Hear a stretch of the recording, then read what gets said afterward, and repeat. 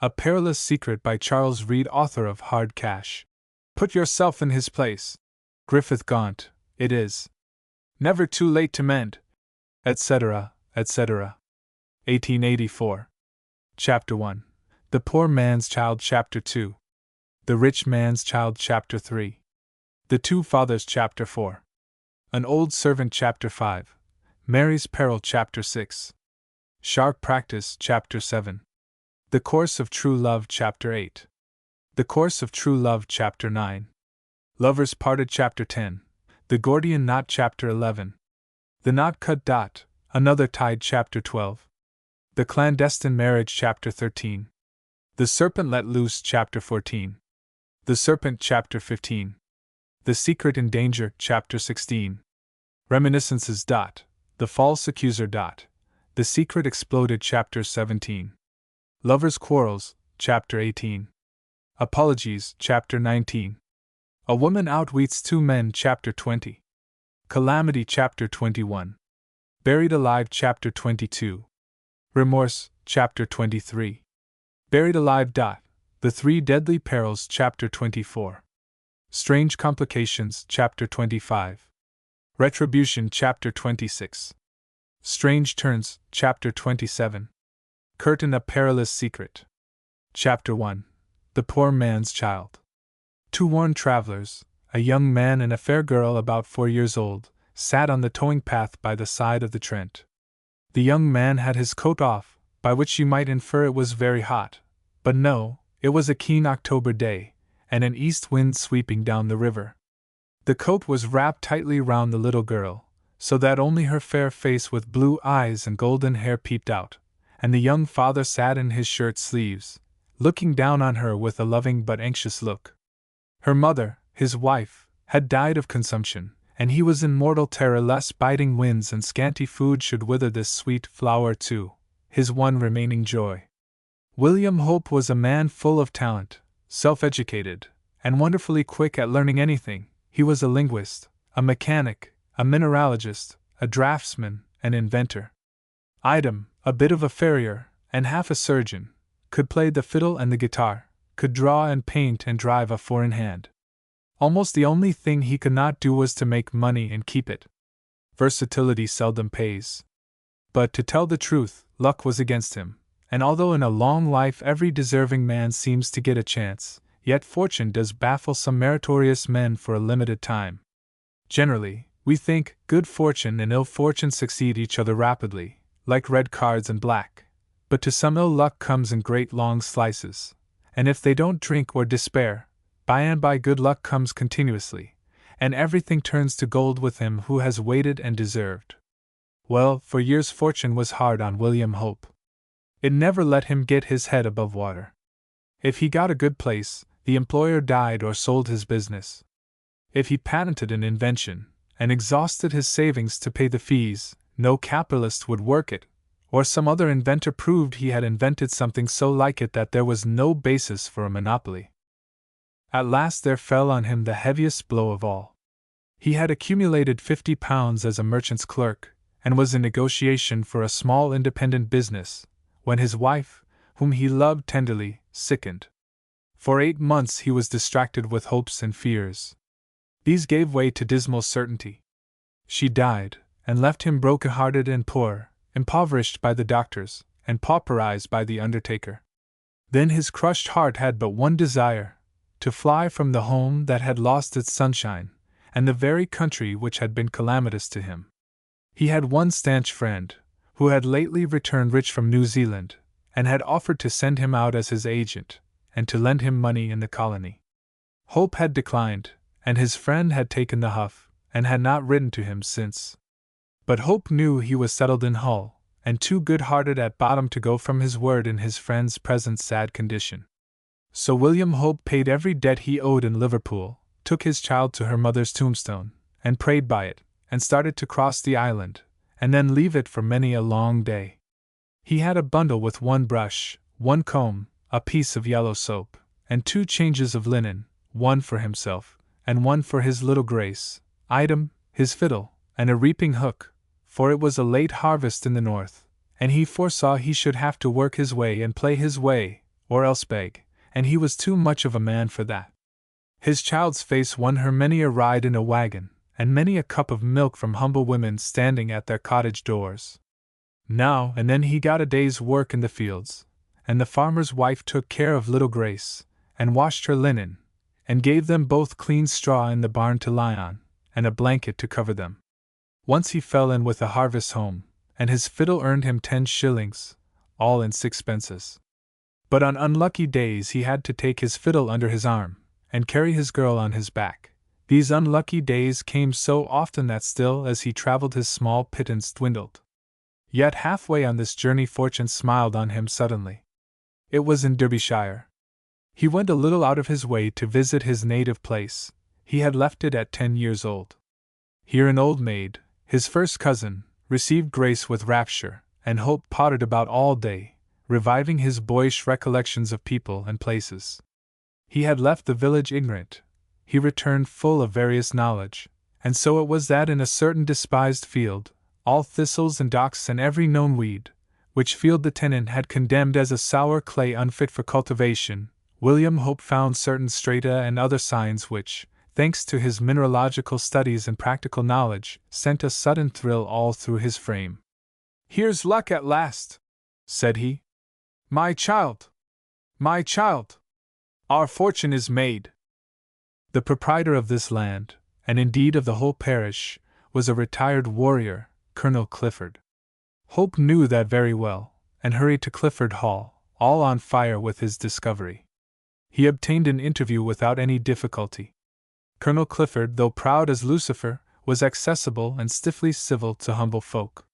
He was gracious enough to Hope, but when the poor fellow let him know he had found signs of coal on his land, he froze directly, told him that 2 gentlemen in that neighborhood had wasted their money groping the bowels of the earth for coal, because of delusive indications on the surface of the soil, and that for his part, even if he was sure of success, he would not dirty his fingers with coal.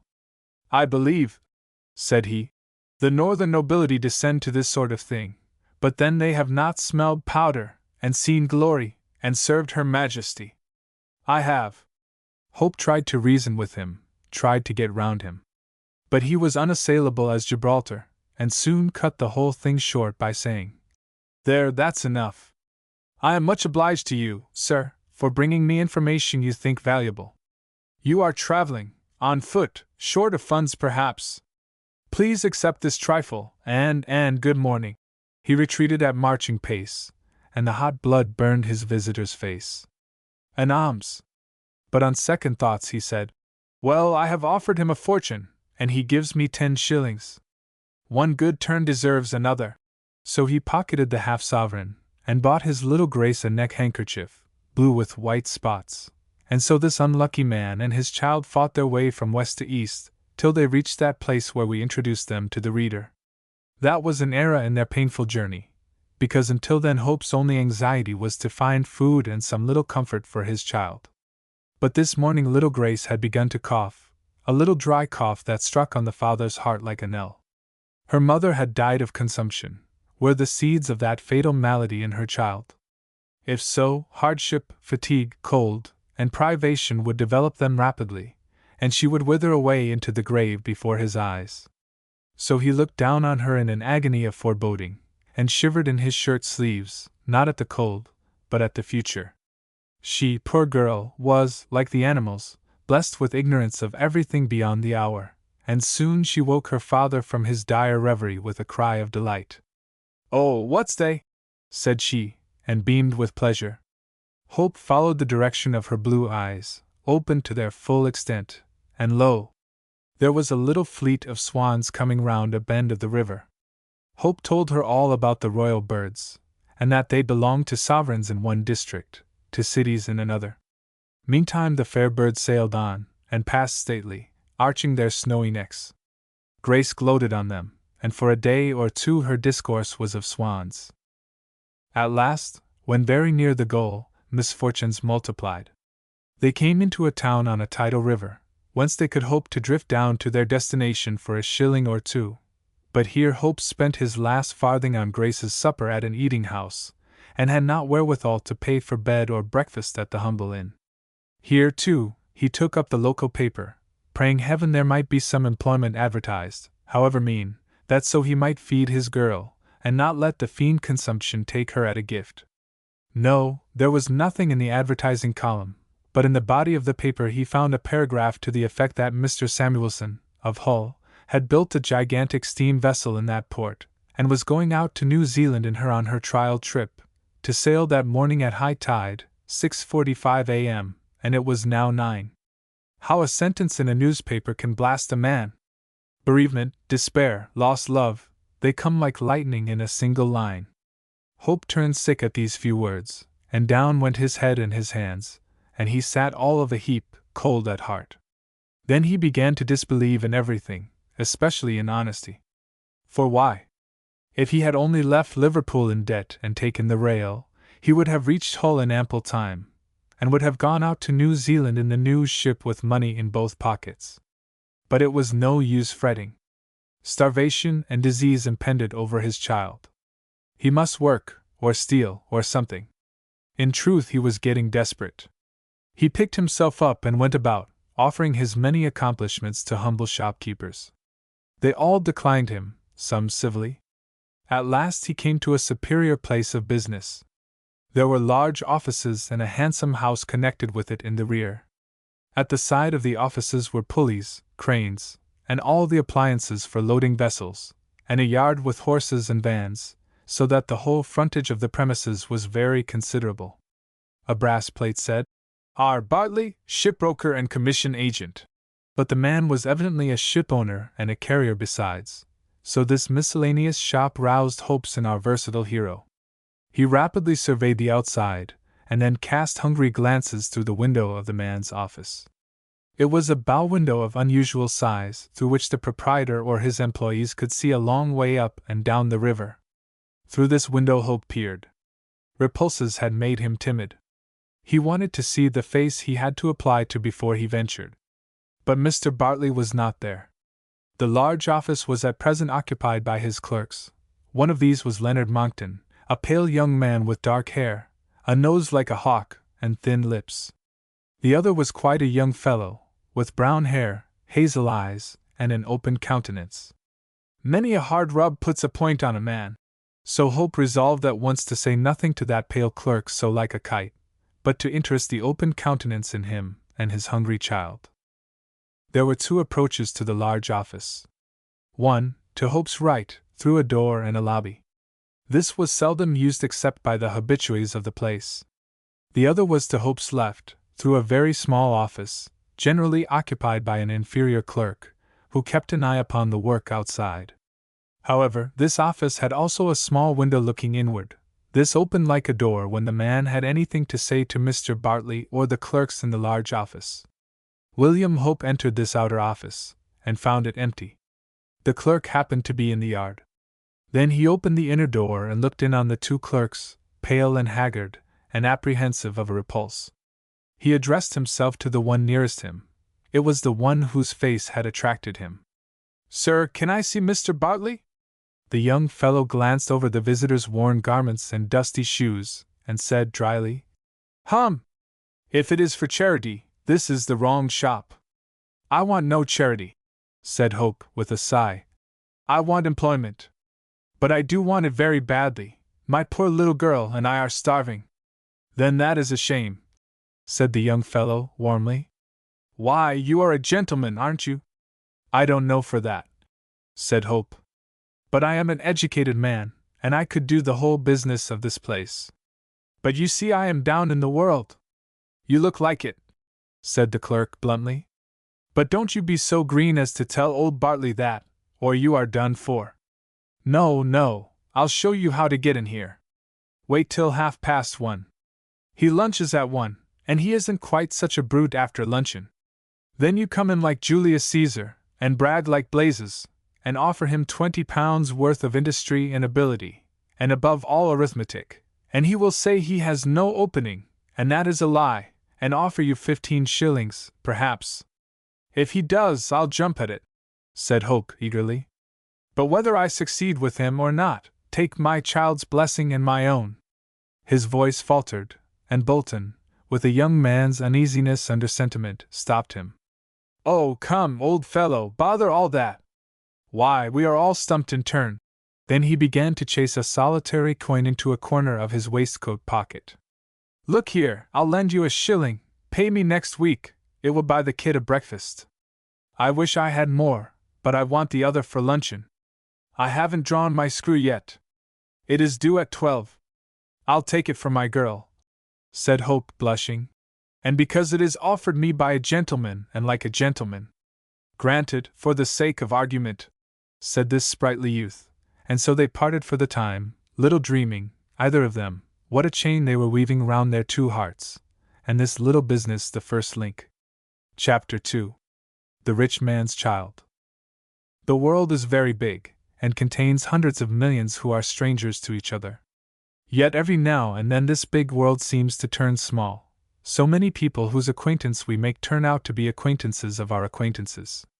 This concatenation of acquaintances is really one of the marvels of social life, if one considers the chances against it, owing to the size and population of the country.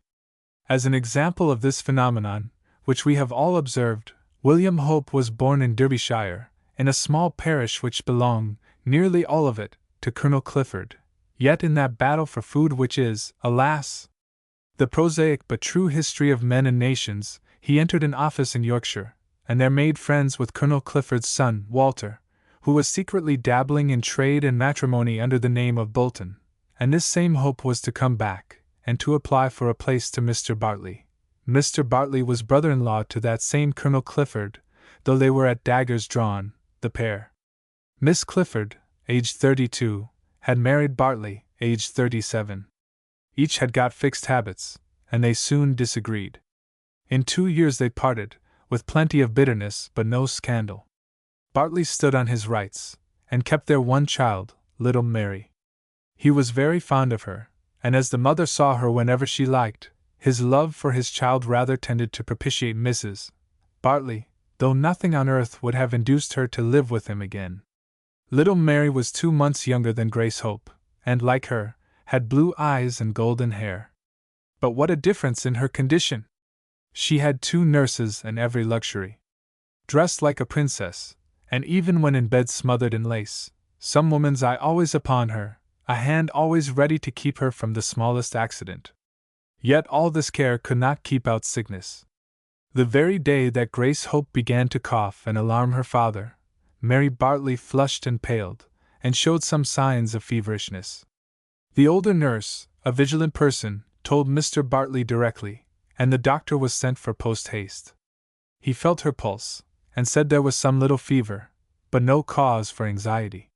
He administered syrup of poppies, and little Mary passed a tranquil night. Next day, about 1 in the afternoon, she became very restless, and was repeatedly sick. The doctor was sent for, and combated the symptoms, but did not inquire closely into the cause. Sickness proceeds immediately from the stomach, so he soothed the stomach with alkaline mucilages, and the sickness abated. But next day alarming symptoms accumulated: short breathing, inability to eat, flushed face, wild eyes. Bartley telegraphed to a first-rate London physician. He came, and immediately examined the girl's throat, and shook his head. Then he uttered a fatal word: diphtheria. They had wasted 4 days squirting petty remedies at symptoms, instead of finding the cause and attacking it, and now he told them plainly he feared it was too late. The fatal membrane was forming, and indeed, had half closed the air passages. Bartley in his rage and despair would have driven the local doctor out of the house, but this the London doctor would not allow. He even consulted him on the situation. Now it was declared, and, as often happens, they went in for heroic remedies since it was too late. But neither powerful stimulants, nor biting draughts, nor caustic applications could hinder the deadly parchment from growing and growing. The breath reduced to a thread, no nourishment possible except by baths of beef tea, and similar enemas. Exhaustion inevitable. Death certain. Such was the hopeless condition of the rich man's child, surrounded by nurses and physicians, when the father of the poor man's child applied to the clerk Bolton for that employment, which meant bread for his child, and perhaps life for her. William Hope returned to his little Grace with a loaf of bread he bought on the road with Bolton's shilling, and fresh milk in a soda-water bottle. He found her crying. She had contrived, after the manner of children, to have an accident. The room was almost bare of furniture, but my lady had found a wooden stool that could be mounted upon and tumbled off, and she had done both, her parent being away. She had bruised and sprained her little wrist, and was in the depths of despair. "Ah," said poor Hope, "I was afraid something or other would happen if I left you." He took her to the window, and set her on his knee, and comforted her. He cut a narrow slip off his pocket handkerchief, wetted it, and bound it lightly and deftly round her wrist, and poured consolation into her ear. But soon she interrupted that, and flung sorrow to the winds. She uttered 3 screams of delight, and pointed eagerly through the window. "Here they be again, the white swans!" Hope looked, and there were 2 vessels, a brig and a bark, creeping down the river toward the sea, with white sails bellying to a gentle breeze astern. It is experience that teaches proportion. The eye of childhood is wonderfully misled in that matter. Promise a little child the moon, and show him the ladder to be used, he sees nothing inadequate in the means, so Grace Hope was delighted with her swans. But Hope, who made it his business to instruct her, and not deceive her as some thoughtless parents do out of fun, the wretches, told her, gently, they were not swans, but ships. She was a little disappointed at that, but inquired what they were doing.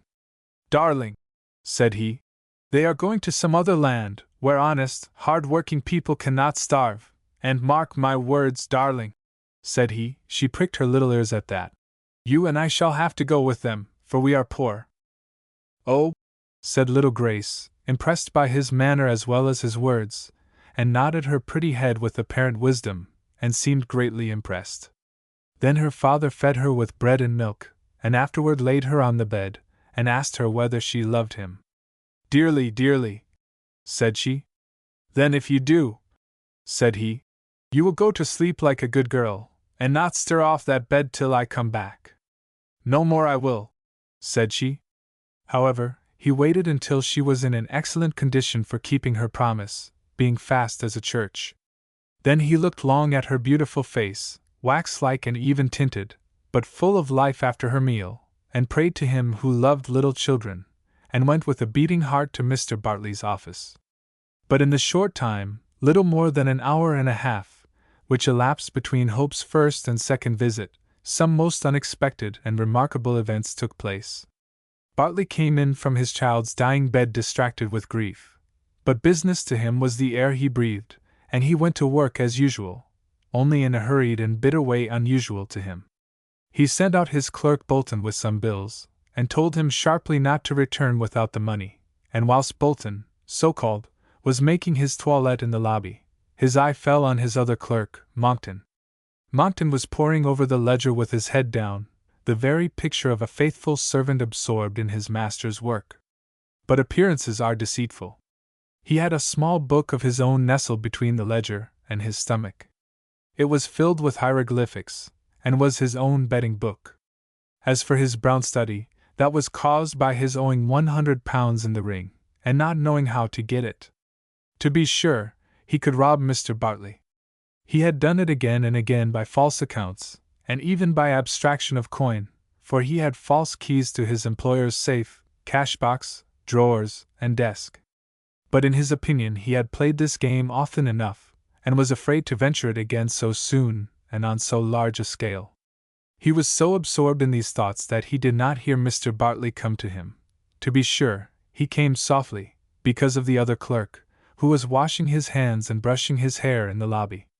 So Bartley's hand fell gently, but all in a moment, on Monckton's shoulder, and they say the shoulder is a sensitive part in conscious rogues. Anyway, Monckton started violently, and turned from pale to white, and instinctively clapped both hands over his betting book. "Monckton," said his employer gravely, "I have made a very ugly discovery." Monckton began to shiver. "Periodical errors in the balances, and the errors always against me." Monckton began to perspire. Not knowing what to say, he faltered, and at last stammered out, "Are you sure, sir?" "Quite sure." I have long seen reason to suspect it, so last night I went through all the books, and now I am sure. Whoever the villain is, I will send him to prison if I can only catch him." Monckton winced and turned his head away, debating in his mind whether he should affect indignation and sympathy, and pretend to court inquiry, or should wait till lunchtime, and then empty the cash box and bolt. Whilst thus debating, these words fell unexpectedly on his ear. "And you must help me." Then Monckton's eyes turned this way and that in a manner that is common among thieves, and a sardonic smile curled his pale thin lip.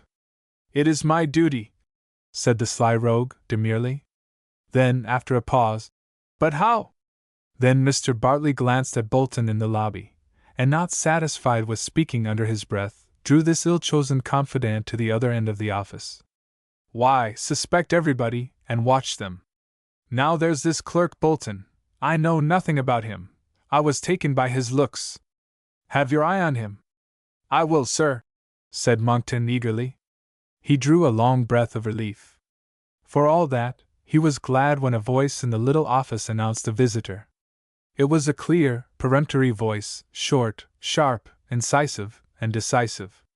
The clerk called Bolton heard it in the lobby, and scuttled into the street with a rapidity that contrasted drolly enough with the composure and slowness with which he had been brushing his hair and titivating his nascent whiskers. A tall, stiff military figure literally marched into the middle of the office, and there stood like a sentinel. Mr. Bartley could hardly believe his senses. "Colonel Clifford," said he, roughly, "you are surprised to see me here?" "Of course I am. May I ask what brings you?" "That which composes all quarrels and squares all accounts, death." Colonel Clifford said this solemnly, and with less asperity. He added, with a glance at Monckton, "This is a very private matter." Bartley took the hint, and asked Monckton to retire into the inner office. As soon as he and Colonel Clifford were alone, that warrior, still standing straight as a dart, delivered himself of certain short sentences, each of which seemed to be propelled, or indeed jerked out of him, by some foreign power seated in his breast. "My sister, your injured wife, is no more." "Dead? This is very sudden. I am very, very sorry." Colonel Clifford looked the word. "Humbug!" and continued to expel short sentences. "On her deathbed she made me promise to give you my hand. There it is." His hand was propelled out, caught flying by Bartley, released, and drawn back again, all by machinery it seemed. "She leaves you £20,000 in trust for the benefit of her child and yours, Mary Bartley. Poor dear Eliza." The colonel looked as less high-bred people do when they say gammon, but proceeded civilly though brusquely. "In dealing with the funds you have a large discretion. Should the girl die before you, or unmarried, the money lapses to your nephew, my son, Walter Clifford. He is a scapegrace, and has run away from me, but I must protect his just interests. So as a mere matter of form I will ask you whether Mary Bartley is alive." Bartley bowed his head. Colonel Clifford had not heard she was ill, so he continued, "In that case," and then, interrupting himself for a moment, turned away to Bartley's private table, and there emptied his pockets of certain documents, one of which he wanted to select. His back was not turned more than half a minute, yet a most expressive pantomime took place in that short interval. The nurse opened a door of communication, and stood with a rush at the threshold. Indeed, she would have rushed in but for the stranger. She was very pale, and threw up her hands to Bartley. Her face and her gesture were more expressive than words. Then Bartley, clinging by mere desperate instinct to money he could not hope to keep, flew to her, drove her out by a frenzied movement of both hands, though he did not touch her, and spread-eagled himself before the door, with his face and dilating eyes turned toward Colonel Clifford. The colonel turned and stepped toward him with the document he had selected at the table. Bartley went to meet him. The colonel gave it to him, and said it was a copy of the will. Bartley took it, and Colonel Clifford expelled his last sentences. "We have shaken hands. Let us forget our past quarrels, and respect the wishes of the dead." With that he turned sharply on both heels, and faced the door of the little office before he moved, then marched out in about 7 steps, as he had marched in, and never looked behind him for 200 miles. The moment he was out of sight, Bartley, with his wife's wool in his hand and ice at his heart, went to his child's room. The nurse met him, crying, and said a change, mild but fatal words that from a nurse's lips end hope. He came to the bedside just in time to see the breath hovering on his child's lips, and then move them as the summer air stirs a leaf. Soon all was still, and the rich man's child was clay. The unhappy father burst into a passion of grief, short but violent. Then he ordered the nurse to watch there, and let no one enter the room. Then he staggered back to his office, and flung himself down at his table and buried his head. To do him justice, he was all parental grief at first, for his child was his idol. The arms were stretched out across the table, the head rested on it. The man was utterly crushed. Whilst he was so, the little office door opened softly, and a pale, worn, haggard face looked in. It was the father of the poor man's child in mortal danger from privation and hereditary consumption. That haggard face was come to ask the favor of employment, and bread for his girl, from the rich man whose child was clay. Chapter 3. The Two Fathers. Hope looked wistfully at that crushed figure, and hesitated. It seemed neither kind nor politic to intrude business upon grief. But if the child was Bartley's idol, money was his god, and soon in his strange mind defeated avarice began to vie with nobler sorrow. His child dead. His poor little flower withered, and her death robbed him of £20,000, and indeed of 10 times that sum, for he had now bought experience in trade and speculation, and had learned to make money out of money, a heap out of a handful. Stung by this vulgar torment in its turn, he started suddenly up, and dashed his wife's wool down upon the floor in a fury, and paced the room excitedly. Hope still stood aghast, and hesitated to risk his application. But presently Bartley caught sight of him, and stared at him, but said nothing. Then the poor fellow saw it was no use waiting for a better opportunity, so he came forward and carried out Bolton's instructions. He put on a tolerably jaunty air, and said cheerfully, "I beg your pardon, sir, can I claim your attention for a moment?" "What do you want?" asked Bartley, but like a man whose mind was elsewhere. "Only employment for my talent, sir.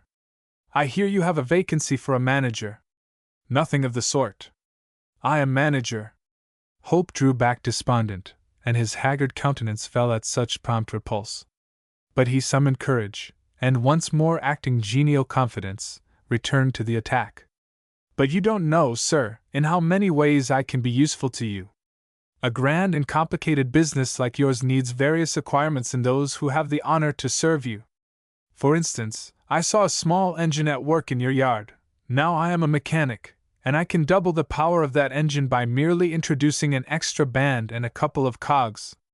"It will do as it is," said Bartley, languidly, "and I can do without a manager." Bartley's manner was not irritated but absorbed. He seemed in all his replies to Hope to be brushing away a fly mechanically and languidly. The poor fly felt sick at heart, and crept away disconsolate. But at the very door he turned, and for his child's sake made another attempt. "Have you an opening for a clerk? I can write business letters in French, German, and Dutch, and keep books by double entry." "No vacancy for a clerk," was the weary reply. "Well then, a foreman in the yard. I have studied the economy of industry, and will undertake to get you the greatest amount of labor out of the smallest number of men." "I have a foreman already," said Bartley, turning his back on him peevishly, for the first time, and pacing the room, absorbed in his own disappointment. Hope was in despair, and put on his hat to go. But he turned at the window and said, "You have vans and carts. I understand horses thoroughly. I am a veterinary surgeon, and I can drive four in hand. I offer myself as carman, or even hostler." "I do not want a hostler, and I have a carman." Bartley, when he had said this, sat down like a man who had finally disposed of the application. Hope went to the very door, and leaned against it. His jaw dropped. He looked 10 years older.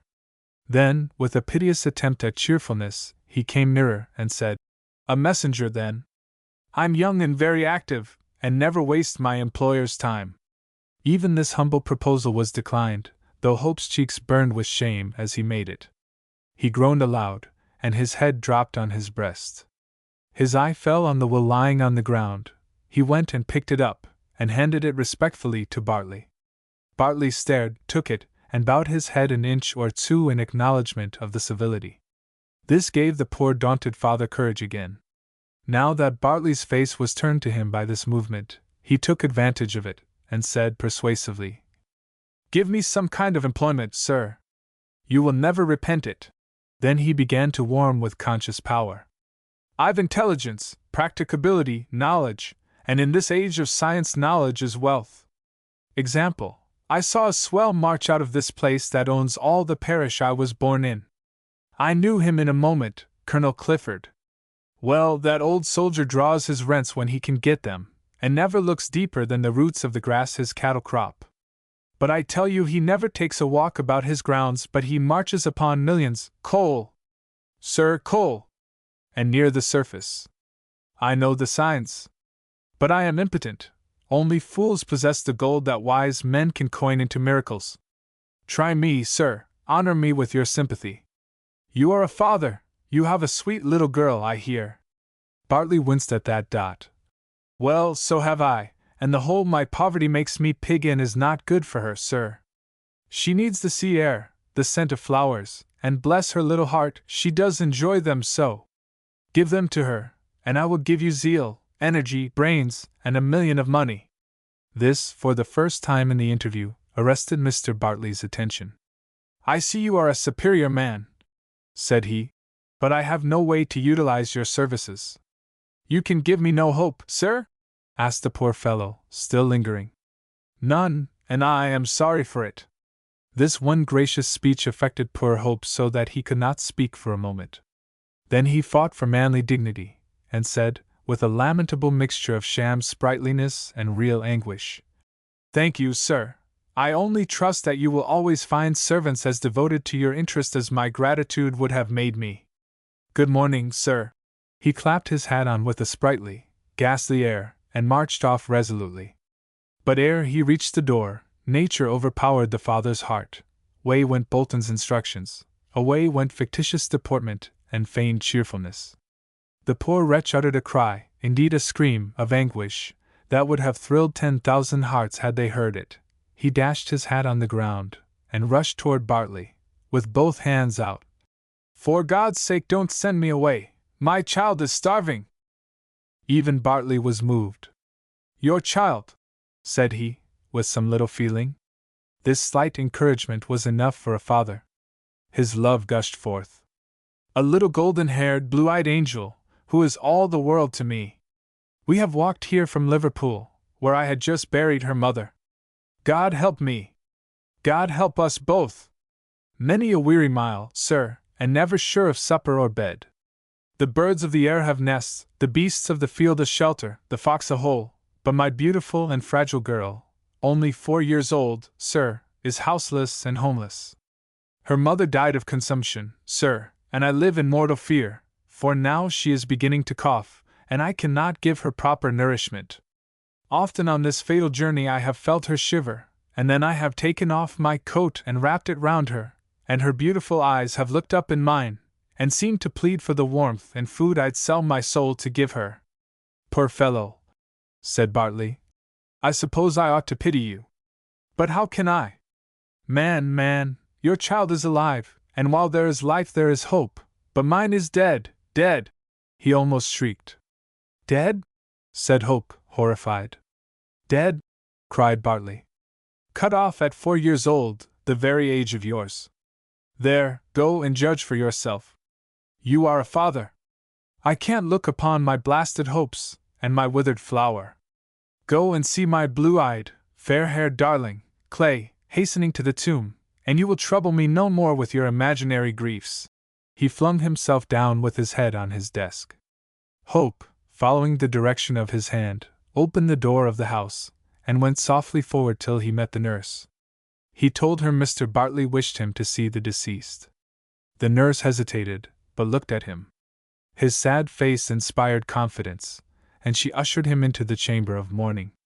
There, laid out in state, was a little figure that, seen in the dim light, drew a cry of dismay from Hope. He had left his own girl sleeping, and looking like tinted wax. Here lay a little face the very image of hers, only this was pale wax. Had he looked more closely, the chin was unlike his own girl's, and there were other differences. But the first glance revealed a thrilling resemblance. Hope hurried away from the room, and entered the office pale and disturbed. "Oh, sir! The very image of my own! It fills me with forebodings. I pity you, sir, with all my heart. That sad sight reconciles me to my lot. God help you!" And he was going away, for now he felt an unreasoning terror lest his own child should have turned from colored wax to pale. Mr. Bartley stopped him. "Are they so very like?" said he. "Wonderfully like." And again he was going, but Bartley, who had received him so coldly, seemed now unwilling to part with him. "Stay," said he, "and let me think." The truth is, a daring idea had just flashed through that brain of his, and he wanted to think it out. He walked to and fro in silent agitation, and his face was as a book in which you may read strange matter. At last he made up his mind, but the matter was one he did not dare to approach too bluntly, so he went about a little. "Stay, you don't know all my misfortunes. I am ambitious, like you. I believe in science and knowledge, like you. And if my child had lived, you should have been my adviser and my right hand. I want such a man as you." Hope threw up his hands. "My usual luck," said he. "Always a day too late." Bartley resumed. "But my child's death robs me of the money to work with, and I can't help you nor help myself." Hope groaned. Bartley hesitated. But after a moment he said timidly, "Unless," and then stopped. "Unless what?" asked Hope eagerly. "I am not likely to raise objections. My child's life is at stake." "Well, then, unless you are really the superior man you seem to be, a man of ability and courage." "Courage," thought Hope, and began to be puzzled. However, he said modestly that he thought he could find courage in a good cause. "Then you and I are made men," said Bartley. These were stout words, but they were not spoken firmly. On the contrary, Mr. Bartley's voice trembled, and his brow began to perspire visibly.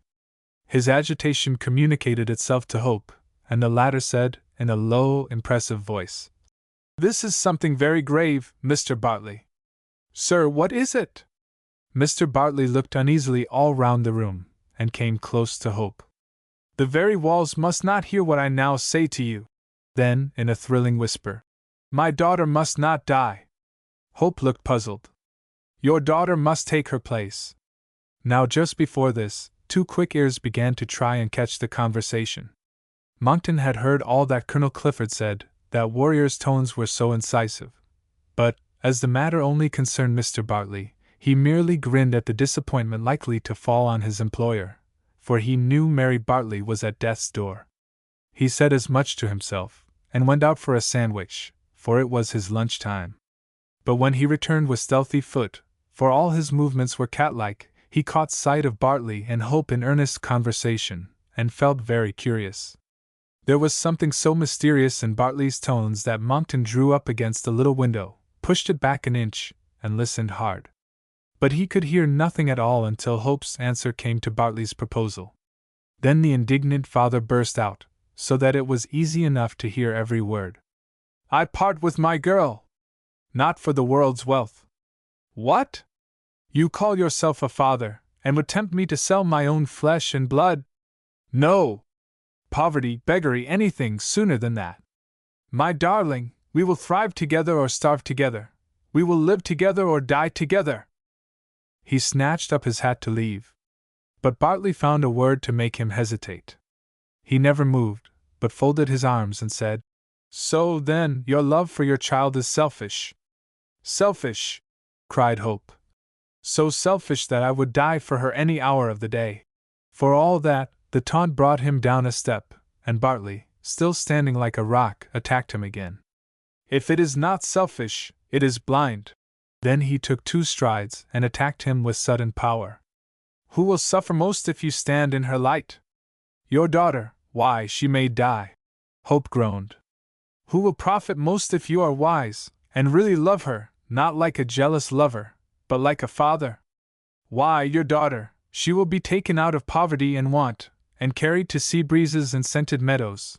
Her health and her comfort will be my care. She will fill the gap in my house and in my heart, and will be my heiress when I die. But she will be lost to me, sighed poor Hope. Not so. You will be my right hand. You will be always about us. You can see her, talk to her, make her love you, do anything but tell her you are her father. Do this one thing for me, and I will do great things for you and for her. To refuse me will be to cut your own throat and hers, as well as mine. Hope faltered a little. Am I selfish? Said he. Of course not, was the soothing reply. No true father is. Give him time to think. Hope clenched his hands in agony, and pressed them against his brow. It is selfish to stand in her light, but part with her. I can't. Of course not. Who asks you? She will never be out of your sight. Only, instead of seeing her sicken, linger, and die, you will see her surrounded by every comfort, nursed and tended like a princess, and growing every day in health, wealth, and happiness. Health, wealth, and happiness? Health, wealth, and happiness! These words made a great impression on the still hesitating father. He began to make conditions. They were all granted heartily. If ever you are unkind to her, the compact is broken, and I claim my own again. So be it. But why suppose anything so monstrous? Men do not ill-treat children. It is only women, who adore them, that kill them and ill-use them accordingly. She will be my little benefactress, God bless her. I may love her more than I ought, being yours, for my home is desolate without her, but that is the only fault you shall ever find with me. There is my hand on it. Hope at the last was taken off his guard, and took the proffered hand. That is a binding action, and somehow he could no longer go back. Then Bartley told him he should live in the house at first, to break the parting. And from this hour, said he, you are no clerk nor manager, but my associate in business, and on your own terms. Thank you, said Hope, with a sigh. Now lose no time, get her into the house at once while the clerks are away, and meantime I must deal with the nurse, and overcome the many difficulties. Stay, here is a £5 note. Buy yourself a new suit, and give the child a good meal. But pray bring her here in half an hour if you can. Then Bartley took him to the lobby, and let him out in the street, whilst he went into the house to buy the nurse, and make her his confidante. He had a good deal of difficulty with her. She was shocked at the proposal, and being a woman, it was the details that horrified her. She cried a good deal. She stipulated that her darlings should have Christian burial, and cried again at the doubt. But as Bartley conceded everything, and offered to settle £100 a year on her, so long as she lived in his house and kept his secret, he prevailed at last, and found her an invaluable ally. To dispose of this character for the present, we must inform the reader that she proved a woman can keep a secret, and that in a very short time she was as fond of Grace Hope as she had been of Mary Bartley. We have said that Colonel Clifford's talk penetrated Monckton's ear, but produced no great impression at the time. Not so, however, when he had listened to Bartley's proposal, Hope's answer, and all that followed. Then he put this and Colonel Clifford's communication together, and saw the terrible importance of the two things combined. Thus, as a congenital worm grew with Jonah's gourd, and was sure to destroy it, Bartley's bold and elaborate scheme was furnished from the outset with a most dangerous enemy. Leonard Monckton was by nature a schemer, and by habit a villain, and he was sure to put this discovery to profit. He came out of the little office and sat down at his desk, and fell into a brown study. He was not a little puzzled, and here lay his difficulty. Two attractive villainies presented themselves to his ingenious mind, and he naturally hesitated between them. One was to levy blackmail on Bartley, the other, to sell the secret to the Cliffords. But there was a special reason why he should incline toward the Cliffords, and whilst he is in his brown study, we will let the reader into his secret. This artful person had immediately won the confidence of young Clifford, calling himself Bolton, and had prepared a very heartless trap for him. He introduced to him a most beautiful young woman, tall, dark, with oval face and glorious black eyes and eyebrows, a slight foreign accent, and ingratiating manners. He called this beauty his sister, and instructed her to win Walter Clifford in that character, and to marry him. As she was 22, and Master Clifford 19, he had no chance with her, and they were to be married this very day at the register office. Maneuvering Monkton then inclined to let Bartley's fraud go on and ripen, but eventually expose it for the benefit of young Walter and his wife, who adored this Monkton, because, when a beautiful woman loves an ugly blackguard, she never does it by halves. But he had no sooner thought out this conclusion than there came an obstacle. Lucy Muller's heart failed her at the last moment, and she came into the office with a rush to tell her master so. She uttered a cry of joy at sight of him, and came at him panting and full of love. "Oh, Leonard, I am so glad you are alone! Leonard, dear Leonard, pray do not insist on my marrying that young man. Now it comes to the time, my heart fails me." The tears stood in her glorious eyes, and an honest man would have pitied her, and even respected her a little for her compunction, though somewhat tardy. But her master just fixed his eyes coldly on his slave, and said brutally, "Never mind your heart, think of your interest." The weak woman allowed herself to be diverted into this topic. "Why, he is no such great catch, I am sure. I tell you he is, more than ever. I have just discovered another £20,000 he is heir to, and not got to wait for that any longer than I choose." Lucy stamped her foot. "I don't care for his money. Till he came with his money you loved me." "I love you as much as ever," said Monkton coldly. Lucy began to sob. "No, you don't, or you wouldn't give me up to that young fool." The villain made a cynical reply that not every Newgate thief could have matched. "You fool," said he, "can't you marry him, and go on loving me? You won't be the first. It is done every day, to the satisfaction of all parties, and to their unutterable shame," said a clear, stern voice at their back. Walter Clifford, coming rapidly in, had heard but little, but heard enough, and there he stood, grim and pale, a boy no longer. These two skunks had made a man of him in one moment. They recoiled in dismay, and the woman hid her face. He turned upon the man first, you may be sure. "So you have palmed this lady off on me as your sister, and trapped me, and would have destroyed me." His lip quivered, for they had passed the iron through his heart. But he manned himself, and carried it off like a soldier's son. "But if I was fool enough to leave my father, I am not fool enough to present to the world your cast-off mistress as my wife." Lucy hid her face in her hands. "Here, Miss Lucy Monkton, or whatever your name may be, here is the marriage license. Take that and my contempt, and do what you like with them." With these words he dashed into Bartley's private room, and there broke down. It was a bitter cup, the first in his young life. The baffled schemers drank wormwood too, but they bore it differently. The woman cried, and took her punishment meekly. The man raged and threatened vengeance. "No, no," said Lucy. "It serves us right.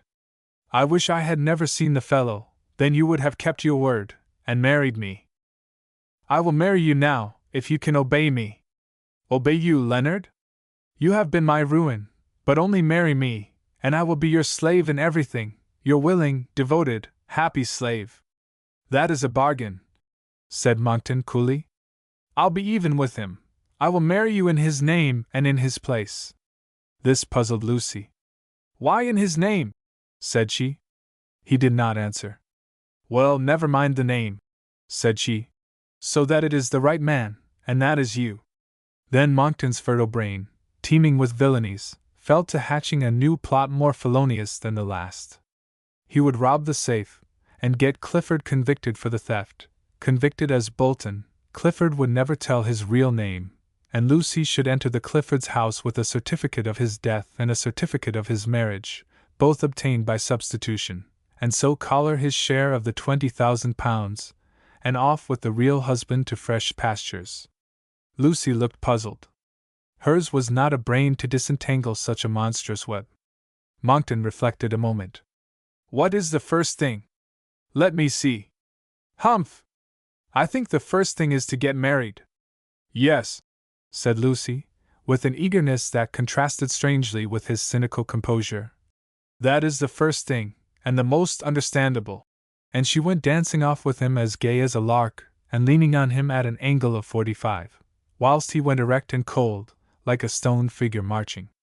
Walter Clifford came out in time to see them pass the great window. He watched them down the street, and cursed them, not loud but deep. "Mooning, as usual," said a hostile voice behind him. He turned round, and there was Mr. Bartley seated at his own table. Young Clifford walked smartly to the other side of the table, determined this should be his last day in that shop. "There are the payments," said he. Bartley inspected them. "About 1 in 5, said he dryly. "Thereabouts," was the reply. Consummate indifference. "You can't have pressed them much." "Well, I am not good at dunning." "What are you good at?" "Should be puzzled to say." "You are not fit for trade." "That is the highest compliment was ever paid me." "Oh, you are impertinent as well as incompetent, are you? Then take a week's warning, Mr. Bolton." 5 minutes would suit me better, Mr. Bartley." "Oh, indeed? Say 1 hour." "All right, sir, just time for a city clerk's luncheon, glass of bitter, sandwich, peep at punch, cigarette, and a chat with the barmaid."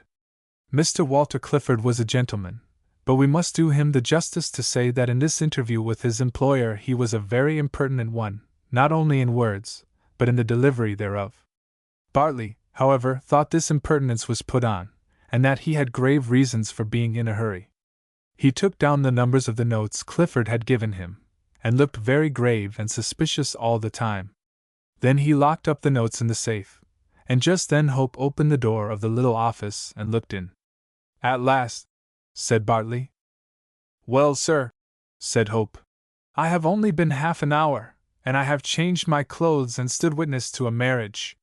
She begged me so hard, I was at the door. Such a beautiful girl! I could not take my eyes off her." "The child?" said Bartley, with natural impatience. "I have hidden her in the yard. Bring her this moment, while the clerks are out."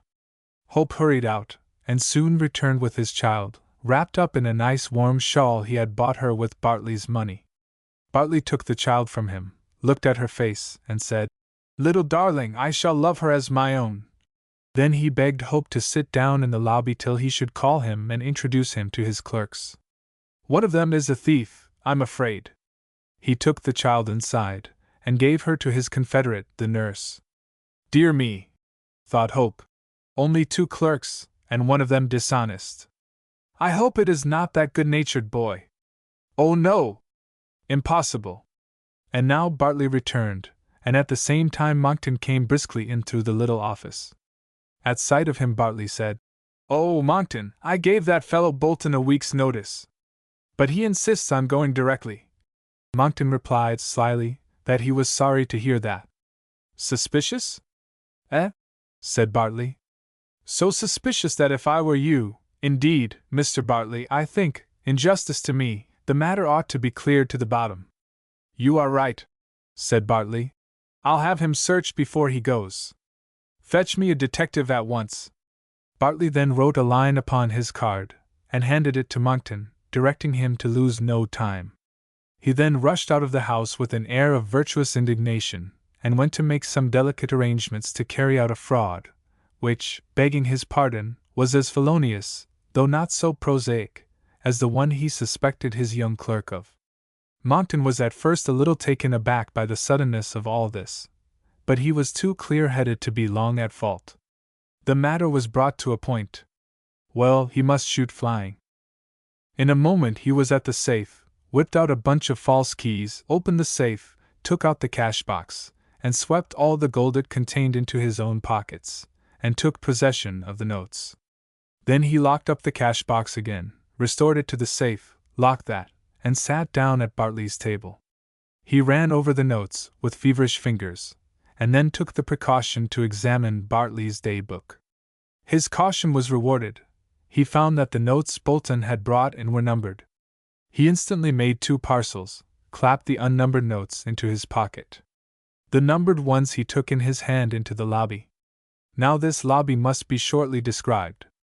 First there was a door with a glass window, but the window had dark blue gauze fixed to it, so that nobody could see into the lobby from the office.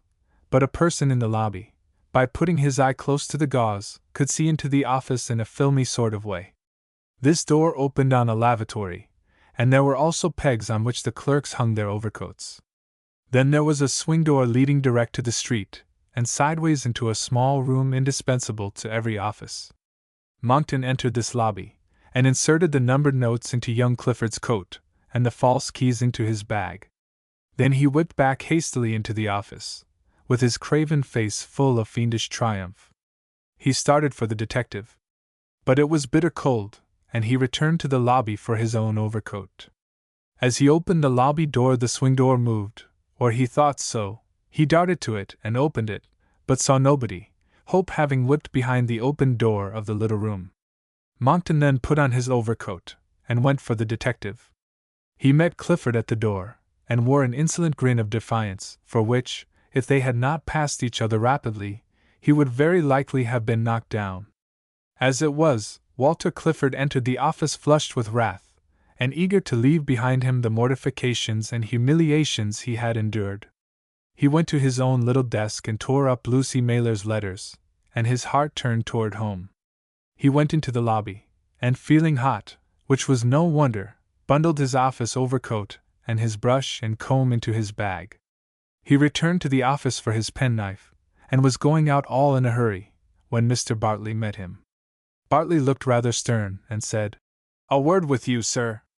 "Certainly, sir," said the young man, stiffly. Mr. Bartley sat down at his table and fixed his eyes upon the young man with a very peculiar look. "You seem in a very great hurry to go." "Well, I am." "You have not even demanded your salary up to date." "Excuse the oversight. I was not made for business, you know. There is something more to settle besides your salary." "Premium for good conduct?" "No, sir. Mr. Bolton, you will find this no jesting matter. There are defalcations in the accounts, sir." The young man turned serious at once. "I am sorry to hear that, sir," said he, with proper feeling. Bartley eyed him still more severely. "And even cash abstracted?" "Good heavens!" said the young man, answering his eyes rather than his words. "Why, surely you can't suspect me?" Bartley answered sternly. "I know I have been robbed, and so I suspect everybody whose conduct is suspicious." This was too much for a Clifford to bear. He turned on him like a lion. "Your suspicions disgrace the traitor who entertains them, not the gentleman they wrong. You are too old for me to give you a thrashing, so I won't stay here any longer to be insulted."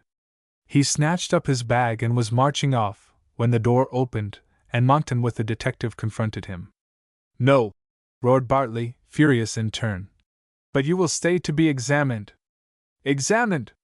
"Searched, then, if you like it better." "No, don't do that," said the young fellow. "Spare me such a humiliation." Bartley, who was avaricious, but not cruel, hesitated. "Well," said he, "I will examine the safe before I go further." Mr. Bartley opened the safe and took out the cash box. It was empty. He uttered a loud exclamation. "Why, it's a clean sweep! A wholesale robbery! Notes and gold all gone! No wonder you were in such a hurry to leave! Luckily some of the notes were numbered. Search him." "No, no, don't treat me like a thief!" cried the poor boy, almost sobbing. "If you are innocent, why object?" said Monckton, satirically. "You villain!" cried Clifford. "This is your doing! I am sure of it." Monckton only grinned triumphantly, but Bartley fired up. "If there is a villain here, it is you. He is a faithful servant, who warned his employer." He then pointed sternly at young Bolton, and the detective stepped up to him and said curtly, "Now, sir, if I must." He then proceeded to search his waistcoat pockets. The young man hung his head, and looked guilty. He had heard of money being put into an innocent man's pockets, and he feared that game had been played with him. The detective examined his waistcoat pockets and found nothing. His other pockets, nothing. The detective patted his breast and examined his stockings, nothing. "Try the bag," said Monckton. Then the poor fellow trembled again. The detective searched the bag, nothing. He took the overcoat and turned the pockets out, nothing. Bartley looked surprised, Monkton still more so. Meantime, Hope had gone round from the lobby, and now entered by the small office, and stood watching a part of this business, viz., the search of the bag and the overcoat, with a bitter look of irony. "But my safe must have been opened with false keys," cried Bartley. "Where are they?" "And the numbered notes," said Monkton. "Where are they?" "Gentlemen," said Hope, "may I offer my advice?" "Who the devil are you?" said Monkton. "He is my new partner, my associate in business," said the politic Bartley. Then deferentially to Hope, "What do you advise? You have 2 clerks. I would examine them both." "Examine me?" cried Monkton. "Mr. Bartley, will you allow such an affront to be put on your old and faithful servant?" "If you are innocent, why object?" said young Clifford, spitefully, before Bartley could answer. The remark struck Bartley, and he acted on it. "Well, it is only fair to Mr. Bolton," said he. "Come, come, Monkton, it is only a form." Then he gave the detective a signal, and he stepped up to Monkton, and emptied his waistcoat pockets of 85 sovereigns. "There!" cried Walter Clifford. "There! There! My own money won at the Derby," said Monkton coolly. "And only a part of it, I am happy to say. You will find the remainder in banknotes." The detective found several notes. Bartley examined the book and the notes. The Derby. He was beginning to doubt this clerk, who attended that meeting on the sly. However, he was just, though no longer confiding. "I am bound to say that not one of the numbered notes is here." The detective was now examining Monkton's overcoat. He produced a small bunch of keys. "How did they come there?" cried Monkton, in amazement. It was an incautious remark. Bartley took it up directly, and pounced on the keys. He tried them on the safe. One opened the safe, another opened the cash box.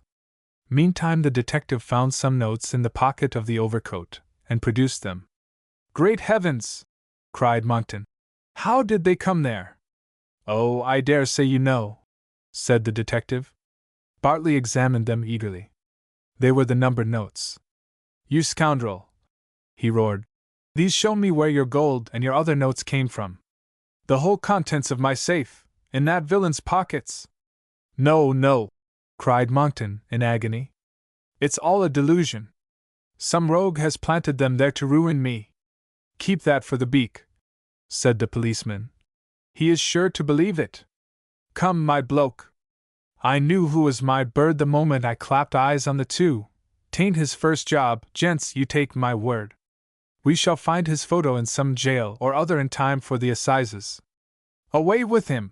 cried Bartley, furiously. As the policeman took him off, the baffled villain's eye fell on Hope, who stood with folded arms, and looked down on him with lowering brow and the deep indignation of the just, and yet with haughty triumph. That eloquent look was a revelation to Monkton. "Ah!"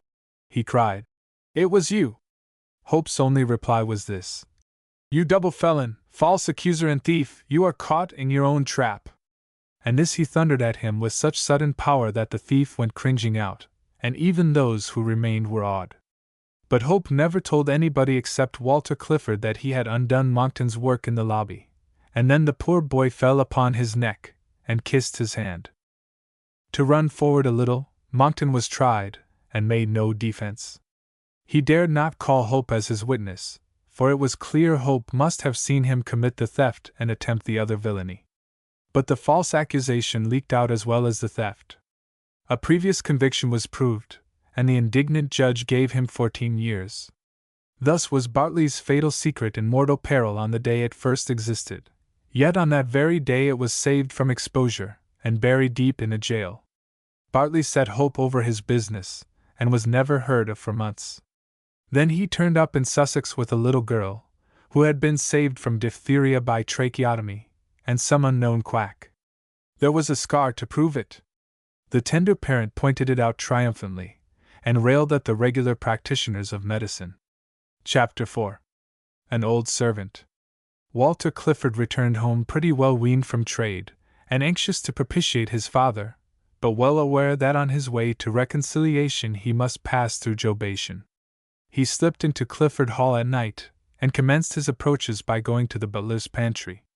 Here he was safe, and knew it. A faithful old butler of the antique and provincial breed is apt to be more unreasonably paternal than Pater himself. To this worthy, then, Walter owed a good bed, a good supper, and good advice. Better not tackle him till I have had a word with him first. Next morning this worthy butler, who for 7 years had been a very good servant, and for the next 7 years rather a bad one, and would now have been a hard master if the colonel had not been too great a Tartar to stand it, appeared before his superior with an air slightly respectful, slightly aggressive, and very dogged. "There is a young gentleman would be glad to speak to you, if you will let him." "Who is he?" asked the colonel, though by old John's manner he divined. "Can't you guess?" "Don't know why I should." "It is your business to announce my visitors." "Oh, I'll announce him, when I am made safe that he will be welcome." "What? Isn't he sure of a welcome, good, dutiful son like him?" "Well, sir, he deserves a welcome." "Why, he is the returning prodigal." "We are not told that he deserved a welcome." "What signifies? He got one, and Scripture is the rule of life for men of our age, now we are out of the army. I think you had better let him plead his own cause, John, and if he takes the tone you do, he will get turned out of the house pretty quick, as you will some of these days, Mr. Baker."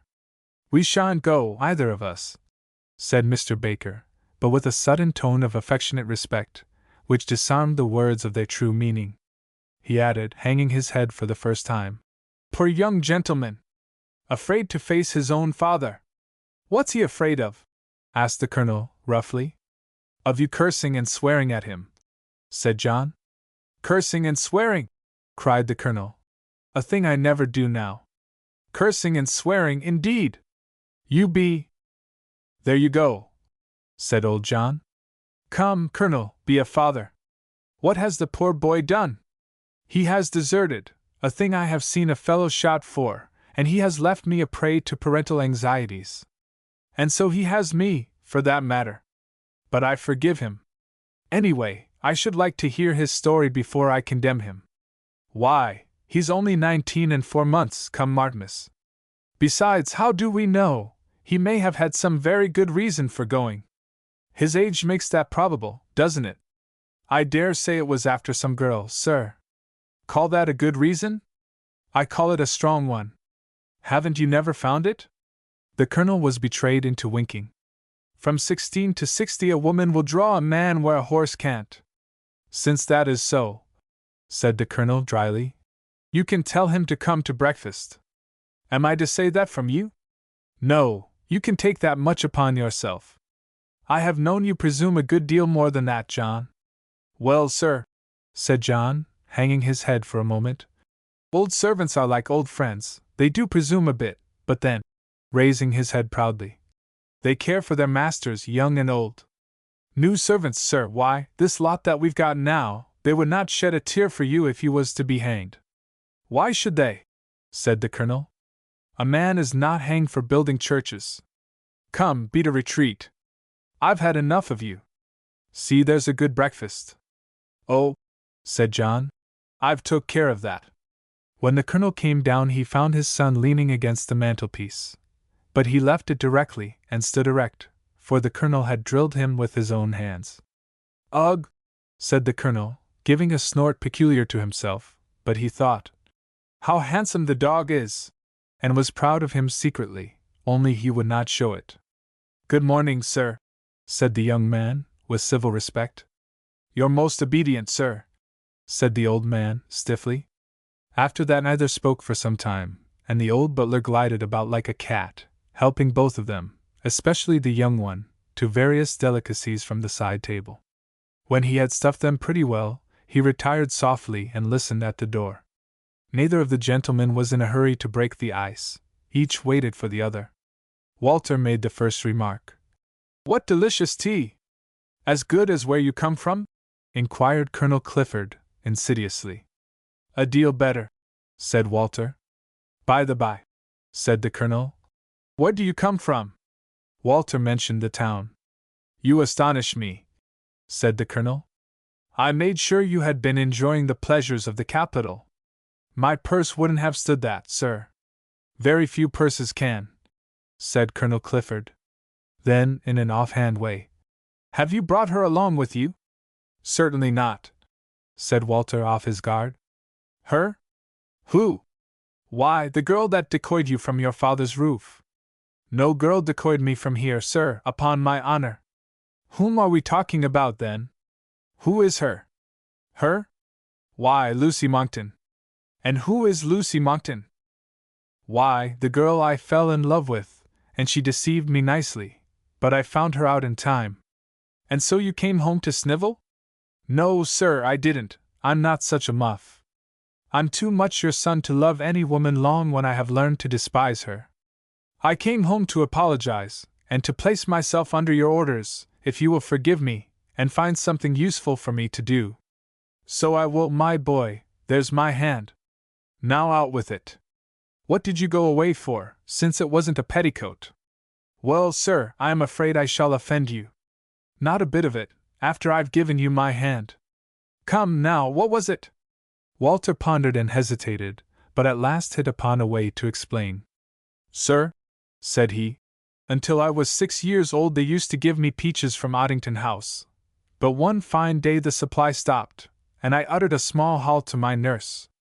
Old John heard me, and told me Oddington was sold, house, garden, estate, and all. Colonel Clifford snorted. Walter resumed, modestly but firmly. I was 13. I used to fish in a brook that ran near Drayton Park. One day I was fishing there, when a brown velveteen chap stopped me, and told me I was trespassing. Trespassing, said I. I have fished here all my life. I am Walter Clifford, and this belongs to my father.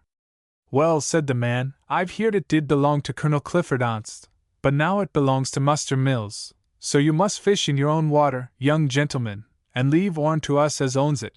Till I was 18 I used to shoot snipes in a rushy bottom near Calverley Church. One day a fellow in black velveteen, and gaiters up to his middle, warned me out of that in the name of Muster Cannon. Colonel Clifford, who had been drumming on the table all this time, looked uneasy, and muttered, with some little air of compunction. They have plucked my feathers doucely, that's a fact. Hang that fellow Stevens, persuading me to keep racehorses. It's all his fault. Well, sir, proceed with your observations. Well, I inquired who could afford to buy what we were too poor to keep, and I found these wealthy purchasers were all in trade, not one of them a gentleman. You might have guessed that, said Colonel Clifford. It is as much as a gentleman can do to live out of jail nowadays. Yes, sir, said Walter. Cotton had bought one of these estates, Tallow another, and Lucifer Matches the other. Plague take them all three, roared the colonel. Well then, sir, said Walter, I could not help thinking there must be some magic in trade, and I had better go into it. I didn't think you would consent to that. I wasn't game to defy you, so I did a meanish thing, and slipped away into a merchant's office. And made your fortune in 3 months? Inquired the colonel. No, I didn't, and don't think trade is the thing for me. I saw a deal of avarice and meanness, and a thief of a clerk got his master to suspect me of dishonesty, so I snapped my fingers at them all, and here I am. But, said the poor young fellow, I do wish, father, you would put me into something where I can make a little money, so that when this estate comes to be sold, I may be the purchaser. Colonel Clifford started up in great emotion. Sell Clifford Hall, where I was born, and you were born, and everybody was born. Those estates I sold were only outlying properties. They were beautiful ones, said Walter. I never see such peaches now. As you did when you were 6 years old, suggested the colonel. No, nor you never will. I've been 6 myself. Lord knows when it was, though. But, sir, I don't see any such trout, and no such haunts for snipe. Do you mean to insult me? Cried the colonel, rather suddenly. This is what we are come to now. Here's a brat of 6 begins taking notes against his own father, and he improves on the Scotch poet. He doesn't print 'em. No, he accumulates them cannily until he is 20, but never says a word. He loads his gun up to the muzzle, and waits, as the years roll on, with his linstock in his hand, and one fine day at breakfast he fires his treble charge of grape shot at his own father. This was delivered so loudly that John feared a quarrel, and to interrupt it, put in his head, and said mighty innocently, "Did you call, sir? Can I do anything for you, sir?" "Yes, go to the devil." John went, but not downstairs, as suggested, a mere lateral movement that ended at the keyhole. "Well, but, sir," said Walter, half reproachfully, "it was you elicited my views." "Confound your views, sir, and your impudence. You're in the right, and I am in the wrong." This admission with a more ill-used tone than ever. "It's the race-horses. Ring the bell. What sawney's you young fellows are! It used not to take 6 minutes to ring a bell when I was your age." Walter, thus stimulated, sprang to the bell rope, and pulled it all down to the ground with a single gesture. The colonel burst out laughing, and that did him good, and Mr. Baker answered the bell like lightning. He quite forgot that the bell must have rung 50 yards from the spot where he was enjoying the dialogue. "Send me the steward, John. I saw him pass the window." Meantime the colonel marched up and down with considerable agitation. Walter, who had a filial heart, felt very uneasy, and said timidly, "I am truly sorry, father, that I answered your questions so bluntly." "I'm not, then," said the colonel. "I hold him to be less than a man who flies from the truth, whether it comes from young lips or old. I have faced cavalry, sir, and I can face the truth." At this moment the steward entered. "Jackson," said the colonel, in the very same tone he was speaking in, "put up my racehorses to auction by public advertisement." "But, sir, Jenny has got to run at Derby, and the brown colt at Nottingham, and the 6-year-old gelding at a handicap at Chester, and the chestnut is entered for the Sillinger next year. Sell them with their engagements." "And the trainer, sir? Give him his warning." "And the jockey? Discharge him on the spot, and take him by the ear out of the premises before he poisons the lot. Keep one of the stable boys, and let my groom do the rest." "But who is to take them to the place of auction, sir?" "Nobody. I'll have the auction here, and sell them where they stand. Submit all your books of account to this young gentleman." The steward looked a little blue, and Walter remonstrated gently. "To me, father? Why, you can cipher, can't ye?" "Rather, it is the best thing I do." "And you have been in trade, haven't ye?" "Why, yes." "Then you will detect plenty of swindles if you find out 1 in 10. Above all, cut down my expenditure to my income. A gentleman of the 19th century, sharpened by trade, can easily do that. Sell Clifford Hall? I'd rather live on the rabbits and the pigeons and the blackbirds, and the carp in the pond, and drive to church in the wheelbarrow." So for a time Walter administered his father's estate, and it was very instructive. Oh, the petty frauds, the swindles of agency, a term which, to be sure, is derived from the Latin word agere, to do, the cobweb of petty commissions, the flat bribes, the smooth hush money. Walter soon cut the expenses down to the income, which was ample, and even paid off the one mortgage that encumbered this noble estate at 5%, only 4% of which was really fingered by the mortgagee. The balance went to a go-between, though no go-between was ever wanted, for any solicitor in the country would have found the money in a week at 4%. The old gentleman was delighted, and engaged his own son as steward at a liberal salary, and so Walter Clifford found employment and a fair income without going away from home again. Chapter 5. Mary's Peril. Whilst Mr. Bartley's business was improving under Hope's management, Hope himself was groaning under his entire separation from his daughter. Bartley had promised him this should not be, but among Hope's good qualities was a singular fidelity to his employers, and he was also a man who never broke his word.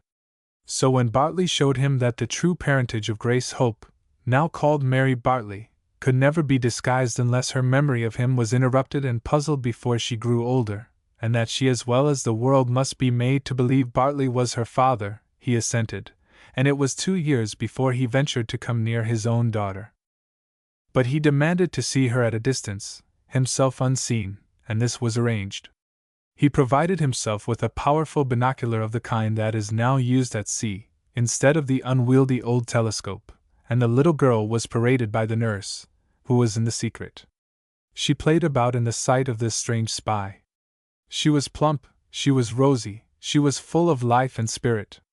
Joy filled the father's heart, but then came a bitter pang to think that he had faded out of her joyous life. By and by he could see her no longer, for a mist came from his heart to his eyes. He bowed his head and went back to his business, his prosperity, and his solitude. These experiments were repeated at times. Moreover, Bartley had the tact never to write to him on business without telling him something about his girl, her clever sayings, her pretty ways, her quickness at learning from all her teachers, and so on. When she was 8 years old, a foreign agent was required in Bartley's business, and Hope agreed to start this agency, and keep it going till some more ordinary person could be entrusted to work it. But he refused to leave England without seeing his daughter with his own eyes and hearing her voice. However, still faithful to his pledge, he prepared a disguise. He actually grew a mustache and beard for this tender motive only, and changed his whole style of dress. He wore a crimson necktie and dark green gloves with a plaid suit, which combination he abhorred as a painter, and our respected readers abominate, for surely it was some such perverse combination that made a French dressmaker lift her hands to heaven and say, "Quelle immoralite!" So then Bartley himself took his little girl for a walk, and met Mr. Hope in an appointed spot not far from his own house. Poor Hope saw them coming, and his heart beat high. "Ah," said Bartley, feigning surprise. "Why, it's Mr. Hope. How do you do, Hope? This is my little girl. Mary, my dear, this is an old friend of mine. Give him your hand."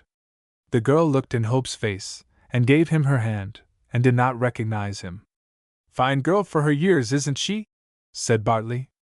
"Healthy and strong, and quick at her lessons, and what's better still, she is a good girl, a very good girl." "Papa!" said the child, blushing, and hid her face behind Bartley's elbow, all but one eye, with which she watched the effect of these eulogies upon the strange gentleman. "She is all a father could wish," said Hope tenderly. Instantly the girl started from her position, and stood wrapped in thought.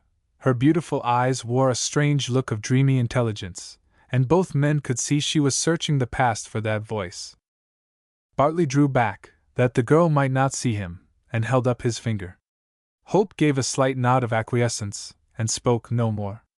Bartley invited him to take an early dinner, and talk business. Before he left he saw his child more than once. Indeed, Bartley paraded her accomplishments. She played the piano to Hope, she rode her little Shetland pony for Hope, she danced a minuet with singular grace for so young a girl, she conversed with her governess in French, or something very like it, and she worked a little sewing machine, all to please the strange gentleman, and whatever she was asked to do she did with a winning smile, and without a particle of false modesty, or the real egotism which is at the bottom of false modesty. Anybody who knew William Hope intimately might almost recognize his daughter in this versatile little mind with its faculty of learning so many dissimilar things. Hope left for the continent with a proud heart, a joyful heart, and a sore heart. She was lovely, she was healthy, she was happy, she was accomplished, but she was his no longer, not even in name. Her love was being gained by a stranger, and there was a barrier of iron, as well as the English Channel, between William Hope and his own Mary Bartley. It would weary the reader were we to detail the small events bearing on the part of the story which took place during the next 5 years. They might be summed up thus: that William Hope got a peep at his daughter now and then, and making a series of subtle experiments by varying his voice as much as possible, confused and nullified her memory of that voice to all appearance. In due course, however, father and daughter were brought into natural contact by the last thing that seemed likely to do it, viz., by Bartley's avarice. Bartley's legitimate business at home and abroad could now run alone. So he invited Hope to England to guide him in what he loved better than steady business, viz., speculation. The truth is, Bartley could execute, but had few original ideas. Hope had plenty, and sound ones, though not common ones. Hope directed the purchase of convertible securities on this principle: select good ones, avoid time bargains, which introduce a distinct element of risk, and buy largely at every panic not founded on a permanent reason or out of proportion. Example: a great district bank broke. The shares of a great district railway went down 30%. Hope bade his employer and pupil observe that this was rank delusion, the dividends of the railway were not lowered 1% by the failure of that bank, nor could they be. The shareholders of the bank had shares in the railway, and were compelled to force them on the market, hence the fall in the shares.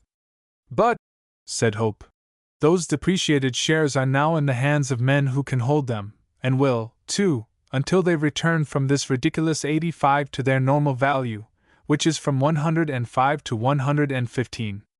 Invest every shilling you have got. I shall. Bartley invested £30,000, and cleared 20% in 3 months. Example 2. There was a terrible accident on another railway, and part of the line broken up. Vast repairs needed. Shares fell 20%. Out of proportion, said Hope. The sum for repairs will not deduct from the dividends 1/10 of the annual sum represented by the fall, and in 3 months fear of another such disaster will not keep a single man, woman, child, bullock, pig, or coal truck off that line. Put the pot on. Bartley put the pot on, and made 15%. Hope said to Bartley, when an English speculator sends his money abroad at all, he goes wild altogether. He rushes at obscure transactions, and lends to Peru, or Guatemala, or Tierra del Fuego, or some shaky place he knows nothing about. The insular maniac overlooks the continent of Europe, instead of studying it, and seeking what countries there are safe and others risky. Now, why overlook Prussia? It is a country much better governed than England, especially as regards great public enterprises and monopolies. For instance, the directors of a Prussian railway cannot swindle the shareholders by false accounts, and passing off loans for dividends. Against the frauds of directors, the English shareholder has only a sham security. He is invited to leave his home, and come 200 miles to the director's home, and vote in person. He doesn't do it. Why should he? In Prussia the government protects the shareholder, and inspects the accounts severely. So much for the superior system of that country. Now take a map. Here is Hamburg, the great port of the continent, and Berlin, the great continental center, and there is one railway only between the two. What English railway can compare with this? The shares are at 150. But they must go to 300 in time unless the Prussian government allows another railway, and that is not likely, and if so, you will have 2 years to back out. This is the best permanent investment of its class that offers on the face of the globe. Bartley invested timidly, but held for years, and the shares went up over 300 before he sold. Do not let your mind live in an island if your body does, was a favorite saying of William Hope, and we recommend it impartially to Britons and Bornese. On one of Hope's visits, Bartley complained he had nothing to do. I can sit here and speculate. I want to be in something myself. I think I will take a farm just to occupy me and amuse me. It will not amuse you unless you make money by it, suggested Hope. And nobody can do that nowadays. Farms don't pay. Plowing and sowing don't pay, but brains and money pay wherever found together. What, on a farm? Why not, sir? You have only to go with the times. Observe the condition of produce. Grain too cheap for a farmer because continents can export grain with little loss, fruit dear, meat dear, because cattle cannot be driven and sailed without risk of life and loss of weight, agricultural labor rising, and in winter unproductive, because to farm means to plow and sow, and reap and mow, and lose money. But meet those conditions. Breed cattle, sheep, and horses, and make the farm their feeding ground. Give 50 acres to fruit, have a little factory on the land for winter use, and so utilize all your farm hands and the village women, who are cheaper laborers than town brats, and I think you will make a little money in the form of money, besides what you make in gratuitous eggs, poultry, fruit, horses to ride, and cart things for the house, items which seldom figure in a farmer's books as money. But we stricter accountants know they are. I'll do it, said Bartley, if you'll be my neighbor, and work it with me, and watch the share market at home and abroad. Hope acquiesced joyfully to be near his daughter, and they found a farm in Sussex, with hills for the sheep, short grass for colts, plenty of water, enough arable land and artificial grasses for their purpose, and a grand sunny slope for their fruit trees, fruit bushes, and strawberries, with which last alone they paid the rent. Then, said Hope, farm laborers drink an ocean of beer. Now look at the retail price of beer, 80% over its cost, and yet deleterious, which tells against your labor. As an employer of labor, the main expense of a farm, you want beer to be slightly nourishing, and very inspiriting, not somniferous. So they set up a malt house and a brew house, and supplied all their own hands with genuine liquor on the truck system at a moderate but remunerative price, and the grains helped to feed their pigs. Hope's principle was this: sell no produce in its primitive form. If you change its form, you make two profits. Do you grow barley? Malt it, and infuse it, and sell the liquor for two small profits, one on the grain, and one on the infusion. Do you grow grass? Turn it into flesh, and sell for two small profits, one on the herb, and one on the animal. And really, when backed by money, the results seemed to justify his principle. Hope lived by himself, but not far from his child, and often, when she went abroad, his loving eyes watched her every movement through his binocular, which might be described as an opera glass 10 inches long, with a small field, but telescopic power. Grace Hope, whom we will now call Mary Bartley, since everybody but her father, who generally avoided her name, called her so, was a well-grown girl of 13, healthy, happy, beautiful, and accomplished. She was the germ of a woman, and could detect who loved her. She saw in Hope an affection she thought extraordinary, but instinct told her it was not like a young man's love, and she accepted it with complacency, and returned it quietly, with now and then a gush, for she could gush, and why not? Far from us and from our friends be the frigid philosophy of a girl who can't gush. Hope himself was loyal and guarded, and kept his affection within bounds, and a sore struggle it was. He never allowed himself to kiss her, though he was sore tempted one day, when he bought her a cream-colored pony, and she flung her arms round his neck before Mr. Bartley and kissed him eagerly. But he was so bashful that the girl laughed at him, and said, half pertly, "Excuse the liberty, but if you will be such a duck, why, you must take the consequences." Said Bartley pompously, "You must not expect middle-aged men to be as demonstrative as very young ladies. But he has as much real affection for you as you have for him." "Then he has a good deal, Papa," said she sweetly. Both the men were silent, and Mary looked to one and the other, and seemed a little puzzled. The great analysts that have dealt microscopically with commonplace situations would revel in this one, and give you a curious volume of small incidents like the above, and vivisect the father's heart with patient skill. But we poor dramatists, taught by impatient audiences to move on, and taught by those great professors of verbosity, our female novelists and 9/10 of our male, that it is just possible for masterly inactivity, alias sluggish narrative, creeping through sorry flags and rushes with one lily in 10 pages, to become a bore, are driven on to salient facts, and must trust a little to our readers' intelligence to ponder on the singular situation of Mary Bartley and her two fathers. One morning Mary Bartley and her governess walked to a neighboring town, and enjoyed the sacred delight of shopping. They came back by a short-cut, which made it necessary to cross a certain brook, or rivulet, called the Lynn. This was a rapid stream, and in places pretty deep, but in one particular part it was shallow, and crossed by large stepping-stones, 2/3 of which were generally above water.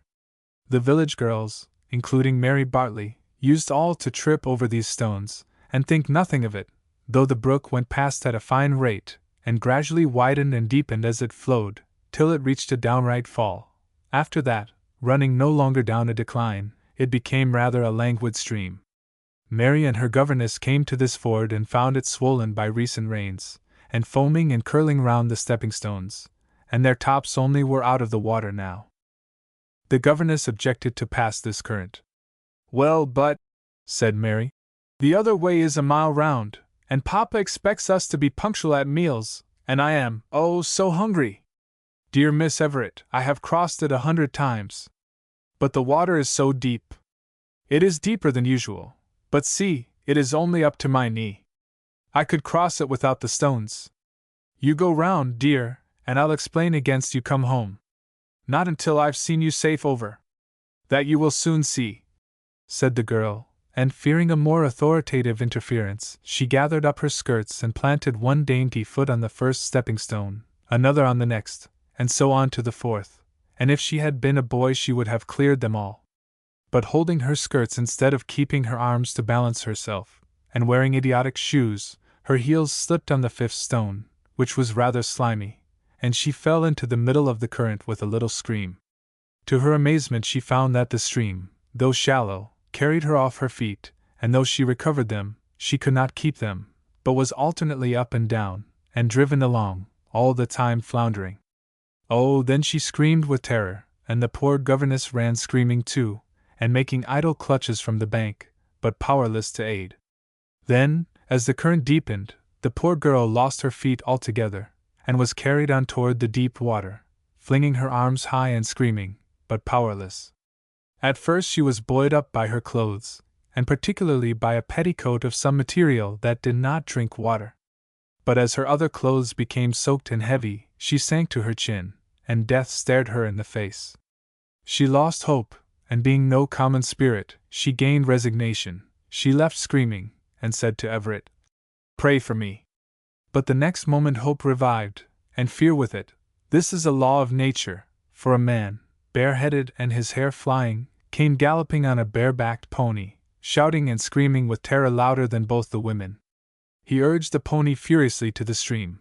Then the beast planted his feet together, and with the impulse thus given Hope threw himself over the pony's head into the water, and had his arm round his child in a moment. He lashed out with the other hand across the stream. But it was so powerful now as it neared the lasher that they made far more way onward to destruction than they did across the stream. Still they did near the bank a little. But the lasher roared nearer and nearer, and the stream pulled them to it with iron force. They were close to it now. Then a willow bough gave them one chance. Hope grasped it, and pulled with iron strength. From the bough he got to a branch, and finally clutched the stem of the tree, just as his feet were lifted up by the rushing water, and both lives hung upon that willow tree. The girl was on his left arm, and his right arm round the willow. "Grace," said he, feigning calmness, "put your arm around my neck, Mary." "Yes, dear," said she firmly. "Now don't hurry yourself, there's no danger. Move slowly across me, and hold my right arm very tight." She did so. "Now take hold of the bank with your left hand, but don't let go of me." "Yes, dear," said the little heroine, whose fear was gone now she had Hope to take care of her. Then Hope clutched the tree with his left hand, pushed Mary on shore with his right, and very soon had her in his arms on terra firma. But now came a change that confounded Mary Bartley, to whom a man was a very superior being, only not always intelligible. The brave man fell to shaking like an aspen leaf, the strong man to sobbing and gasping, and kissing the girl wildly. "Oh, my child! My child!" Then Mary, of course, must gulp and cry a little for sympathy, but her quick-changing spirit soon shook it off, and she patted his cheek and kissed him, and then began to comfort him, if you please. "Good, dear, kind Mr. Hope," said she. "La! Don't go on like that. You were so brave in the water, and now the danger is over. I've had a ducking, that is all. Ha! Ha! Ha!" And the little wretch began to laugh. Hope looked amazed. Either his heart nor his sex would let him change his mood so swiftly. "Oh, my child," said he, "how can you laugh? You have been near eternity, and if you had been lost, what should I, oh God?" Mary turned very grave. "Yes," said she, "I have been near eternity. It would not have mattered to you, you are such a good man, but I should have caught it for disobedience. But dear Mr. Hope, let me tell you that the moment you put your arm round me I felt just as safe in the water as on dry land, so you see I have had longer to get over it than you have. That accounts for my laughing." "No, it doesn't. I am a giddy, giggling girl, with no depth of character, and not worthy of all this affection. Why does everybody love me? They ought to be ashamed of themselves." Hope told her she was a little angel, and everybody was right to love her. Indeed, they deserved to be hanged if they did not. Mary fixed on the word angel. "If I was an angel," she said, "I shouldn't be hungry, and I am, awfully. Oh, please come home. Papa is so punctual. Mr. Hope, are you going to tell Papa? Because if you are, Just you take me and throw me in again. I'd rather be drowned than scolded. This with a defiant attitude and flashing eyes. No, no, said Hope. I will not tell him, to vex him, and get you scolded. Then let us run home. She took his hand, and he ran with her like a playmate, and oh! The father's heart leaped and glowed at this sweet companionship after danger and terror. When they got near the house, Mary Bartley began to walk and think. She had a very thinking countenance at times, and Hope watched her, and wondered what were her thoughts. She was very grave, so probably she was thinking how very near she had been to the other world. Standing on the doorstep, whilst he stood on the gravel, she let him know her thoughts. All her life, and even at this tender age, she had very searching eyes. They were grey now, though they had been blue. She put her hands to her waist, and bent those searching eyes on William Hope. Mr. Hope, said she, in a resolute sort of way. My dear, said he, eagerly. You love me better than Papa does, that's all. And having administered this information as a dry fact that might be worth looking into at leisure, she passed thoughtfully into the house. Chapter 6. Sharp Practice. Hope paid a visit to his native place in Derbyshire, and his poor relations shared his prosperity, and blessed him, and Mr. Bartley upon his report, for Hope was one of those choice spirits who praise the bridge that carries them safe over the stream of adversity. He returned to Sussex with all the news, and amongst the rest, that Colonel Clifford had a farm coming vacant. Walter Clifford had insisted on a higher rent at the conclusion of the term, but the tenant had demurred. Bartley paid little attention at the time, but by and by he said, Did you not see signs of coal on Colonel Clifford's property? That I did, and on this very farm, and told him so. But he is behind the age. I have no patience with him. Take one of those old iron ramrods that used to load the old musket, and cover that ramrod with prejudices a foot and a half deep, and there you have Colonel Clifford. Well, but a tenant would not be bound by his prejudices. A tenant takes no right to mine under a farm lease. He would have to propose a special contract, or to ask leave, and Colonel Clifford would never grant it. There the conversation dropped. But the matter rankled in Bartley's mind. Without saying any more to Hope, he consulted a sharp attorney. The result was that he took Mary Bartley with him into Derbyshire. He put up at a little inn, and called at Clifford Hall. He found Colonel Clifford at home, and was received stiffly, but graciously. He gave Colonel Clifford to understand that he had left business. All the better, said Colonel Clifford sharply. And taken to farming. Ugh, said the other, with his favorite snort. At this moment, who should walk into the room but Walter Clifford? Bartley started and stared. Walter started and stared. Mr. Bolton, said Bartley, scarcely above a whisper. But Colonel Clifford heard it, and said brusquely, Bolton! No, why, this is Walter Clifford, my son, and my man of business. Walter, this is Mr. Bartley. Proud to make your acquaintance, sir, said the astute Bartley, ignoring the past. Walter was glad he took this line before Colonel Clifford, not that he forgave Mr. Bartley that old affront the reader knows of. The judicious Bartley read his face, and, as a first step toward propitiation, introduced him to his daughter. Walter was amazed at her beauty and grace, coming from such a stock. He welcomed her courteously, but shyly. She replied with rare affability, and that entire absence of mock modesty which was already a feature in her character. To be sure, she was little more than 15, though she was full grown, and looked nearer 20. Bartley began to feel his way with Colonel Clifford about the farm. He told him he was pretty successful in agriculture, thanks to the assistance of an experienced friend, and then he said, half carelessly, By the by, they tell me you have one to let. Is that so? Walter, said Colonel Clifford, have you a farm to let? Not at present, sir, but one will be vacant in a month, unless the present tenant consents to pay 30% more than he has done. Might I see that farm, Mr. Walter? Asked Bartley. Certainly, said Walter. I shall be happy to show you over it. Then he turned to Mary. I am afraid it would be no compliment to you. Ladies are not interested in farms. Oh, but I am, since Papa is, and Mr. Hope, and then on our farm there are so many dear little young things, little calves, little lambs, and little pigs. Little pigs are ducks, very little ones I mean, and there is nearly always a young colt about, that eats out of my hand. Not like a farm? The idea! Then I will show you all over ours, you and your papa, said Walter warmly.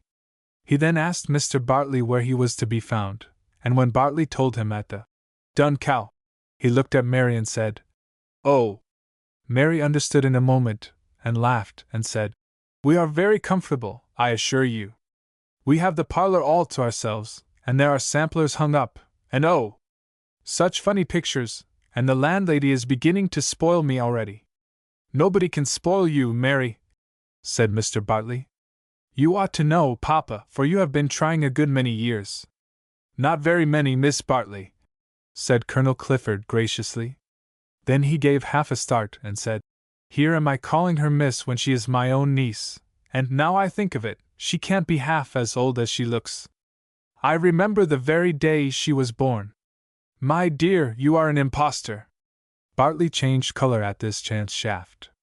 But Colonel Clifford explained, "You pass for 20, and you can't be more than, let me see. I am 15 and 4 months, said Mary, "and I do take people in, cruelly." "Well," said Colonel Clifford, "you see you can't take me in. I know your date. So come and give your old ruffian of an uncle a kiss." "That I will," cried Mary, and flew at Colonel Clifford, and flung both arms round his neck and kissed him. "Oh, Papa," said she, "I have got an uncle now. A hero, too, and me that is so fond of heroes. Only this is my first, out of books." "Mary, my dear," said Bartley, "you are too impetuous. Please excuse her, Colonel Clifford. Now, my dear, shake hands with your cousin, for we must be going." Mary complied, but not at all impetuously. She lowered her long lashes, and put out her hand timidly, and said, "Goodbye, Cousin Walter." He held her hand a moment, and that made her color directly. "You will come over the farm. Can you ride? Have you your habit?" "No, cousin, but never mind that. I can put on a long skirt." "A skirt? But, after all, it does not matter a straw what you wear." Mary was such a novice that she did not catch the meaning of this on the spot, but halfway to the inn, and in the middle of a conversation, her cheeks were suddenly suffused with blushes. A young man had admired her and said so. Very likely that was the way with young men. No doubt they were bolder than young women, but somehow it was not so very objectionable in them. That short interview was a little era in Mary's young life. Walter had fixed his eyes on her with delight, had held her hand some seconds, and admired her to her face.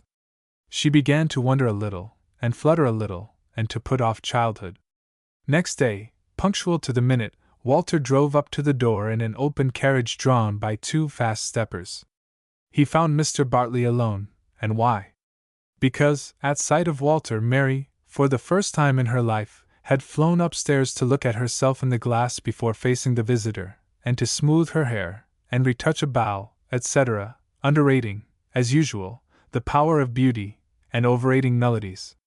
Bartley took this opportunity, and said to young Clifford, "I owe you an apology, and a most earnest one. Can you ever forgive me?" Walter changed color. Even this humble allusion to so great an insult was wormwood to him.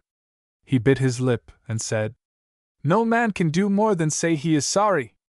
"I will try to forget it, sir. That is as much as I can expect," said Bartley humbly. "But if you only knew the art, the cunning, the apparent evidence, with which that villain Monckton deluded me, that I can believe. And permit me one observation before we drop this unhappy subject forever. If you had done me the honor to come to me as Walter Clifford, why then, strong and misleading as the evidence was, I should have said, appearances are deceitful, but no Clifford was ever disloyal." This artful speech conquered Walter Clifford. He blushed, and bowed a little haughtily at the compliment to the Cliffords. But his sense of justice was aroused. "You are right," said he. "I must try and see both sides. If a man sails under false colors, He mustn't howl if he is mistaken for a pirate. Let us dismiss the subject forever. I am Walter Clifford now, at your service." At that moment Mary Bartley came in, beaming with youth and beauty, and illumined the room. The cousins shook hands, and Walter's eyes glowed with admiration.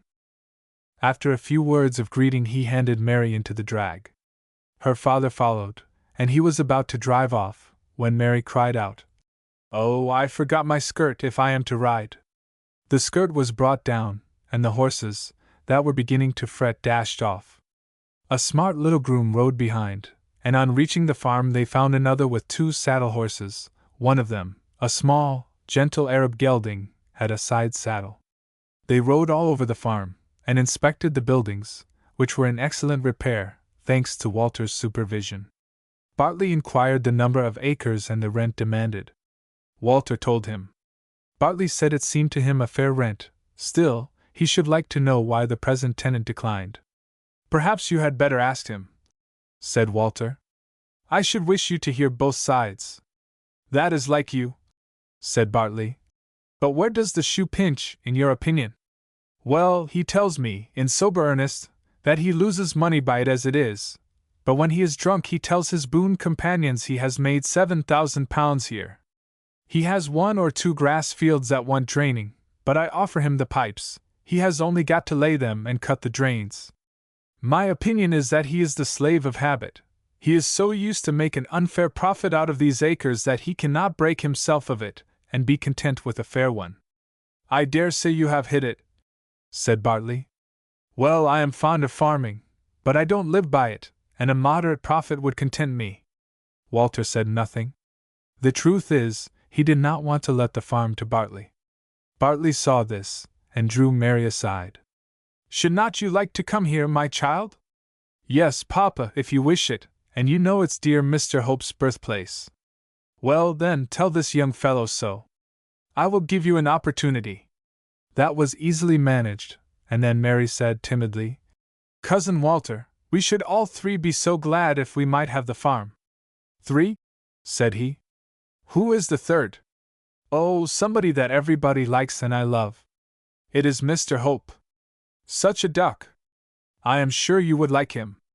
"Hope? Is his name William?" "Yes, it is." "Do you know him?" asked Mary eagerly. "I have reason to know him. He did me a good turn once, and I shall never forget it." "Just like him!" cried Mary. "He is always doing people good turns. He is the best, the truest, the cleverest, the dearest darling dear that ever stepped, and a second father to me. And cousin, this village is his birthplace, and he didn't say much, but it was he who told us of this farm, and he would be so pleased if I could write and say, 'We are to have the farm, Cousin Walter says so.'" She turned her lovely eyes, brimming with tenderness, toward her cousin Walter, and he was done for. "Of course you shall have it," he said warmly.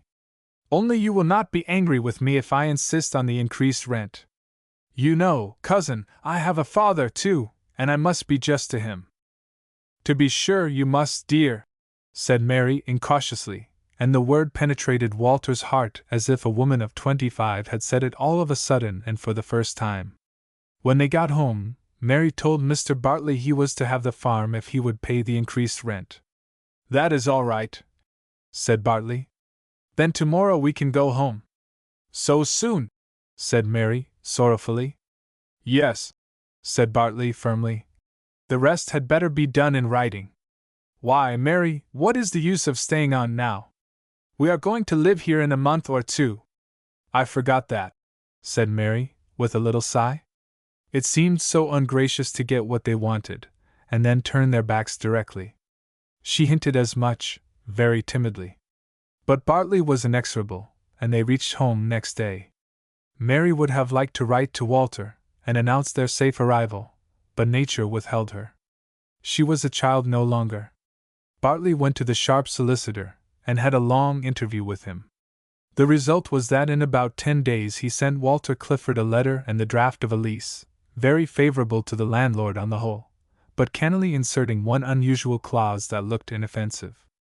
It came by post, and Walter read the letter, and told his father whom it was from. "What does the fellow say?" grunted Colonel Clifford. He says, "We are doing very well here, but Hope says a bailiff can now carry out our system, and he is evidently sweet on his native place, and thinks the proposed rent is fair, and even moderate. As for me, my life used to be so bustling that I require a change now and then, so I will be your tenant. Hope says I am to pay the expense of the lease, so I have requested Arrowsmith and Cox to draw it. I have no experience in leases. They have drawn hundreds. I told them to make it fair. If they have not, send it back with objections." "Oh, said Colonel Clifford. "He draws the lease, does he? Then look at it with a microscope." Walter laughed. "I should not like to encounter him on his own ground. But here he is a fish out of water, he must be. However, I will pass my eye over it. Where the farmer generally overreaches us, if he draws the lease, is in the clauses that protect him on leaving.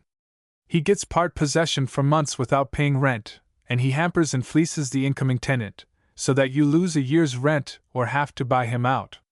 Now, let me see, that will be at the end of the document. No, it is exceedingly fair, this one. Show it to our man of business, and let him study every line. Set an attorney to catch an attorney. Of course I shall submit it to our solicitor," said Walter. This was done, and the experienced practitioner read it very carefully. He pronounced it unusually equitable for a farmer's lease. "However," said he, "we might suggest that he does all the repairs and draining, and that you find the materials, and also that he insures all the farm buildings. But you can hardly stand out for the insurance if he objects. There's no harm trying. Stay! Here is one clause that is unusual. The tenant is to have the right to bore for water or to penetrate the surface of the soil, and take out gravel or chalk or minerals, if any. I don't like that clause. He might quarry, and cut the farm in pieces. There's a proviso, that any damage to the surface or the agricultural value shall be fully compensated, the amount of such injury to be settled by the landlord's valuer or surveyor. Oh, come, if you can charge your own price, that can't kill you." In short, the draft was approved, subject to certain corrections. These were accepted. The lease was engrossed in duplicate, and in due course signed and delivered. The old tenant left, abusing the Cliffords, and saying it was unfair to bring in a stranger, for he would have given all the money.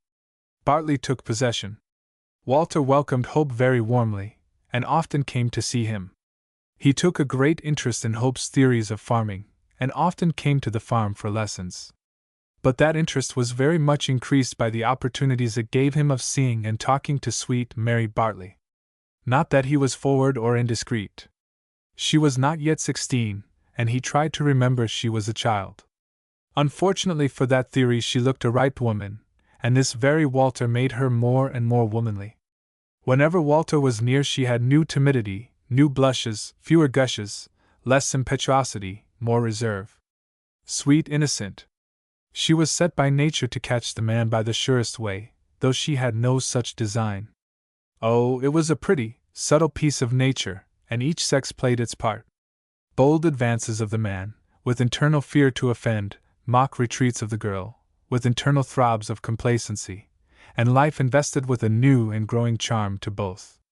Leaving this pretty little pastime to glide along the flowery path that beautifies young lives to its inevitable climax, we go to a matter more prosaic, yet one that proved a source of strange and stormy events. Hope had hardly started the farm when Bartley sent him off to Belgium, to study coal mines. Chapter 7. The Course of True Love. Mr. Hope left his powerful opera glass with Mary Bartley. One day that Walter called, she was looking through it at the landscape, and handed it to him. He admired its power. Mary told him it had saved her life once. "Oh," said he, "how could that be?" Then she told him how Hope had seen her drowning, a mile off, with it, and ridden a bareback steed to her rescue. "God bless him!" cried Walter. "He is our best friend. Might I borrow this famous glass?" "Oh," said Mary, "I am not going into any more streams. I am not so brave now as I used to be. Please lend it me, for all that." "Of course I will, if you wish it." Strange to say, after this, Whether Mary walked out or rode out, she very often met Mr. Walter Clifford. He was always delighted and surprised. She was surprised 3 times, and said so, and after that she came to lower her lashes and blush, but not to start. Each meeting was a pure accident, no doubt, only she foresaw the inevitable occurrence. They talked about everything in the world except what was most on their minds. Their soft tones and expressive eyes supplied that little deficiency. One day he caught her riding on her little Arab. The groom fell behind directly. After they had ridden some distance in silence, Walter broke out. "How beautifully you ride!" "Me!" cried Mary. "Why, I never had a lesson in my life. That accounts for it. Let a lady alone, and she does everything more gracefully than a man, but let some cat undertake to teach her, she distrusts herself and imitates the snob. If you could only see the women in Hyde Park who have been taught to ride, and compare them with yourself, I should learn humility. No, it would make you vain, if anything could. You seem inclined to do me that good turn. Come, pray, what do these poor ladies do to offend you so?" "I'll tell you. They square their shoulders vulgarly, they hold the reins in their hands as if they were driving, and they draw the reins to their waists in a coarse, absurd way. They tighten both these reins equally, and saw the poor devil's mouth with the curb and the snaffle at one time. Now you know, Mary, the snaffle is a mild bit, and the curb is a sharp one, so where is the sense of pulling away at the snaffle when you are tugging at the curb? Why, it is like the fellow that made 2 holes at the bottom of the door, a big one for the cat to come through and a little one for the kitten. But the worst of all is they show the caddis so plainly." "Caddis? What is that? Goddess you mean, I suppose?" "No, I mean a cat of the feminine gender. They seem bursting with affectation and elated consciousness that they are on horseback. That shows they have only just made the acquaintance of that animal, and in a London riding school. Now you hold both reins lightly in the left hand, the curb loose, since it is seldom wanted, the snaffle just feeling the animal's mouth, and you look right and left at the people you are talking to, and don't seem to invite one to observe that you are on a horse. That is because you are a lady, and a horse is a matter of course to you, just as the ground is when you walk upon it." The sensible girl blushed at his praise, but she said dryly, "How meritorious! Cousin Walter, I have heard that flattery is poison. I won't stay here to be poisoned, so—" She finished the sentence in action, and with a movement of her body she started her Arab steed, and turned her challenging eye back on Walter, and gave him a hand gallop of a mile on the turf by the roadside. And when she drew bridle her cheeks glowed so and her eyes glistened, that Walter was dazzled by her bright beauty, and could do nothing but gaze at her for ever so long. If Hope had been at home, Mary would have been looked after more sharply. But if she was punctual at meals, that went a long way with Robert Bartley. However, the accidental and frequent meetings of Walter and Mary, and their delightful rides and walks, were interfered with just as they began to grow into a habit. There arrived at Clifford Hall a formidable person, in female eyes, especially, a beautiful heiress. Julia Clifford, great-niece and ward of Colonel Clifford, very tall, graceful, with dark grey eyes, and black eyebrows the size of a leech, that narrowed to a point and met in finer lines upon the bridge of a nose that was gently aquiline, but not too large, as such noses are apt to be. A large, expressive mouth, with wonderful rows of ivory, and the prettiest little black down, fine as a hair, on her upper lip, and a skin rather dark but clear, and glowing with the warm blood beneath it, completed this noble girl. She was 19 years of age. Colonel Clifford received her with warm affection and old-fashioned courtesy, but as he was disabled by a violent fit of gout, he deputed Walter to attend to her on foot and horseback. Miss Clifford, accustomed to homage, laid Walter under contribution every day. She was very active, and he had to take her a walk in the morning, and a ride in the afternoon. He winced a little under this at first, it kept him so much from Mary. But there was some compensation. Julia Clifford was a ladylike rider, and also a bold and skillful one. The first time he rode with her he asked her beforehand what sort of a horse she would like. "Oh, anything," said she. "That is not vicious nor slow." "A hack or a hunter?" "Oh, a hunter if I may." Perhaps you will do me the honor to look at them and select? You are very kind, and I will. He took her to the stables, and she selected a beautiful black mare, with a coat like satin. There, said Walter, despondingly. I was afraid you would fix on her. She is impossible, I can't ride her myself. Vicious? Not in the least. Well then. Here an old groom touched his hat, and said curtly, Too hot and fidgety, miss. I'd as leave ride of a boiling kettle. Walter explained. The poor thing is the victim of nervousness. Which I call them as rides her the victims, suggested the ancient groom. Be quiet, George. She would go sweetly in a steeplechase, if she didn't break her heart with impatience before the start. But on the road she is impossible. If you make her walk, she is all over lather in 5 minutes, and she'd spoil that sweet habit with flecks of foam. My lady has a way of tossing her head, and covering you all over with white streaks. She wants soothing, suggested Miss Clifford. Nay, miss. She wants bleeding o' Sundays, and sweating over the fallows till she drops o' weekdays. But if she was mine, I'd put her to work a coal cart for 6 months, that would larn her. I will ride her, said Miss Clifford calmly. Her or none. Saddle her, George, said Walter resignedly. I'll ride Goliath. Black Bess shan't plead a bad example. Goliath is as meek as Moses, Miss Clifford. He is a gigantic mouse. I'd as leave ride of a dead man, said the old groom. Mr. George, said the young lady, you seem hard to please. May I ask what sort of animal you do like to ride? Well, miss, summat between them two. When I rides I likes to be at peace. If I wants work, there's plenty in the yard. If I wants fretting and fuming, I can go home, I'm a married man, ye know. But when I crosses a horse I looks for a smart trot and a short stepper, or an easy canter on a bit of turf, and not to be set to hard labor sticking my heels into Goliath, nor getting a bloody nose every now and then from Black Bess throwing back her uneasy head when I do but lean forward in the saddle. I'd be an old man, miss, and I looks for peace on horseback if I can't get it nowhere else. All this was delivered whilst saddling Black Bess. When she was ready, Miss Clifford asked leave to hold the bridle, and walk her out of the premises. As she walked her she patted and caressed her, and talked to her all the time, told her they all misunderstood her because she was a female. But now she was not to be tormented and teased, but to have her own way. Then she asked George to hold the mare's head as gently as he could, and Walter to put her up. She was in the saddle in a moment. The mare fidgeted and pranced, but did not rear. Julia slackened the reins, and patted and praised her, and let her go. She made a run, but was checked by degrees with the snaffle. She had a beautiful mouth, and it was in good hands at last. When they had ridden a few miles they came to a very open country, and Julia asked, demurely, if she might be allowed to try her off the road. All right, said Walter, and Miss Julia, with a smart decision that contrasted greatly with the meekness of her proposal, put her straight at the bank, and cleared it like a bird. They had a famous gallop, but this judicious rider neither urged the mare nor greatly checked her. She moderated her.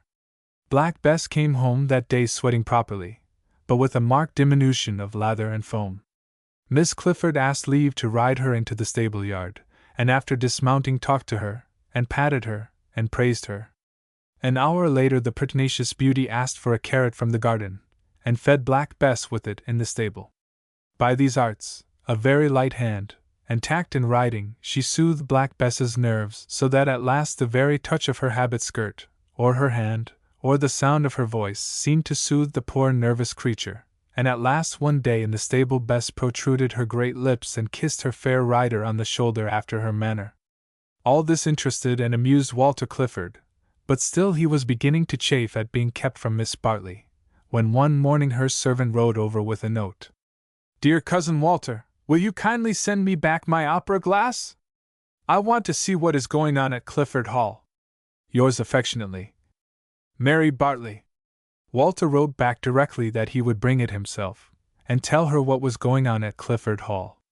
So he rode over and told her of Julia Clifford's arrival, and how his father had deputed him to attend on her, and she took up all his time. It was beginning to be a bore. On the contrary, said Mary, I dare say she is very handsome. That she is, said Walter. Please describe her. A very tall, dark girl, with wonderful eyebrows, and she has broken in black bess, that some of us men could not ride in comfort. Mary changed color. She murmured, No wonder the hall is more attractive than the farm, and the tears shone in her eyes. Oh, Mary, said Walter reproachfully, how can you say that? What is Julia Clifford to me? I can't tell, said Mary dryly. I never saw you together through my glasses, you know. Walter laughed at this innuendo. You shall see us together tomorrow, if you will bless one of us with your company. I might be in the way. That is not very likely. Will you ride to Hammond Church tomorrow at about 10, and finish your sketch of the tower? I will bring Miss Clifford there, and introduce you to each other. This was settled, and Mary was apparently quite intent on her sketch when Walter and Julia rode up, and Walter said, That is my cousin, Mary Bartley. May I introduce her to you? Of course. What a sweet face! So the ladies were introduced, and Julia praised Mary's sketch, and Mary asked leave to add her to it, hanging, with pensive figure, over a tombstone. Julia took an admirable pose, and Mary, with her quick and facile fingers, had her on the paper in no time. Walter asked her, in a whisper, what she thought of her model. I like her, said Mary. She is rather pretty. Rather pretty? Why, she is an acknowledged beauty. A beauty? The idea! Long black thing. Then they rode all together to the farm. There Mary was all innocent hospitality, and the obnoxious Julia kissed her at parting, and begged her to come and see her at the hall. Mary did call, and found her with a young gentleman of short stature, who was devouring her with his eyes, but did not overflow in discourse, having a slight impediment in his speech. This was Mr. Percy Fitzroy. Julia introduced him. And where are you staying, Percy? Inquired she. At the Dun Cow. What is that? Walter explained that it was a small hostelry, but one that was occasionally honored by distinguished visitors. Miss Bartley stayed there 3 days. I hope to st. I'm more than that, said little Percy, with an amorous glance at Julia. Miss Clifford took Mary to her room, and soon asked her what she thought of him. Then, anticipating criticism, she said there was not much of him, but he was such a duck. He dresses beautifully, was Mary's guarded remark. However, when Walter rode home with her, being now relieved of his attendance on Julia, she was more communicative. Said she, I never knew before that a man could look like fresh cambric. Dear me! His head and his face and his little whiskers, his white scarf, his white waistcoat, and all his clothes, and himself, seemed just washed and ironed and starched. I looked round for the bandbox. Never mind, said Walter. He is a great addition. My duties devolve on him. And I shall be free to. How her eyes shone and her voice mellowed when she spoke to him. Confess, now, love is a beautiful thing. I cannot say. Not experienced in beautiful things. And Mary looked mighty demure. Of course not. What am I thinking of? You are only a child. A little more than that, please. At all events, love beautified her. I saw no difference. She was always a lovely girl. Why, you said she was a long black thing. Oh, that was before, she looked engaged. After this, young Fitzroy was generally Miss Clifford's companion in her many walks, and Walter Clifford had a delightful time with Mary Bartley. Her nurse discovered how matters were going, but she said nothing. From something Bartley let fall years ago, she divined that Bartley was robbing Walter Clifford by substituting Hope's child for his own, and she thought the mischief could be repaired and the sin atoned for if he and Mary became man and wife. So she held her tongue and watched. The servants at the hall watched the whole game, and saw how the young people were pairing, and talked them over very freely. The only person in the dark was Colonel Clifford. He was nearly always confined to his room. However, one day he came down, and found Julia and Percy together. She introduced Percy to him. The colonel was curt but grumpy, and Percy soon beat a retreat. The colonel sent for Walter to his room. He did not come for some time, because he was wooing Mary Bartley. Colonel Clifford's first word was, "Who was that little stuttering dandy I caught spooning your Julia?" "Only Percy Fitzroy." "Only Percy Fitzroy." "Never despise your rivals, sir. Always remember that young women are full of vanity, and expect to be courted all day long. I will thank you not to leave the field open a single day till you have secured the prize." "What prize, sir?" "What prize, you ninny?" "Why, the beautiful girl that can buy back Oddington and Drayton, peaches and fruit and all. They are both to be sold at this moment." "What prize?" "Why, the wife I have secured for you, if you don't go and play the fool and neglect her." Walter Clifford looked aghast. "Julia Clifford," said he, "pray don't ask me to marry her." "Not ask you, but I do ask you, and what is more, I command you. Would you revolt again against your father, who has forgiven you, and break my heart now I am enfeebled by disease? Julia Clifford is your wife, or you are my son no more." Chapter 8. The Course of True Love. The next time Walter Clifford met Mary Bartley he was gloomy at intervals. The observant girl saw he had something on his mind. She taxed him with it, and asked him tenderly what it was. "Oh, nothing," said he. "Don't tell me," said she. "Mind, nothing escapes my eye. Come, tell me, or we are not friends." "Oh, come, Mary." "That is hard." "Not in the least. I take an interest in you." "Bless you for saying so. And so, if you keep your troubles from me, we are not friends, nor cousins." "Mary!" "Nor anything else." "Well, dear Mary, sooner than not be anything else to you I will tell you, and yet I don't like." "Well, then, if I must, it is that dear old wrong-headed father of mine. He wants me to marry Julia Clifford." Mary turned pale directly. "I guessed as much," said she. "Well, she is young and beautiful and rich, and it is your duty to obey your father." "But I can't." "Oh, yes, you can if you try." "But I can't try." "Why not? Can't you guess?" "No." "Well, then, I love another girl. As opposite to her as light is to darkness." Mary blushed and looked down. "Complimentary to Julia," she said. "I pity her opposite, for Julia is a fine, high-minded girl." "Ah, Mary, you are too clever for me. Of course I mean the opposite in appearance." "As ugly as she is pretty?" "No, but she is a dark girl, and I don't like dark girls. It was a dark girl that deceived me so heartlessly years ago." "Ah? And made me hate the whole sex? Or only the brunettes?" "The whole lot. Cousin Walter, I thank you in the name of that small company.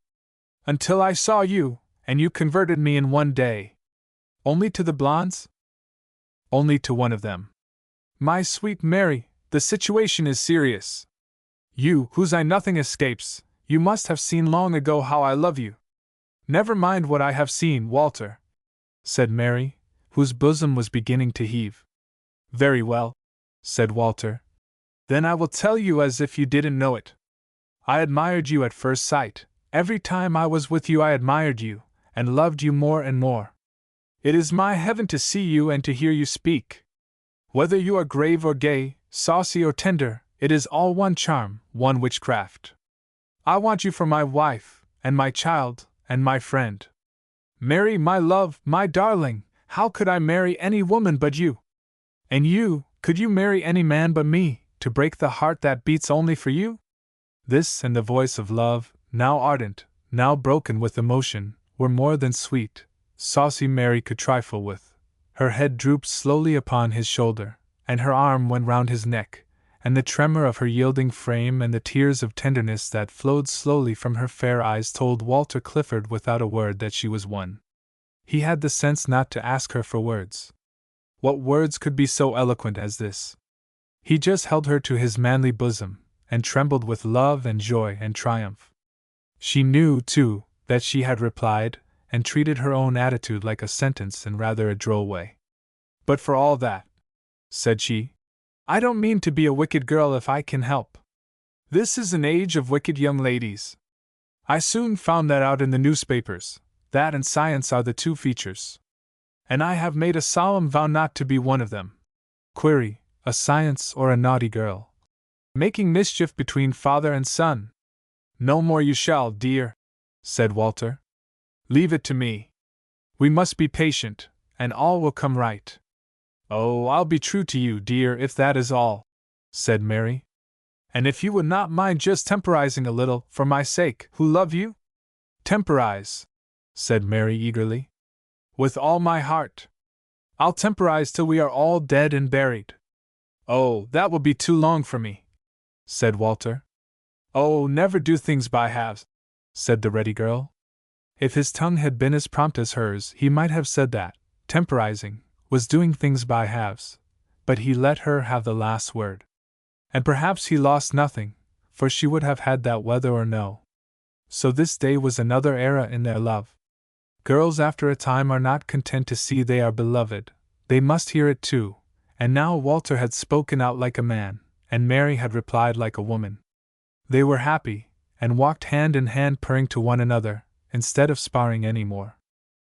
On his return home Walter found Julia marching swiftly and haughtily up and down upon the terrace of Clifford Hall, and he could not help admiring the haughty magnificence of her walk. The reason soon appeared.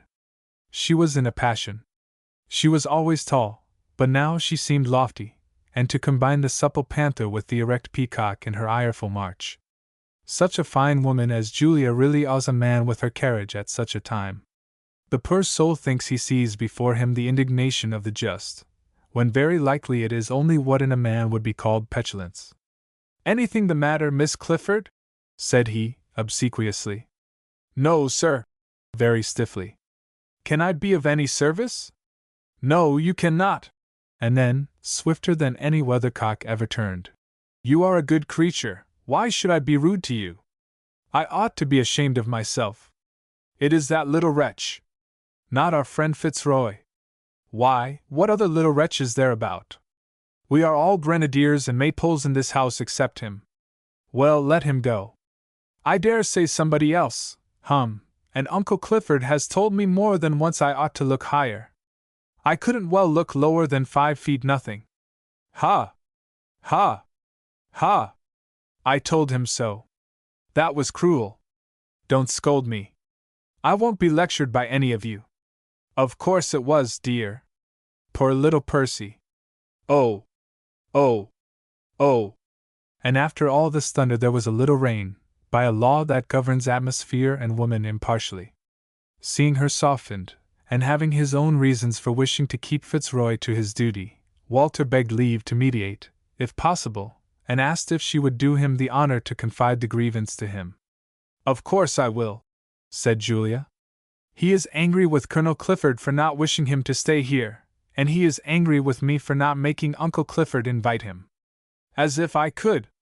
I should be ashamed to propose such a thing. The truth is, he is a luxurious little fellow, and my society out of doors does not compensate him for the cookery at the Dun Cow. There! Let him go. But I want him to stay. Then that is very kind of you. Isn't it? Said Walter slyly. And I must make him stay somehow. Now tell me, isn't he a little jealous? A little jealous? Why, he is eaten up with it. He is petri de jealousy. Then, said Walter, timidly, and hesitating at every word, you can't be angry if I work on him a little. Would there be any great harm if I were to say that nobody can see you without admiring you, that I have always respected his rights, but that if he abandons them... Julia caught it in a moment. She blushed, and laughed heartily. Oh, you good, sly thing, said she. And it is the truth, for I am as proud as he is vain, and if he leaves me I will turn round that moment and make you in love with me. Walter looked queer. This was a turn he had not counted on. Do you think I couldn't, sir? Said she sharply. It is not for me to limit the power of beauty, said Walter meekly. Say the power of flattery. I could cajole any man in the world, if I chose. Then you are a dangerous creature, and I will make Fitzroy my shield. I'm off to the Dun Cow. You are a duck, said this impetuous beauty. So there! She took him round the neck with both hands, and gave him a most delicious kiss. "Why, he must be mad," replied the recipient bluntly. She laughed at that, and he went straight to the dun cow. He found young Fitzroy sitting rather disconsolate, and opened his errand at once by asking him if it was true that they were to lose him. Percy replied stiffly that it was true. "What a pity!" said Walter. "Don't think I shall be much miss," said Percy, rather sullenly. "I know 2 people who will miss you." "Don't know one." "2, I assure you, Miss Clifford and myself." "Come, Mr. Fitzroy, I will not beat about the bush. I am afraid you are mortified, and I must say, justly mortified, at the coolness my father has shown to you. But I assure you that it is not from any disrespect to you personally." "Oh, indeed," said Percy ironically. "No, quite the reverse, he is afraid of you. That is a good joke. No, let me explain. Fathers are curious people. If they are ever so disinterested in their general conduct, they are sure to be a little mercenary for their children. Now you know Miss Clifford is a beauty who would adorn Clifford Hall, and an heiress whose money would purchase certain properties that join ours. You understand?" "Yes," said the little man, starting up in great wrath. "I understand, and it's a inable. I thought you were my friend, and man of honor. So I am, and that is why I warned you in time. If you quarrel with Miss Clifford, and leave this place in a pet, just see what risks we both run, you and I. My father will be always at me, and I shall not be able to insist on your prior claim. He will say you have abandoned it. Julia will take the huff, and you know beautiful women will do strange things, mad things, when once pique enters their hearts. She might turn round and marry me. You forget, sir, you are a man of honor, but not a man of stone. Now, my dear Fitzroy, be reasonable. Suppose that peerless creature went in for female revenge. Why, the first thing she would do would be to make me love her, whether I chose or no. She wouldn't give me a voice in the matter. She would flatter me, she would cajole me, she would transfix my too susceptible heart with glances of fire and bewitching languor from those glorious eyes. Ahem! Cried Percy, turning green. Walter had no mercy. I heard her say once she could make any man love her if she chose. So she could, said Percy ruefully. She made me. I had an awful prejudice against her, but there was no resisting. Then don't subject me to such a trial. Stick to her like a man. So I will, but it is a mortifying position. I'm a man of family. We came in with the conquest, and are respected in our county, and here I have to meet her on the sly, and live at the dun cow, where the cuisine is wretched. Abominable. Having thus impregnated his mind with that soothing sentiment, jealousy, Walter told him he had a house to let on the estate, quite a gentleman's house, only a little dilapidated, with a fine lawn and garden, only neglected into a wilderness. But all the better for you, said he. You have plenty of money, and no occupation. Perhaps that is what leads to these little quarrels. It will amuse you to repair the crib and restore the lawn. Why, there is a brook runs through it. It isn't every lawn has that, and there used to be water lilies floating, and peonies nodding down at them from the bank, a paradise. She adores flowers, you know. Why not rent that house from me? You will have constant occupation and amusement. You will become a rival potentate to my governor. You will take the shine out of him directly. You have only to give a ball, and then all the girls will worship you, Julia Clifford especially, for she could dance the devil to a standstill. Percy's eyes flashed. When can I have the place?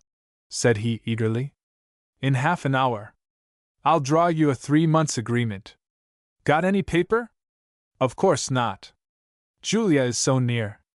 What are those? Playing cards? What do you play, Patience, all by yourself? No wonder you are quarrelsome. Nothing else to bestow your energy on. Percy denied this imputation. The cards were for pistol practice. He shot daily at the pips in the yard. It is the fiend ennui that loads your pistols, and your temper too. Didn't I tell you so? Walter then demanded the ace of diamonds, and on its face let him the house and premises on a repairing lease for 3 years, rent £5 a year, which was a good bargain for both parties, since Percy was sure to lay out £1,000 or two on the property, and to bind Julia more closely to him, who was worth her weight in gold 10 times over. Walter had brought the keys with him, so he drove Percy over at once and gave him possession, and to do the little fellow justice, the moisture of gratitude stood in his eyes when they parted.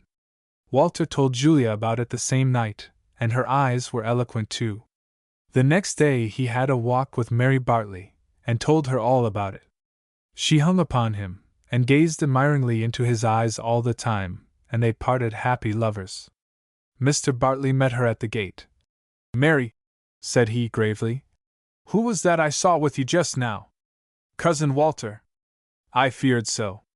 You are too much with him." Mary turned red and white by turns, but said nothing. Bartley went on. "You are a good child, and I have always trusted you. I am sure you mean no harm. But you must be more discreet. I have just heard that you and that young man are looked upon as engaged lovers. They say it is all over the village. Of course a father is the last to hear these things. Does Mrs. Easton know of this?" "Oh yes, Papa, and approves it." "Stupid old woman! She ought to be ashamed of herself." "Oh, Papa!" said Mary in deep distress. "Why, what objection can there be to Cousin Walter?" "None whatever as a cousin, but every objection to intimacy." "Does he court you?" "I don't know, Papa." "I suppose he does." "Does he seek your love?" "He does not say so exactly." "Come, Mary, you have never deceived me. Does he love you?" "I am afraid he does, and if you reject him he will be very unhappy." "And so shall I." "I am truly sorry to hear it, Mary, for there are reasons why I cannot consent to an engagement between him and you." "What reasons, Papa?" "It would not be proper to disclose my reasons, but I hope, Mary, that it will be enough to say that Colonel Clifford has other views for his son, and I have other views for my daughter. Do you think a blessing will attend you or him if you defy both fathers?" "No, no," said poor Mary. "We have been hasty and very foolish." "But oh, Papa, have you not seen from the first? Oh, why did you not warn me in time? Then I could have obeyed you easily. Now it will cost me the happiness of my life. We are very unfortunate. Poor Walter! He left me so full of hope. What shall I do? What shall I do?" It was Mary Bartley's first grief. She thought all chance of happiness was gone forever, and she wept bitterly for Walter and herself. Bartley was not unmoved, but he could not change his nature. The sum he had obtained by a crime was dearer to him than all his more honest gains. He was kind on the surface, but hard as marble. "Go to your room, my child," said he, "and try and compose yourself. I am not angry with you. I ought to have watched you. But you are so young, and I trusted to that woman." Mary retired, sobbing, and he sent for Mrs. Easton. "Mrs. Easton," said he, "for the first time in all these years I have a fault to find with you." "What is that, sir, if you please?" "Young Clifford has been courting that child, and you have encouraged it." "Nay, sir," said the woman, "I have not done that. She never spoke to me, nor I to her." "Well, then, you never interfered." "No, sir, no more than you did. Because I never observed it till today." "How could I know that, sir?" "Everybody else observed it. Mr. Hope would have been the first to see it, if he had been in your place." This sudden thrust made Bartley wince, and showed him he had a tougher customer to deal with than poor Mary. "You can't bear to be found fault with, Easton," said he, craftily. "And I don't wonder at it, after 14 years' fidelity to me." "I take no credit for that," said the woman doggedly. "I have been paid for it." "No doubt. But I don't always get the thing I pay for." "Then let bygones be bygones. But just assist me now to cure the girl of this folly." "Sir," said the woman firmly, "it is not folly, it is wisest and best for all, and I can't make up my mind to lift a finger against it." "Do you mean to defy me, then?" "No, sir. I don't want to go against you, nor yet against my own conscience. What's left on't? I have seen a pretty while it must come to this, and I have written to my sister Sally. She keeps a small hotel at the lakes. She is ready to have me, and I'm not too old to be useful to her. I'm worth my board. I'll go there this very day, if you please. I'm as true to you as I can be, sir. For I see by Miss Mary crying so you have spoken to her, and so now she is safe to come to me for comfort, and if she does, I shall take her part, you may be sure, for I love her like my own child. Here the dogged voice began to tremble, but she recovered herself, and told him she would go at once to her sister Gilbert, that lived only 10 miles off, and next day she would go to the little hotel at the lakes, and leave him to part two true lovers if he could and break both their hearts. She should wash her hands of it. Bartley asked a moment to consider. Shall we be friends still if you leave me like that? Surely, after all these years, you will not tell your sister? You will not betray me? Never, sir, said she. What for? To bring those two together? Why, it would part them forever. I wonder at you, a gentleman, and in business all your life, yet you don't seem to see through the muddy water as I do that is only a plain woman. She then told him her clothes were nearly all packed, and she could start in an hour. You shall have the brake and the horses, said he, with great alacrity. Everything transpires quickly in a small house, and just as she had finished packing, in came Mary in violent distress. What, is it true? Are you going to leave me, now my heart is broken? Oh, nurse! Nurse! This was too much even for stout-hearted Nancy Easton. Oh, my child! My child! She cried, and sat down on her box sobbing violently, Marian folded in her arms, and then they sat crying and rocking together. Papa does not love me as I do him, sobbed Mary, turning bitter for the first time. He breaks my heart, and sends you away the same day, for fear you should comfort me. No, my dear, said Mrs. Easton. You are wrong. He does not send me away. I go by my own wish. Oh, nurse, you desert me. Then you don't know what has happened. Oh, yes, I do. I know all about it, and I'm leaving because I can't do what he wishes. You see, it is this way, Miss Mary, your father has been very good to me, and I am his debtor. I must not stay here and help you to thwart him, that would be ungrateful, and yet I can't take his side against you. Master has got reasons why you should not marry Walter Clifford, and he told me so himself, said Mary. Ah, but he didn't tell you his reasons. No. No more must I, but Miss Mary, I'll tell you this. I know his reasons well. His reasons why you should not marry Walter Clifford are my reasons why you should marry no other man. Oh, nurse! Oh, you dear, good angel! So when friends differ like black and white, 'tis best to part. I'm going to my sister Gilbert this afternoon, and tomorrow to my sister Sally at her hotel. Oh, nurse, must you? Must you? I shall have not a friend to advise or console me till Mr. Hope comes back. Oh, I hope that won't be long now. Mrs. Easton dropped her hands upon her knees and looked at Mary Bartley. What, Miss Mary, would you go to Mr. Hope in such a matter as this? Surely you would not have the face? Not take my breaking heart to Mr. Hope, cried Mary, with a sudden flood of tears. You might as well tell me not to lay my trouble before my God. Dear, dear Mr. Hope, who saved my life in those deep waters, and then cried over me, darling dear. I think more of that than of his courage. Do you think I am blind? He loves me better than my own father does, and it is not a young man's love, it is an angel's. Not cry to him when I am in the deep waters of affliction.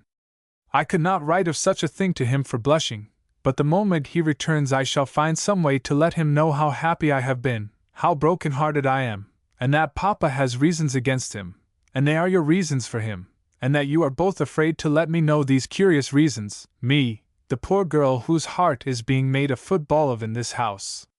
Oh! Oh! Oh! Don't cry, Miss Mary, said Nurse Easton tenderly. And pray don't excite yourself so. Why, I never saw you like this before. Had I ever the same reason? You have only known the happy, thoughtless child. They have made a woman of me now, and my peace is gone. I must not defy my father, and I will not break poor Walter's heart, the truest heart that ever beat. Not tell dear Mr. Hope? I'll tell him everything, if I'm cut in pieces for it. And her beautiful eyes flashed lightning through her tears. Hum! Said Mrs. Easton, under her breath, and looking down at her own feet. And pray what does hum mean? Asked Mary, fixing her eyes with prodigious keenness on the woman's face. Well, I don't suppose hum means anything, said Mrs. Easton, still looking down. Doesn't it? Said Mary. With such a face as that it means a volume. And I'll make it my business to read that volume. Hum! And Mr. Hope shall help me. Chapter 9. Lovers Parted. Walter, little dreaming the blow his own love had received, made Percy write Julia an apology, and an invitation to visit his new house if he was forgiven. Julia said she could not forgive him, and would not go. Walter said, Put on your bonnet, and take a little drive with me. Oh, with pleasure, said Julia slyly.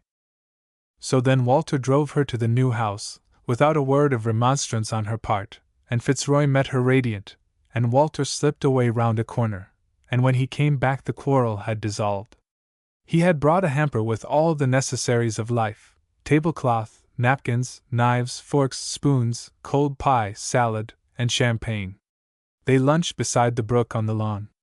The lovers drank his health, and Julia appointed him solemnly to the post of peacemaker, for, said she, you have shown great talent that way, and I foresee we shall want one, for we shall be always quarreling, shan't we, Percy? And never again. Then you mustn't be jealous. I'm not. I despise jealousy. I'm above it. Oh, indeed, said Julia dryly. Come, don't begin again, you two, said Walter. Or no champagne. Now what a horrid threat, said Julia. I'll be good for one. In short, they had a merry time, and Walter drove Julia home. Both were in high spirits. In the hall Walter found a short note from Mary Bartley. Dear Walter, I write with a bleeding heart to tell you that Papa has only just discovered our attachment, and I am grieved to say he disapproves of it, and has forbidden me to encourage your love, that is dearer to me than all the world. It is very hard. It seems so cruel. But I must obey. Do not make obedience too difficult, dear Walter. And pray do not be as unhappy as I am. He says he has reasons, but he has not told me what they are, except that your father has other views for you. But indeed, with both parents against us, what can we do? Forgive me the pain this will give you. Ask yourself whether it gives me any less. You were all the world to me. Now everything is dull and distasteful. What a change in one little day! We are very unfortunate. But it cannot be forever. And if you will be constant to me, you know I shall to you. I could not change. Ah, Walter, I little thought when I said I would temporize how soon I should be called on to do it. I can't write any more for crying. I do nothing but cry ever since Papa was so cruel, but I must obey. Your loving, sorrowful Mary. This letter was a chilling blow to poor Walter. He took it into his own room and read it again and again. It brought the tears into his own eyes, and discouraged him deeply for a time. But, of course, he was not so disposed to succumb to authority as the weaker vessel was. He wrote back, My own love, don't grieve for me. I don't care for anything so long as you love me. I shall resist, of course. As for my father, I am going to marry Julia to Percy Fitzroy, and so end my governor's nonsense. As for your father, I do not despair of softening him. It is only a check, it is not a defeat. Who on earth can part us if we are true to each other? God bless you, dearest! I did not think you loved me so much. Your letter gives me comfort forever, and only disappointment for a time. Don't fret, sweet love. It will be all right in the end. Your grateful, hopeful love, till death, Walter. Mary opened this letter with a beating heart. She read it with tears and smiles and utter amazement. She knew so little about the male character that this way of receiving a knockdown blow astonished and charmed her. She thought to herself, no wonder women look up to men. They will have their own way, they resist, of course. How sensible! We give in, right or wrong. What a comfort I have got a man to back me, and not a poor sorrowing, despairing, obeying thing like myself. So she was comforted for the minute, and settled in her own mind that she would be good and obedient, and Walter should do all the fighting. But letters soon ceased to satisfy the yearning hearts of lovers unnaturally separated. Walter and Mary lived so near each other, yet now they never met. Bartley took care of that. He told Mary she must not walk out without a maid or ride without a servant, and he gave them both special orders. He even obliged her with his own company, though that rather bored him. Under this severe restraint Mary's health and spirits suffered, and she lost some of her beautiful color. Walter's spirits were kept up only by anger. Julia Clifford saw he was in trouble, and asked him what was the matter. "Oh, nothing that would interest you," said he, rather sullenly. "Excuse me," said she. "I am always interested in the troubles of my friends, and you have been a good friend to me. It is very good of you to think so." "Well, then, yes, I am unhappy. I am crossed in love." "Is it that fair girl you introduced me to when out riding?" "Yes." "She is lovely. Miss Clifford, she is an angel." "Ha! Ha! We are all angels till we are found out. Who is the man?" "What man?" "That she prefers to my good Walter." "She deserves a good whipping, your angel." "Much obliged to you, Miss Clifford, but she prefers no man to your good Walter, though I am not worthy to tie her shoes." "Why, we are devoted to each other." "Well, you needn't fly out at me. I am your friend, as you will see. Make me your confidant. Explain, please. How can you be crossed in love if there's no other man?" "It's her father. He has discovered our love, and forbids her to speak to me." "Her father!" said Julia, contemptuously. "Is that all? That for her father? You shall have her in spite of 50 fathers. If it had been a lover, now, I should have talked to him, not to you," said Walter, with his eyes flashing. "Be quiet, Walter. As it is not a lover, nor even a mother, you shall have the girl, and a very sweet girl she is. Will you accept me for your ally? Women are wiser than men in these things, and understand one another." "Oh, Miss Clifford," said Walter, "this is good of you. Of course it will be a great blessing to us both to have your sympathy and assistance." "Well then," said Julia, "begin by telling me, have you spoken to her father?" "No." "Then that is the very first thing to be done. Come, order our horses. We will ride over directly. I will call on Miss Bartley, and you on Mr. Now mind, you must ignore all that has passed, and just ask his permission to court his daughter. Whilst you are closeted with him, the young lady and I will learn each other's minds with a celerity you poor slow things have no idea of." "I see one thing," said Walter, "that I am a child in such matters compared with you." "What decision! What promptitude! Then imitate it, young man. Order the horses directly." And she stamped her foot impatiently. Walter turned to the stables without another word, and Julia flew upstairs to put on her riding habit. Bartley was in his study with a map of the farm before him, and 2 respectable but rather rough men in close conference over it. These were practical men from the county of Durham, whom he had ferreted out by means of an agent, men who knew a great deal about coal. They had already surveyed the farm, and confirmed Hope's opinion that coal lay below the surface of certain barren fields, and the question now was as to the exact spot where it would be advisable to sink the first shaft. Bartley was heart and soul in this, and elevated by love of gain far above such puny considerations as the happiness of Mary Bartley and her lover. She, poor girl, sat forlorn in her little drawing-room, and tried to draw a bit, and tried to read a bit, and tried to reconcile a new German symphony to her ear as well as to her judgment, which told her it was to learn not to be harmonious, though it sounded very discordant. But all these efforts ended in a sigh of despondency, and in brooding on innocent delights forbidden, and a prospect which, to her youth and inexperience, seemed a wilderness robbed of the sun. Whilst she sat thus pensive and sad there came a sudden rush and clatter of hoofs, and Miss Clifford and Walter Clifford reined up their horses under the very window.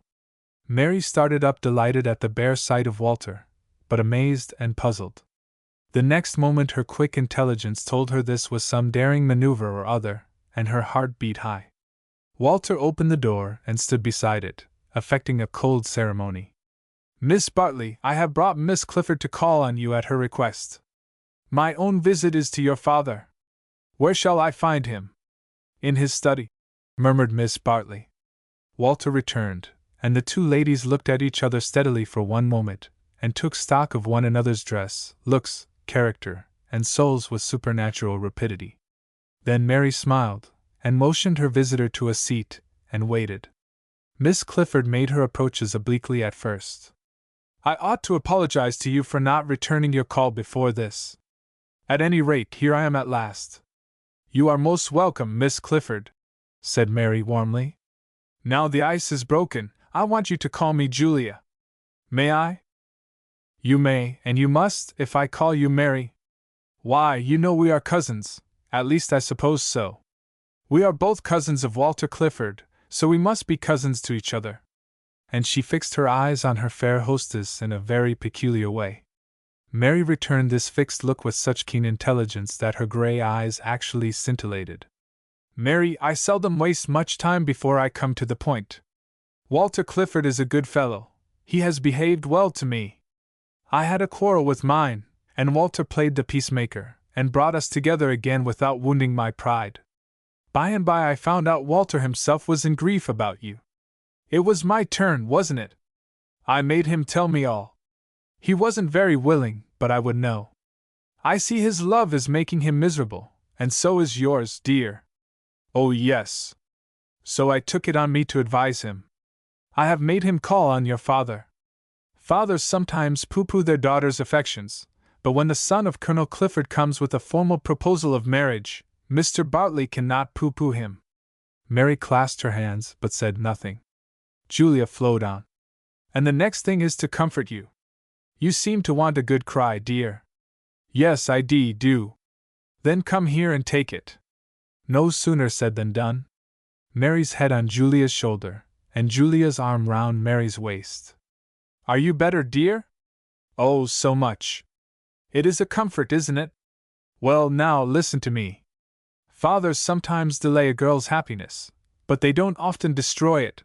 They don't go and break her heart as some mothers do.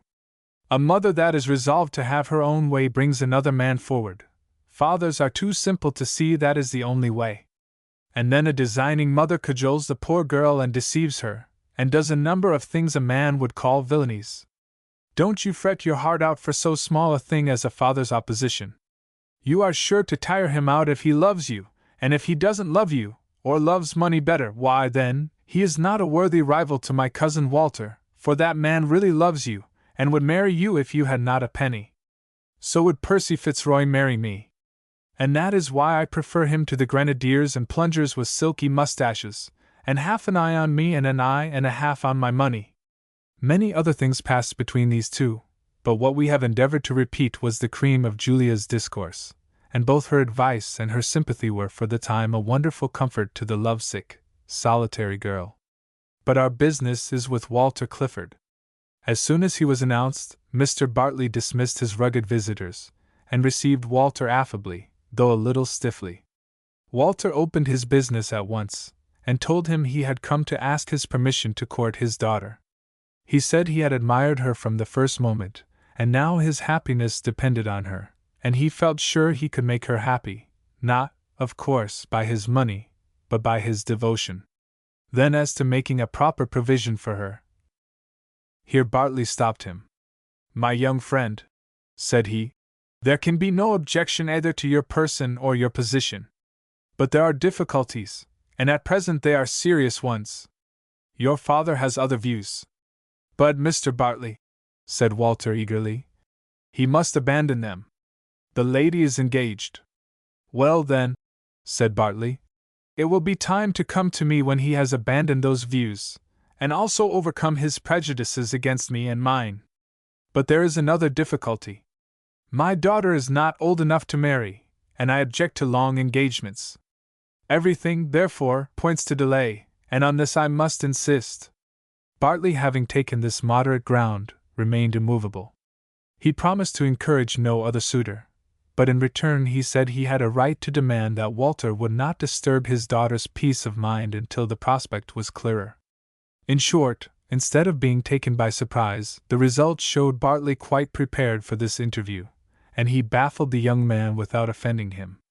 He was cautious not to do that, because he was going to mine for coal, and feared remonstrances, and wanted Walter to take his part, or at least to be neutral, knowing his love for Mary. So they parted good friends. But when he retailed the result to Julia Clifford, she shook her head, and said the old fox had outwitted him. Soon after, knitting her brows in thought for some time, she said, "She is very young, much younger than she looks. I am afraid you will have to wait a little, and watch." "But," said Walter in dismay, "am I not to see her or speak to her all the time I am waiting?" "I'd see both fathers hanged first, if I was a man," said Julia. In short, under the courageous advice of Julia Clifford, Walter began to throw himself in Mary's way, and looked disconsolate. That set Mary pining directly, and Julia found her pale, and grieving for Walter, and persuaded her to write him 2 or 3 lines of comfort. She did, and that drew pages from him. Unfortunately, he did not restrain himself, but flung his whole heart upon paper, and raised a tumult in the innocent heart of her who read his passionate longings. She was so worked upon that at last one day she confided to Julia that her old nurse was going to visit her sister, Mrs. Gilbert, who lived only 10 miles off, and she thought she should ride and see her. "When?" asked Julia, carelessly. "Oh, any day next week," said Mary, carelessly. "Wednesday, if it is fine." "She will not be there till Monday." "Does she know?" asked Julia. "Oh, yes, and left because she could not agree with Papa about it. And dear, she said a strange thing, a very strange thing. She knew Papa's reasons against him, and they were her reasons for him." "Fancy that," said Julia. "Your father told you what the reasons were?" "No, he wouldn't. They both treat me like a child." "You mean they pretend to," she added. "I see one thing, there is some mystery behind this. I wonder what it is." 10 to 1, it is money. I am only 20, but already I have found out that money governs the world. Let me see, your mother was a Clifford. She must have had money. Did she settle any on you? I am sure I don't know. 10 to 1 she did, and your father is your trustee, and when you marry, he must show his accounts and cash up. There, that is where the shoe pinches. Mary was distressed. "Oh, don't say so, dear. I can't bear to think that of Papa. You make me very unhappy." "Forgive me, dear," said Julia. "I am too bitter and suspicious. Some day I will tell you things in my own life that have soured me. Money, I hate the very word," she said, clenching her teeth. She urged her view no more, but in her own heart she felt sure that she had read Mr. Bartley aright. Why, he was a traitor, into the bargain. As for Mary, when she came to think over this conversation, her own subtle instinct told her that stronger pressure than ever would now be brought on her. Her timidity, her maiden modesty, and her desire to do right set her on her defense. She determined to have loving but impartial advice, and so she overcame her shyness, and wrote to Mr. Hope.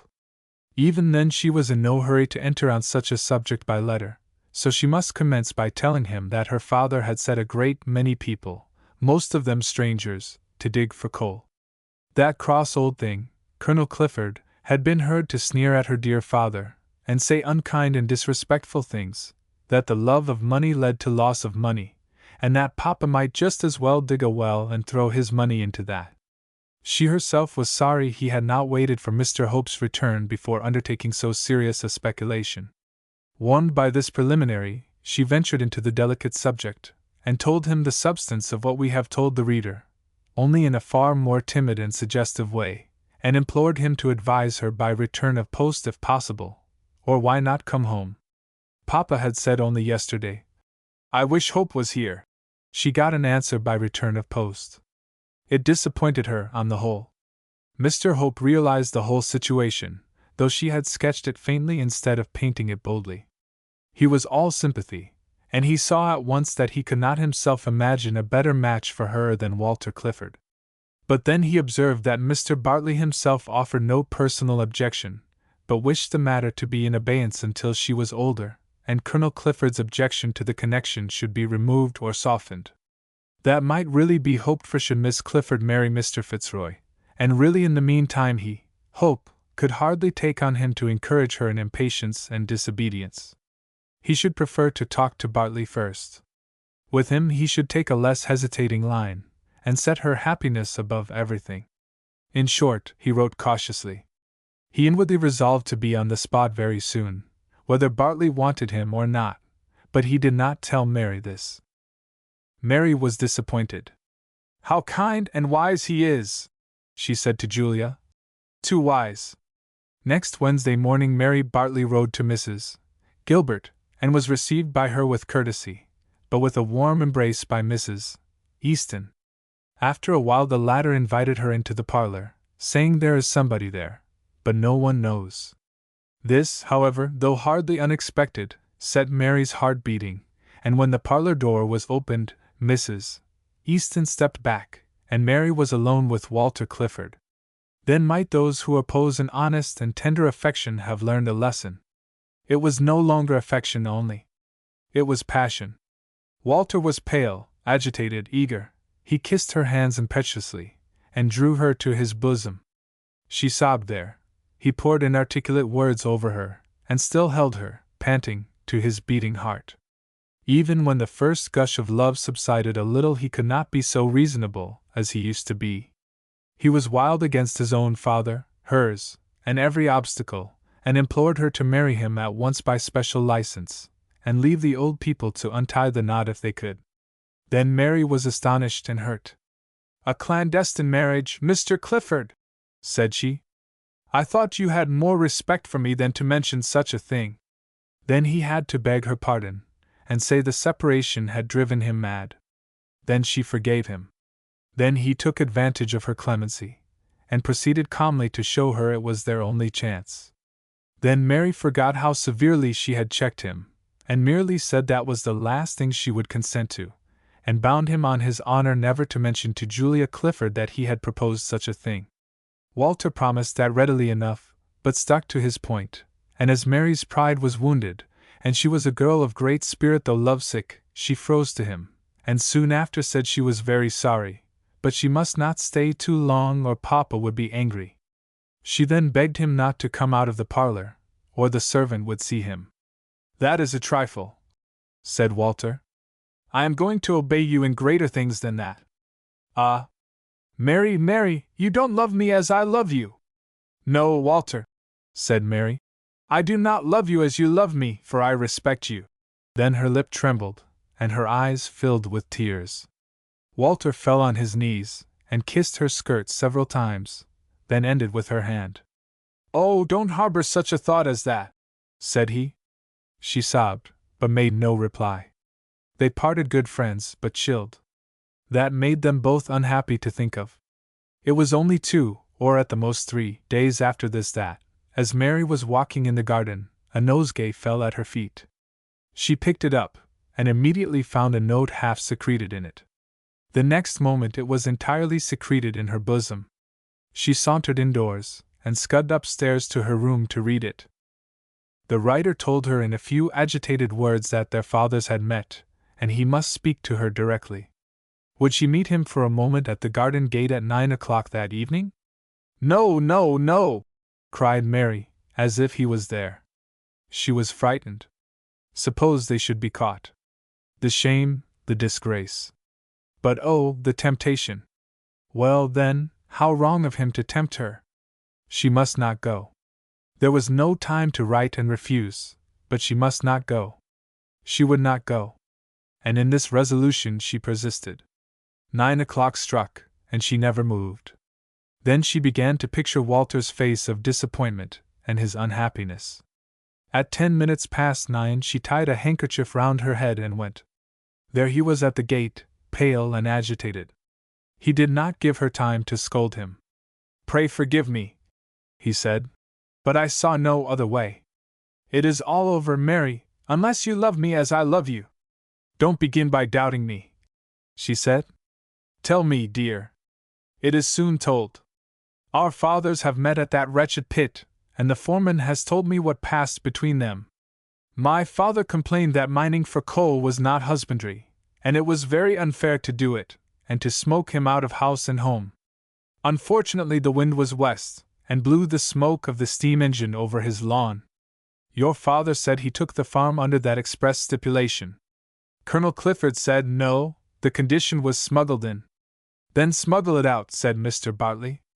Oh, if it had only ended there, Mary!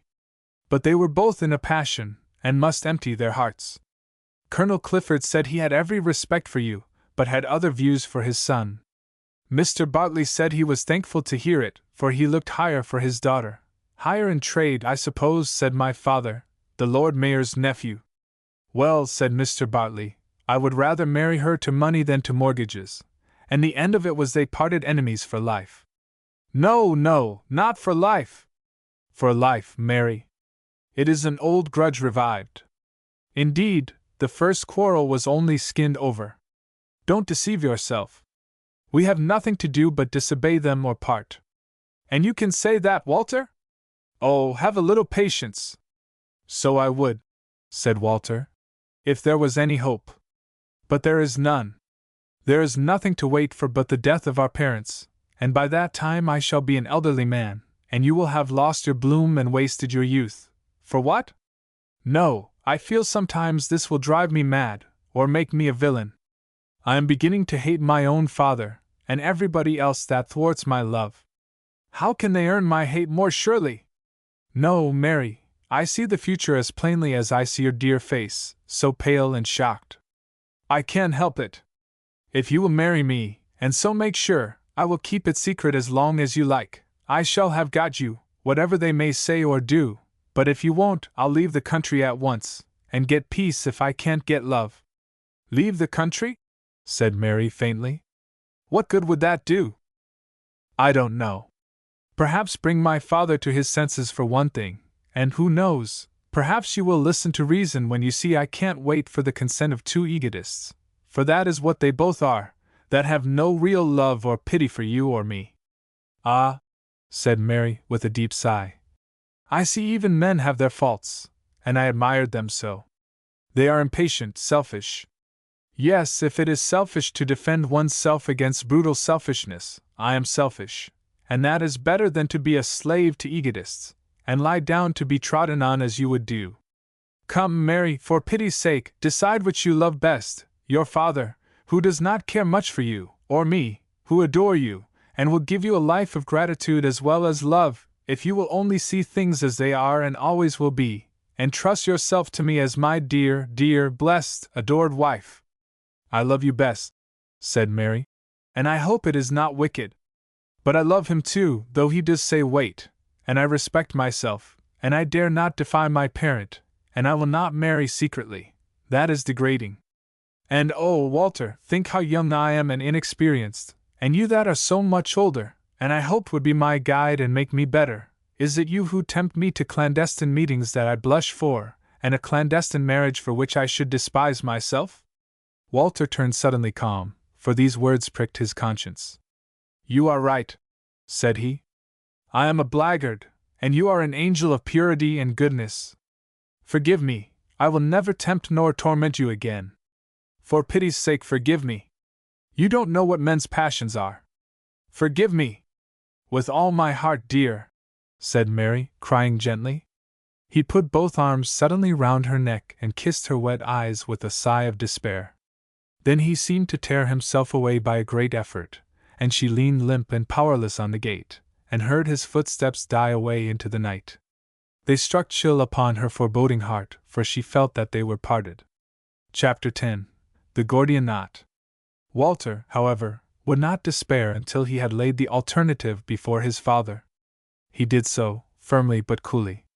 His father, irritated by the scene with Bartley, treated Walter's proposal with indignant scorn. Walter continued to keep his temper, and with some reluctance asked him whether he owed nothing, not even a sacrifice of his prejudices, to a son who had never disobeyed him, and had improved his circumstances. "Come, sir," said he. "When the happiness of my life is at stake, I venture to lay aside delicacy, and ask you whether I have not been a good son, and a serviceable one to you?" "Yes, Walter," said the colonel, "with this exception." "Then now or never give me my reward." "I'll try," said the grim colonel, "but I see it will be hard work. However, I'll try and save you from a mésalliance." "A mésalliance, sir? Why, she is a Clifford." "The deuce she is! As much a Clifford as I am." "That is news to me." "Why, one of her parents was a Clifford, and your own sister. And one of mine was an Irish woman." "Yes, an Orion, not a trader, not a small coal man. Like the Marquis of Londonderry, sir, and the Earl of Durham." "Come, father, don't sacrifice your son, and his happiness and his love for you, to notions the world has outlived. Commerce does not lower a gentleman, nor speculation either, in these days. The nobility and the leading gentry of these islands are most of them in business. They are all shareholders, and often directors of railways, and just as much traders as the old coach proprietors were. They let their land, and so do you, to the highest bidder, not for honor or any romantic sentiment, but for money, and that is trade. Mr. Bartley is his own farmer. Well, so was Mr. Coke of Norfolk, and the Queen made him a peer for it. What a sensible sovereign! Are Rothschild and Montefiore shunned for their speculations by the nobility? Whom do their daughters marry? Trade rules the world, and keeps it from stagnation.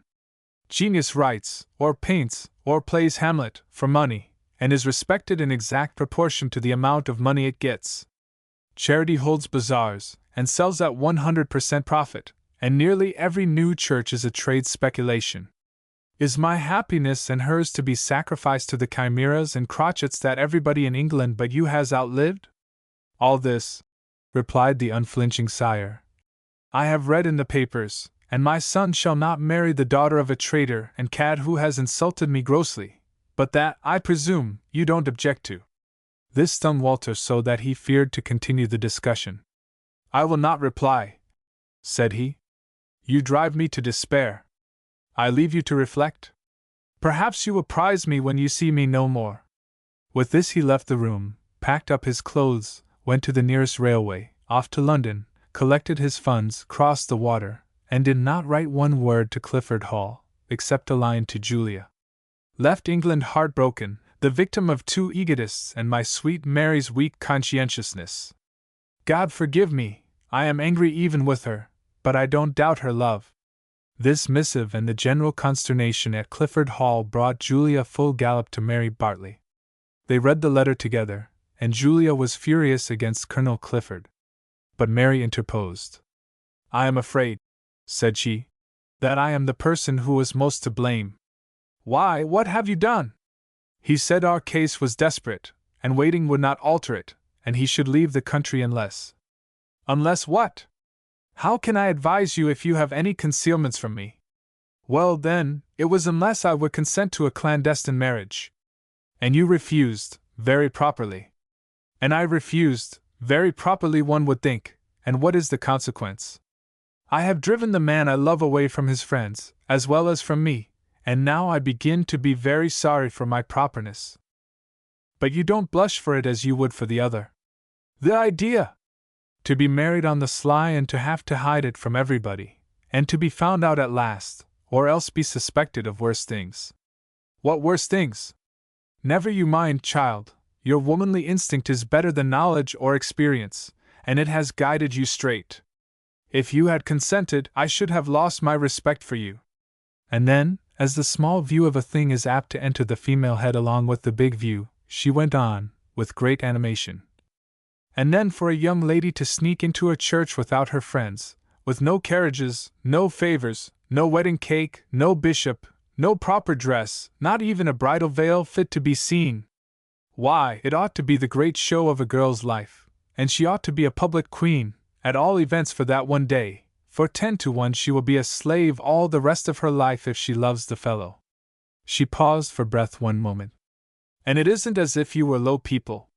Why, it reminds me of a thing I read in some novel, a city clerk, or some such person, took a walk with his sweetheart into the country, and all of a sudden he said, "Why, there is something hard in my pocket." "What is it, I wonder?" "A plain gold ring." "Does it fit you?" "Try it on, Polly." "Why, it fits you, I declare." "Then keep it till further orders." Then they walked a little further. "Why, what is this?" "2 pairs of white gloves." "Try the little pair on, and I will try the big ones." "Stop! I declare here's a church, and the bell's beginning to ring." "Why, who told them that I've got a special license in my pocket?" "Hullo! There are 2 fellows hanging about, best men, witnesses, or some such persons, I should not wonder. I think I know one of them, and here is a parson coming over a stile. What an opportunity for us now just to run in and get married! Come on, old girl, lend me that wedding ring a minute, I'll give it you back again in the church." "No, thank you, Mr. Walter, we love you very dearly, but we are ladies, and we respect ourselves." In short, Julia confirmed Mary Bartley in her resolution, but she could not console her under the consequences. Walter did not write a line even to her. She couldn't but fear that he was really in despair, and would cure himself of his affection if he could. She began to pine, the roses faded gradually out of her cheeks, and Mr. Bartley himself began at last to pity her, for though he did not love her, he liked her, and was proud of her affection. Another thing, Hope might come home now any day, and if he found the girl sick and pining, he might say this is a breach of contract. He asked Mary one day whether she wouldn't like a change. "I could take you to the seaside," said he, but not very cordially. "No, Papa," said Mary. "Why should you leave your mind when everything is going so prosperously? I think I should like to go to the lakes, and pay my old nurse a visit." "And she would talk to you of Walter Clifford?" "Yes, Papa," said Mary firmly. "She would, and that's the only thing that can do me any good." "Well, Mary," said Bartley, "if she could be content with praising him, and regretting the insuperable obstacles, and if she would encourage you to be patient, there, let me think of it." Things went hard with Colonel Clifford. He felt his son's desertion very bitterly, though he was too proud to show it. He now found out that universally as he was respected, it was Walter who was the most beloved both in the house and in the neighborhood. One day he heard a multitude shouting, and soon learned the reason. Bartley had struck a rich vein of coal, and tons were coming up to the surface. Colonel Clifford would not go near the place, but he sent old Baker to inquire, and Baker from that day used to bring him back a number of details, some of them especially galling to him. By degrees, and rapid ones, Bartley was becoming a rival magnate. The poor came to him for the slack, or very small coal, and took it away gratis. They flattered him, and to please him, spoke slightingly of Colonel Clifford, which they had never ventured to do before. But soon a circumstance occurred which mortified the old soldier more than all. He was sole proprietor of the village, and every house in it, with the exception of a certain beer house, flanked by 1.5 acres of ground. This beer house was a great eyesore to him. He tried to buy this small freeholder out, but the man saw his advantage, and demanded £1,500, nearly treble the real value. Walter, however, by negotiating in a more friendly spirit, had obtained a reduction, and was about to complete the purchase for £1,150. But when Walter left the country, the proprietor never dreamed of going again to the haughty colonel. He went to Bartley, and Bartley bought the property in 5 minutes for £1,200, and paid a deposit to clinch the contract. He completed the purchase with unheard of rapidity, and set an army of workmen to raise a pit village, or street of 80 houses. They were 10 times better built than the colonel's cottages. Not one of them could ever be vacant, they were too great a boon to the miners. Nor could the rent be in arrears, with so sharp a hand as the mine owner. The beer house was to be perpetuated, and a nucleus of customs secured from the miners, partly by the truck system, and partly by the superiority of the liquor, for Bartley announced at once that he should brew the beer. All these things were too much for a man with gout in his system. Colonel Clifford had a worse attack of that complaint than ever. It rose from his feet to other parts of his frame, and he took to his bed. In that condition a physician and surgeon visited him daily, and his lawyer also was sent for, and was closeted with him for a long time on more than one occasion. All this caused a deal of speculation in the village, and as a system of fetch and carry was now established by which the rival magnates also received plenty of information, though not always accurate, about each other, Mr. Bartley heard what was going on, and put his own construction upon it. Just when Mr. Hope was expected to return came a letter to Mary to say that he should be detained a day or two longer, as he had a sore throat and fever, but nothing alarming. 3 or 4 days later came a letter only signed by him, to say he had a slight attack of typhoid fever, and was under medical care. Mary implored Mr. Bartley to let her go to him. He refused, and gave his reasons, which were really sufficient, and now he became more unwilling than ever to let her visit Mrs. Easton. This was the condition of affairs when one day an old man with white hair, dressed in black, and looking almost a gentleman, was driven up to the farm by Colonel Clifford's groom, and asked, in an agitated voice, if he might see Miss Mary Bartley. Her visitors were so few that she was never refused on speculation, so John Baker was shown at once into her drawing-room. He was too much agitated to waste time. "Oh, Miss Bartley," said he, "we are in great distress at the Hall. Mr. Walter has gone, and not left his address, and my poor master is dying." Mary uttered an unfeigned exclamation of horror. "Ah, miss," said the old man, "God bless you, you feel for us. I'm not on the old man's side, miss. I'm on Mr. Walter's side in this as I was in the other business. But now I see my poor old master lying pale and still, not long for this world, I do begin to blame myself. I never thought that he would have taken it all to heart like this. But there, the only thing now is to bring them together before he goes. We don't know his address, miss, we don't know what country he is in.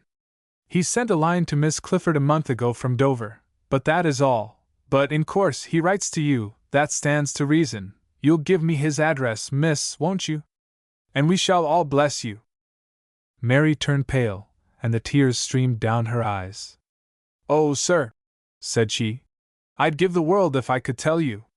I know who you are. My poor Walter has often spoken of you to me, Mr. Baker. One word from you would have been enough. I would have done anything for you that I could. But he has never written to me at all. I am as much deserted as any of you, and I have felt it as deeply as any father can, but never have I felt it as now." "What? The father to die, and his son's hand not in his, no looks of love and forgiveness to pass between them as the poor old man leaves this world, its ambitions and its quarrels, and perhaps sees for the first time how small they all are compared with the love of those that love us, and the peace of God." Then this ardent girl stretched out both her hands. "O God, if my frivolous life has been innocent, don't let me be the cause of this horrible thing. Don't let the father die without comfort, nor the son without forgiveness, for a miserable girl who has come between them and meant no harm." This eloquent burst quite overpowered poor old John Baker.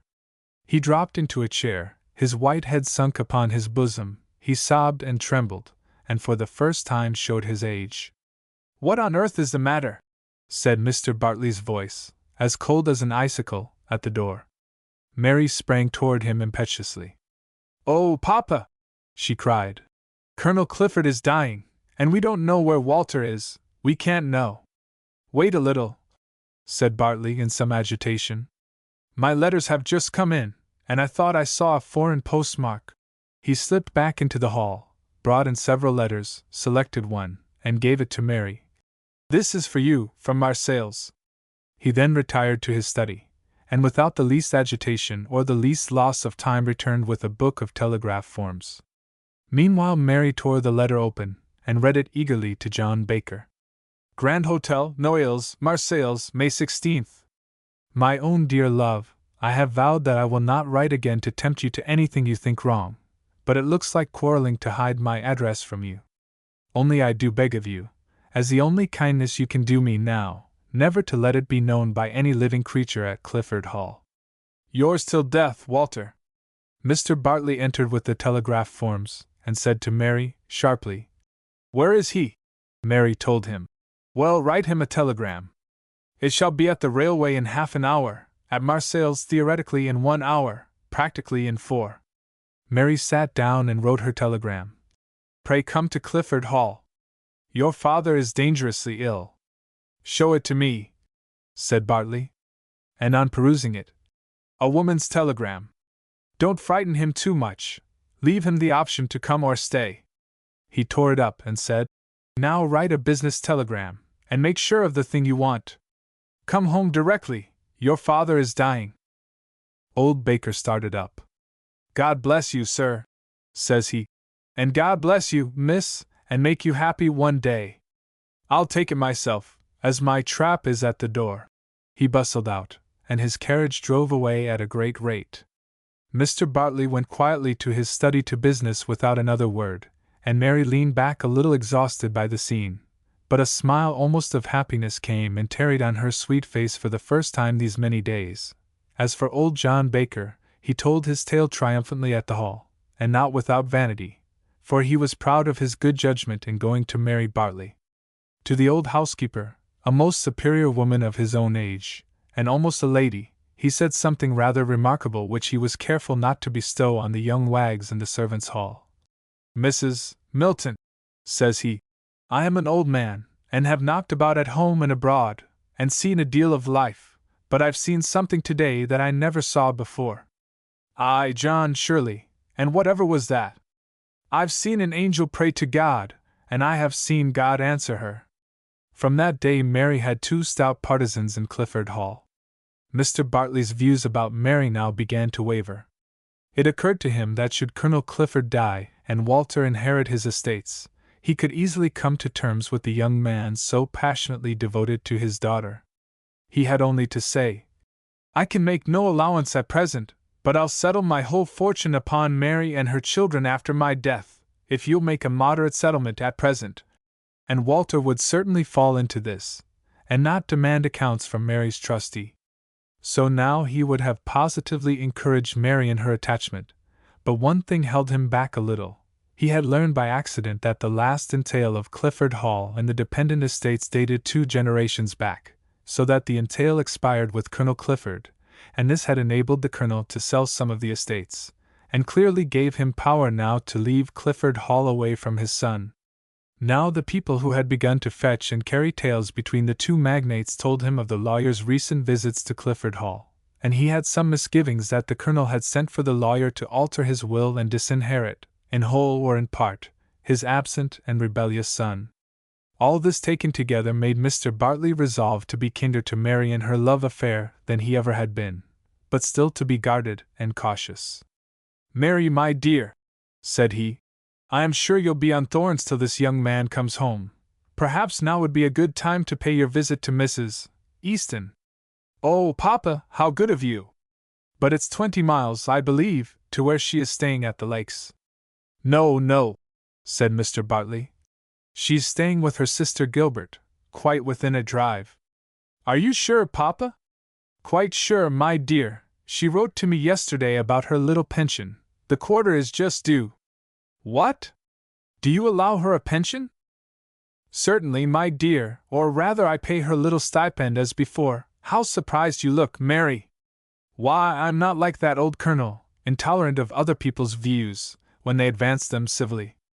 That woman helped me to save your life in a very great danger, and for many years she has been as careful as a mother, and we are not, so to say, at daggers drawn about Walter Clifford.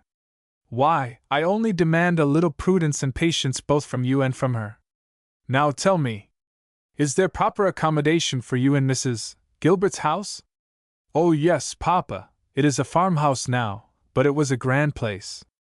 There's a beautiful spare room with an oriel window.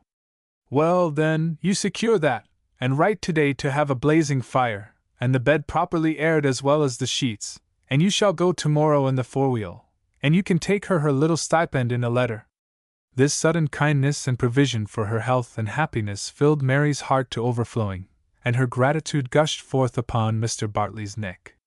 The old fox blandly absorbed it, and took the opportunity to say, Of course it is understood that matters are to go no further between you and Walter Clifford.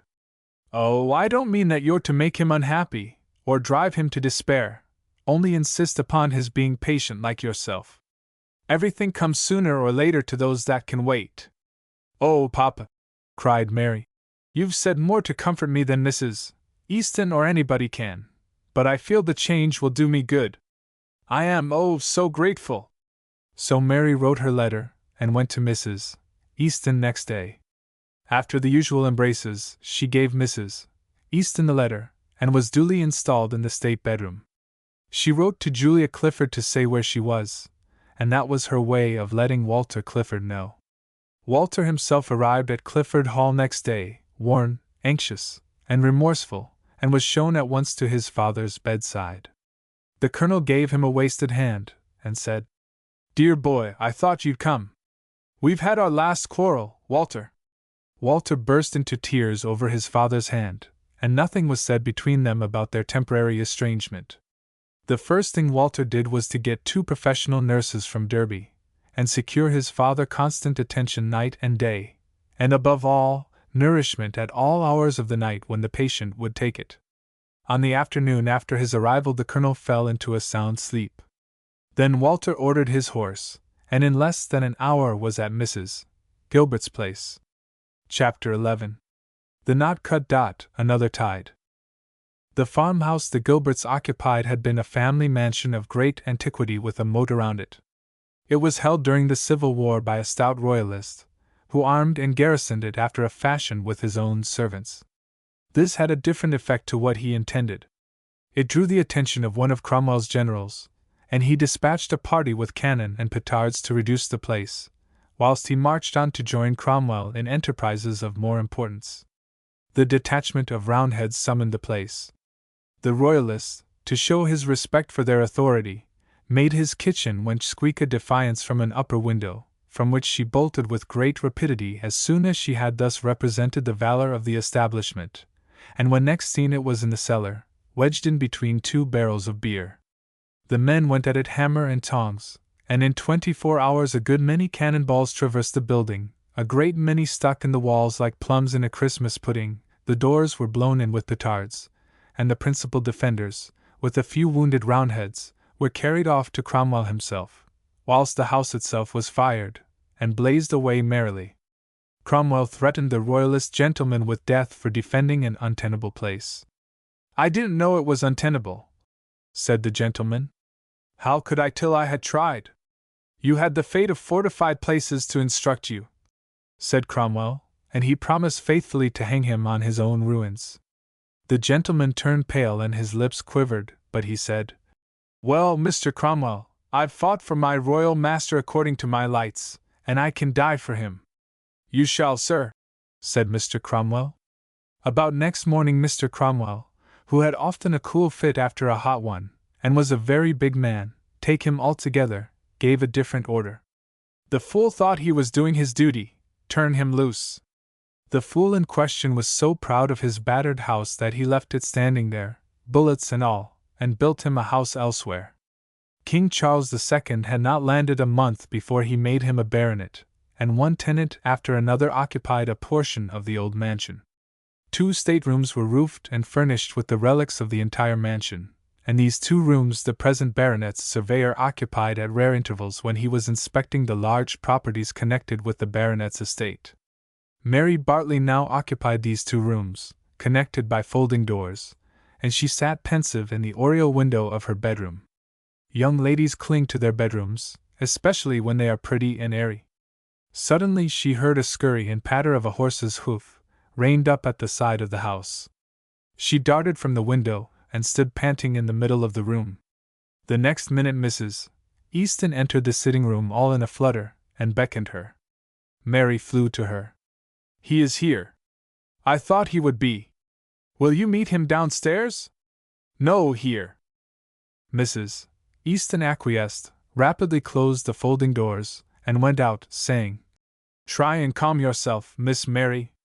Miss Mary tried to obey her, but Walter rushed in impetuously, pale, worn, agitated, yet enraptured at the first sight of her, and Mary threw herself round his neck in a moment, and he clasped her fluttering bosom to his beating heart, and this was the natural result of the restraint they had put upon a passionate affection, for what says the dramatist de touches, improving upon Horace, so that in England his immortal line is given to Molière. Chasses le naturel, Illinois revient au galop. The next thing was, they held each other at arm's length, and mourned over each other. Oh, my poor Mary, how ill you look! Oh, my poor Walter, how pale and worn! It's all my fault, said Mary. No, it's all mine, said Walter. And so they blamed themselves, and grieved over each other, and vowed that come what might they would never part again. But lo and behold! Walter went on from that to say, and that we may never part again, let us marry at once, and put our happiness out of the reach of accidents. What? Said Mary. Defy your father upon his dying bed. Oh no, said Walter, that I could not do. I mean marry secretly, and announce it after his decease if I am to lose him. And why not wait till after his decease? Said Mary. Because then the laws of society would compel us to wait 6 months, and in that 6 months some infernal obstacle or other would be sure to occur, and another would be sure to follow. I am a great deal older than you, and I see that whoever procrastinates happiness, risks it, and whoever shilly-shallies with it deserves to lose it, and generally does. Where young ladies are concerned, logic does not carry all before it, and so Mary opposed all manner of feminine sentiments, and ended by saying she could not do such a thing. Then Walter began to be mortified and angry. Then she cunningly shifted the responsibility, and said she would consult Mrs. Easton. Then consult her in my presence, said Walter. Mary had not bargained for that. She had intended to secure Mrs. Easton on her side, and then take her opinion. However, as Walter's proposal was fair, she called Mrs. Easton, and they put the case to her, and asked her to give her candid opinion. Mrs. Easton, however, took alarm at the gravity of the proposal, and told them both she knew things that were unknown to both of them, and it was not so easy for her to advise. Well, but, said Walter, if you know more than we do, you are the very person that can advise.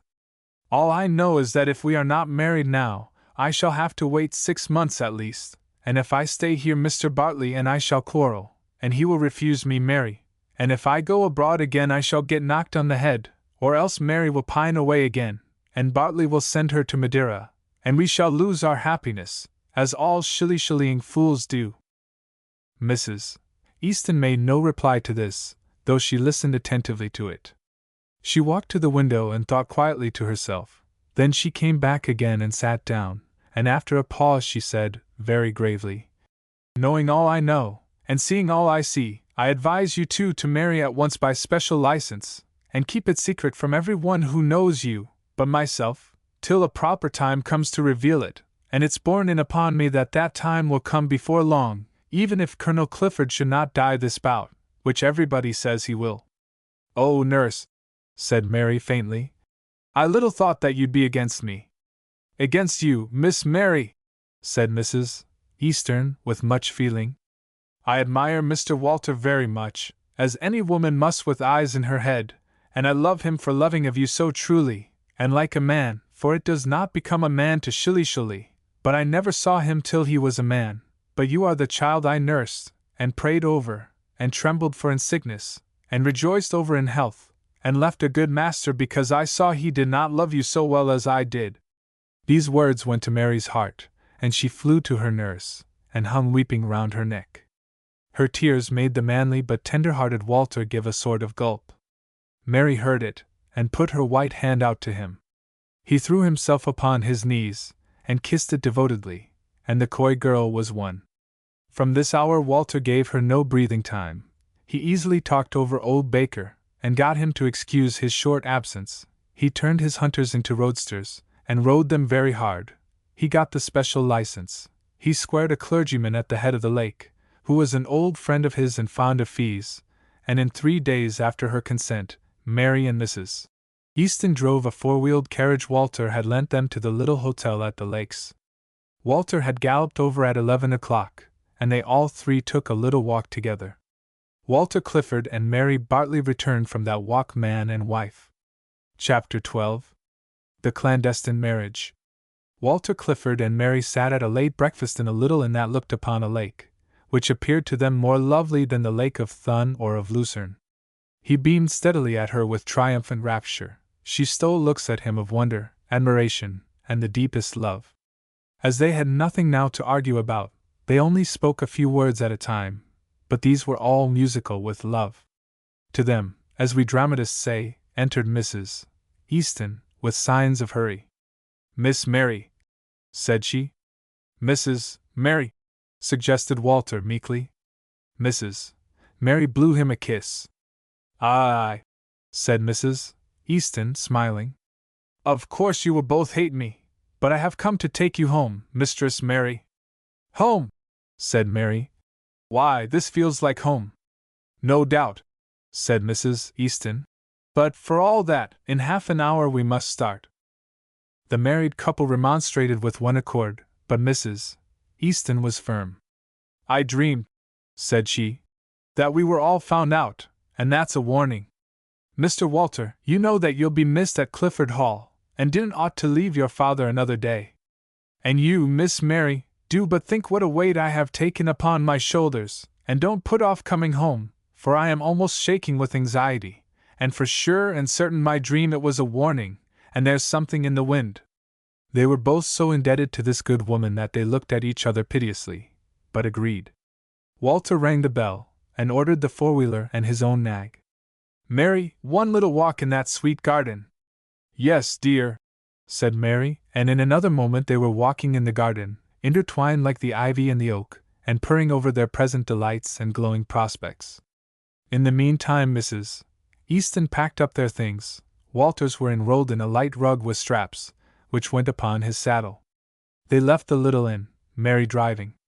When they had gone about 2 miles they came to crossroads. "Please pull up," said Mrs. Easton, then turning to Walter, who was riding ridiculously close to Mary's whip hand. "Isn't that the way to Clifford Hall?" "It's one way," said he. "But I don't mean to go that way." "How can I?" "It's only 3 miles more round by your house." "Nurse," said Mary appealingly. "Aye, poor things," said Mrs. Easton. "Well, well, don't loiter anyway. I shall not be my own woman again till we're safe at the farm." So they drove briskly on, and in about an hour more they got to a long hill, whence they could see the Gilberts' farm. "There, nurse," said Mary, pouting a little. "Now I hope you're content, for we have got safe home, and he and I shall not have a happy day together again." "Oh yes, you will, and many happy years," said Mrs. Easton. "Well, yes, I don't feel so fidgety now." "Oh!" cried Mary, all of a sudden. "Why, there's our gray mare coming down the hill with the dog-cart. Who's that driving her? It's not Papa. I declare it's Mr. Hope, come home safe and sound. Dear Mr. Hope! Oh, now my happiness is perfect. Mr. Hope!" screamed Mrs. Easton. "Drive faster, for heaven's sake! Turn your horse, sir, and gallop away from us as hard as you can." "Well, but Mrs. Easton," objected Walter. Mrs. Easton stood up in the carriage. "Man alive!" she screamed. "You know nothing, and I know a deal. Begone, or you are no friend of mine. You'll make me curse the hour that I interfered." "Go, darling," said Mary, kindly, and so decidedly that he turned his horse directly, gave her one look of love and disappointment, and galloped away. Mary looked pale and angry, and drove on in sullen silence. Mrs. Easton was too agitated to mind her angry looks. She kept wiping the perspiration from her brow with her handkerchief, and speaking in broken sentences.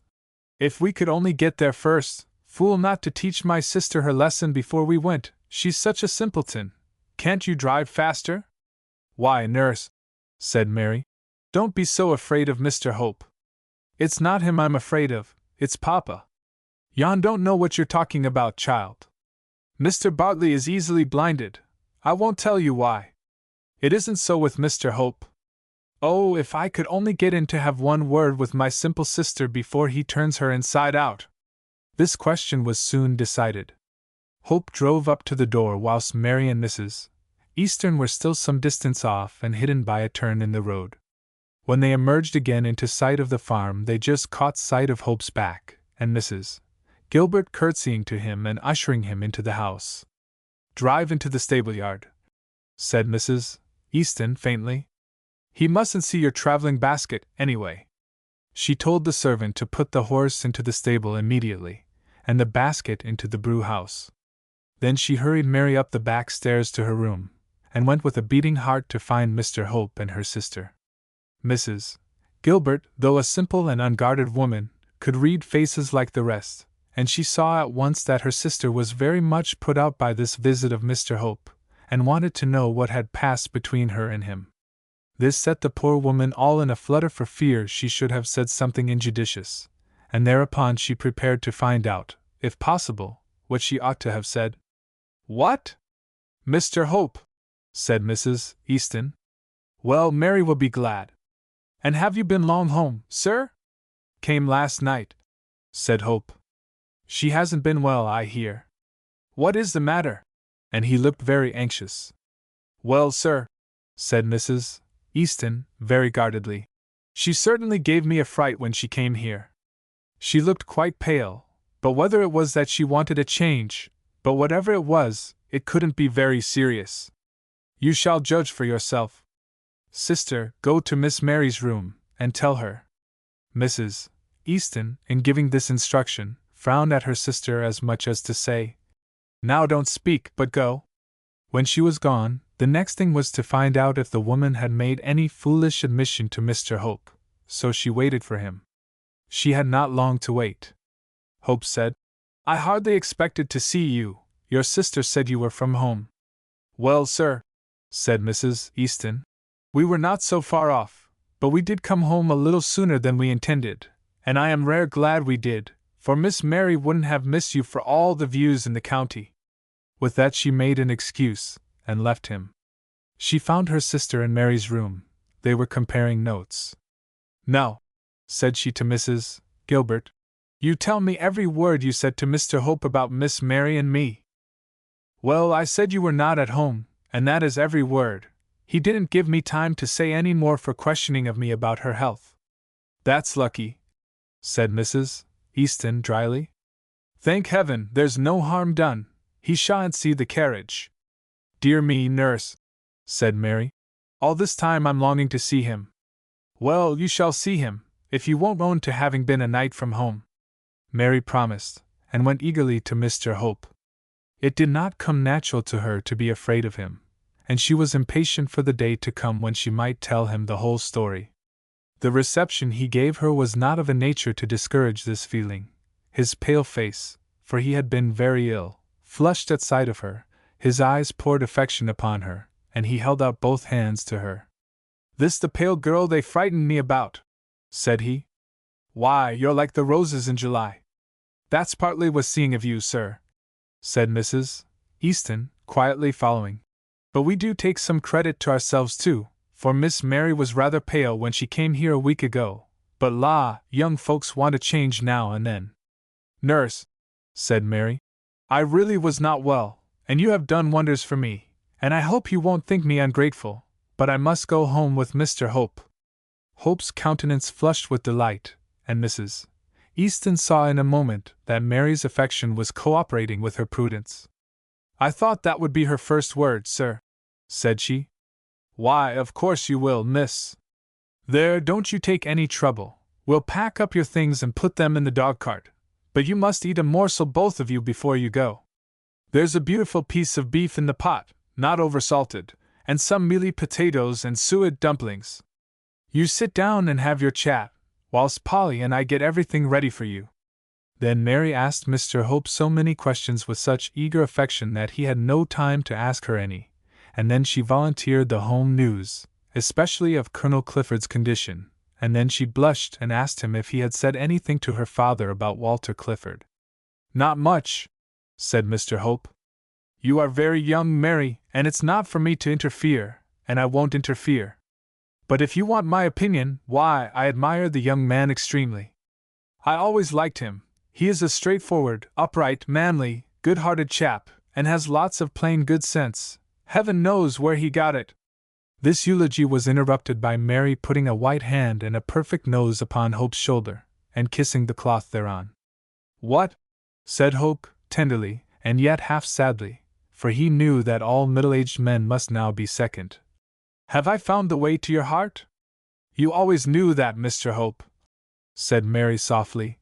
"Especially since my escapade in that horrid brook."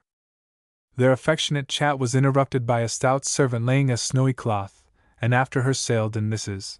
Gilbert, with a red face, and pride unconcealed and justifiable, carrying a grand dish of smoking hot boiled beef, set in a very flower bed, so to speak, of carrots, turnips, and suet dumplings. The servant followed with a brown basin, almost as big as a ewer, filled with mealy potatoes, whose jackets hung by a thread. Around this feast the whole party soon collected, and none of them sighed for Russian soups or French ragouts. For the fact is that under the title of boiled beef there exist two things, one of which, without any great impropriety, might be called junk. But this was the powdered beef of our ancestors, a huge piece just slightly salted in the house itself, so that the generous juice remained in it, but the piquant slices, with the mealy potatoes, made a delightful combination. The glasses were filled with home-brewed ale, sparkling and clear and golden as the finest Madeira. They all ate manfully, stimulated by the genial hostess. Even Mary outshone all her former efforts, and although she couldn't satisfy Mrs. Gilbert, she declared she had never eaten so much in all her life. This set good Mrs. Gilbert's cheeks all aglow with simple, honest satisfaction. Hope drove Mary home in the dog-cart. He was a happy man, but she could hardly be called a happy woman. She was warm and cold by turns. She had got her friend back, and that was a comfort, but she was not treating him with confidence. Indeed, she was passively deceiving him, and that chilled her. But then it would not be for long, and that comforted her. And yet even when the day should come for the great doors of Clifford Hall to fly open to her, would not a sad, reproachful look from dear Mr. Hope somewhat embitter her cup of happiness? Deceit, and even reticence, did not come so natural to her as they do to many women. She was not weak, and she was frank, though very modest. Mr. Bartley met them at the door, and owing to Hope's presence, was more demonstrative than usual. He seemed much pleased at Mary's return, and delighted at her appearance. "Well," said he, "I am glad I sent you away for a week. We have all missed you, my dear, but the change has set you up again. I never saw you look better. Now you are well, we must try and keep you well." We must leave the reader to imagine the mixed feelings with which Mrs. Walter Clifford laid her head upon the pillow that night, and we undertake to say that the female readers, at all events, will supply this blank in our narrative much better than we could, though we were to fill a chapter with that subject alone. Passion is a terrible enemy to mere affection. Walter Clifford loved his father dearly, yet for 24 hours he had almost forgotten him. But the moment he turned his horse's head toward Clifford Hall, uneasiness, and something very like remorse began to seize him. Suppose his father had asked for him, and wondered where he was, and felt himself deserted and abandoned in his dying moments. He spurred his horse to a gallop, and soon reached Clifford Hall. As he was afraid to go straight to his father's room, he went at once to old Baker, and said, in an agitated voice, "One word, John, is he alive?" "Yes, sir, he is," said John, gravely, and rather sternly. "Has he asked for me?" "More than once or twice, sir." Walter sank into a chair, and covered his face with his hands. This softened the old servant, whose manner till then had been sullen and grim. "You need not fret, Mr. Walter," said he. "It's all right. In course I know where you have been." Walter looked up alarmed. "I mean in a general way," said the old man. "You have been a courting of an angel." "I know her, sir, and I hope to be her servant some day, and if you was to marry any but her, I'd leave service altogether, and so would Rhoda Milton. But, Mr. Walter, sir, there's a time for everything. I hope you'll forgive me for saying so. However, you are here now, and I was wide awake, and I have made it all right, sir." "That's impossible," said Walter. "How could you make it right with my poor dear father, if in his last moments he felt himself neglected?" "But he didn't feel himself neglected." "I don't understand you," said Walter. "Well, sir," said old Baker, "I'm an old servant, and I have done my duty to father and son according to my lights." I told him a lie. A lie, John, said Walter. A thundering lie, said John, rather aggressively. I don't know as I ever told a greater lie in all my life. I told him you was gone up to London to fetch a doctor. Walter grasped John Baker's hand. God bless you, old man, said he, for taking that on your conscience. Well, you shan't have yourself to reproach for my fault. I know a first-class gout doctor in London. He has cured it more than once. I'll wire him down this minute. You'll dispatch the message, and I'll go to my father. The message was sent, and when the colonel awoke from an uneasy slumber he saw his son at the foot of the bed, gazing piteously at him. My dear boy, said he, faintly, and held out a wasted hand. Walter was pricked to the heart at this greeting, not a word of remonstrance at his absence. I fear you miss me, father, said he, sadly. That I have, said the old man. But I dare say you didn't forget me, though you weren't by my side. The high-minded old soldier said no more, and put no questions, but confided in his son's affection, and awaited the result of it. From that hour Walter Clifford nursed his father day and night. Dr. Garner arrived next day. He examined the patient, and put a great many questions as to the history and progress of the disorder up to that date, and inquired in particular what was the length of time the fits generally endured. Here he found them all rather hazy. Ah, said he, patients are seldom able to assist their medical adviser with precise information on this point, yet it's very important. Well, can you tell me how long this attack has lasted? They told him that within a day or two. Then now, said he, the most important question of all, what day did the pain leave his extremities? The patient and John Baker had to compare notes to answer this question, and they made it out to be about 20 days. Then he ought to be as dead as a herring, whispered the doctor. After this he began to walk the room and meditate, with his hands behind him. Open those top windows, said he. Now draw the screen, and give his lungs a chance. No draughts must blow upon him, you know. Then he drew Walter aside. Do you want to know the truth? Well, then, his life hangs on a thread. The gout is creeping upward, and will inevitably kill him if we can't get it down. Nothing but heroic remedies will do that, and it's 3 to 5 against them. What do you say? I dare not, I dare not. Pray put the question to him. I will, said the doctor, and accordingly he did put it to him with a good deal of feeling and gentleness, and the answer rather surprised him. Weak as he was, Colonel Clifford's dull eye flashed, and he half raised himself on his elbow. What a question to put to a soldier, said he. Why, let us fight, to be sure. I thought it was 20 to 1, 5 to 3? I have often won the rubber with 5 to 3 against me. Ah, said Dr. Garner. These are the patients that give the doctor a chance. Then he turned to Baker. Have you any good champagne in the house, not sweet, and not too dry, and full of fire? Heroes carte d'or, suggested the patient, entering into the business with a certain feeble alacrity that showed his gout had not always been unconnected with imprudence in diet. Baker was sent for the champagne. It was brought and opened, and the patient drank some of it fizzing. When he had drank what he could, his eyes twinkled, and he said, That's a hair of a dog that has often bitten me. The wine soon got into his weakened head, and he dropped asleep. Another draught when he wakes, said the doctor, but from a fresh bottle. We'll finish this one to your health in the servants' hall, said honest John Baker. Dr. Garner stayed there all night, keeping up the patient's strength with eggs and brandy, and everything, in short, except medicine, and he also administered champagne, but at much longer intervals. At 1 o'clock next day the patient gave a dismal groan. Walter and the others started up in alarm. Good, said the doctor calmly. Now I'll go to bed. Call me if there's any fresh symptom. At 6 o'clock old Baker burst in the room. Sir, he have swore at me twice. The Lord be praised. Excellent, said the doctor. Now tell me what disagrees with him most after champagne. Why, green chartreuse, to be sure, said old Baker. Then give him a tablespoonful, said the doctor. Get me some hot water. Which first? Inquired Baker.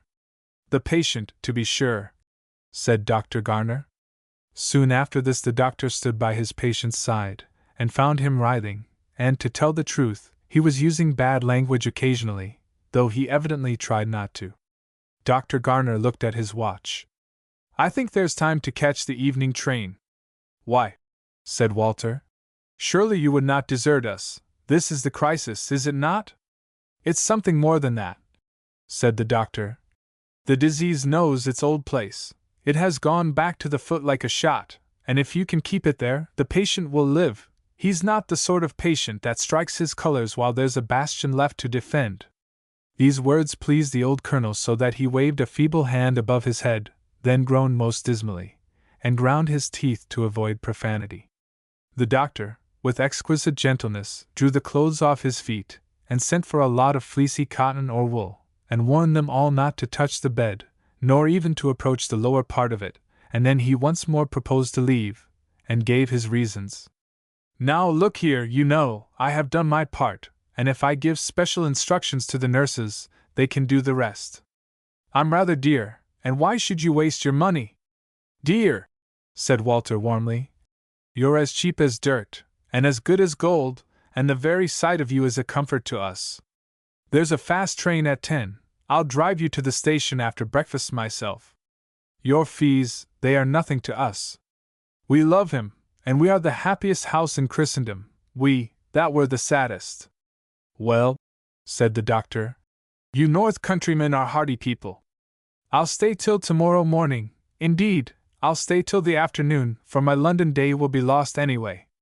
He stayed accordingly till 3 o'clock, left his patient out of all present danger, and advised Walter especially against allowing colchicum to be administered to him until his strength had recovered. There is no medicinal cure for gout, said he. Pain is a mere symptom, and colchicum soothes that pain, not by affecting the disease, but by stilling the action of the heart. Well, if you still the action of that heart there, you'll kill him as surely as if you stilled it with a pistol bullet. Knock off his champagne in 3 or 4 days, and wheel him into the sun as soon as you can with safety, fill his lungs with oxygen, and keep all worry and disputes and mental anxiety from him, if you can. Don't contradict him for a month to come. The colonel had a terrible bout of it so far as pain was concerned, but after about a fortnight the paroxysms intermitted, the appetite increased. Everybody was his nurse, everybody, including Julia Clifford, humored him. Percy Fitzroy was never mentioned, and the name of Bartley religiously avoided. The colonel had got a fright, and was more prudent in his diet, and always in the open air. Walter left him only at odd times, when he could hope to get a hasty word with Mary, and tell her how things were going, and do all that man could do to keep her heart up, and reconcile her to the present situation. Returning from his wife one day, and leaving her depressed by their galling situation, though she was never peevish, but very sad and thoughtful, he found his father and Julia Clifford in the library. Julia had been writing letters for him. She gave Walter a deprecatory look, as much as to say, "What I am doing is by compulsion, and you won't like it."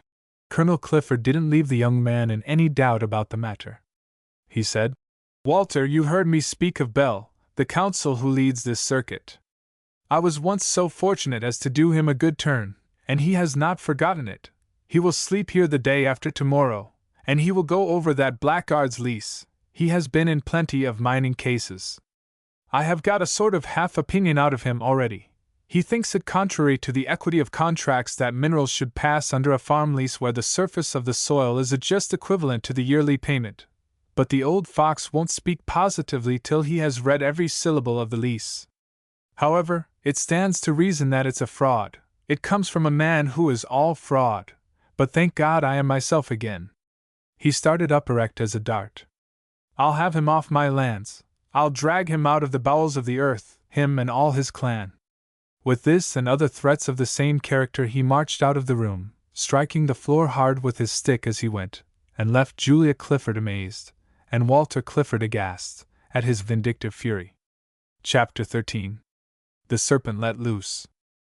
Walter Clifford was so distressed at this outburst, and the prospect of actual litigation between his father and his sweetheart's father, that Julia Clifford pitied him, and, after thinking a little, said she would stop it for the present. She then sat down, and in 5 minutes the docile pen of a female letter-writer produced an ingratiating composition impossible to resist. She apologized for her apparent insincerity, but would be candid, and confide the whole truth to Mr. Bell. Then she told him that Colonel Clifford had only just been saved from death by a miracle, and a relapse was expected in case of any great excitement or irritation, such as a doubtful lawsuit with a gentleman he disliked would certainly cause. The proposed litigation was, for various reasons, most distressing to his son and successor, Walter Clifford, and would Mr. Bell be so very kind as to put the question off as long as possible by any means he thought proper? Walter was grateful, and said, "What a comfort to have a lady on one's side! I would rather have a gentleman on mine," said Julia, laughing. Mr. Bell wrote a discreet reply. He would wait till the assizes, 6 weeks' delay, and then write to the Colonel, postponing his visit. This he did, and promised to look up cases meantime. But these two allies not only baffled their irascible chief, they also humored him to the full. They never mentioned the name of Bartley, and they kept Percy Fitzroy out of sight in spite of his remonstrances, and in a word, they made the Colonel's life so smooth that he thought he was going to have his own way in everything, and he improved in health and spirits, for you know it is an old saying, "Always get your own way, and you'll never die in a pet." And then what was still a tottering situation was kept on its legs by the sweet character and gentle temper of Mary Bartley. We have already mentioned that she was superior to most women in the habit of close attention to whatever she undertook. This was the real key to her facility in languages, history, music, drawing, and calisthenics, as her professor called female gymnastics. The flexible creature's limbs were in secret steel. She could go 30 feet up a slack rope hand over hand with wonderful ease and grace, and hang by one hand for 10 minutes to kiss the other to her friends. So the very day she was surprised into consenting to marry Walter secretly, she sat down to the marriage service and learned it all by heart directly, and understood most of it. By this means she realized that now she had another man to obey as well as her father. So now, when Walter pressed her for secret meetings, she said submissively, "Oh yes, if you insist." She even remarked that she concluded clandestine meetings were the natural consequence of a clandestine marriage. She used to meet her husband in the day when she could, and often for 5 minutes under the moon. And she even promised to spend 2 or 3 days with him at the lakes if a safe opportunity should occur. But for that she stipulated that Mr. Hope must be absent. Walter asked her why she was more afraid of Mr. Hope than of her father. Her eyes seemed to look inward dimly, and at first she said she didn't know.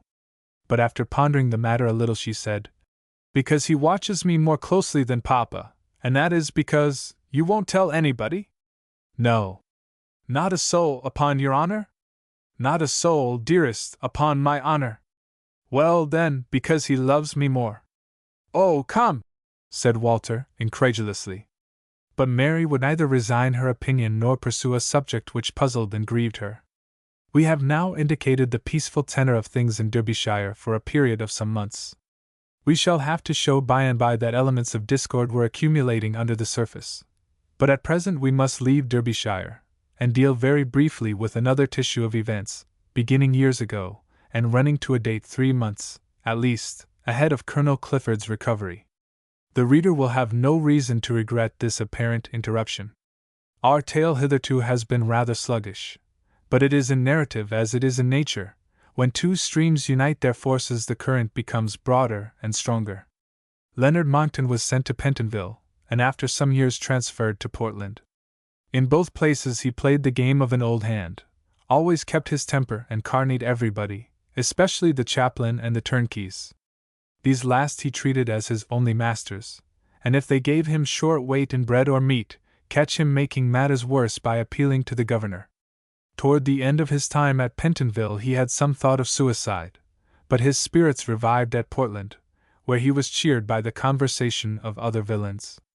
Their name was Legion, but as he never met one of them again, except Ben Burnley, all those miscreants are happily irrelevant. And the reader need not fear an introduction to them, unless he should find himself garrote in some dark street or suburb, or his home rifled some dark and windy night. As for Ben Burnley, he was from the North Country, imprisoned for conspiracy and manslaughter in an attack upon non-union miners. Toward the end of his time he made an attack upon a warder, and got 5 years more.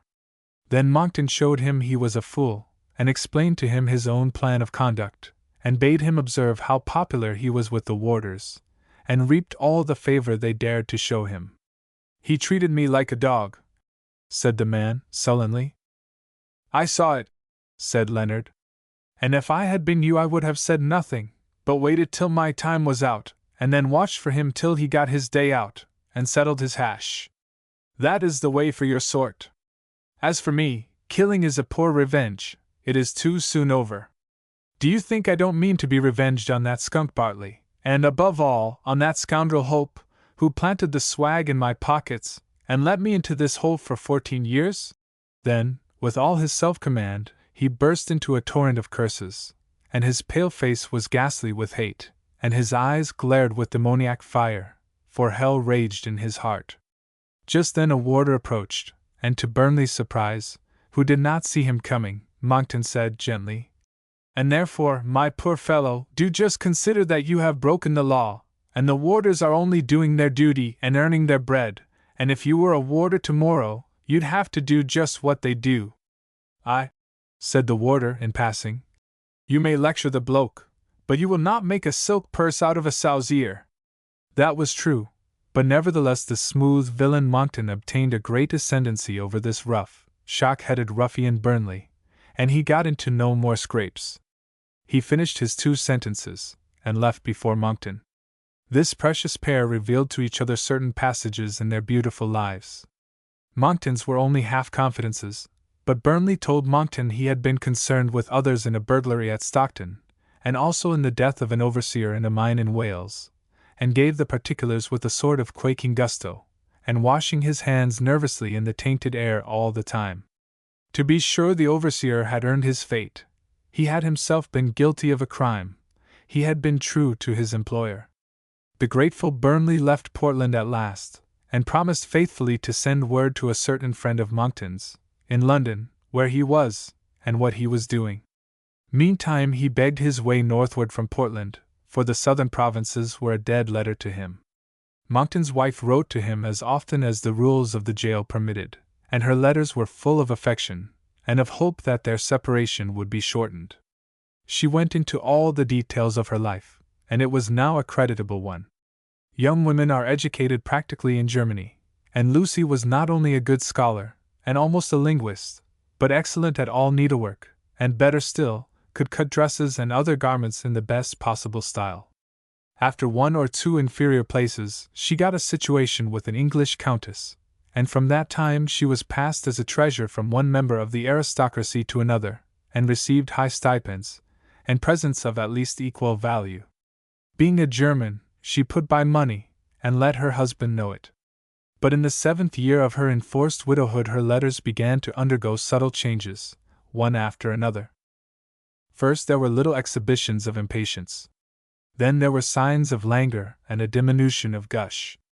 Then there were stronger protestations of affection than ever. Then there were mixed with these protestations queries whether the truest affection was not that which provided for the interests of the beloved person.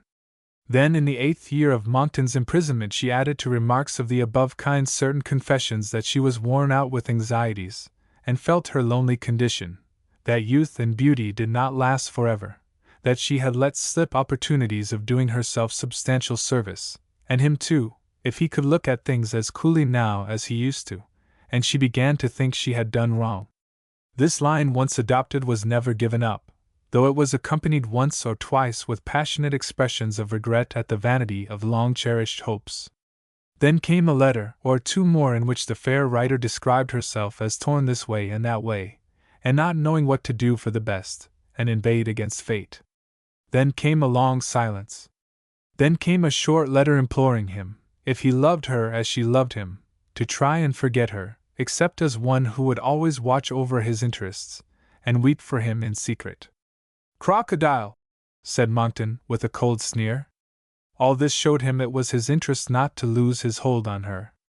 so he always wrote to her in a beautiful strain of faith, affection, and constancy. But this part of the comedy was cut short by the lady discontinuing the correspondence and concealing her address for years. "Ah," said Monkton, "she wants to cure me. That cock won't fight, my beauty." A month before he was let loose upon society came a surprise, a letter from his wife, directing him to call at the office of a certain solicitor in Sergeant's Inn, Fleet Street, when he would receive £50 upon his personal receipt, and a similar sum from time to time, provided he made no attempt to discover her, or in any way disturb her life. "Oh, Leonard," said she, "you ruined me once. Pray do not destroy me again. You may be sure I am not happy, but I am in peace and comfort, and I am old enough to know their value. Dear Leonard, I offer them both to you. Pray do not despise them, and whatever you do, do not offend against the law again. You see how strong it is." Monkton read this with calm indifference. He did not expect a woman to give him a pension unconditionally, or without some little twaddle by way of drawback. He called on the lawyer, and sent in his name. He was received by the lawyer in person, and eyed very keenly. "I am directed to call here for £50, sir," said he.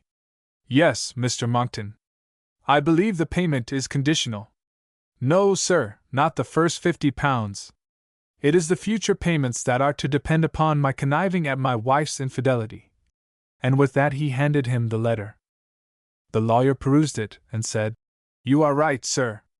The £50 shall be paid to you immediately, but we must request you to consider that our client is your friend, and acts by our advice, and that it will not be either graceful or delicate to interpret her conduct to her discredit." "My good sir," said Monkton, with one of his cynical sneers, "every time your client pays me £50, put on the receipt that black is white in matters of conjugal morality, and I'll sign the whole acknowledgement." Finding he had such a serpent to deal with, the lawyer cut the dialogue short, and paid the money. However, as Monkton was leaving, he said, "You can write to us when you want any more, and would it be discreet of me to ask where we can address you?" "Why not?" said Monkton. "I have nothing to conceal. However, all I can tell you at present is that I am going to Hull to try and find a couple of rogues."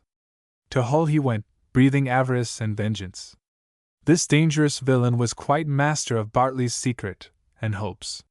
To be sure, when Hope first discovered him in Bartley's office, he was puzzled at the sudden interference of that stranger. He had only seen Hope's back until this, and moreover, Hope had been shabbily dressed in black cloth hard worn, whereas he was in a new suit of tweed when he exposed Monkton's villainy. But this was explained at the trial, and Monkton instructed his attorney to cross-examine Hope about his own great fraud, but counsel refused to do so, either because he disbelieved his client, or thought such a cross-examination would be stopped, or set the court still more against his client. Monkton raged at this, and of course said he had been bought by the other side. But now he was delighted that his enemy's secret had never been inquired into, and that he could fall on them both like a thunderbolt. He was at home next day, and rambled about the old shop, and looked in at the windows. All new faces, and on the door-plate, "Atkinson and Company." Then he went in, and asked for Mr. Bartley. "Name not known." "Why, he used to be here." "I was in his employ." "No, nobody knew Mr. Bartley." "Could he see Mr. Atkinson?" "Certainly. Mr. Atkinson would be there at 2 o'clock. Monkton, after some preamble, asked whether he had not succeeded in this business to Mr. Robert Bartley. No, he had bought the business from Mrs. Duplex, a widow residing in this town, and he happened to know that her husband had taken it from Whitaker, a merchant at Boston. "Is he alive, sir?" "I believe so, and very well known." Monkton went off to Whitaker, and learned from him that he had bought the business from Bartley, but it was many years ago, and he had never heard of the purchaser since that day. Monkton returned to London baffled. What was he to do?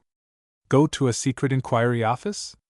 Advertise that if Mr. Robert Bartley, late of Hull, would write to a certain agent, he would hear of something to his advantage? He did not much fancy either of these plans. He wanted to pounce on Bartley, or Hope, or both.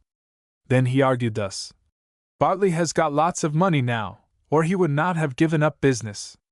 10 to 1 he lives in London or visits it. I will try the park. Well, he did try the park, both at the riding hour and the driving hour. He saw no Bartley at either time. But one day in the Ladies' Mile, as he listlessly watched the carriages defile slowly past him, with every now and then a jam, there crawled past him a smart Victoria, and in it a beautiful woman with glorious dark eyes, and a lovely little boy, the very image of her. It was his wife and her son. Monckton started, but the lady gave no sign of recognition. She bowed, but it was to a gentleman at Monckton's side, who had raised his hat to her with marked respect. "What a beautiful cracker!" said a little swell to the gentleman in question. "You know her?" "Very slightly." "Who is she?" "A duchess?" "No, a stockbroker's wife, Mrs. Braham." "Why, she is a known beauty." That was enough for Monckton. He hung back a little, and followed the carriage. He calculated that if it left the park at Hyde Park Corner, or the Marble Arch, he could take a hansom and follow it. When the Victoria got clear of the crowd at the corner, Mrs. Braham leaned forward a moment, and whispered a word to her coachman. Instantly the carriage dashed at the Chesterfield gate and into Mayfair at such a swift trot that there was no time to get a cab and keep it in sight. Monckton lighted a cigarette. "Clever girl," said he, satirically. "She knew me, and never winked." The next day he went to the lawyer and said, "I have a little favor to ask you, sir." The lawyer was on his guard directly, but said nothing. "An interview, in this office, with Mrs. Braham." The lawyer winced, but went on his guard again directly. "Client of ours?" "Yes, sir." "Braham?" "Braham?" said the lawyer, affecting to search the caverns of professional memory. "Stockbroker's wife." "Where do they live?" "What? Don't you know?" "Place of business, Threadneedle Street." "Place of bigamy, Portman Square." "I have no authority to grant a personal interview with any such person." "But you have no power to hinder one, and it is her interest the meeting should take place here, and the stockbroker be out of it." The lawyer reflected. "Will you promise me it shall be a friendly interview? You will never go to her husband? Her stockbroker, you mean?" "Not I, if she comes to me here when I want her." "Will that be often?" "I think not. I have a better card to play than Mrs. Braham. I only want her to help me to find certain people. Shall we say 12 o'clock tomorrow?" The lawyer called on Mrs. Braham, and after an agitated and tearful interview, persuaded her to keep the appointment. "Consider," said he, "what you gain by making our office the place of meeting. Establish that at once. It's a point of defense." The meeting took place in the lawyer's private room, and Mrs. Braham was so overcome that she nearly fainted. Then she was hysterical, and finally tears relieved her. When she came to this point, Monckton, who had looked upon the whole exhibition as a mere preliminary form observed by females, said, "Come, Lucy, don't be silly. I am not here to spoil your little game, but to play my own. The question is, will you help me to make my fortune?" "Oh, that I will, if you will not break up my home." "Not such a fool, my dear. Catch me killing a milk cow. You give me a percentage on your profits, and I'm dumb. Then all you want is more money." "That is all, and I shall not want that in a month's time." "I have brought £100, Leonard," she said timidly. "Sensible girl. Hand it over." Two white hands trembled at the strings of a little bag, and took out 10 crisp notes. Leonard took them with satisfaction. "There," said he. "This will last me till I have found Bartley and Hope, and made my fortune." "Hope!" said Mrs. Braham. "Oh, pray keep clear of him. Pray don't attack him again. He is such an able man. I will not attack him again to be defeated. Forewarned, forearmed. Indeed, if I am to bleed Bartley, I don't know how I can be revenged on Hope. That is the cruel thing. But don't you trouble about my business, Lucy, unless," said he, with a sneer, "you can tell me where to find them, and so save me a lot of money." "Well, Leonard," said Lucy, "it can't be so very hard to find Hope. You know where that young man lives that I— "Oh, Walter Clifford!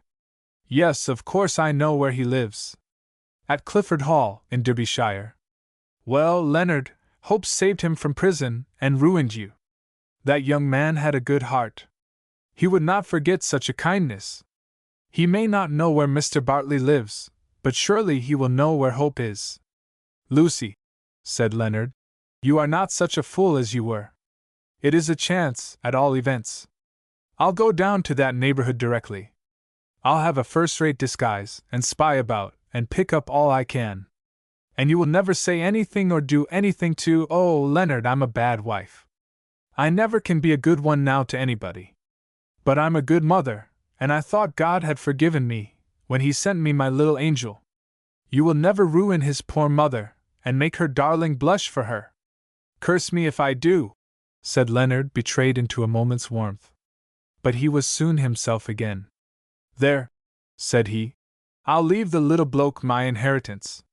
Perhaps you don't know I'm heir to a large estate in Westmoreland, no end of land, and half a lake, and only 11 lives between the estate and me. I will leave my great expectations to that young bloke. What's his Christian name? Augustus. And what's his father's name? Jonathan. Leonard then left all his property, real and personal, and all that should ever accrue to him, to Augustus Braham, son of Jonathan Braham, and left Lucy Braham sole executrix and trustee. Then he hurried into the outer office, signed this document, and got it witnessed. The clerks proposed to engross it. What for? Said he. This is the strongest form. All in the same handwriting as the signature. Forgery made easy are your engrossed wills. He took it in to Mrs. Braham, and read it to her, and gave it her. He meant it all as a joke, he read it with a sneer. But the mother's heart overflowed. She put it in her bosom, and kissed his hand. Oh, Leonard, said she, God bless you! Now I see you mean no ill to me and mine. You don't love me enough to be angry with me. But it all comes back to me. A woman can't forget her first. Now promise me one thing, don't give way to revenge or avarice. You are so wise when you are cool, but no man can give way to his passions and be wise. Why run any more risks? He is liberal to me, and I'm not extravagant. I can allow you more than I said, and wrong nobody. Monckton interrupted her thus. There, old girl, you are a good sort, you always were. But not bleed that skunk Bartley, and not be revenged on that villain Hope? I'd rather die where I stand, for they have turned my blood to gall, and lighted hell in my heart this many a year of misery. He held out his hand to her. It was cold. She grasped it in her warm, soft palm, and gave him one strange, searching look with her glorious eyes, and so they parted. Next day, at dusk, there arrived at the Dun Cow an elderly man with a large carpet bag and a strapped bundle of patterns, tweed, kersey, velveteen, and corduroys. He had a short grey mustache and beard, very neat, and appeared to be a commercial traveler. In the evening he asked for brandy, old rum, lemons, powdered sugar, a kettle, and a punch bowl. A huge one, relic of a past age, was produced. He mixed delicious punch, and begged the landlady to sit down and taste it. She complied, and pronounced it first rate. He enticed her into conversation. She was a rattling gossip, and told him first her own grievances. Here was the village enlarging, and yet no more custom coming to her because of the beer-house. The very mention of this obnoxious institution moved her bile directly. A pretty gentleman, said she, to brew his own beer and undersell a poor widow that have been here all her days and her father before her. But the colonel won't let me be driven out altogether, no more will Mr. Walter. He do manage for the old gentleman now. Monckton sipped and waited for the name of Hope, but it did not come. The good lady deluged him with the things that interested her. She was to have a bit of a farm added on to the Dun Cow. It was to be grass land, and not much labor wanted. She couldn't undertake that, was it likely? But for milking of cows and making butter or cheese, that she was as good at as here and there one, and if she could have the custom of the miners for her milk. But law, sir, said she, I'll go bail as that there Bartley will take and set up a dairy against me, as he have a beer shop. Bartley? Said Monckton, inquiringly. Aye, sir, Him as owns the mine, and the beer shop, and all, worse luck for me. Bartley? Who is he? Oh, one of those chaps that rise from nothing nowadays. Came here to farm, but that was a blind, the colonel says. Sunk a mine, he did, and built a pit village, and turns everything into brass money. But there, you are a stranger, sir. What is all this to you? Why, it is very interesting, said Monckton. Mistress, I always like to hear the whole history of every place I stop at, especially from a sensible woman like you, that sees to the bottom of things. Do have another glass.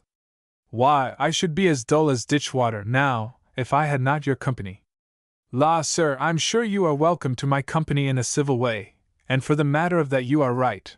Life is life, and there's plenty to be learned in a public. Do but open your eyes and ears. Have another glass with me. I am praised for my punch. You deserve it, sir. Better was never brewed. She sipped, and smacked her lips, till it was all gone. This glass colored her cheeks, brightened her eyes, and even loosened her tongue, though that was pretty well oiled by nature. Well, sir, said she, you are a bird of passage, here today and gone tomorrow, and it don't matter much what I tell you, so long as I don't tell no lies. There will be a row in this village. Having delivered this formidable prophecy, the coy dame pushed her glass to her companion for more, and leaning back cozily in the old-fashioned high-backed chair, observed the effect of her thunderbolt. Monckton rubbed his hands. I'm glad of it, said he genially. That is to say, provided my good hostess does not suffer by it. I'm much beholden to you, sir, said the lady. You are the civilest spoken gentleman I have entertained this many a day. Here's your health, and wishing you luck in your business, and many happy days well spent. My service to you, sir.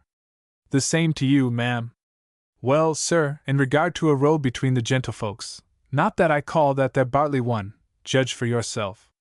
You are a man of the world and a man of business, and an elderly man apparently. At all events, I am older than you, madam. That is as may be, said Mrs. Dawson dryly. We hain't got the parish register here, and all the better for me. So once more I say, judge for yourself. Well, madam, said Monckton, I will try, if you will oblige me with the facts. That is reasonable, said Mrs. Dawson loftily, but after some little consideration. The facts I will declare, and not a lie among 'em. That will be a novelty, thought her cynical hearer, but he held his tongue, and looked respectfully attentive. Colonel Clifford, said Mrs. Dawson, hates Bartley like poison, and Bartley him. The colonel vows he will have him off the land and out of the bowels of the earth, and he have sent him a lawyer's letter, for everything leaks out in this village, along of the servants chattering. Bartley he don't value a lawyer's letter no more than that. He defies the colonel, and they'll go at it hammer and tongs at the sizes, and spend a mint of money in law. That's one side of the question. But there's another. Master Walter is deep in love with Miss Mary. Who is she? Who is she? Why, Bartley's daughter, to be sure, not as I'd believe it if I hadn't known her mother, for she is no more like him in her looks or her ways than a tulip is to a dandelion. She is the loveliest girl in the county, and better than she's bonny. You don't catch her drawing bridle at her papa's beer-house, and she never passes my picture.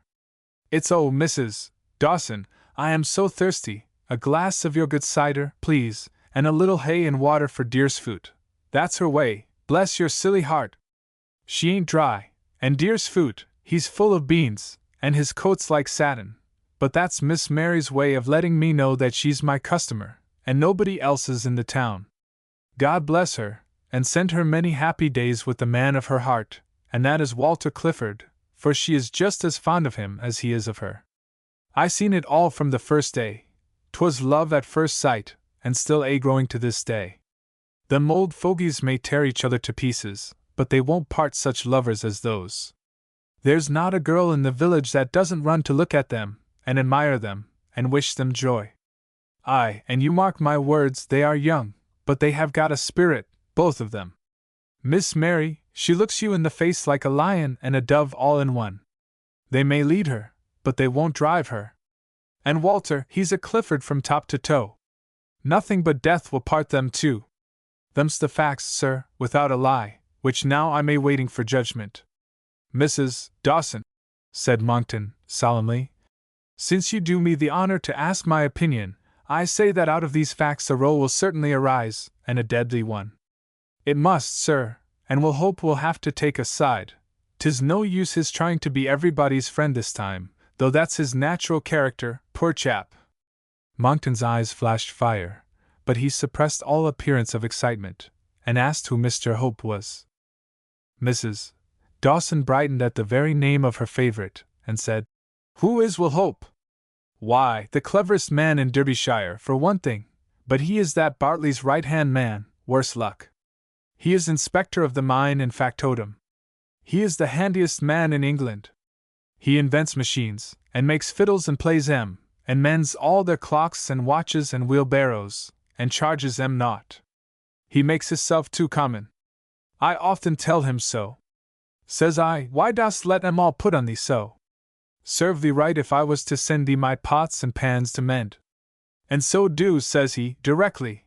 There's no art in it, if you can make the solder, and I can do that, by the Dick and Harry. And one day I said to him, Do take a look at this fine new cow of mine as cost me 25 good shillings and a quart of ale. Whatever is the matter with her? She looks like the skin of a cow flattened against the board. So says he, Nay, she's better drawn than 9 in 10, but she wants light and shade.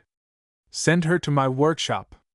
Aye, says I, thy workshop is like the churchyard, we be all bound to go there one day or t'other. Well, sir, if you believe me, when they brought her home and hung her again she almost knocked my eye out.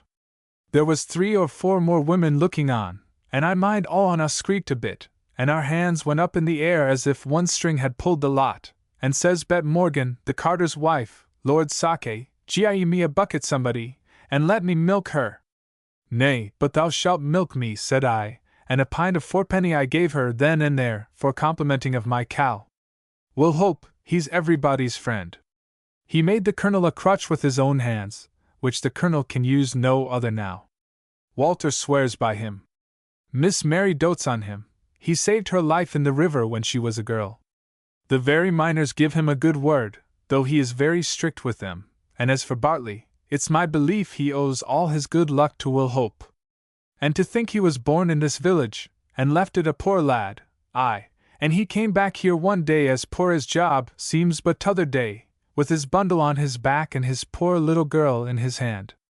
I dare say I fed them both with whatever was going, poor bodies. What was she like? A poor little wizened thing. She had beautiful golden hair, though. Like Miss Bartley's? Something but lighter. Have you ever seen her since? No, and I never shall. Who knows? Nay, sir. I asked him after her one day when he came home for good. He never answered me, and he turned away as if I had stung him. She has followed her mother, no doubt. And so now she is gone he's well to do, and that is the way of it, sir. God sends mouths where there is no meat, and meat where there's no mouths. But he knows best, and sees both worlds at once. We can only see this one, that's full of trouble. Monckton now began to yawn, for he wanted to be alone and think over the schemes that floated before him now. You are sleepy, sir, said Mrs. Dawson. I'll go and see your bed is all right. He thanked her and filled her glass. She tossed it off like a man this time, and left him to doze in his chair. Doze, indeed! Never did a man's eyes move to and fro more restlessly. Every faculty was strung to the utmost. At first, as all the dramatis personae he was in search of came out one after another from that gossip's tongue, he was amazed and delighted to find that instead of having to search for one of them in one part of England, and another in another, he had got them all ready to his hand. But soon he began to see that they were too near each other, and some of them interwoven, and all the more dangerous to attack. He saw one thing at a glance: that it would be quite a mistake to settle a plan of action. That is sometimes a great advantage in dealing with the unguarded. But it creates a stiffness. Here all must be supple and fitted with watchful tact to the situation as it rose. Everything would have to be shot flying.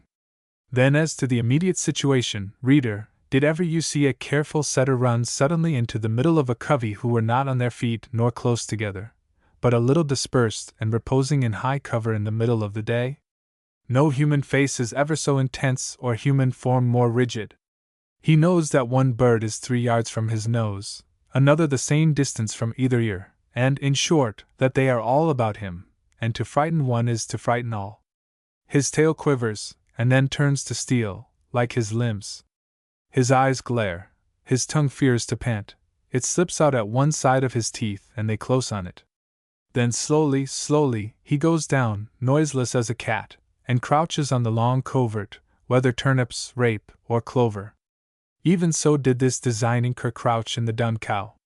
The loyal quadruped is waiting for his master, and his anxiety is disinterested.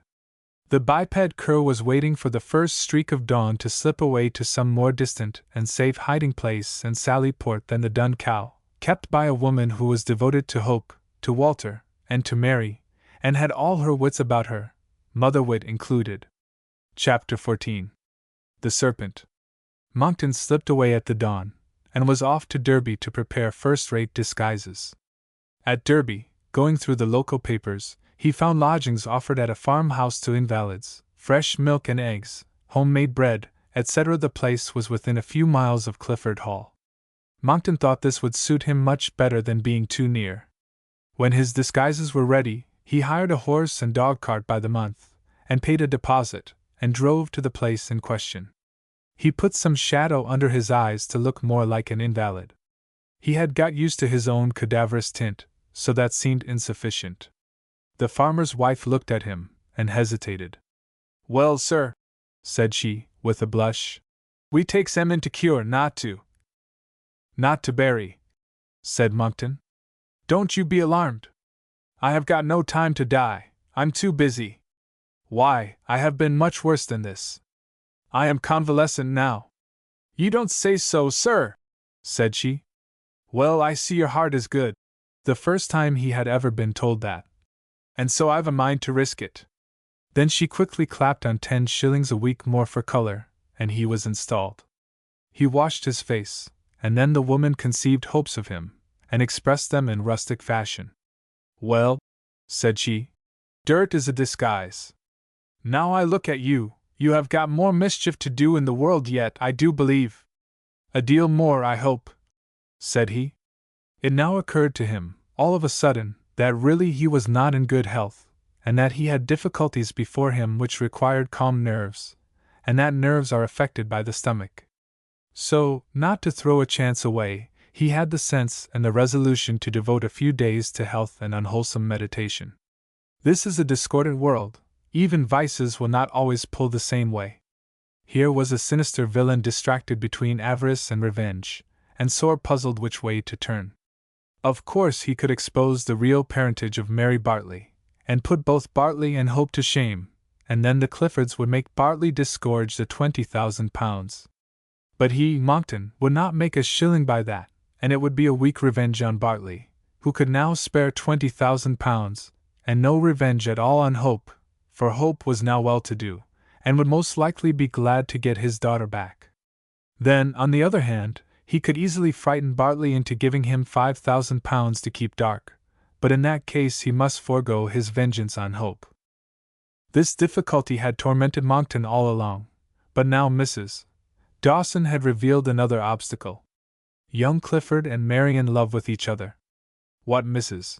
Easton saw as a friend, with her good mother-wit, this man saw in a moment as an enemy, viz., that this new combination dwarfed the £20,000 altogether.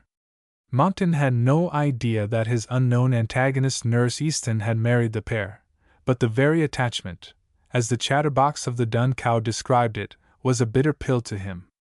"Who could have foreseen this?" said he. "It's devilish. We did not ourselves intend our readers to feel it so, or we would not have spent so much time over it. But as regards that one adjective, Mr. Monckton is a better authority than we are. He had a document with him that, skillfully used, might make mischief for a time between these lovers. But he foresaw there could be no permanent result without the personal assistance of Mrs. Braham. That he could have commanded 14 years ago, but now he felt how difficult it would be.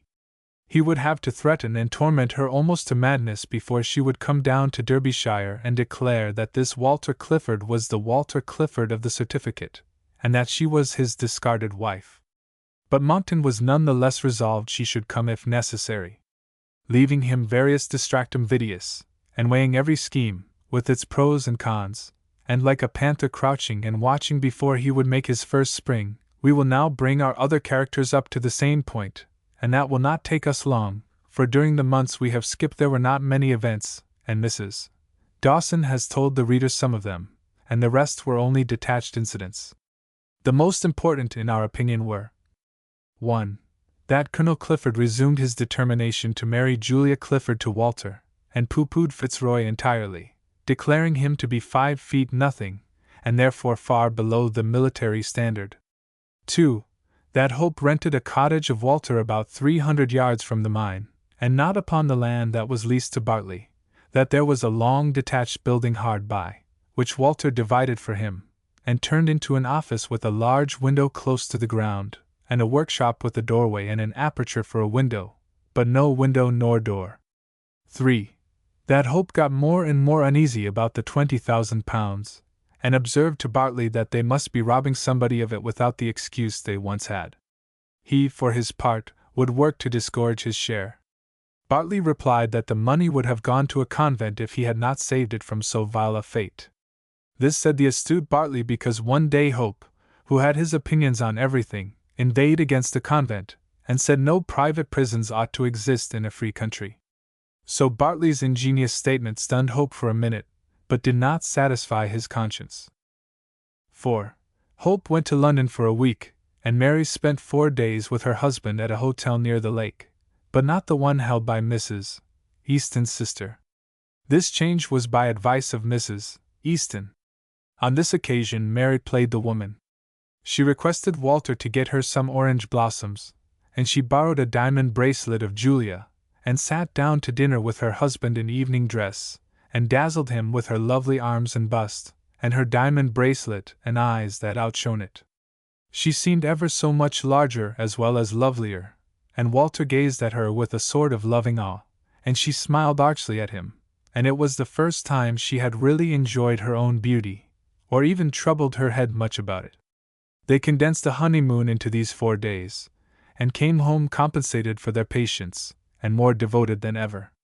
But whilst they were away Colonel Clifford fired his attorney at Mr. Bartley, and when Mary came home, Bartley, who had lately connived at the love affair, told Mary this, and forbade her strictly to hold any more intercourse with Walter Clifford. This was the state of things when the Hare, with many friends, and only one enemy, returned to his cottage late in the afternoon. But before night everybody knew he had come home, and next morning they were all at him in due order. No sooner was he seated in his workshop, studying the lines of a new machine he was trying to invent, than he was startled from intense thought into the attitude of Hogarth's enraged musician by cries of, "Mr. Hope! Mr. Hope! Mr. Hope!" And there was a little lot of eager applicants. First a gypsy boy with long black curls and continuous genuflections, and a fiddle, and doleful complaints that he could not play it, and that it was the fiddle's fault. "Well, it is for once," said Hope. "Why, you little duffer, don't you see the bridge is too low?" He slackened the string, removed the bridge, fitted on a higher one, tuned it, and handed it over. "There," said he, "play us one of the tunes of Egypt, the Rogue's March, eh? And mizzle." The supple Oriental grinned and made obeisances, pretended not to know the Rogue's March, to the hen-house, and went off playing Johnny Comes Marching Home, Bridewell to wit. Then did Miss Clifford's French maid trip forward smirking with a parasol to mend. Désolé de vous déranger, Monsieur Hope, mais notre demoiselle est au désespoir. Oh, CS parasols anglais. Canu, said Hope. Voyancier. And in a minute repaired the article, and the girl spread it, and went off wriggling and mincing with it, so that there was a pronounced hoarse laugh at her minauderies. Then advanced a rough young English nurse out of a farmhouse with a child that could just toddle. She had left an enormous doll with Hope for repairs, and the child had given her no peace for the last week. Luckily the doll was repaired, and handed over. The mite, in whose little bosom maternal feelings had been excited, insisted on carrying her child. The consequence was that at about the third step they rolled over one another, and to spectators at a little distance it was hard to say which was the parent, and which the offspring. Then the strapping lass in charge seized roughly, and at the risk of dislocating their little limbs, tossed into the air and caught, one on each of her own robust arms, and carried them off stupidly irritated, for want of a grain of humor, at the good-natured laugh this caused, and looking as if she would like to knock their little heads together. Under cover of this an old man in a broad hat, and seemingly infirm, crept slowly by and looked keenly at Hope, but made no application. Only while taking stock of Hope his eyes flashed wickedly, and much too brightly for so old a man as he appeared. He did not go far. He got behind a tree, and watched the premises. Then a genuine old man and feeble came and brought Hope his clock to mend. Hope wound it up, and it went to perfection. The old man had been a stout fellow when Hope was a boy, but now he was weak, especially in the upper story. Hope saw at once that the young folk had sent him there for a joke, and he did not approve it. "Gaffer," said he, "this will want repairing every 8 days, but don't you come here any more. I'll call on you every week, and repair it for auld lang syne." Whilst he toddled away, and Hope retired behind his lathe to study his model in peace, Monckton raged at the sight of him and his popularity. "I," said he, "you are a genius. You can model a steam engine or mend a doll, and you outwitted me, and gave me 14 years. But you will find me as ingenious as you at one thing, and that's revenge." And now a higher class of visitors began to find their way to the general favorite. The first was a fair young lady of surpassing beauty. She strolled pensively down the green turf, cast a hasty glance in at the workshop, and not seeing Hope, concluded he was a little tired after his journey, and had not yet arrived. She strolled slowly down then, and seated herself in a large garden chair, stuffed, that Hope had made, and placed there for Colonel Clifford. That worthy frequented the spot because he had done so for years, and because it was a sweet turfy slope, and there was a wonderful beech tree his father had made him plant when he was 5 years old. It had a gigantic silvery stem, and those giant branches which die crippled in a beech wood but really belonged to the isolated tree, as one Virgil discovered before we were born. Mary Bartley then lowered her parasol, and settled into the Colonel's chair under the shade patchouli fagi of the wide-spreading beech tree. She sat down and sighed. Monckton eyed her from his lurking place, and made a shrewd guess who she was, but resolved to know. Presently Hope caught a glimpse of her, and came forward and leaned out of the window to enjoy the sight of her. He could do that unobserved, for he was a long way behind her at a sharp angle.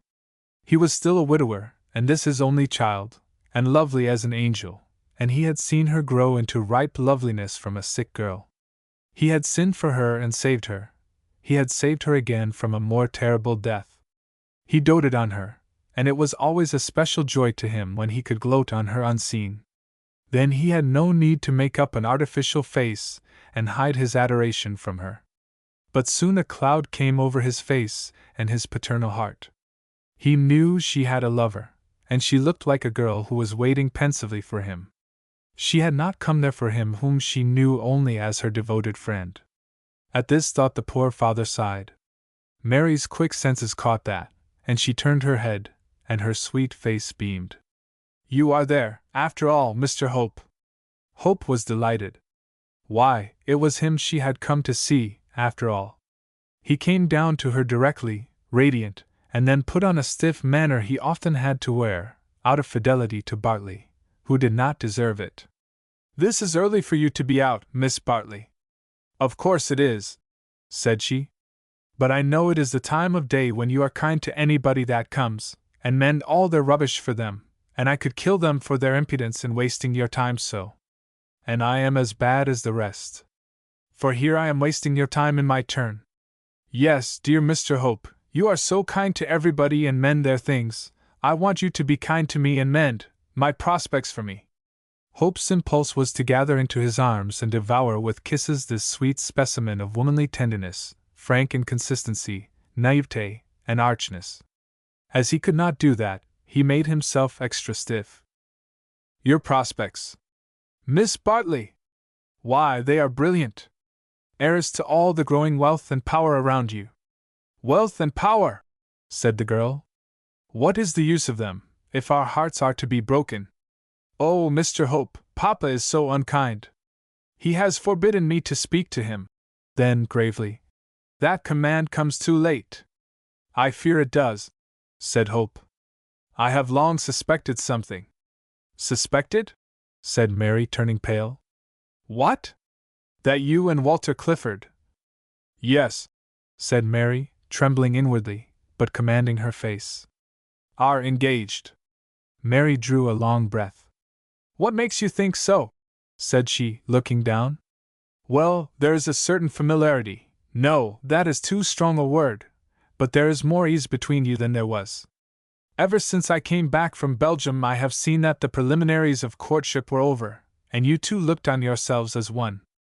Mr. Hope, said this good, arch girl, and left off panting. You are a terrible man.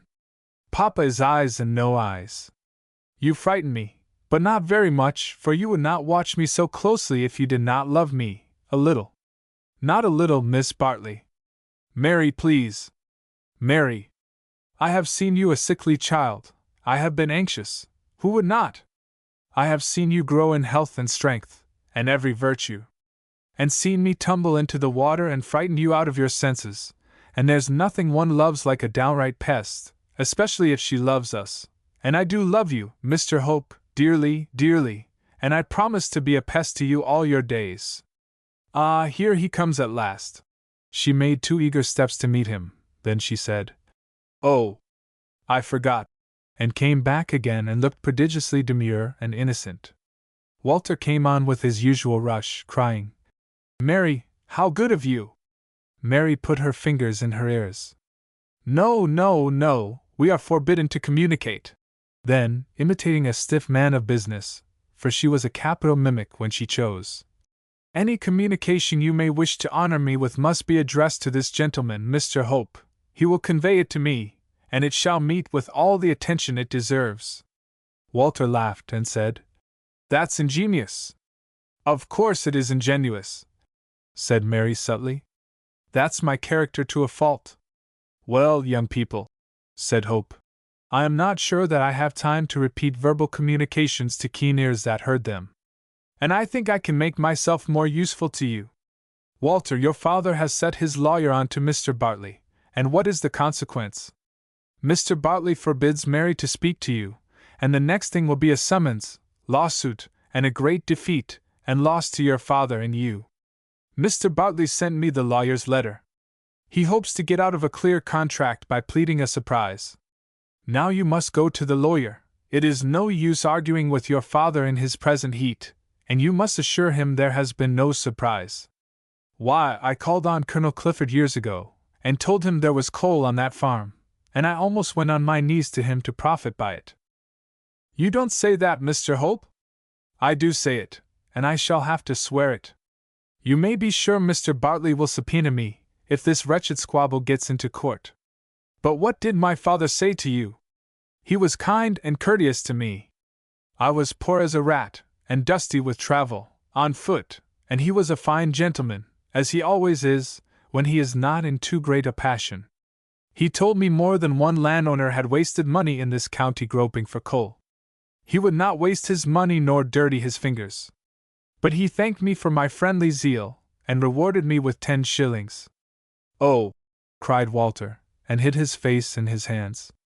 As for Mary, she put her hand gently but quietly on Hope's shoulder, as if to protect him from such insults. Why, children, said Hope, pleased at their sympathy, but too manly to hunt for it. It was more than he thought the information worth, and I assure you it was a blessed boon to me. I had spent my last shilling, and there I was traipsing across the island on a wild goose chase with my reaping hook and my fiddle, and my poor little Grace that I. Mary's hand went a moment to his other shoulder, and she murmured through her tears, You have got me. Then Hope was happy again, and indeed the simplest woman can find in a moment the very word that is balm of Gilead to a sorrowful man. However, Hope turned it off and continued his theme. The jury, he said, would pounce on that 10 shillings as the Colonel's true estimate of his coal, and he would figure in the case as a dog in the manger who grudged Bartley the profits of a risky investment he had merely sneered at and not opposed, until it turned out well, and also disregarded the interests of the little community to whom the mine was a boon. No, said Hope. Tell your lawyer that I am Bartley's servant, but love equity. I have proposed to Bartley to follow a wonderful seam of coal under Colonel Clifford's park. We have no business there. So if the belligerents will hear reason, I will make Bartley pay a royalty on every ton that comes to the surface from any part of the mine, and that will be £1,200 a year to the Cliffords. Take this to the lawyer and tell him to unfix that hero's bayonet, or he will charge at the double and be the death of his own money, and yours. Walter threw up his hands with amazement and admiration. What a head! Said he. Fiddle-dee! Said Mary. What a heart! In a word, a phoenix, said Hope dryly. Praise is sweet, especially behind one's back. So pray go on, unless you have something better to say to each other. And Hope retired briskly into his office. But when the lovers took him at his word, and began to strut up and down hand in hand, and murmur love's music into each other's ears, he could not take his eyes off them, and his thoughts were sad. She had only known that young fellow a few months, yet she loved him passionately, and he would take her away from her father before she even knew all that father had done and suffered for her. When the revelation did come, she would perhaps be a wife and a mother, and then even that revelation would fall comparatively flat. Besides his exceptional grief, he felt the natural pang of a father at the prospect of resigning her to a husband. Hard is the lot of parents, and above all, of a parent with one child whom he adores. Many other creatures love their young tenderly, and their young leave them. But then the infancy and youth of those creatures are so short. In a few months the young shift for themselves, forgetting and forgotten. But with our young the helpless periods of infancy and youth are so long. Parental anxiety goes through so many trials and so various, and they all strike roots into the parent's heart. Yet after 20 years of love and hope and fear comes a handsome young fellow, a charming highwayman to a parent's eye, and whisks her away after 2 months' courtship.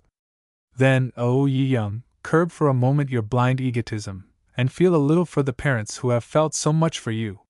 You rather like William Hope, so let him help you to pity your own parents. See his sad face as he looks at the love he is yet too unselfish to discourage. To save that tender root, a sickly child, he transplanted it from his own garden, and still tended it with loving care for many a year. Another gathers the flower. He watched and tended and trembled over the tender nestling. The young bird is trying her wings before his eyes. Soon she will spread them, and fly away to a newer nest and a younger bosom. In this case, however, the young people had their troubles too, and their pretty courtship was soon interrupted by an unwelcome and unexpected visitor, who, as a rule, avoided that part, for the very reason that Colonel Clifford frequented it. However, he came there today to speak to Hope. Mr. Bartley, for he it was, would have caught the lovers if he had come silently, but he was talking to a pitman as he came, and Mary's quick ears heard his voice round the corner. "Papa!" cried she. "Oh, don't let him see us! Hide!" "Where?" "Anywhere, in here, quick!" And she flew into Hope's workshop, which indeed offered great facilities for hiding. However, to make sure, they crouched behind the lathe and a huge plank of beautiful mahogany Hope was very proud of. As soon as they were hidden, Mary began to complain in a whisper. "This comes of our clandestine M. Our very life is a falsehood, concealment is torture, and degradation. I don't feel it. I call this good fun. Oh, Walter! Good fun! For shame! Hush!" Bartley bustled on to the green, called Hope out, and sat down in Colonel Clifford's chair. Hope came to him, and Bartley, who had in his hand some drawings of the strata in the coal mine, handed the book to Hope, and said, "I quite agree with you. That is the scene to follow, there's a fortune in it. Then you are satisfied with me?" "More than satisfied. I have something to ask in return." "I am not likely to say no, my good friend," was the cordial reply. "Thank you. Well, then, There is an attachment between Mary and young Clifford. Bartley was on his guard directly. Her happiness is at stake. That gives me a right to interfere, and say, be kind to her. Am I not kind to her? Was any parent ever kinder? But I must be wise as well as kind. Colonel Clifford can disinherit his son. At this point the young people ventured to peep and listen, taking advantage of the circumstance that both Hope and Bartley were at some distance, with their backs turned to the workshop. So they both heard Hope say, "Withdraw your personal opposition to the match, and the other difficulty can be got over. If you want to be kind to a young woman, it is no use feeding her ambition and her avarice, for these are a man's idols. A woman's is love." Mary wafted the speaker a furtive kiss. "To enrich that dear child after your death, 30 years hence, and break her heart in the flower of her youth, is to be unkind to her, and if you are unkind to her, our compact is broken." "Unkind to her," said Bartley.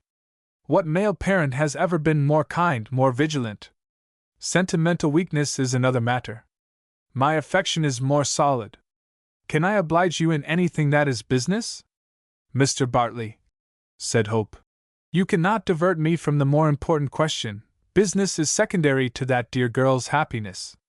However, I have more than once asked you to tell me who is the loser of that large sum, which, as you and I have dealt with it, has enriched you and given me a competence." "That's my business," said Bartley sharply, "for you never fingered a shilling of it. So if the pittance I pay you for conducting my business burns your pocket, why, send it to Rothschild." And having made this little point, Bartley walked away to escape further comment, and Hope turned on his heel and walked into his office, and out at the back door directly, and proceeded to his duties in the mine. But he was much displeased with Bartley, and his looks showed it. The coast lay clear. The lovers came cautiously out, and silently too, for what they had heard puzzled them not a little. Mary came out first, and wore a very meditative look. She did not say a word till they got to some little distance from the workshop. Then she half turned her head toward Walter, who was behind her, and said, "I suppose you know we have done a contemptible thing, listening?" "Well," said Walter, "it wasn't good form, but," added he, "we could hardly help it." "Of course not," said Mary. "We have been guilty of a concealment that drives us into holes and corners, and all manner of meannesses must be expected to follow. Well, we have listened, and I am very glad of it, for it is plain we are not the only people who have got secrets. Now tell me, please, what does it all mean?" "Well, Mary," said Walter, "to tell the truth, it is all Greek to me, except about the money. I think I could give a guess where that came from." "There, now!" cried Mary. "That is so like you gentlemen. Money, money, money! Never mind the money part, leave that to take care of itself. Can you explain what Mr. Hope said to Papa about me? Mr. Hope is a very superior man, and Papa's adviser in business. But, after all, he is in Papa's employment. Papa pays him. Then how comes he to care more about my happiness than Papa does, and say so? Why, you begged him to intercede." "Yes," said Mary, "but not to threaten Papa, not to say, if you are unkind to Mary, our compact is broken." Then she pondered a while, then she turned to Walter and said, "What sort of compact is that?" "A compact between a father and another gentleman that a father shall not be unkind to his own daughter.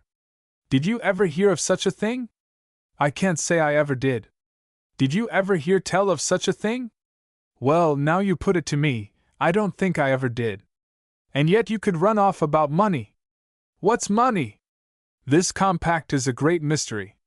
It's my business from this hour to fathom that mystery. Please let me think." Mary's face now began to show great power and intensity. Her eyes seemed to veil themselves, and to turn down their glances inward.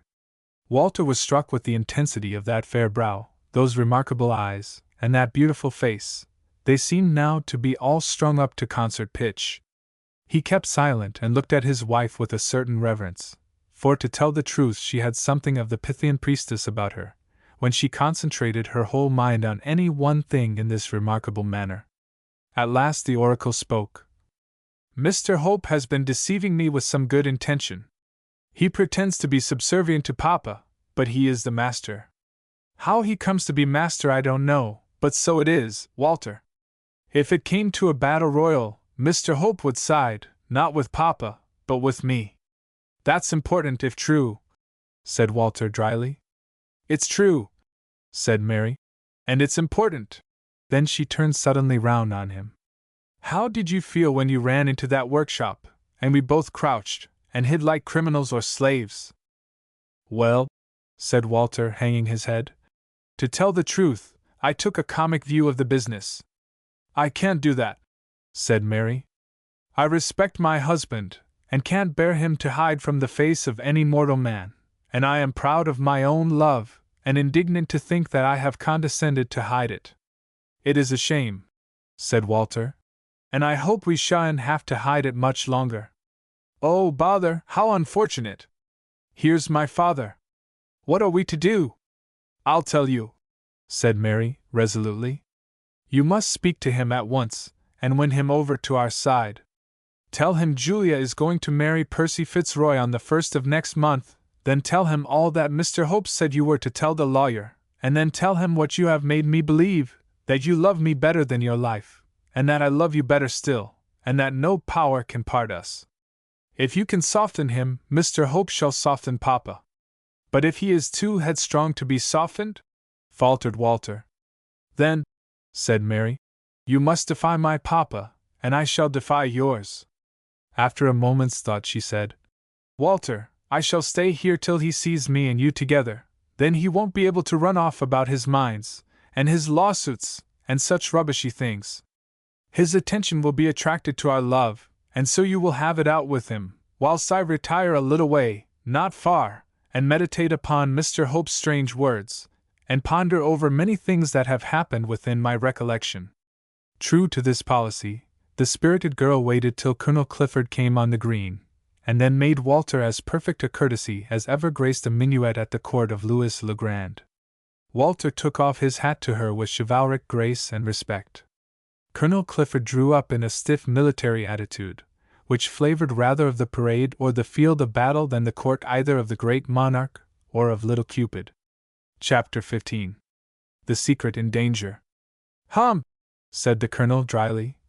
A petticoat, etc., suggested Walter meekly, and we think he was right, for a petticoat has never in our day been the only garment worn by females, nor even the most characteristic. Fishermen wear petticoats, and don't wear bonnets.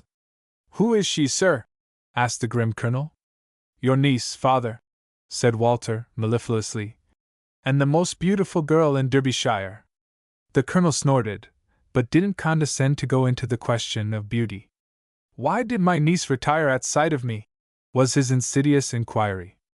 Well, said Walter meekly, the truth is, some mischief-making fool has been telling her that you have lost all natural affection for your dead sister's child. The stout colonel staggered for a moment, snorted, and turned it off. You and she are very often together, it seems. All the better for me, said Walter stoutly. And all the worse for me, retorted the colonel. And as men gravitate toward their leading grievance, he went off at a tangent. What do you think my feelings must be, to see my son, my only son, spooning the daughter of my only enemy, of a knave who got on my land on pretense of farming it, but instead of that he burrowed under the soil like a mole, sir, and now the place is defiled with coal dust, the roads are black, the sheep are black, the daisies and buttercups are turning black. There's a smut on your nose, Walter. I forbid you to spoon his daughter, upon pain of a father's curse. My real niece, Julia, is a lady and an heiress, and the beauty of the county. She is the girl for you. And how about the 7th commandment? Inquired Walter, putting his hands in his pockets. Oh, said the colonel, indifferently, you must mind your eye, like other husbands. But in our walk of life it's the man's fault if the woman falls out of the ranks. That's not what I mean, said Walter. What do you mean, then, if you mean anything at all? I mean this, father. She marries Percy Fitzroy in 3 weeks, so if I fix my affections on her up to the date of the wedding, shall I not be tempted to continue, And will not a foolish attachment to another man's sweetheart end in a vicious attachment to another man's wife? Once more was the colonel staggered for a moment, and oh, as the ladies say, is it not gratifying to find that where honest reasons go for nothing, humbug can obtain a moment's hearing? The colonel admitted there was something in that, but even humbug could not divert him long from his mania. The only thing to be done, said he, is to cut him out between this and then. Why, he stands 5 feet nothing. That's the advantage he has over me, suggested Walter. She is 5 feet 8 or thereabouts, so he is just the height of her heart. The colonel burst out laughing. You are no fool, said he. That's the second good thing you have said these 3 years. I forget what the other was, but I remember it startled me at the time. You are a wit, and you will cut out that mannequin or you are no son of mine. Don't say that, father, said Walter. And cutting out, why, that's a naval operation, not military. I am not the son of an admiral. No equivocation, sir, the forces assist one another at a pinch. How can I cut him out? There's no room, he is tied to her apron strings. Untie him, then. At this moment, whether because hope attracted everybody in the course of the day, or because talking about people draws them to the place by some subtle agency, who should appear in sight but Miss Julia Clifford, and little Fitzroy wooing her so closely that really he did seem tied to her apron strings. There, said Walter. Now use your eyes, father. Look at this amorous pair. Do you really think it possible for a fellow to untie those two? Quite possible, said the colonel. Walter, said he sententiously, there's a little word in the English language which is one of the biggest. I will spell it to you, T-R-Y. Nobody knows what he can do till he gives that word a fair trial. It was far more impossible to scale the Rock of Gibraltar, but our infantry did it, and there we are, with all Europe grinding their teeth at us. What's a woman compared with Gibraltar? However, as you seem to be a bit of a muff, I'll stand sentinel whilst you cut him out. The colonel then retired into a sort of ambuscade, at least he mingled with a small clump of 3 Scotch firs, and stood amongst them so rectilinear he might have passed for the 4th stump. Walter awaited the arrival of the foe, but in a spirit which has seldom conducted men to conquest and glory, for if the English infantry had deviated so far from their insular habits as to admire the Spaniards, you may be sure that Gibraltar Rock at this day would be a part of the continent, and not a detached fragment of Great Britain. In a word, Walter, at sight of the lovers, was suddenly seized with sentimental sympathy. They both seemed to him so beautiful in their way. The man was small, but his heart was not. He stuck to the woman like a man, and poured hot love into her ears, and almost lost the impediment in his speech. The woman pretended to be cooler, but she half turned her head toward him, and her half-closed eyes and heightened color showed she was drinking every word. Her very gaiety, though it affected nonchalance, revealed happiness to such as can read below the surface of her sex. The colonel's treacherous ally, after gazing at them with marked approval, and saying, I couldn't do it better myself, which was surely a great admission for a lover to make, slipped quietly into Hope's workshop not to spoil sport, a juvenile idea which we recommend to older persons, and to such old maids as have turned sour. The great majority of old maids are matchmakers. Whatever can't make keep saying and writing to the contrary. No wonder at all, said Percy, who was evidently in the middle of some amorous speech. You are the goddess of my idolatry. What ardent expressions you do use, said Julia, smiling. Of course I do. I'm over head and ears in love. Julia surveyed his proportions and said, That's not very deep. But Percy had got used to this kind of wit, and did not mind it now. He replied with dignity, It's as deep as the ocean and as impertiter Babel. Confound it! There's your cousin. You are not jealous of him, Mr. Imperturbable, are you? Asked Julia slyly. Jealous? Said Percy, changing color rather suspiciously. Certainly not. Hang him! Walter, finding he was discovered, and feeling himself in the way, came out at the back behind them, and said, Never mind me, you two. Far be it from me to deprive the young of their innocent amusements. Whilst making this little speech he was going off on the points of his toes, intending to slip off to Clifford Hall, and tell his father that both cutting out and untying had proved impossible. But, to his horror, the Colonel emerged from his ambuscade and collared him. Then took place 2 short contemporaneous dialogues. Julia. I'd never marry a jealous man. Percy. I never could be jealous. I'm above it. Impossible for a nature like mine to be jealous. Colonel Clifford. Well, why don't you cut him out? Walter. They seem so happy without it. Colonel Clifford. You are a muff. I'll do it for you. Forward! Colonel Clifford then marched down and seated himself in the chair Hope had made for him.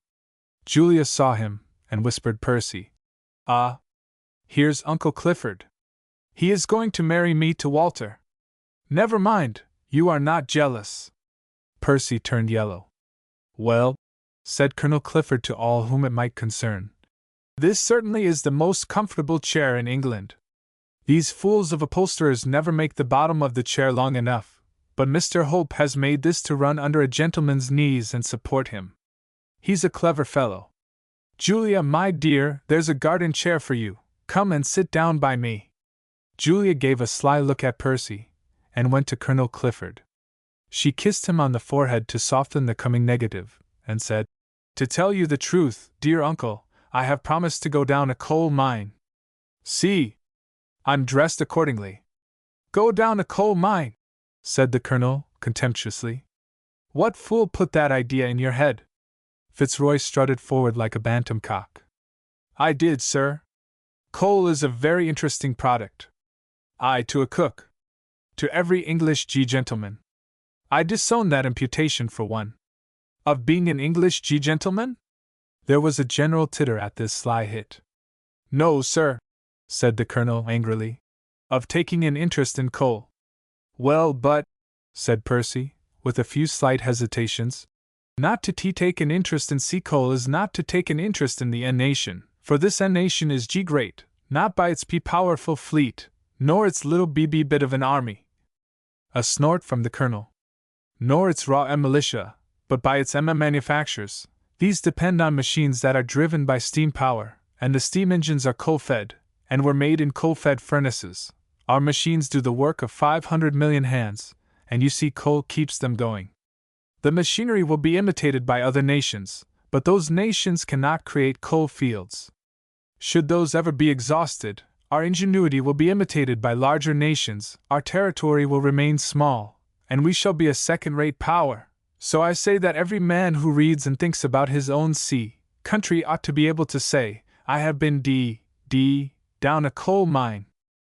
Well, said the Colonel, loftily, and can't you say you have been down a coal mine? I could say that and sit here.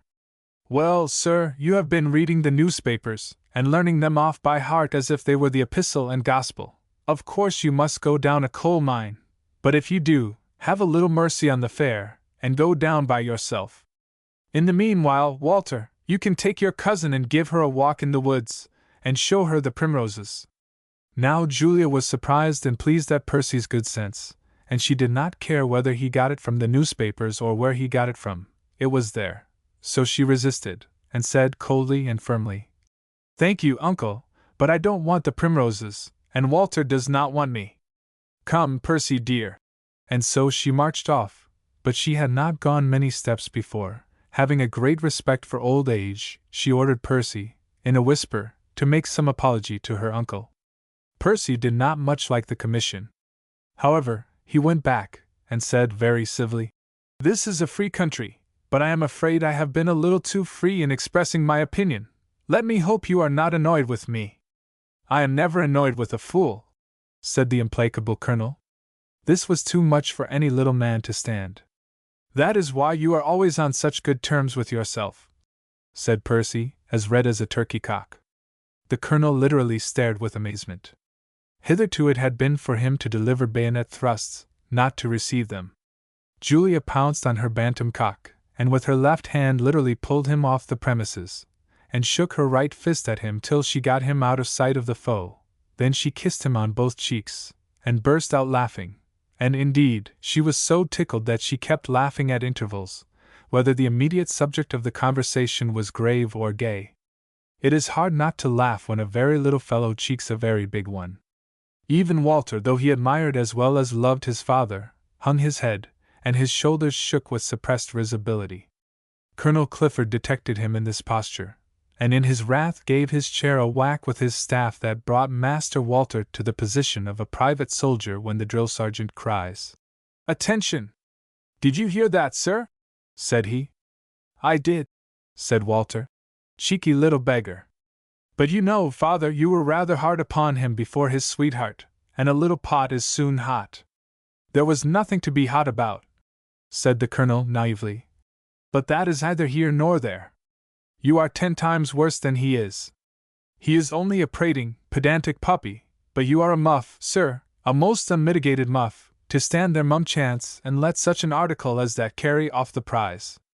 "Oh, father," said Walter, "why will you not see that the prize is a living woman, a woman with a will of her own, and not a French eagle, or the figurehead of a ship? Now do listen to reason." "Not a word," said the colonel, marching off. "But excuse me," said Walter.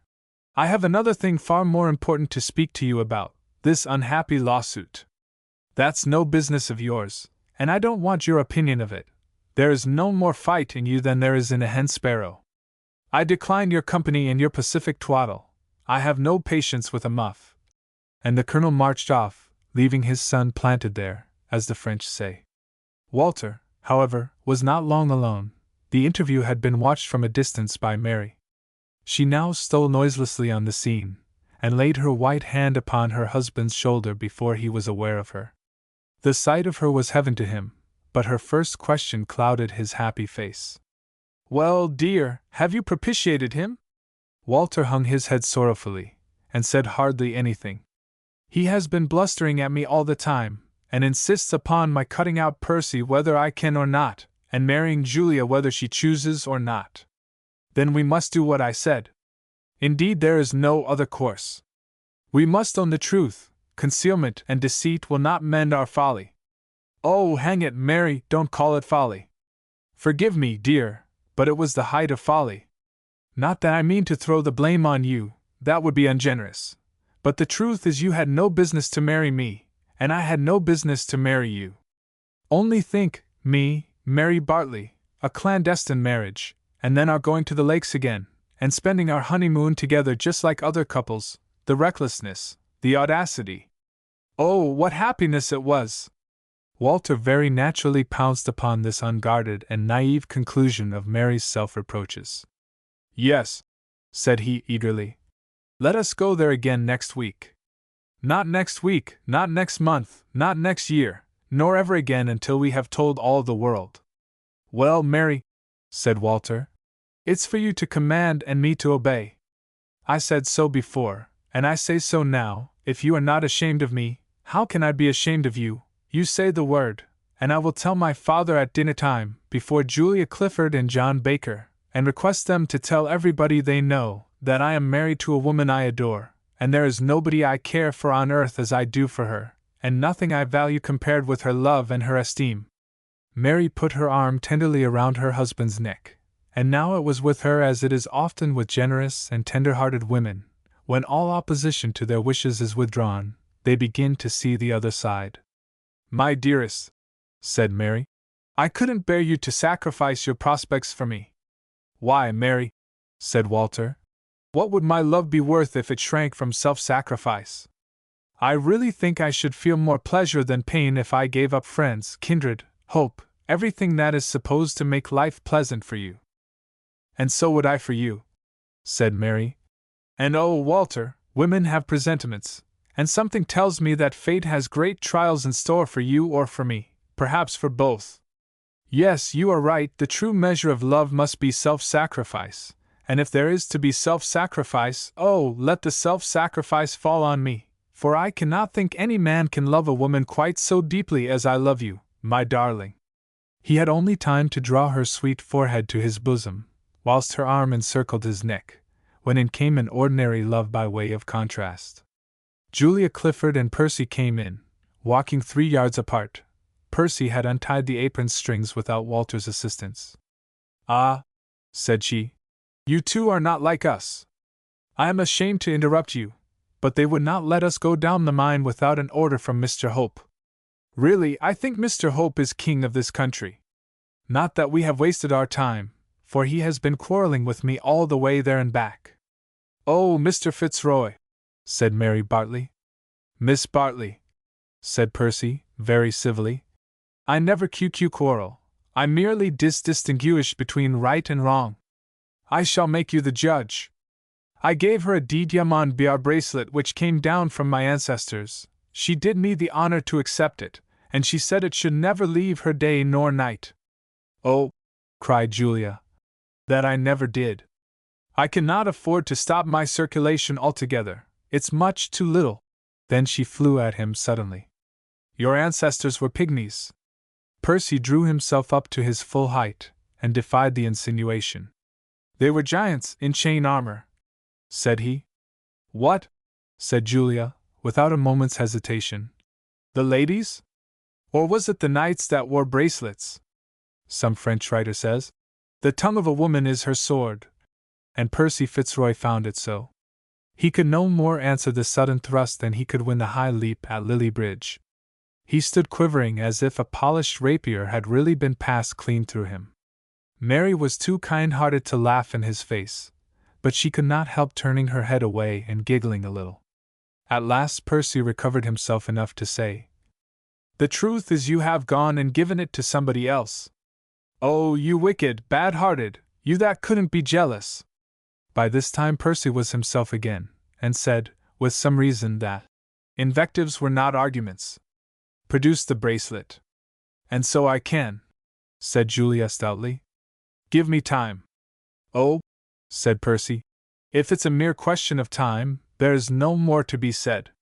You'll find the bracelet in time, and in time I shall feel once more that confidence in you which induced me to confide to you as to another self that precious family relic, which I value more than any other material object in the world. Then Percy, whose character seemed to have changed, retired with stiff dignity and an air of indomitable resolution. Neither Julia nor Mary had ever seen him like that before. Julia was unaffectedly distressed. Oh, Mary, why did I ever lend it to you?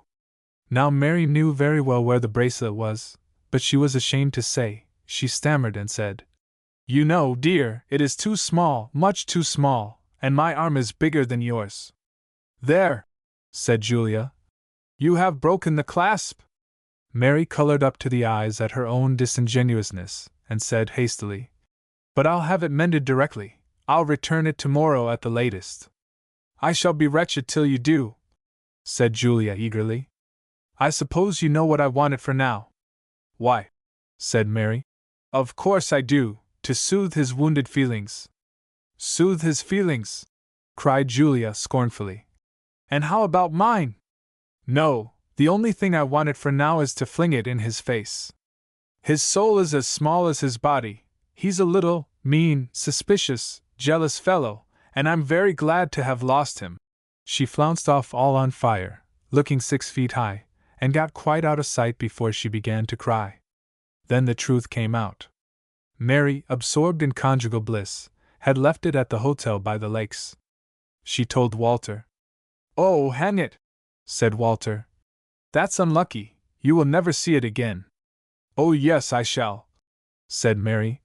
They are very honest people at that inn, and I have written about it, and told them to keep it safe, unless they have an opportunity of sending it. Walter reflected a moment. Take my advice, Mary, said he. Let me gallop off this afternoon and get it. Oh, yes, Walter, said Mary. Thank you so much. That will be the best way.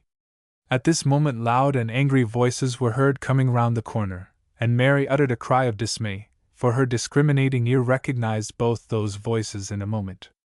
She clutched Walter's shoulder. Oh, Walter, it's your father and mine quarreling. How unfortunate that they should have met. What shall we do? Hide in Hope's office. The French window is open. Quick, then, cried Mary, and darted into the office in a moment. Walter dashed in after her. When she got safe into cover she began to complain. This comes of concealment. We are always being driven into holes and corners. I rather like them with you," said the unabashed Walter. It matters little what had passed out of sight between Bartley and Colonel Clifford, for what the young people heard now was quite enough to make what Sir Lucius O'Trigger calls a very pretty quarrel. Bartley, hitherto known to Mary as a very oily speaker, shouted at the top of his voice in arrogant defiance. "You're not a child, are you? You are old enough to read papers before you sign them." The colonel shouted in reply, "I am old, sir, but I am old in honor. I did not expect that any decent tradesman would slip a clause into a farm lease conveying the minerals below the surface to a farmer. It was a fraud, sir, but there's law for fraud. My lawyers shall be down on you tomorrow. Your chimneys disgorge smoke all over my fields. You shall disgorge your dishonest gains. I'll have you off my land, sir. I'll tear you out of the bowels of the earth. You are a sharper and a knave." At this Bartley roared at him louder still, so that both the young people winced as they crouched in the recess of the window. "You foul-mouthed slanderer, I'll indict you for defamation, and give you 12 months in one of Her Majesty's jails." "No, you won't," roared the colonel. "I know the law. My comments on your character are not written and signed like your knavish lease. It's a privileged communication, villain.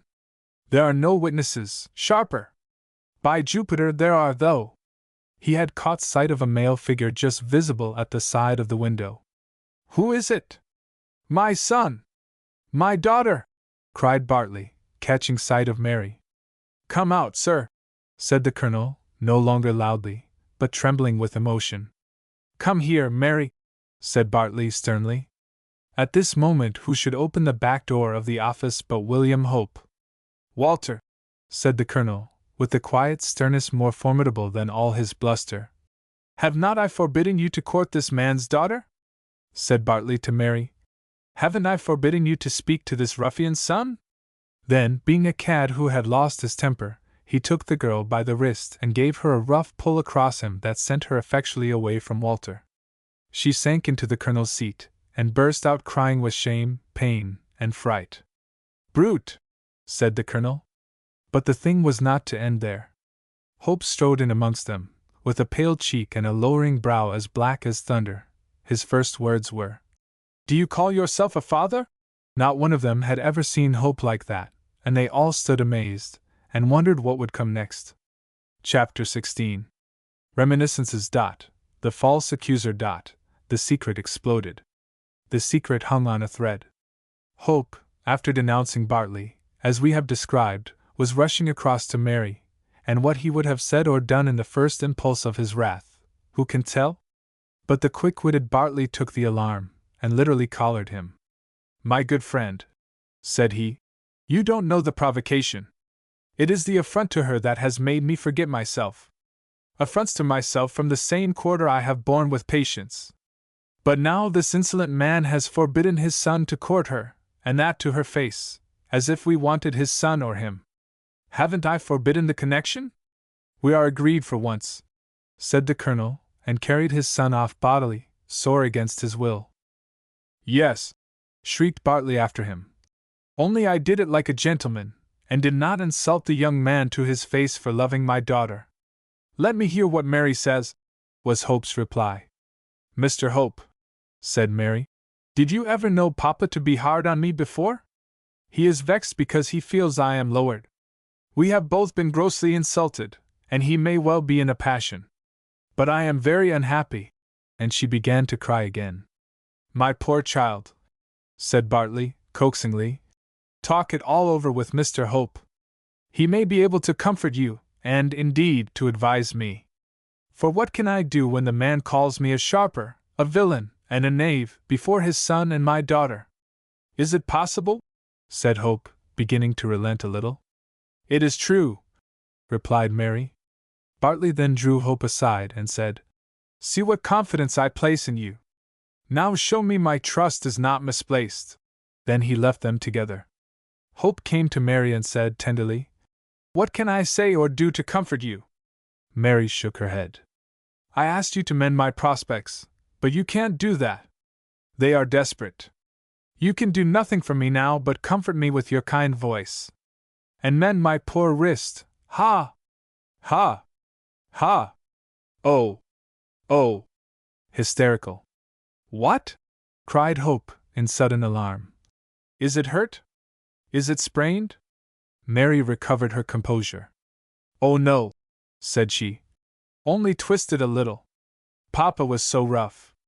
Hope went into a rage again. Perdition! Cried he. I'll go and end this once for all. You will do nothing of the kind, said the quick-witted girl. Oh, Mr. Hope, would you break my heart altogether, quarreling with Papa? Be reasonable. I tell you he couldn't help it, that old monster insulted him so. It hurts for all that, said she naively, and held him out a lovely white wrist with a red mark on it.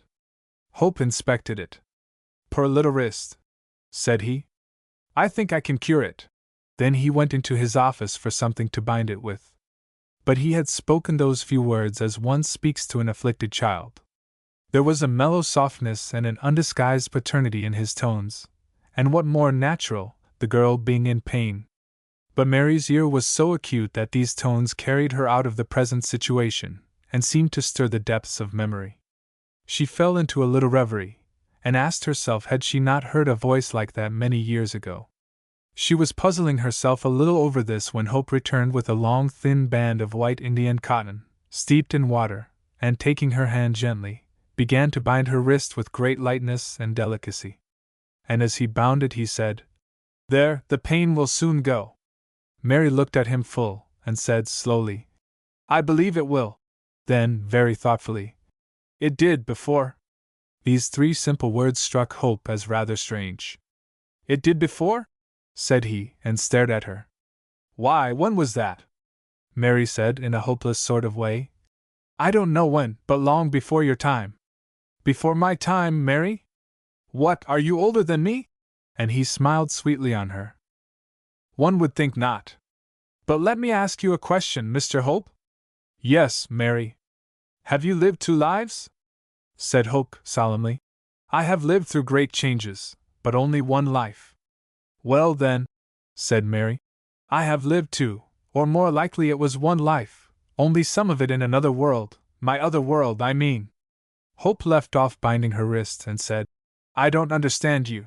But his heart began to pant. The words that passed between them were now so strange that both their voices sank into solemnity, and had an acute observer listened to them he would have noticed that these 2 mellow voices had similar beauties, and were pitched exactly in the same key, though there was, of course, an octave between them. Understand me? How should you? It is all so strange, so mysterious. I have never told a soul, but I will tell you. You won't laugh at me? Laugh at you? Only fools laugh at what they don't understand. Why, Mary, I hang on every word you say with breathless interest. Dear Mr. Hope! Well then, I will tell you. Sometimes in the silent night, when the present does not glare at one, the past comes back to me dimly, and I seem to have lived 2 lives, 1 long, 1 short, 2 short. My long life in a comfortable house, with servants and carriages and all that. My short life in different places, not comfortable places, but large places. All was free and open, and there was always a kind voice in my ear, like yours, and a tender touch, like yours. Hope was restraining himself with difficulty, and here he could not help uttering a faint exclamation. To cover it he took her wrist again, and bending his head over it he said, almost in a whisper, And the face? Mary's eyes turned inward, and she seemed to scan the past. The face? Said she. The face I cannot recall. But one thing I do remember clearly. This is not the first time my wrist, yes, and it was my right wrist too, has been bound up so tenderly. He did it for me in that other world, just as you do in this one. Hope now thrilled all over at this most unexpected revelation. But though he glowed with delight and curiosity, he put on a calm voice and manner, and begged her to tell him everything else she could remember that had happened in that other life. Finding him so serious, so sympathetic, and so interested, put this remarkable girl on her mettle. She began to think very hard, and showed that intense power of attention she had always in reserve for great occasions. Then you must not touch me nor speak to me, said she. The past is such a mist. He obeyed, and left off binding her wrist, and now he literally hung upon her words. Then she took one step away from him. Her bright eyes veiled themselves, and seemed to see nothing external, but looked into the recesses of the brain. Her forehead, her hand, her very body thought, and we must try, though it is almost hopeless, to convey some faint idea of her manner and her words. Let me see. Then she paused. I remember, white swans. A pause. Were they swans? Or ships? They floated down the river to the sea. She paused. And the kind voice beside me said, Darling, Papa never calls me darling. Yes, yes, whispered Hope, almost panting. Darling, we must go with them to some other land, for we are poor. She paused and thought hard. Poor we must have been, very poor. I can see that now that I am rich. She paused and thought hard. But all was peace and love. There were two of us, yet we seemed one. Then in a moment Mary left the past, her eyes resigned the film of thought, and shone with the luster of her great heart, and she burst at once into that simple eloquence which no hearer of hers from John Baker to William Hope ever resisted. Ah! Sweet memories, treasures of the past, why are you so dim and wavering, and this hard world so clear and glaring it seems cut out of stone? Oh, if I had a fairy's wand I'd say, vanish fine house and servants, vanish wealth and luxury and strife, and you come back to me, sweet hours of peace, and poverty, and love. Her arms were stretched out with a grace and ardor that could embellish even eloquence, when a choking sob struck her ear. She turned her head swiftly, and there was William Hope, his hands working, his face convulsed, and the tears running down his cheeks like the very rain. It was no wonder. Think of it.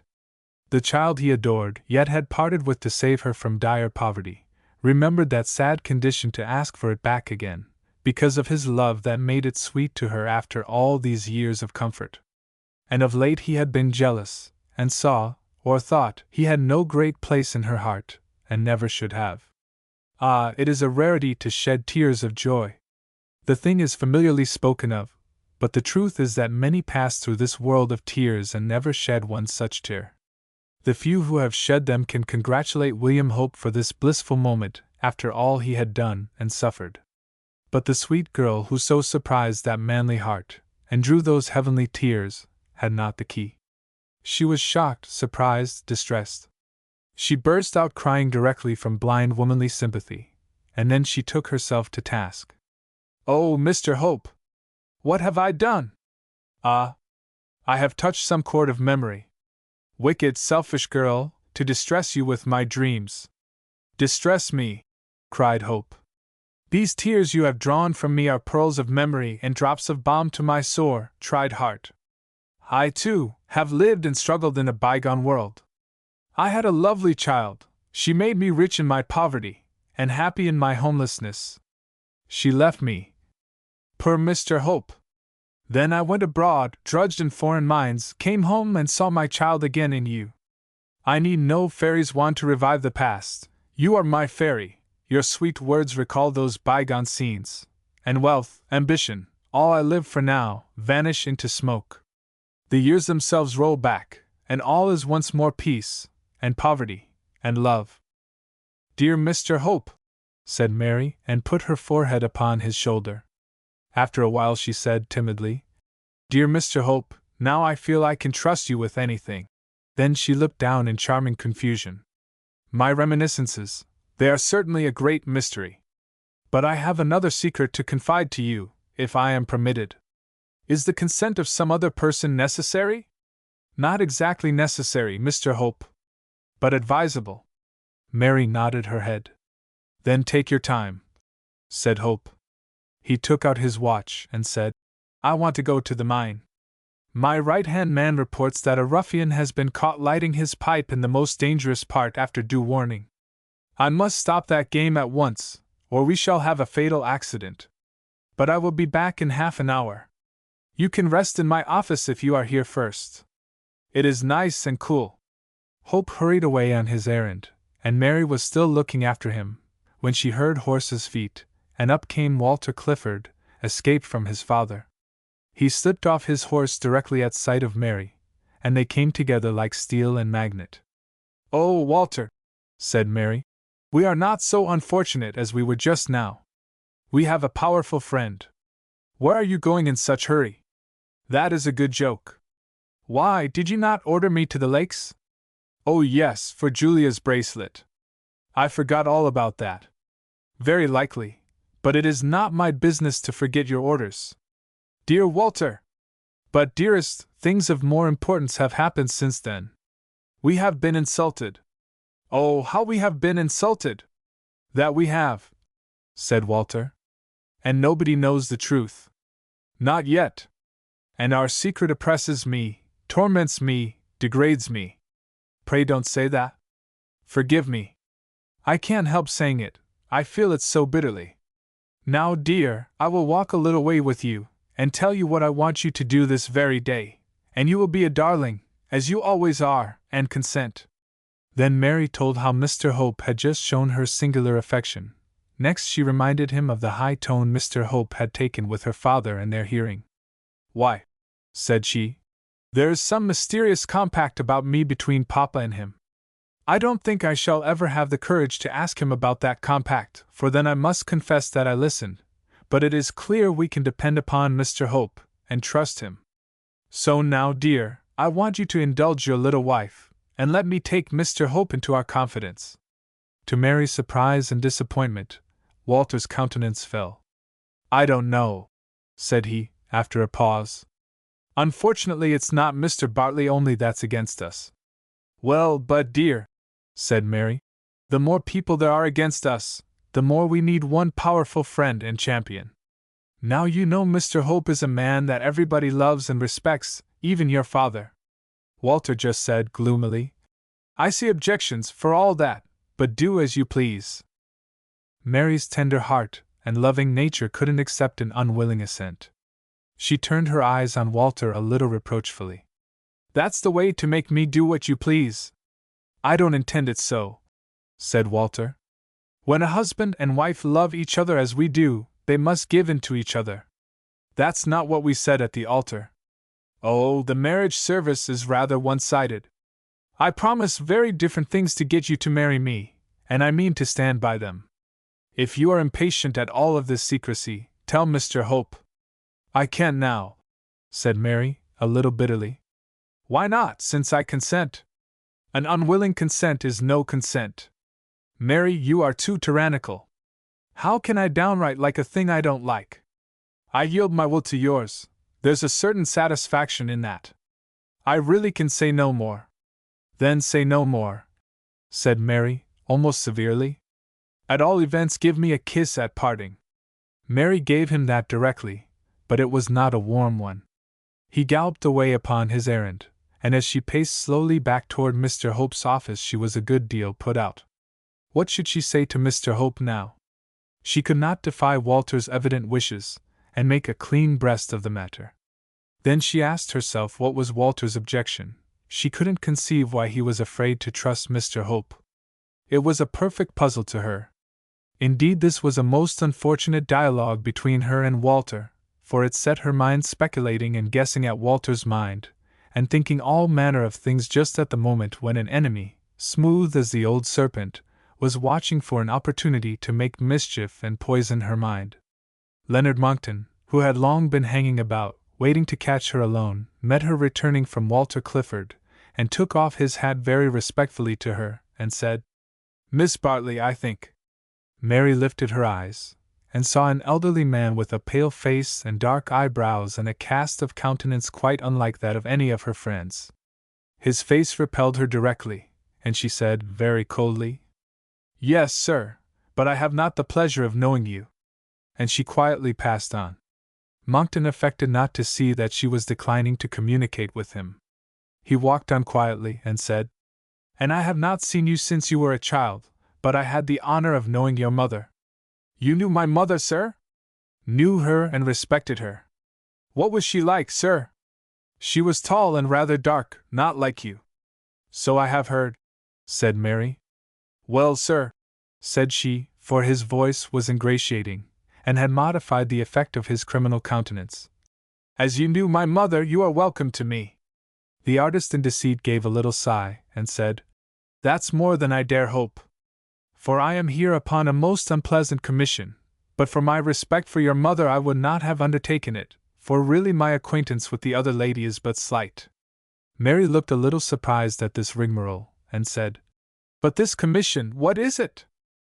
"Miss Bartley," said he, solemnly yet gravely, "I have been requested to warn you against a gentleman who is deceiving you." "Who is that?" said Mary, on her guard directly. "It is a Mr. Walter Clifford." "Walter Clifford," said Mary. "You are a slanderer. He is incapable of deceit." The rogue pretended to brighten up. "Well, I hope so," said he. "And I told the lady as much. He comes from a most honorable stock." "So then he has told you about Lucy Monckton?" "Lucy Monckton!" cried Mary. "No, who is she?" "Miss Bartley," said the villain, very gravely and solemnly. "She is his wife." "His wife, sir?" cried Mary, contemptuously. "His wife? You must be mad. I'll hear no more against him behind his back." Then, threatening her tormentor, "He will be home again this evening. He has only ridden to the Lake Hotel. You shall repeat this to his face, if you dare." "It will be my painful duty," said the serpent meekly. "His wife," said Mary scornfully, but her lips trembled. "His wife," replied Monckton calmly. "A respectable woman whom, it seems, he has deserted these 14 years. My acquaintance with her is slight, but she is in a good position, and, indeed, wealthy, and has never troubled him. However, she heard somehow he was courting you, and as I often visit Derby upon business, she requested me to come over here and warn you in time." "And do you think," said Mary, scornfully, "I shall believe this from a stranger?" "Hardly," said Monckton, with every appearance of candor. "Mrs. Walter Clifford directed me to show you his marriage certificate and hers." "The marriage certificate!" cried Mary, turning pale. "Yes," said Monckton. "They were married at the registry office on the June 11th, 1868. And he put his hand in his breast pocket to search for the certificate. He took this opportunity to say, "You must not fancy that there is any jealousy or ill feeling after 14 years' desertion, but she felt it her duty as a woman." "The certificate," said Mary. "The certificate." He showed her the certificate. She read the fatal words, "Walter Clifford." The rest swam before her eyes, and to her the world seemed at an end. She heard, as in a dream, the smooth voice of the false accuser, saying, with a world of fictitious sympathy, "I wish I had never undertaken this business. Mrs. Walter Clifford doesn't want to distress you, she only felt it her duty to save you. Don't give way. There is no great harm done, unless you were to be deluded into marrying him." "And what then?" inquired Mary, trembling. Monckton appeared to be agitated at this question. "Oh, don't speak of it," said he. "You would be ruined for life, and he would get 7 years' penal servitude, and that is a sentence few gentlemen survive in the present day when prisons are slaughterhouses. There, I have discharged the most disagreeable office I ever undertook in my life, but at all events you are warned in time." Then he bowed most respectfully to her, and retired, exhaling his pent-up venom in a diabolical grin. She, poor victim, stood there stupefied, pierced with a poisoned arrow, and almost in a state of collapse. Then she lifted her hands and eyes for help, and saw Hope's study in front of her. Everything swam confusedly before her. She did not know for certain whether he was there or not. She cried to that true friend for help. "Mr. Hope, I am lost. I am in the deep waters of despair. Save me once more, save me!" Thus speaking, she tottered into the office, and sank all limp and powerless into a chair, unable to move or speak, but still not insensible, and soon her brow sank upon the table, and her hands spread themselves feebly out before her. It was all villainous spite on Monckton's part. He did not for a moment suppose that his lie could long outlive Walter Clifford's return, but he was getting desperate, and longing to stab them all. Unfortunately, fate befriended the villain's malice, and the husband and wife did not meet again till that diabolical poison had done its work. Monkton retired, put off his old man's disguise behind the fir trees, and went toward another of his hiding places, an enormous oak tree which stood in the hedge of Hope's cottage garden. The subtle villain had made this hollow tree an observatory, and a sort of sally port, whence he could play the fiend. The people at the hotel were, as Mary told Julia Clifford, very honest people. They showed Percy Fitzroy's bracelet to 1 or 2 persons, and found it was of great value. This made them uneasy, lest something should happen to it under their charge, so the woman sent her husband to the neighborhood of Clifford Hall to try and find out if there was a lady of that name who had left it. The husband was a simple fellow, very unfit to discharge so delicate a commission. He went at first, as a matter of course, to the public house.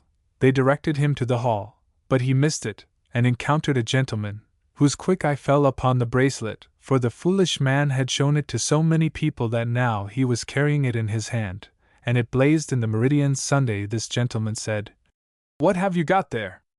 "Well, sir," said the man, "it was left at our hotel by a young couple from these parts. Handsome couple they were, sir, and spending their honeymoon." "Let me see it," said Mr. Bartley, for he was the gentleman. He had come back in some anxiety to see whether Hope had pacified Mary, or whether he must exert himself to make matters smooth with her again. Whilst he was examining the bracelet, who should appear but Percy Fitzroy, the owner?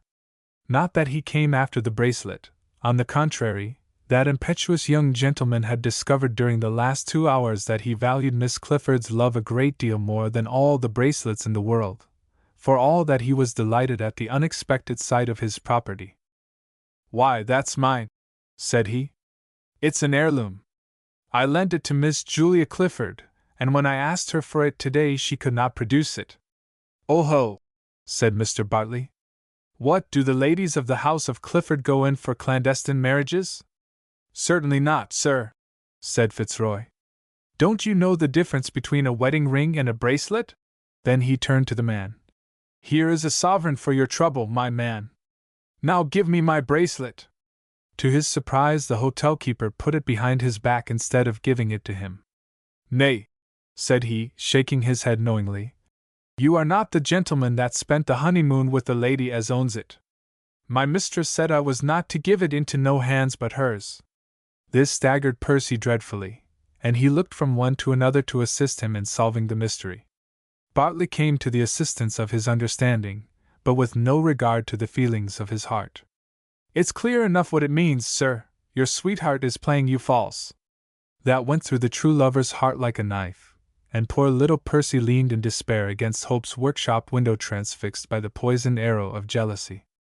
At this moment the voice of Colonel Clifford was heard, loud and ringing as usual.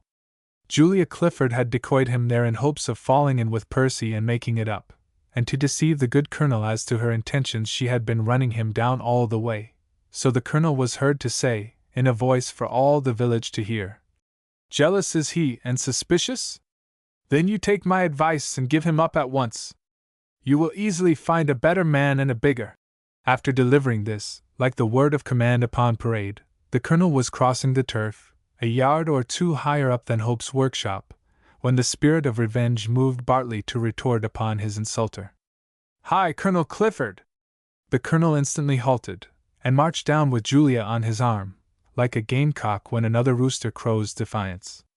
"And what can you have to say to me, sir?" was his haughty inquiry. "To take you down a peg? You rode the high horse pretty hard today. The spotless honor of the Cliffords, eh? Then it was fixed bayonets, and no quarter. Have the Cliffords ever dabbled in trade or trickery? Coal merchants, coal heavers, and coal whippers may defile our fields with coal dust and smoke, but they cannot defile our honor. The men are brave as lions, and the women as chaste as snow," sneered Bartley. "I don't know about lions and snow. I have often seen a lion turn tail, and the snow is black slush wherever you are. But the Cliffords, being gentlemen, are brave, and being ladies, are chaste." "Oh, indeed!" hissed Bartley.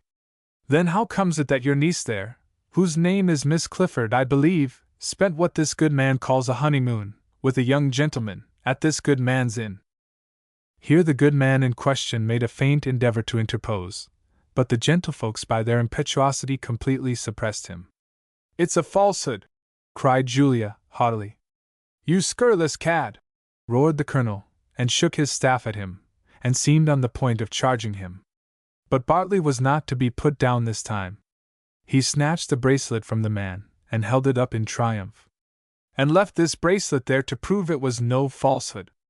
Then Julia got frightened at the evidence, and the terrible nature of the accusation. "Oh!" cried she, in great distress. "Can any one here believe that I am a creature so lost? I have not seen the bracelet these 2 months. I lent it to, here she is. Mary, save me from shame, you know I am innocent." Mary, who was standing at the window in Hope's study, came slowly forward, pale as death with her own trouble, to do an act of womanly justice. "Miss Clifford," said she, languidly, as one to whom all human events were comparatively indifferent, "Miss Clifford lent the bracelet to me, and I left it at that man's inn." This she said right in the middle of them all. The hotel-keeper took the bracelet from the unresisting hand of Bartley, touched his hat, and gave it to her. "There, mistress," said he.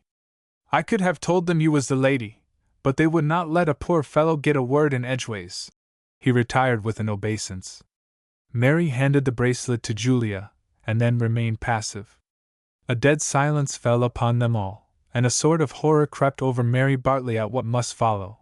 But come what might, no power should induce her to say the word that should send Walter Clifford to jail for 7 years. Bartley came to her, she trembled, and her hands worked. "What are you saying, you fool?" he whispered. "The lady that left the bracelet was there with a gentleman." Mary winced. Then Bartley said sternly, "Who was your companion?" "I must not say." "You will say one thing," said Bartley, "or I shall have no mercy on you. Are you secretly married?" Then a single word flashed across Mary's almost distracted mind: self-sacrifice. She held her tongue. "Can't you speak? Are you a wife?" He now began to speak so loud in his anger that everybody heard it. Mary crouched a little and worked her hands convulsively under the torture, but she answered with such a doggedness that evidently she would have let herself be cut to pieces sooner than said more. "I don't know." "You don't know?" roared Bartley. Mary paused, and then, with iron doggedness, "I don't know." This apparent insult to his common sense drove Bartley almost mad. "You have given these cursed Cliffords a triumph over me," he cried. "You have brought shame to my door, but it shall never pass the threshold." Here the colonel uttered a contemptuous snort. This drove Bartley wild altogether. He rushed at the colonel, and shook his fist in his face. "You stand there sneering at my humiliation, now see the example I can make." Then he was down upon Mary in a moment, and literally yelled at her in his fury. "Go to your paramour, girl, go where you will. You never enter my door again." And he turned his back furiously upon her. This terrible denunciation overpowered poor Mary's resolution. She clung to him in terror. "Oh, mercy, mercy, papa! I'll explain to you. Have pity on your child." Bartley flung her so roughly from him that she nearly fell. "You are my child no more."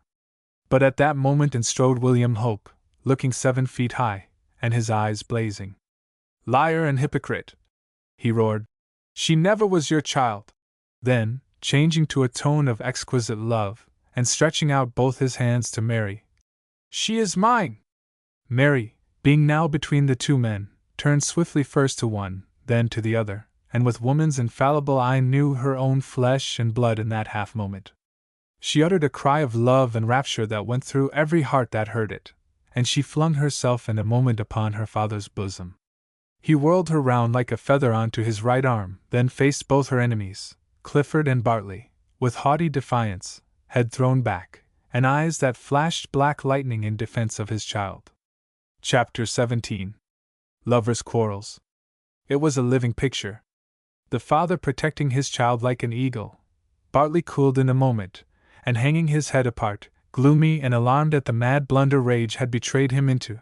Colonel Clifford amazed and puzzled, and beginning to see the consequences of all this. Julia clasping her hands in rapture and thrilling interest at so romantic an incident, Fitzroy beaming with delight at his sweetheart being cleared, and to complete the picture, the villainous face of Leonard Monckton, disguised as an old man, showed itself for a moment sinister and gloomy, for now all hope of pecuniary advantage to him was gone, and nothing but revenge was on the cards, and he could not see his way clear to that. But hope was no posture maker. He turned the next moment, and said a word or two to all present. "Yes, this is Grace Hope, my daughter. We were very poor, and her life was in danger. I saw nothing else but that. My love was stronger than my conscience. I gave her to that man upon a condition which he has now broken. He saved her life and was kind to her. I thanked him, I thank him still, and I did my best to repay him. But now he has trusted to appearances, and not to her. He has belied and outraged her publicly. But I am as proud of her as ever, and don't believe appearances against her character and her angel face and—" "No more do I," cried Julia Clifford eagerly. "I know her. She's purity itself, and a better woman than I shall ever be." "Thank you, Miss Clifford," said Hope, in a broken voice. "God bless you. Come, Grace, and share my humble home. At all events, it will shelter you from insult." And so the pair went lovingly away, Grace clinging to her father, comforted for the moment, but unable to speak, and entered Hope's little cottage. It was but a stone's throw from where they stood. This broke up the party. "And my house is yours," said Colonel Clifford to Julia. "I did not believe appearances against a Clifford." With these words he took 2 steps toward his niece and held out his arm. She moved toward him. Percy came forward radiant to congratulate her. She drew up with a look of furious scorn that made him recoil, and she marched proudly away with her uncle. He bestowed one parting glance of contempt upon the discomfited Bartley, and marched his niece proudly off, more determined than ever that she should be his daughter. But for once he was wise enough not to press that topic. He let her indignation work alone. Moreover, though he was a little wrong-headed and not a little pig-headed, he was a noble-minded man, and nothing noble passed him unobserved or unappreciated. "That Bartley's daughter," said he to Julia. "Aye, when roses spring from dunghills, and eagles are born of sparrowhawks. Brave girl, brave girl!" "Oh, uncle," said Julia, "I am so glad you appreciate her." "Appreciate her," said the colonel. "What should I be worth if I did not? Why, these are the women that win Waterloo in the persons of their sons. That girl could never breed a coward nor a cheat." Then his incisive voice mellowed suddenly. "Poor young thing," said he, with manly emotion. "I saw her come out of that room pale as death to do another woman justice. She's no fool, though that ruffian called her one.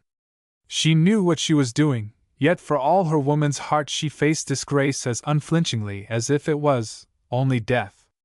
It was a great action, a noble action, a just action, and a manly action, but done like a very woman.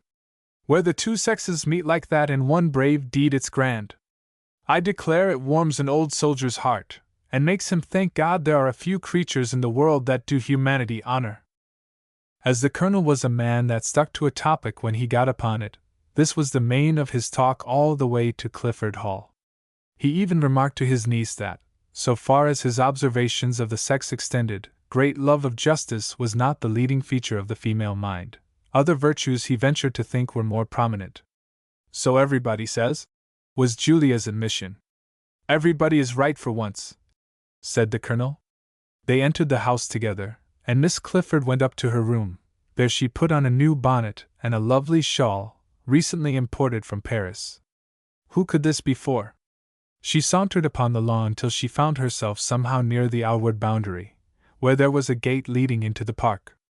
As she walked to and fro by this gate she observed, out of the tail of her eye of course, the figure of a devoted lover creeping toward her. Whether this took her by surprise, or whether the lovely creature was playing the part of a beautiful striped spider waiting for her fly, the reader must judge for himself. Percy came to the gate. She walked past him twice, coming and going with her eyes fixed upon vacancy. She passed him a 3rd time. He murmured in a pleading voice, "Julia!"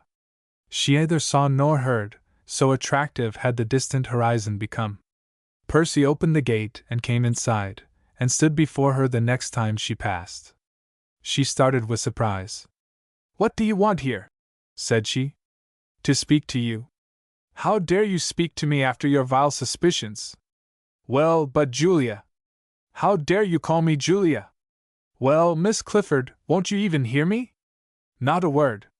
It's through you poor dear Mary and I have both been insulted by that wretch of a father of hers."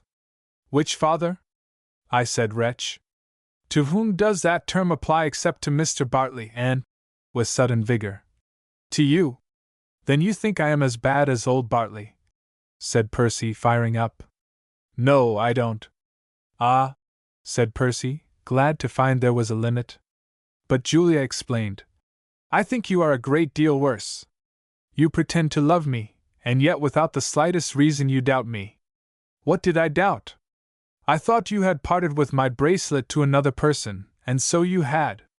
"I never doubted your honor." "Oh, yes, you did. I saw your face." "I am not responsible for my face." "Yes, you are. You had no business to look broken-hearted, and miserable, and distrustful, and abominable. It was your business, face and all, to distrust appearances, and not me." Answers were so strong that not to look miserable would have been to seem indifferent. There is no love where there is no jealousy. "Oh," said Julia, "he has let that out at last, after denying it 100 times. Now I say there is no true love without respect and confidence, and this doesn't exist where there is jealousy, and all about a trumpery bracelet. Anything but umpri. It came down from my ancestors. You never had any, your behavior shows that. I tell you it is an heirloom. It was given to my mother by—" "Oh, we know all about that," said Julia. "This bracelet did an Egyptian to my mother give, but you are not going to play Othello with me. I shouldn't have a very gentle Desdemona. No, you wouldn't, candidly. No man shall ever bully and insult me, and then wake me out of my first sleep to smother me because my maid has lost one of his handkerchiefs at the wash." He burst out laughing at this, and tried to inveigle her into good humor. "Say no more about it," said he, "and I'll forgive you." "Forgive me, you little wretch!" cried Julia.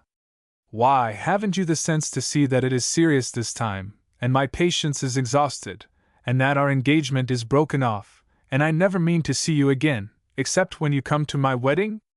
"Your wedding!" cried Percy, turning pale. "With whom?" "That's my business, you leave that to me, sir.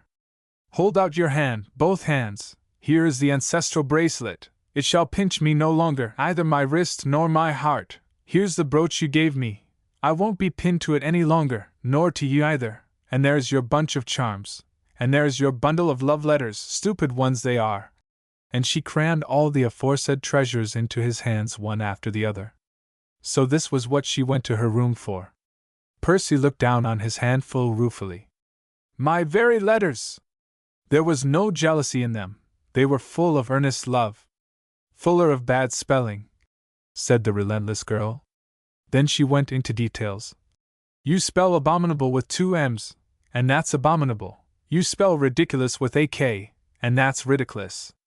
So after this don't you presume to speak to me, for I shall never speak to you again." "Very well then," said Percy. "I, too, will be silent forever." "Oh, I dare say," said Julia. "A chatterbox like you."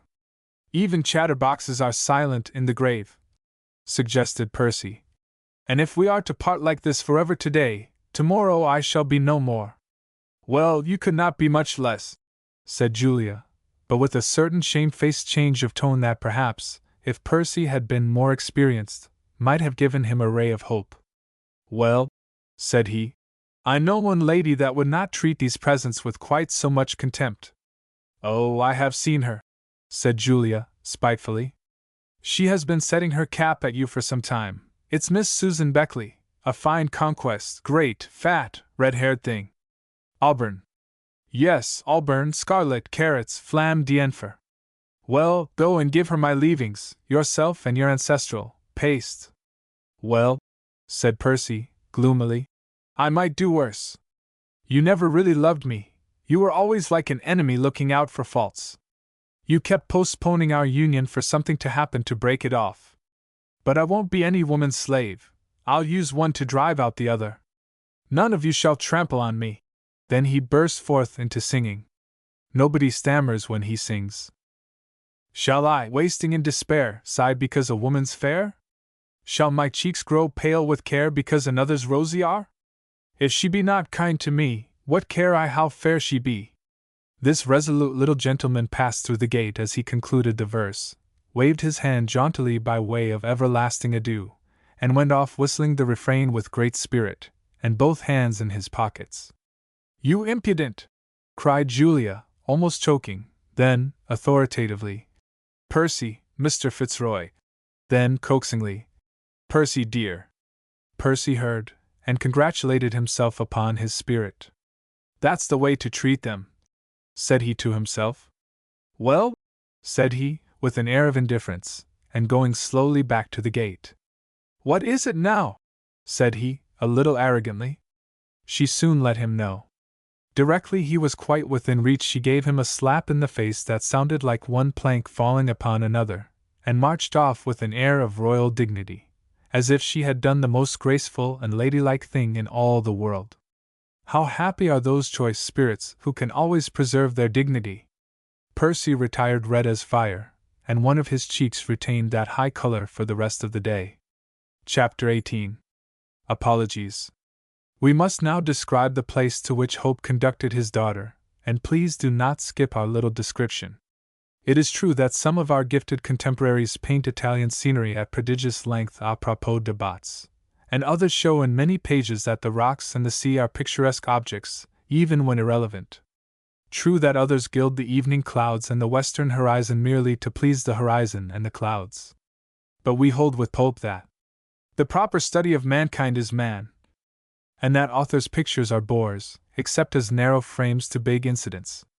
The true model, we think, for a writer is found in the opening lines of Marmion, where the castle at eventide, its yellow luster, its drooping banner, its mail-clad warders reflecting the western blaze, the tramp of the sentinel, and his low-hummed song, are flung on paper with the broad and telling touch of Rubens, not from an irrelevant admiration of old castles and the setting sun, but because the human figures of the story are riding up to that sun-gilt castle to make it a scene of great words and deeds. Even so, though on a much humbler scale, we describe Hope's cottage and garden, merely because it was for a moment or two the scene of a remarkable incident never yet presented in history or fiction. This cottage, then, was in reality something between a villa and a cottage. It resembled a villa in this, that the rooms were lofty, and the windows were casements glazed with plate glass and very large. Walter Clifford had built it for a curate, who proved a bird of passage, and the said Walter had a horror of low rooms, for he said, I always feel as if the ceiling was going to flatten me to the floor. Owing to this the bedroom windows, which looked westward on the garden, were a great height from the ground, and the building had a Gothic character. Still there was much to justify the term cottage. The door, which looked southward on the road, was at the side of the building, and opened, not into a hall, but into the one large sitting room, which was 30 feet long and 25 feet broad, and instead of a plaster ceiling there were massive joists, which Hope had gilded and painted till they were a sight to behold. Another cottage feature, the walls were literally clothed with verdure and color. In front, huge creeping geraniums, jasmine, and Virginia creepers hid the brickwork, and the western walls, to use the words of a greater painter than ourselves, were quite over-canopied with lush woodbine, with sweet musk roses, and with eglantine.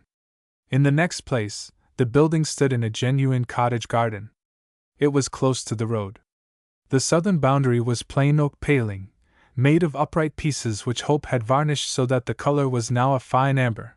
The rest of the boundary was a quickset hedge, in the western division of which stood an enormous oak tree, hollow at the back.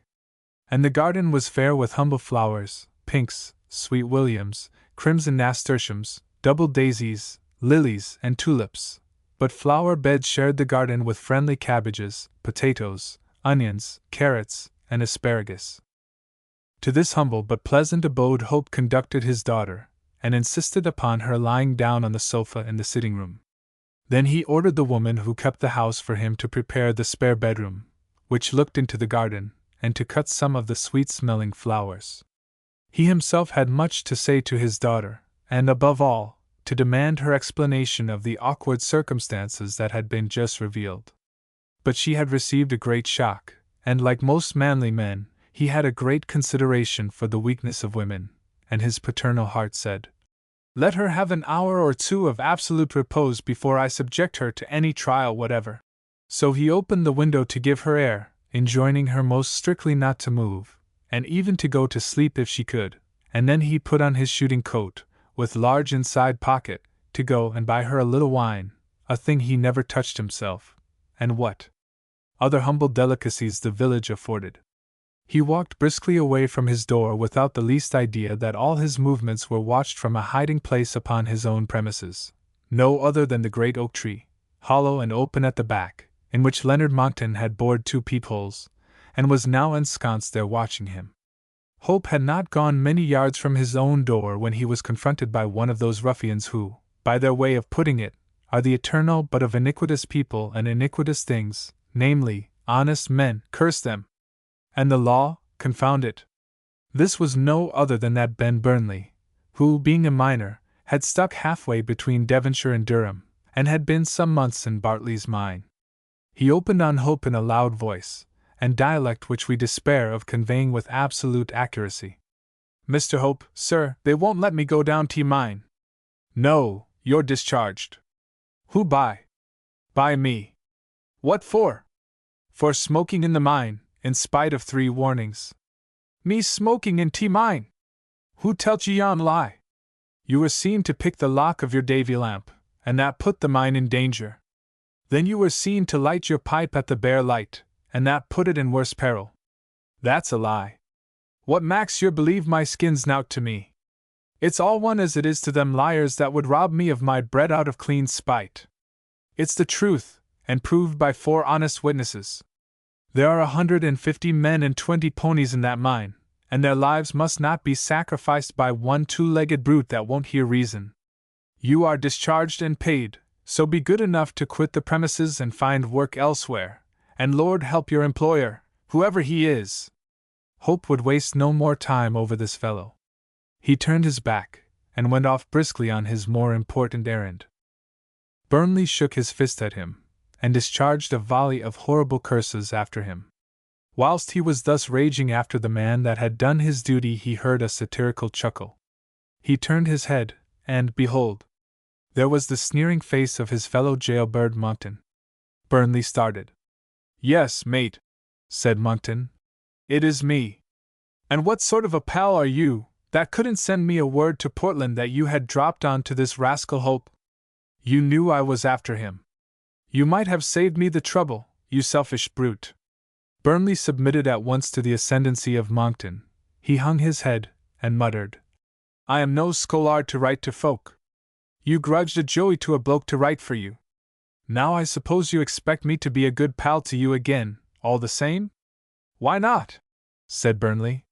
"He is poison to you as well as to me. He gave you 12 years penal. You told me so at Portland. Let's be revenged on him. What else do you think I am here for, you fool? But empty revenge, that's child's play. The question is, can you do what you are told?" "Aye, if I see a chance of revenge." "Why, I always did what you told me." "Very well, then, there's nothing ripe yet." "You don't mean I am to wait a year for my revenge?" "You will have to wait an opportunity. Revenge is like other luxuries, there's a time for it. Do you think I am such a fool as to go in for blindfold revenge, and get lagged or stretched? Not for Joseph, nor for you either, Benjamin. I'll tell you what, though, I think this will be a busy day. It must be a busy day. That old fox Bartley has found out his blunder before now, and he'll try something on. Then the Cliffords, they won't go to sleep on it." "I don't know what you're talking about," says Burnley. "Remain in your ignorance, Ben. The best instrument is a blind instrument. You shall have your revenge soon or late." "Let it be soon, then." "In the meantime," said Monckton, "have you got any money?" "Got my wages." "That will do for you today. Go to the public house and get half drunk." "Half drunk?" Half drunk. Don't I speak plain? Miners, said Burnley, candidly, never get half drunk in T County Durham. They are that the best part of their time. Then you get half drunk, either more nor less, or I'll discharge you as Hope has done, and that will be the worst discharge of the two for you. When you are half drunk, come here directly, and hang about this place. No, you had better be under that tree in the middle of the field there, and pretend to be sleeping off your liquor. Come, mizzle! When he had packed off Burnley, he got back into his hiding place, and only just in time, for Hope came back again upon the wings of love, and Grace, whose elastic nature had revived, saw him coming, and came out to meet him. Hope scolded her urgently. Why had she got off the sofa when repose was so necessary for her? You are mistaken, dear father, said she. I am wonderfully strong and healthy. I never fainted away in my life, and my mind will not let me rest at present. I have been longing so for my father. Ah, precious word, murmured Hope. Keep saying that word to me, darling. Oh, the years that I have pined for it. Dear father, we will make up for all those years. Oh, papa, let us not part again, never, never, not even for a day. My child, we never will. What am I saying?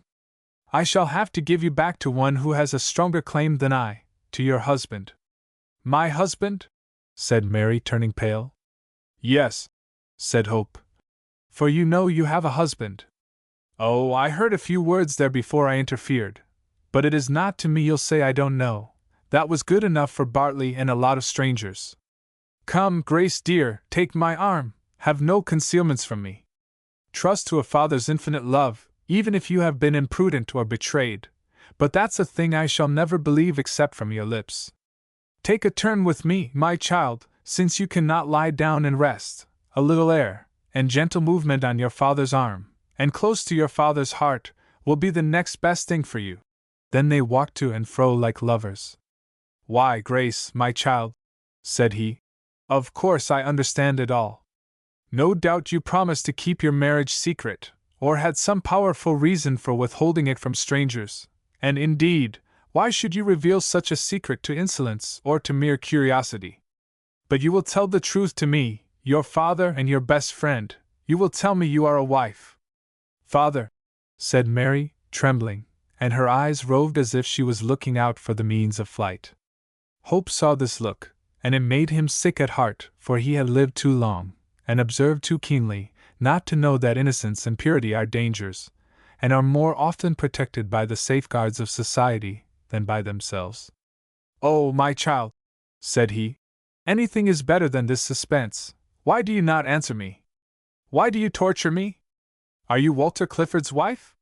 Mary began to pant and sob. Oh, papa, have patience with me. You do not know the danger. Wait till he comes back. I dare not, I cannot. Then, by heaven, he shall. He dropped her arm, and his countenance became terrible. She clung to him directly. No, no, wait till I have seen him. He will be back this very evening. Do not judge hastily, and oh, papa, as you love your child, do not act rashly. I shall act firmly, was Hope's firm reply. You have come from a sham father to a real one, and you will be protected as well as loved. This lover has forbidden you to confide in your father. He did not know that I was your father, but that makes no difference. It looks very ugly, and if he has wronged you he shall do you justice, or I will have his life. Oh, papa, screamed Mary. His life? Why, mine is bound up with it. I fear so, said Hope. But what's our life to us without our honor, especially to a woman? He is the true Cain that destroys a pure virgin. Then he put both his hands on her shoulder and said, Look at me, Grace. She looked at him full with eyes as brave as a lion's and as gentle as a gazelle's. In a moment his senses enlightened him beyond the power of circumstances to deceive. It's a lie, said he. Men are always lying and circumstances deceiving. There is no blush of shame upon these cheeks, no sin nor frailty in these pure eyes. You are his wife? I am, cried Grace, unable to resist any longer. Thank God, cried Hope, and father and daughter were locked that moment in a tender embrace. Yes, Papa, you shall know all, and then I shall have to fall on my knees and ask you not to punish one I love, for a fault committed years ago. You will have pity on us both. Walter and I were married at the altar, and I am his wife in the eyes of heaven. But oh, Papa, I fear I am not his lawful wife. Not his lawful wife, child. Why, what nonsense!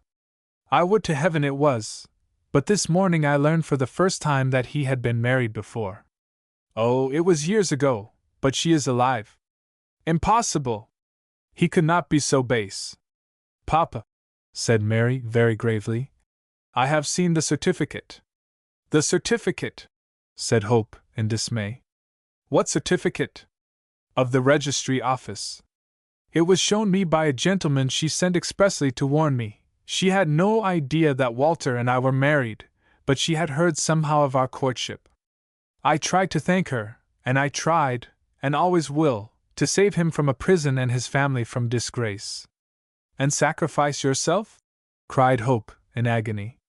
I love him, said Mary, and you must spare him. I will have justice for my child.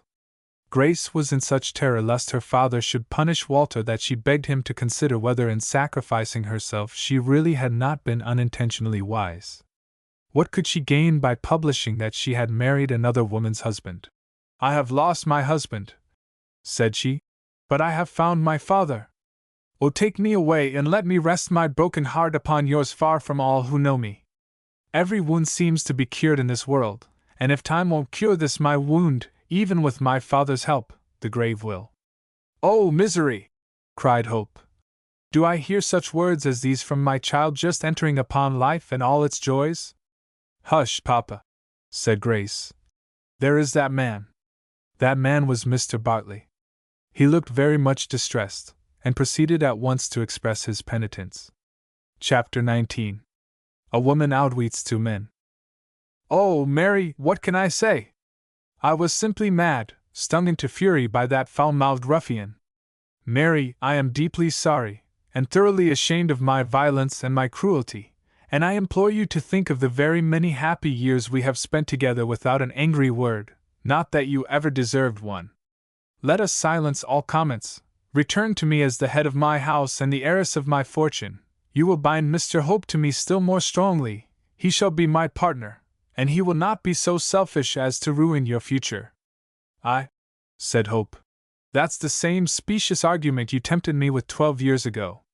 But she was a helpless child then, she is a woman now, and can decide for herself. As for me, I will not be your partner. I have a small royalty on your coal, and that is enough for me, but Grace shall do as she pleases. My child, will you go to the brilliant future that his wealth can secure you, or share my modest independence, which will need all my love to brighten it? Think before you answer. Your own future life depends upon yourself. With this he turned his back and walked for some distance very stoutly, then leaned upon the palings with his back toward Grace. But even a back can speak, and the young lady looked at him, and her eyes filled. Then she turned them toward Bartley, and those clear eyes dried as if the fire in the heart had scorched them. In the first place, sir, said she, with a cold and cutting voice, very unusual to her, my name is not Mary, it is Grace, and be assured of this, if there was not another roof in all the world to shelter me, if I was helpless, friendless and fatherless, I would die in the nearest ditch rather than set my foot in the house from which I was thrust out with shame and insult such as no lady ever yet forgave. But, thank heaven, I am not at your mercy at all. He to whom nature has drawn me all these years is my father. Oh, Papa, come to me. Is it for you to stand aloof? It is into your hands, with all the trust and love you have earned so well from your poor Grace. I give my love, my veneration, and my heart and soul forever. Then she flung herself panting on his bosom, and he cried over her. The next moment he led her to the house, where he made her promise to repose now after this fresh trial, and indeed, he would have followed her. But Bartley implored him so piteously, for the sake of old times, not to refuse him one word more, that he relented so far as to come out to him, though he felt it was a waste of time. He said, Mr. Bartley, it's no use, nothing can undo this morning's work, our paths lie apart. From something Walter Clifford let fall one day, I suspect he is the person you robbed, and induced me to rob, of a large fortune. Well, what is he to you? Have pity upon me, be silent, and name your own price. Wrong Walter Clifford with my eyes open? He is the last man in the world that I would wrong in money matters. I have got a stern account against him, and I will begin it by speaking the truth and giving him back his own. Here the interview was interrupted by an honest miner, one Jim Perkins. He came in hurriedly, and, like people of that class, thrust everybody else's business out of his way. You are wanted at the mine, Mr. Hope. The shoring of the old works is giving way, and there's a deal of water collecting in another part. I'll come at once, said Hope. The men's lives must not be endangered. Have the cage ready. Jim walked away. Hope turned to Bartley. Pray understand, Mr. Bartley, that this is my last visit to your mine. One moment, Hope, cried Bartley in despair. We have been friends so long, surely you owe me something. I do. Well, then, I'll make you rich for life if you will but let Mary return to me and only just be silent. Speak neither for me nor against me. Surely that is not much for an old friend to ask. What is your answer? That I will speak the truth, and keep my conscience and my child. This answer literally crushed Bartley. His very knees knocked together. He leaned against the palings sick at heart.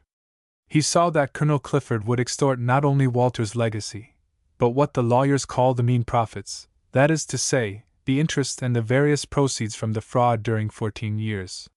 Whilst he was in this condition of bodily collapse and mental horror, a cold, cynical voice dropped icicles, so to speak, into his ear. In a fix, Governor, eh? The girl won't come back, and Hope won't hold his tongue. Bartley looked round in amazement, and saw the cadaverous face and diabolical sneer of Leonard Monckton. 14 years and evil passions had furrowed that bloodless cheek, but there was no mistaking the man. It was a surprise to Bartley to see him there and be spoken to by a knave who had tried to rob him, but he was too full of his immediate trouble to think much of minor things. What do you know about it? Said he, roughly. I'll tell you, said Monckton coolly. He then walked in a most leisurely way to the gate that led into the meadow whose eastern boundary was Hope's quickset hedge, and he came in the same leisurely way up to Mr. Bartley, and leaned his back, with his hands behind him, with perfect effrontery, against the palings. I know all, said he. I overheard you in your office 14 years ago, when you changed children with Hope. Bartley uttered an exclamation of dismay. And I've been hovering about here all day, and watched the little game, and now I am fly, and no mistake. Bartley threw up his hands in dismay. Then it's all over. I am doubly ruined. I cannot hope to silence you both. Don't speak so loud, Governor. Why not? Said Bartley. Others will if I don't. He lowered his voice for all that, and wondered what was coming. Listen to me, said Monckton, exchanging his cynical manner for a quiet and weighty one. Bartley began to wonder, and look at him with a sort of awe. The words now dropped out of Monckton's thin lips as if they were chips of granite, so full of meaning was every syllable, and Bartley felt it. It's not so bad as it looks. There are only 2 men that know you are a felon. Bartley winced visibly. Now one of those men is to be bought. Bartley lifted his head with a faint gleam of hope at that. And the other has gone down a coal mine. What good will that do me? The villain paused, and looked Bartley in the face. That depends. Suppose you were to offer me what you offered Hope, and suppose Hope was never to come up again? No such luck, said Bartley, shaking his head sorrowfully. Luck, said Monckton contemptuously. We make our own luck. Do you see that vagabond lying under the tree? That's Ben Burnley. Ah, said Bartley. The ruffian Hope discharged. The same, and a man that is burning to be revenged on him. He's your luck, Mr. Bartley. I know the man, and what he has done in a mine before today. Then he drew near to Bartley's ear, and hissed into it these fearful words. Send him down the mine, promise him £500, if William Hope never comes up again, and William Hope never will. Bartley drew back aghast. Assassination! He cried, and by a generous impulse of horror he half fled from the tempter. but Monckton followed him up and laid his hand upon his shoulder. "Hush," said he. "You are getting too near that window, and it is open. Let me see there's nobody inside." He looked in. There was nobody. Grace was upstairs, but it did so happen that she came into the room soon after. Nothing of the kind. Accident. Accidents will happen in mines, and talking of luck, this mine was declared dangerous this very day. "No, no," groaned Bartley, trembling in every limb. "It's a horrible crime. I dare not risk it." "It is but a risk. The alternative is certain. You will be indicted for fraud by the Cliffords." Bartley groaned. "They'll live in your home, they'll revel in your money, while you wear a cropped head and a convict dress, in a stone cell at Portland." "No, never!" screamed Bartley. Man, you are tempting me to my perdition." "I am saving you. Just consider, where is the risk? It is only an accident, and who will suspect you? Men don't ruin their own minds. Here, just let me call him." Bartley made a faint gesture to forbid it, but Monckton pretended to take that as an assent. "Hi, Ben!" he cried. "Come here." "No, no," cried Bartley. "I'll have nothing to do with him." "Well," said Monckton, "then don't, but hear what he has got to say. He'll tell you how easily accidents happen in a mine." Then Burnley came in, but stood at some distance. Bartley turned his back upon them both, and edged away from them a little, but Monckton stood between the two men, determined to bring them together. "Ben," said he, "Mr. Bartley takes you on again at my request, no thanks to Mr. Hope." "No, curse him, I know that. Talking of that, Ben, how was it that you got rid of that troublesome overseer in the Welsh colliery?" Ben started, and looked aghast for a moment, but soon recovered himself and told his tale of blood with a strange mixture of satisfaction and awe, washing his hands in the air nervously all the time. "Well, you see, sir, we put some gun cotton in a small canister, with a fuse cut to last 4 minutes, and hid it in one of the old workings the men had left.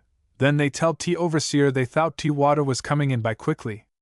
He got there just in time, and what with T. explosion, fire damp, and fallen coal, we never saw T. Overseer again."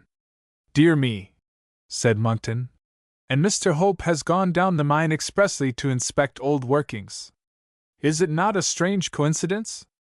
Now if such an accident was to befall Mr. Hope, it's my belief Mr. Bartley would give you £500. Bartley made no reply. The perspiration was pouring down his face, and he looked a picture of abject guilt and terror. Monckton looked at him, and decided for him.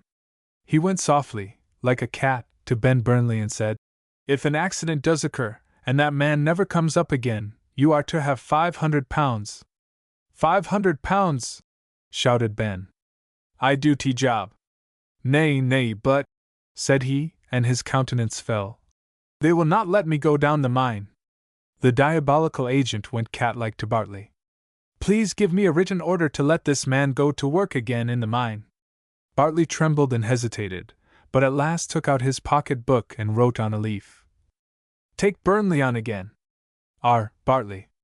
Whilst writing it his hand shook, and when it was written he would not tear it out.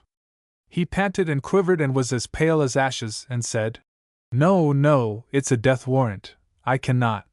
And his trembling hand tried to convey the notebook back to his pocket, but it fell from his shaking fingers, and Monckton took it up and quietly tore the leaf out, and took it across to Burnley, in spite of a feeble gesture the struggling wretch made to detain him. He gave Ben the paper and whispered, "Be off before he changes his mind. You'll hear of an accident in the mine before the day is over," said Burnley, and he went off without a grain of remorse under the double stimulus of revenge and lucre. "He'll do it," cried Monckton triumphantly, "and Hope will end his days in the Bartley mine." These words were hardly out of his lips when Grace Hope walked out of the house, pale, and with her eyes gleaming, and walked rapidly past them. She had nothing on her head but a white handkerchief that was tied under her chin. Her appearance and her manner struck the conspirators with terror. Bartley stood aghast, but the more resolute villain seized her as she passed him. She was not a bit frightened at that, but utterly amazed. It was a public road. "How dare you touch me, you villain?" she cried. Let me go. Ah, I shall know you again, with your face like a corpse and your villainous eyes. Let me go, or I'll have you hung. Where are you going? Said Bartley, trembling. To my father. He is not your father, it is a conspiracy. You must come home with me. Never! Cried Mary, and by a sudden and violent effort she flung Monckton off. But Bartley, mad with terror, seized her that moment, and that gave Monckton time to recover and seize her again by the arm. You are not of age, cried Bartley. You are under my authority, and you shall come home with me. No! No! Cried Mary. Help! Help! Murder! Help! She screamed, and struggled so violently that with all their efforts they could hardly hold her. Then the devil Monckton began to cry louder still. She's mad! She's mad! Help to secure a mad woman! This terrified Grace Hope. She had read of the villainies that had been done under cover of that accusation, which indeed has too often prevented honest men from interfering with deeds of lawless violence. But she had all her wits about her, woman's wit included. She let them drag her past the cottage door. Then she cried out with delight. Ah! Here is my father! They followed the direction of her eye, and relaxed their grasp. Instantly she drew her hands vigorously downward, got clear of them, gave them each a furious push that sent them flying forward, then darted back through the open door, closed it, and bolted it inside just as Monckton, recovering himself, quickly dashed furiously against it, in vain. The quick-witted villain saw the pressing danger in a moment. To the back door, or we are lost! He yelled. Bartley dashed round to that door with a cry of dismay. But Grace was before him just half a minute. She ran through the house. Alas! The infernal door was secure. The woman had locked it when she went out. Grace came flying back to the front, and drew the bolt softly. But as she did so she heard a hammering, and found the door was fast. Unluckily, Hope's tool basket was on the window ledge, and Monckton drove a heavy nail obliquely through the bottom of the door, and it was immovable. Then Mary slipped with cat-like step to the window, and had her hand on the sill to vault clean out into the road. She was perfectly capable, it being one of her calisthenic exercises. But here again her watchful enemy encountered her. He raised his hammer as if to strike her hand, though perhaps he might not have gone that length, but she was a woman, and drew back at that cruel gesture. Instantly he closed the outside shutters. He didn't trouble about the window, but these outside shutters he proceeded to nail up, and, as the trap was now complete, he took his time, and by a natural reaction from his fears, he permitted himself to exult a little. Thank you, Mr. Hope, for the use of your tools. Rat-tat. There, my little bird, you're caged. Rat-tat-tat. Did you really think, rat-tat, 2 men, rat-tat-tat, were to be beaten by 1 woman? The prisoner thus secured, he drew aside with justifiable pride to admire his work. This action enabled him to see the side of the cottage he had secured so cleverly in front and behind, and there was Grace Hope coming down from her bedroom window. She had tied 2 crimson curtains together by a useful knot, which is called at sea a fisherman's bend, fastened one end to the bed or something, and she was coming down this extemporized rope, hand over hand alternately, with as much ease and grace as if she were walking down marble steps. Monckton flung his arm and body wildly over the paling and grabbed her with his finger ends. She gave a spang with her heels against the wall, and took a bold leap away from him into a tulip bed 10 feet distant at least. He yelled to Bartley, "To the garden!" and not losing a moment, flung his leg over the paling to catch her, with Bartley's help, in this new trap. Mary dashed off without a moment's hesitation at the quickset hedge. She did not run up to it, and hesitate like a woman, for it was not to be wriggled through. She went at it with the momentum and impetus of a racehorse, and through it as if it was made of blotting paper, leaving a wonderfully small hole, but some shreds of her dress, and across the meadow at a pace that neither Bartley nor Monckton, men past their prime, could hope to rival even if she had not got the start. They gazed aghast at one another, at the premises so suddenly emptied as if by magic, at the crimson curtain floating like a banner, and glowing beautifully amongst the green creepers, and at that flying figure, with her hair that glittered in the sun, and streamed horizontal in the wind with her velocity, flying to the mine to save William Hope, and give these baffled conspirators a life of penal servitude. Chapter 20. Calamity. The baffled conspirators saw Grace Hope bound over a stile like a deer and dash up to the mine. Then there was a hurried colloquy, and some men were seen to start from the mine and run toward Hope's cottage. What actually took place was this: she arrived panting, and begged to be sent down the mine at once. The deputy said, "You cannot, miss, without an order from Mr. Hope." "I am his daughter, sir," said she. "He has claimed me from Mr. Bartley this day." At that word the man took off his hat to her. "Let me down this instant. There's a plot to fire the mine, and destroy my dear father." "A plot to fire the mine?" said the man, all aghast. "Why, who by?" "Hi! Cage ready there." "One Burnley, but he's bribed by a stranger." "Send me down to warn my father, but you run and seize that villain, you cannot mistake him. He wears a light suit of tweed, all one color. He has very black eyebrows, and a face like a corpse, and a large gold ring on the little finger of his right hand. You will find him somewhere near my father's cottage. Neither you nor I have a moment to lose." Then the deputy called 3 more men, and made for Hope's cottage, while Grace went down in the cage. Bartley fled in mortal terror to his own house, and began to pack up his things to leave the country. Monckton withdrew to the clump of fir trees, and from that thin shelter watched the mine, intending to levant as soon as he should see Hope come up safe and sound. But, when he saw 3 or 4 men start from the mine and run across to him, he took the alarm and sought the thicker shelter of a copse hard by. It was a very thick cover, good for temporary concealment, but he soon found it was so narrow that he couldn't emerge from it on either side without being seen at once, and his quick wit told him that Grace had denounced him, and probably described him accurately to the miners. He was in mortal terror, but not unprepared for this sort of danger. The first thing he did was to whip off his entire tweed suit and turn it inside out. He had had it made on purpose. It was a thin tweed, doubled with black kerseymere, so that this change was a downright transformation. Then he substituted a black tie for a colored one, whipped out a little mirror and his hare's foot, etc., browned and colored his cheek, put on an admirable gray wig, whiskers, mustache, and beard, and partly whitened his eyebrows, and hobbled feebly out of the little wood an infirm old man. Presently he caught sight of his gold ring. "Ah," said he, "she is a sharp girl. Perhaps she noticed that in the struggle?" He took it off and was going to put it in his pocket, but thought better of that, and chucked it into a ditch. Then he made for the village. The pursuers hunted about the house and, of course, didn't find him, but presently one of them saw him crossing a meadow not far off, so they ran toward him and hailed him. "Hi! Mister!" He went feebly on, and did not seem to hear. Then they hailed him again and ran toward him. Then he turned and stopped, and seeing men running toward him, took out a large pair of round spectacles, and put them on to look at them. By this artifice that which in reality completed his disguise seemed but a natural movement in an old man to see better who it was that wanted him. "What be you doing here?" said the man.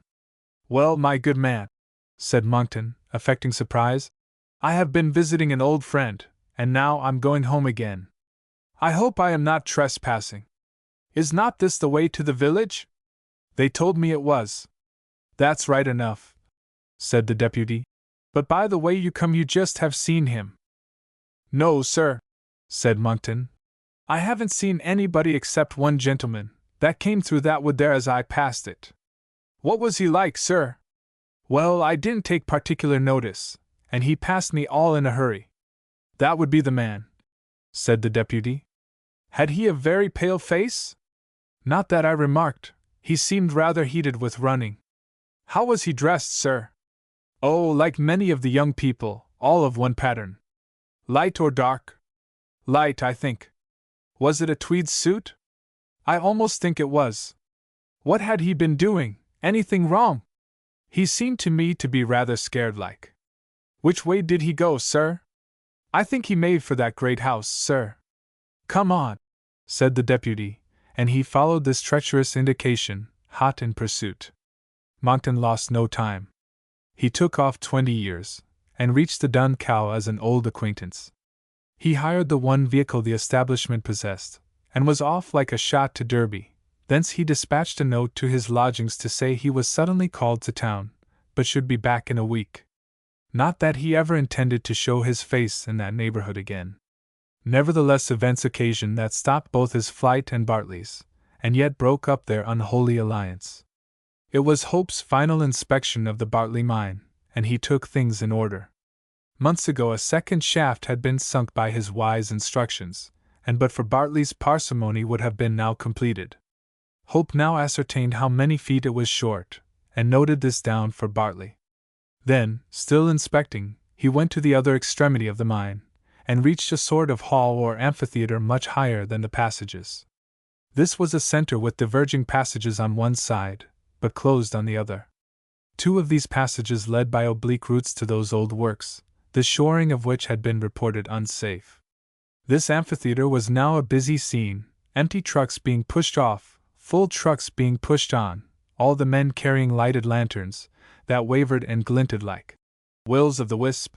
Presently a bell rung, and a portion of the men, to whom this was a signal, left off work and began to put on their jackets, and to await the descent of the cage to take them up in parties. At this moment Hope met, to his surprise, a figure that looked like Ben Burnley. He put up his lamp to see if he was right, and Ben Burnley it was. The ruffian had the audacity to put up his lamp, as if to scrutinize the person who examined him. "Did I not discharge you?" said Hope. "Aye, lad," said Ben. "But your master put me on again." With that he showed Bartley's order and signature. Hope bit his lips, but merely said, "He will rue it." Burnley sidled away, but Hope cried to one or two men who were about, "Keep a sharp lookout on him, my men. Your lives are not safe whilst he's in the mine." Burnley leaned insolently against a truck and gave the men nothing to observe. The next minute and bustled the honest miner at whose instance Hope had come down the mine, and begged him to come and visit the shoring at once. Hope asked if there were any other men there.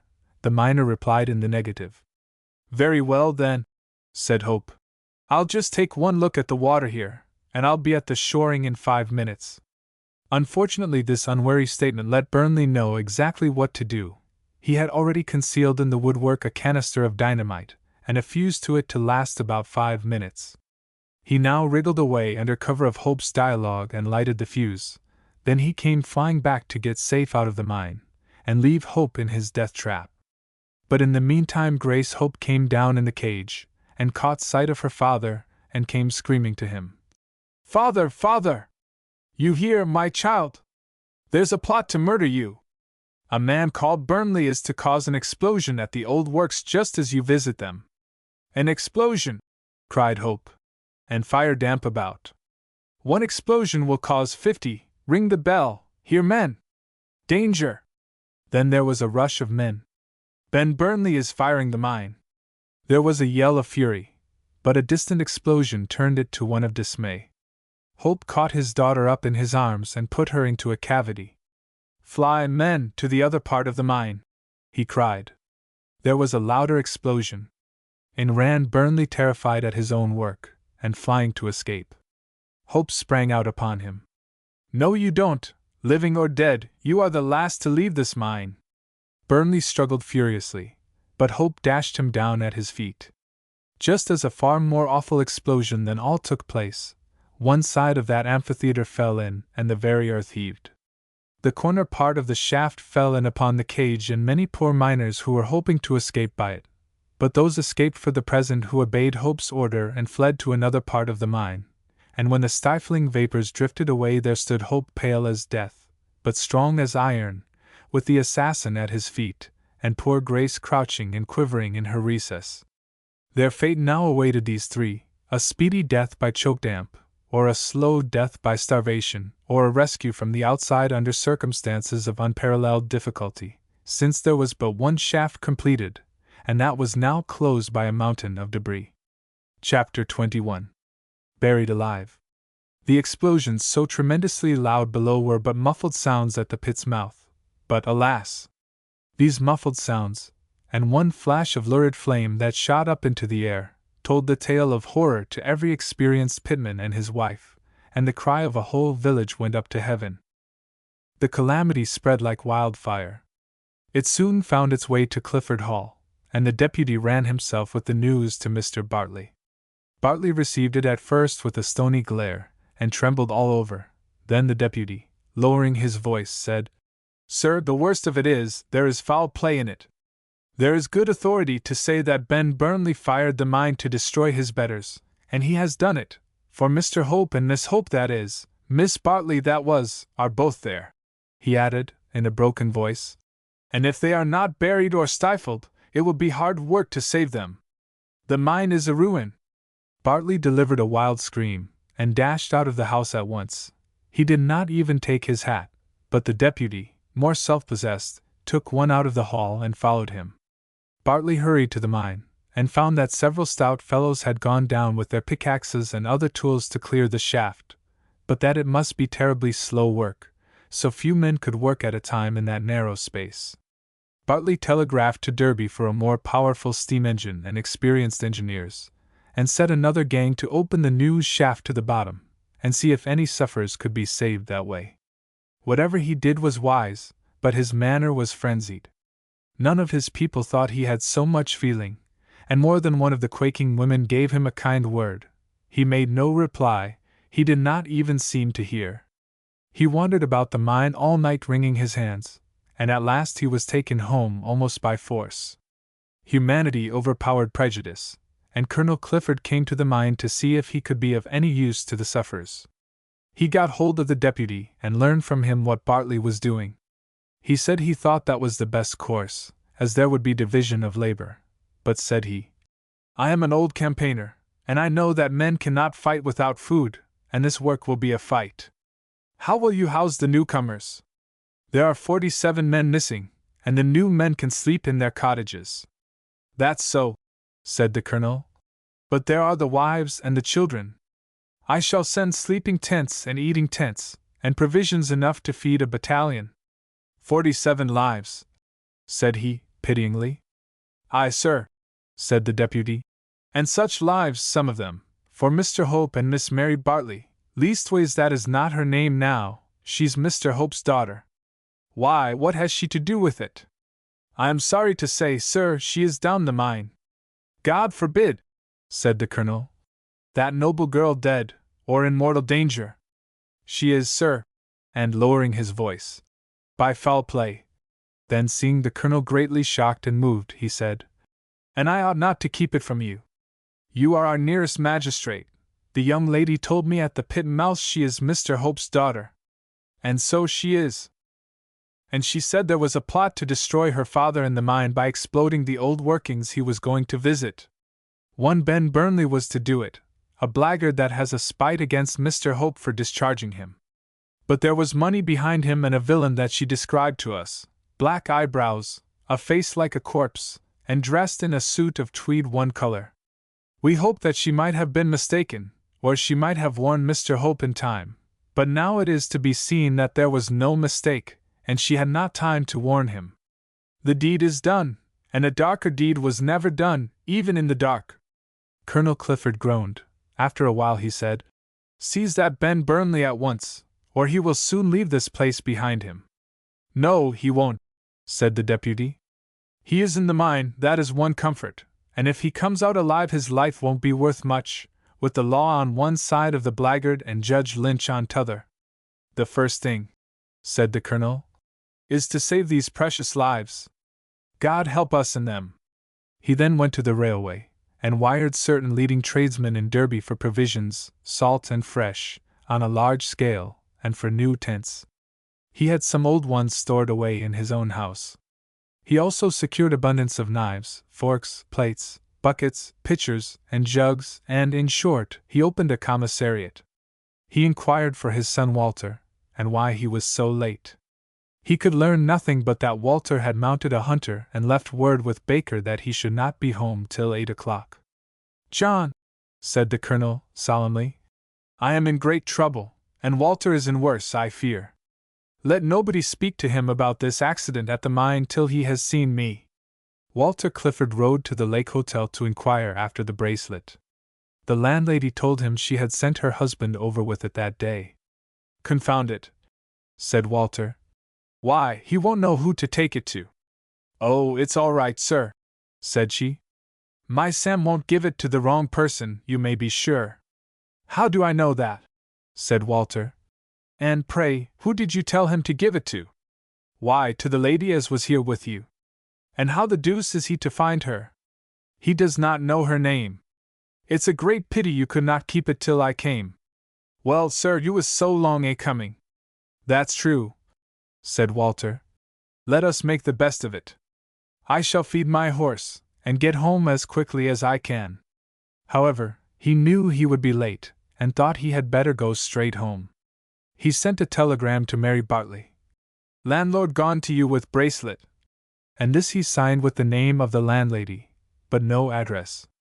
He was afraid to say more, though he would have liked to put his wife upon her guard, but he trusted to her natural shrewdness. He mounted his horse and went straight home, but he was late for dinner, and that vexed him a little, for it was a matter Colonel Clifford was particular about. He dashed up to his bedroom and began to dress all in a hurry. John Baker came to him wearing a very extraordinary look, and after some hesitation said, "I would not change my clothes if I were you, Mr. Walter." "Oh," said Walter, "I am too late, you know, in for a penny, in for a pound." "But, sir," said old John, "the Colonel wants to speak to you in the drawing-room." Now Walter was excited with the events of the day, irritated by the affront his father had put upon him and Mary, strung up by hard riding, etc. He burst out, "Well, I shall not go to him. I have had enough of this, badgered and bullied, and my sweetheart affronted, and now I suppose I am to be lectured again. You say I am not well, and bring my dinner up here." "No, Mr. Walter," said the old man gravely. "I must not do that. Sir, don't you think as you are to be scolded, or the angel you love affronted. All that is over forever. There has been many a strange thing happened since you rode out of our stable last, but I wish you would go to the Colonel and let him tell you all. However, I suppose I may tell you so much as this, that your sweetheart is not Mary Bartley at all, she is Mr. Hope's daughter." "What?" cried Walter, in utter amazement. "There is no doubt about it, sir," said the old man. "And I believe it is all out about you and her. But that would not matter, for the Colonel he takes it quite different from what you might think. He swears by her now. I don't know really how that came about, sir, for I was not there, but when I was dressing the Colonel he said to me, 'John, she's the grandest girl in England, and an honor to her sex, and there is not a drop of Bartley's blood in her.'" "Oh, he has found that out," said Walter.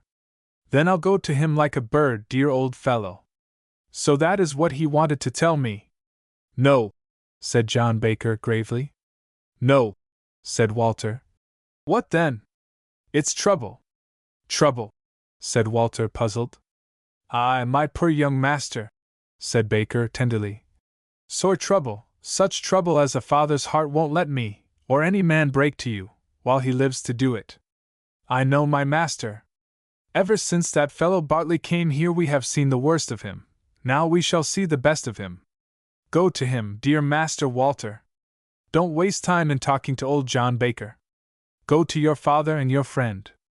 Walter Clifford cast a look of wonder and alarm on the old man, and went down at once to the drawing-room. His father was standing by the fire. He came forward to him with both hands and said, "My son!" "Father," said Walter in a whisper. "What is it? Have you heard nothing?" "Nothing but good news, father, that you approve my choice." "Ah, John told you that?" "Yes, sir." "And did he tell you anything else?" "No, sir, only that some great misfortune is upon me, and that I have my father's sympathy." "You have," said the Colonel. "And would to God I had known the truth before. She is not Bartley's daughter at all, she is Hope's daughter. Her virtue shines in her face, she is noble, she is self-denying, she is just, she is brave, and no doubt she can account for her being at the Lake Hotel in company with some man or other. Whatever that lady says will be the truth. That's not the trouble, Walter, all that has become small by comparison. But shall we ever see her sweet face again or hear her voice?" "Father," said Walter, trembling. You terrify me. This sudden change in your voice that I never heard falter before. Some great calamity must have happened. Tell me the worst at once. Walter, said the old man, stand firm, do not despair, for there is hope. Thank God for that, father! Now tell me all. Walter, there has been an explosion in the mine, a fearful explosion. The shaft has fallen in. There is no getting access to the mine, and all the poor souls confined there are in mortal peril. Those who are best acquainted with the mine do not think that many of them have been destroyed by the ruin, but they tell me these explosions let loose poisonous gases, and so now those poor souls are all exposed to 3 deadly perils: choke damp, fire damp, and starvation. It's pitiable, said Walter. But surely this is a calamity to Bartley, and to the poor miners, but not to any one that I love, and that you have learned to respect. My son, said the colonel, solemnly, the mine was fired by foul play. Is it possible? It is believed that some rival owner, or else some personal enemy of William Hope, bribed a villain to fire some part of the mine that Hope was inspecting. Great heavens, said Walter, can such villains exist? Poor Mr. Hope, who would think he had an enemy in the world? Alas, said the colonel, that is not all. His daughter, it seems, overheard the villain bribing the ruffian to commit this foul and terrible act, and she flew to the mine directly. She dispatched some miners to seize that hellish villain, and she went down the mine to save her father. Ah, said Walter, trembling all over. She has never been seen since. The colonel's head sank for a moment on his breast. Walter groaned and turned pale. She came too late to save him. She came in time to share his fate. Walter sank into a chair, and a deadly pallor overspread his face, his forehead, and his very lips. The colonel rushed to the door and called for help, and in a moment John Baker and Mrs. Milton and Julia Clifford were round poor Walter's chair with brandy and ether and salts, and every stimulant. He did not faint away. Strong men very seldom do at any mere mental shock. The color came slowly back to his cheeks and his pale lips, and his eyes began to fill with horror. The weeping women, and even the stout colonel, viewed with anxiety his return to the full consciousness of his calamity. Be brave, cried Colonel Clifford. Be a soldier's son, don't despair, fight, nothing has been neglected. Even Bartley is playing the man. He has got another engine coming up, and another body of workmen to open the new shaft as well as the old one. God bless him, said Walter.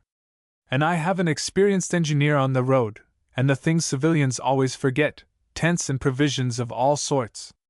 We will set an army to work sooner than your sweetheart, poor girl, shall lose her life by any fault of ours. My sweetheart, cried Walter, starting suddenly from his chair. There, don't cling to me, women. No man shall head that army but I. My sweetheart! God help me, she's my wife. Chapter 22. Remorse. In a work of this kind not only the external incidents should be noticed, but also what may be called the mental events. We have seen a calamity produce a great revulsion in the feelings of Colonel Clifford, but as for Robert Bartley, his very character was shaken to the foundation by his crime and its terrible consequences. He was now like a man who had glided down a soft sunny slope, and was suddenly arrested at the brink of a fathomless precipice. Bartley was cunning, selfish, avaricious, unscrupulous in reality, so long as he could appear respectable, but he was not violent, nor physically reckless, still less cruel. A deed of blood shocked him as much as it would shock an honest man. Yet now, through following his natural bent too far, and yielding to the influence of a remorseless villain, he found his own hands stained with blood, the blood of a man who, after all, had been his best friend, and had led him to fortune, and the blood of an innocent girl who had not only been his pecuniary benefactress for a time, but had warmed and lighted his house with her beauty and affection.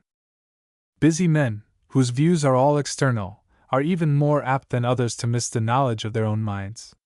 This man, to whom everything was business, had taken for granted he did not actually love Grace Hope. Why, she was another man's child. But now he had lost her forever. He found he had mistaken his own feelings. He looked round his gloomy horizon and realized too late that he did love her. It was not a great and penetrating love like William Hope's. He was incapable of such a sentiment. But what affection he had to bestow, he had given to this sweet creature. His house was dark without her. He was desolate and alone, and horrible to think of, the instrument of her assassination. This thought drove him to frenzy, and his frenzy took two forms, furious excitement and gloomy despair. This was now his life by night and day, for sleep deserted him. At the mine his measures were all wise, but his manner very wild. The very miners whispered amongst themselves that he was going mad. At home, on the contrary, he was gloomy, with sullen despair. He was in this latter condition the evening after the explosion, when a visitor was announced.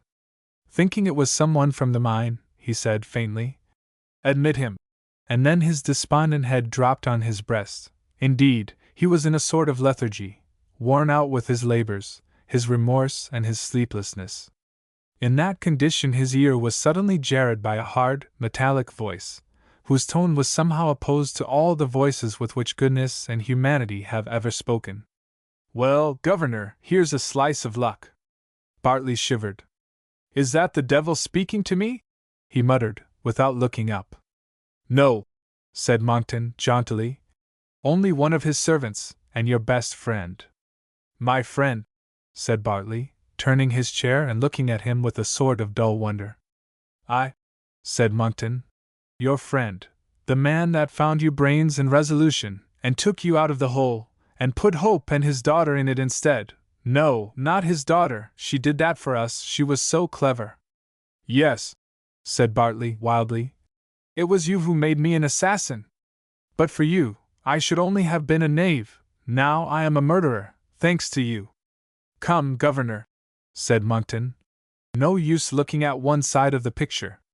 You tried other things first. You made him liberal offers, you know, but he would have war to the knife, and he has got it. He is buried at the bottom of that shaft." "God forbid!" "And you are all right." "I am in hell," shrieked Bartley. "Well, come out of it," said Monckton, "and let's talk sense. I read the news at Derby, just as I was starting for London. I have been as near the mine as I thought safe.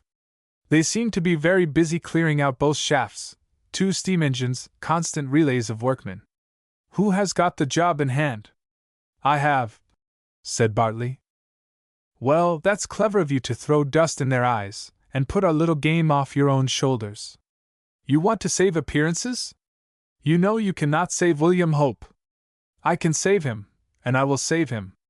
God will have mercy on a penitent assassin, as he once had upon a penitent thief." Monckton stared at him and smiled. "Who has been talking to you, the parson?"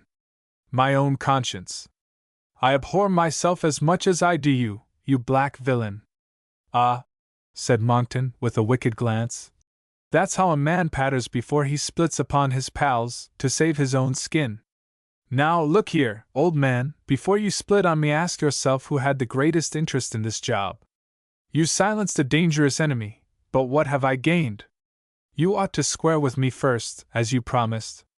If you split upon me before that, you will put yourself in the hole and leave me out of it." "Villain and fool," said Bartley. "These trifles do not trouble me now. If Hope and my dear Mary are found dead in that mine, I'll tell how they came by their death, and I'll die by my own hand." Monckton said nothing, but looked at him keenly, and began at last to feel uneasy. "A shaft is but a narrow thing," Bartley rejoined. "Why should they be buried alive? Let's get to them before they are starved to death.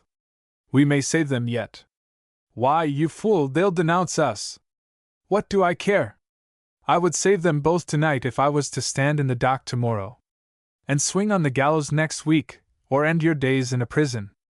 "I'd take my chance," said Bartley desperately. "I'll undo my crime if I can. No punishment can equal the agony I am in now, thanks to you, you villain." Then turning on him suddenly, and showing him the white of his eyes like a maniac, or a dangerous mastiff, he hissed out, "You think nothing of the lives of better men. Perhaps you don't value your own?" "Oh, I beg your pardon," said Monckton. "That's a very different thing. Oh, you do value your own foul life? At any amount of money, said Monckton. Then why do you risk it? Excuse me, Governor, that's a thing I make a point of not doing. I risk my instruments, not my head, Ben Burnley to wit. You are risking it now, said Bartley, looking still more strangely at him. How so, pray? Said Monckton, getting a little uneasy, for this was not the Bartley he had known till then. Bartley took the poker in his hand and proceeded to poke the fire, but somehow he did not look at the fire. He looked askant at Monckton, and he showed the white of his eyes more and more. Monckton kept his eye upon him and put his hand upon the handle of the door. I'll tell you, said Bartley. By coming here to tempt, provoke, and insult the wretch whose soul you destroyed, by forcing me to assassinate the best man and the sweetest girl in England, when there were vipers and villains about whom it's a good action to sweep off God's earth. Villain! I'll teach you to come like a fool and madden a madman. I was only a rogue, you have made me a man of blood. All the worse for you.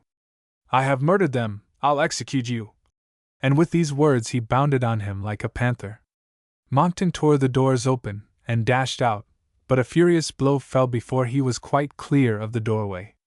With such force was it delivered that the blunt metal cut into the edge of the door like a sword, the jamb was smashed, and even Monckton, who received but 1/4 of the blow, fell upon his hands and knees into the hall and was stunned for a moment, but fearing worse, staggered out of the hall door, which, luckily for him, was open, and darting into a little grove of shrubs, that was close by, grovelled there in silence, bleating like a pig, and waiting for his chance to escape entirely. But the quaking reptile ran no further risk. Bartley never followed him beyond his own room. He had been goaded into a maniacal impulse, and he returned to his gloomy sullenness. Walter's declaration, made so suddenly before 4 persons, startled them greatly for a moment, but only for a moment. Julia was the first to speak. We might have known it, she said. Mary Bartley is a young lady incapable of misconduct. She is prudence, virtue, delicacy, and purity in person. The man she was with at that place was sure to be her husband, and who should that be but Walter, whom she loved?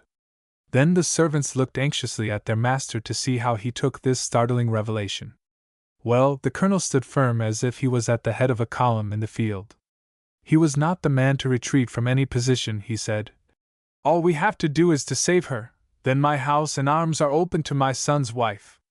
God bless you, father! Cried Walter, in a broken voice. And God bless you, dear cousin. Yes, it's no time for words. And he was gone in a moment. Now, Milton, said the colonel, he won't sleep here till the work is done, and he won't sleep at all if we don't get a bed for him near the mine. You order the break out, and go to the Dun Cow and do what you can for him. That I will, sir. I'll take his own sheets and bedding with me. I won't trust that woman, she talks too much, and if you please, sir, I'll stay there a day or 2 myself, for maybe I shall coax him to eat a morsel of my cooking, and to lie down a bit, when he would not listen to a stranger. You're a faithful creature, said the colonel, rather aggressively, not choosing to break down. So are you, John, and it is at these moments we find out our friends in the house, and confound you, I forbid you both to snivel, said he still louder. Then, more gravely, how do we know? Many a stormy day ends well. This calamity may bring happiness and peace to a divided house. Colonel Clifford prophesied right. Walter took the lead of a working gang and worked night and day, resting 2 hours only in the 24, and even that with great reluctance. Outside the scene was one of bustle and animation. Little white tents, for the strange workmen to sleep in, dotted the green, and 2 snowy refreshment tents were pitched outside the Dun Cow. That establishment had large brick ovens and boilers, and the landlady, and the women she had got to help her, kept the tables always groaning under solid fare that never once flagged, being under the charge of that old campaigner, Colonel Clifford. The landlady tried to look sad at the occasion which called forth her energy and talents, but she was a woman of business, and her complacency oozed through her. It was not so at the pit mouth. The poor wives whose husbands were entombed below, alive or dead, hovered and fluttered about the 2 shafts with their aprons to their eyes, and eager with their questions. Deadly were their fears, their hopes fainter and fainter, as day after day went by, and both gangs, working in so narrow a space, made little progress compared with their own desires, and the prayers of those who trembled for the result. It was a race and a struggle of two gallant parties, and a short description of it will be given. But as no new incidents happened for 6 days, we shall preserve the chronological order of events, and now relate a daring project which was revived in that interval. Monckton and Bartley were now enemies. Sin had united, crime and remorse had disunited them. Monckton registered a vow of future vengeance upon his late associate, but in the meantime, taking a survey of the present circumstances, he fell back upon a dark project he had conceived years ago on the very day when he was arrested for theft in Bartley's office. Perhaps our readers, their memory disturbed by such a number of various matters as we have since presented to them, may have forgotten that project, but what is about to follow will tend to revive their recollection. Monckton then wired to Mrs. Braham's lawyer demanding an immediate interview with that lady. He specified the hour. The lawyer went to her directly, the matter being delicate. He found her in great distress, and before he could open his communication she told him her trouble. She said that her husband, she feared, was going out of his mind. He groaned all night and never slept, and in the daytime never spoke. There had been just then some surprising falls and rises in foreign securities, and the shrewd lawyer divined at once that the stockbroker had been doing business on his own account, and got pinched. So he said, "My dear madam, I suspect it is business on the exchange. He will get over that, but there is something that is immediately pressing." And he then gave her Monckton's message. Now her nerves were already excited, and this made matters worse. She cried and trembled, and became hysterical, and vowed she would never go near Leonard Monckton again. He had never loved her, had never been a friend to her as Jonathan Braham had. "No," said she. "If he wants money, take and sell my jewels, but I shall stay with my husband in his trouble." "He is not your husband," said the lawyer quietly. "And this man is your husband, and things have come to my knowledge lately which it would be imprudent at present to disclose either to him or you, but we are old friends. You cannot doubt that I have your interest at heart." "No, I don't doubt that," said Lucy, hastily, and held out her hand to him. "Well then," said he, "be persuaded and meet the man." "No, I will not do that," said she. "I am not a good woman, I know, but it is not for want of the wish. I will not play double any more." And from that nothing he could say could move her. The lawyer returned to his place, and when Monckton called next day he told him he was sorry to say Mr. Braham was ill and in trouble, and the lady couldn't meet him. She would make any reasonable sacrifice for his convenience except that. "And I," said Monckton, "insist upon that, and nothing else." The lawyer endeavored to soften him, and hinted that he would advance money himself sooner than his client should be tormented. But Monckton was inflexible. He said, "It is about a matter that she cannot communicate to you, nor can I. However, I am obliged to you for your information. She won't leave her stockbroker, eh? Well, then I know where to find her." And he took up his hat to go. "No, pray don't do that," said Mr. Middleton, earnestly. "Let me try her again. She has had time to sleep over it." "Try her," said Monckton, sternly. "And if you are her friend, take her husband's side in this one thing. It's the last time I shall trouble her." "I am her friend," said the lawyer. "And if you must know, I rather wish her to meet you and get it over. Will you come here again at 5 o'clock? "All right," said Monckton. Monckton was struck with Lawyer Middleton's manner, and went away puzzling over it. "What's his little game, I wonder?" said he. The lawyer went post-haste to his client's house. He found her in tears. She handed him an open letter. Braham was utterly ruined, and besides that had done something or other he did not care to name. He was off to America, leaving her what money she could find in the house and the furniture, which he advised her to sell at once before others claimed it. In short, the man was wild with fear, and at present thought but little of anybody but himself. Then the lawyer set himself to comfort her as well as he could, and renewed his request that she would give Monckton a meeting. "Yes," said she wearily. "It is no use trying to resist him. he can come here. The lawyer demurred to that. No, said he. Keep your own counsel, don't let him know you are deserted and ruined, make a favor of coming, but come, and a word in your ear. He can do more for you than Braham can, or will ever do again. So don't you thwart him if you can help. She was quick enough to see there was something weighty behind, and she consented. He took her back with him, only she was such a long time removing the traces of tears, and choosing the bonnet she thought she should look best in, that she made him 20 minutes late and rather cross. It is a way women have of souring that honeycomb, a man. When the trio met at the office, the husband was pale, the wife dull and sullen. It's the last time I shall trouble you, Lucy, said Monckton. As you please, Leonard. And I want you to make my fortune. You have only to tell me how. Quite incredulously. You must accompany me to Derbyshire, or else meet me at Derby, whichever you please. Oh, don't be alarmed. I don't ask you to travel with me as man and wife.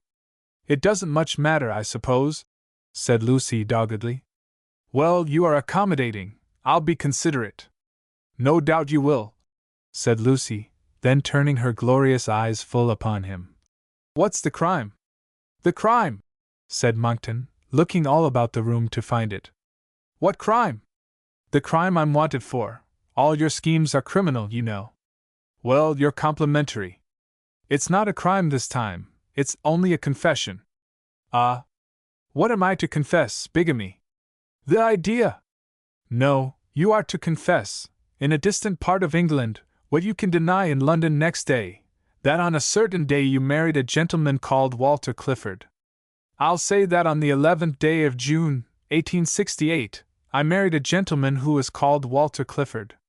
This was Lucy's reply, and given very doggedly. Bravo! And will you stand to it if the real Walter Clifford says it is a lie? Lucy reflected. No, I will not. Well, we shall have time to talk about that. When can you start? Give me 3 days. All right. You won't keep me there long after I have done this wicked thing? No, I will send you home with flying colors, and you shall have your share of the plunder. I'd rather go into service again and work my fingers to the bone. Since you have such a contempt for money, perhaps you'll stand £50? I have no money with me, but I'll ask Mr. Middleton to advance me some.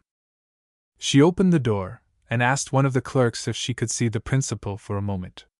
He came to her directly. She then said to him, He wants £50. Could you let me have it for him? Oh, said the lawyer, cheerfully. I shall be happy to lend Mr. Monckton £50 or £100 upon his own note of hand. They both stared at him a little, but a blank note of hand was immediately produced, drawn and signed at 6 months' date for £52 tens, and the lawyer gave Monckton his cheque for £50. Husband and wife then parted for a time. Monckton telegraphed to his lodgings to say that his sister would come down with him for country air, and would require good accommodation, but would pay liberally. In most mining accidents the shafts are clear, and the debris that has to be picked through to get to the entombed miners is attacked with this advantage, that a great number of men have room to use their arms and pickaxes, and the stuff has not to be sent up to the surface. But in this horrible accident both gangs of workers were confined to a small area and small cages, and the stuff had to be sent up to the surface. Bartley, who seemed to live only to rescue the sufferers by his own fault, provided miles of rope, and had small cages knocked together, so that the debris was continually coming up from both the shafts, and one great source of delay was averted. But the other fatal cause of delay remained, and so daylight came and went, and the stars appeared and disappeared with incredible rapidity to poor Walter and the other gallant workers, before they got within 30 feet of the pit. Those who worked in the old shafts, having looser stuff to deal with, gained an advance of about 7 feet upon the other working party. And this being reported to Walter, he went down the other shaft to inspire the men by words and example. He had not been down 2 hours when one of the miners cried, Hold hard, they are working up to us! And work was instantly suspended for a moment. Then sure enough the sounds of pickaxes working below were just audible. There was a roar of exultation from the rescuing party, and a man was sent up with his feet in a bucket, and clinging to a rope, to spread the joyful tidings, but the work was not intermitted for more than a moment, and in a few hours it became necessary to send the cage down and suspend the work to avoid another accident. The thin remaining crust gave way, the way was clear, lamps were sent down, and the saving party were soon in the mine, with a sight before them never to be forgotten. The few men who stood erect with picks in their hands were men of rare endurance, and even they began to fall, exhausted with fatigue and hunger. 5 times their number lay dotted about the mine, prostrated by privation, and some others, alas, were dead.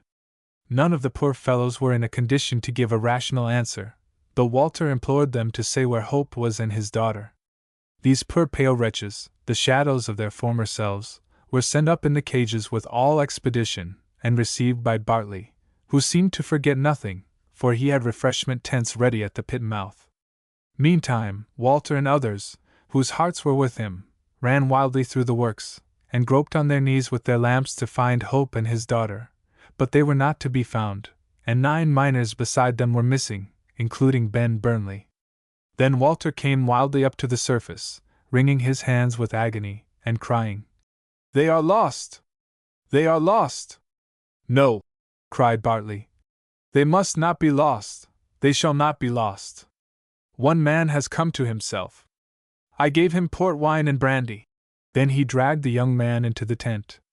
There was stout Jim Davies propped up and held, but with a great tumbler of brandy and port in his hand. "Now, my man," said, or rather screamed, Bartley, "tell him where Hope is, and Mary, that oh God! Oh God!" "Master," said Jim faintly, "I was in the hall with Mr. Hope and the lady when the first explosion came. Most of us ran past the old shaft, and got clear. A few was caught by the falling shaft, for I looked back and saw it.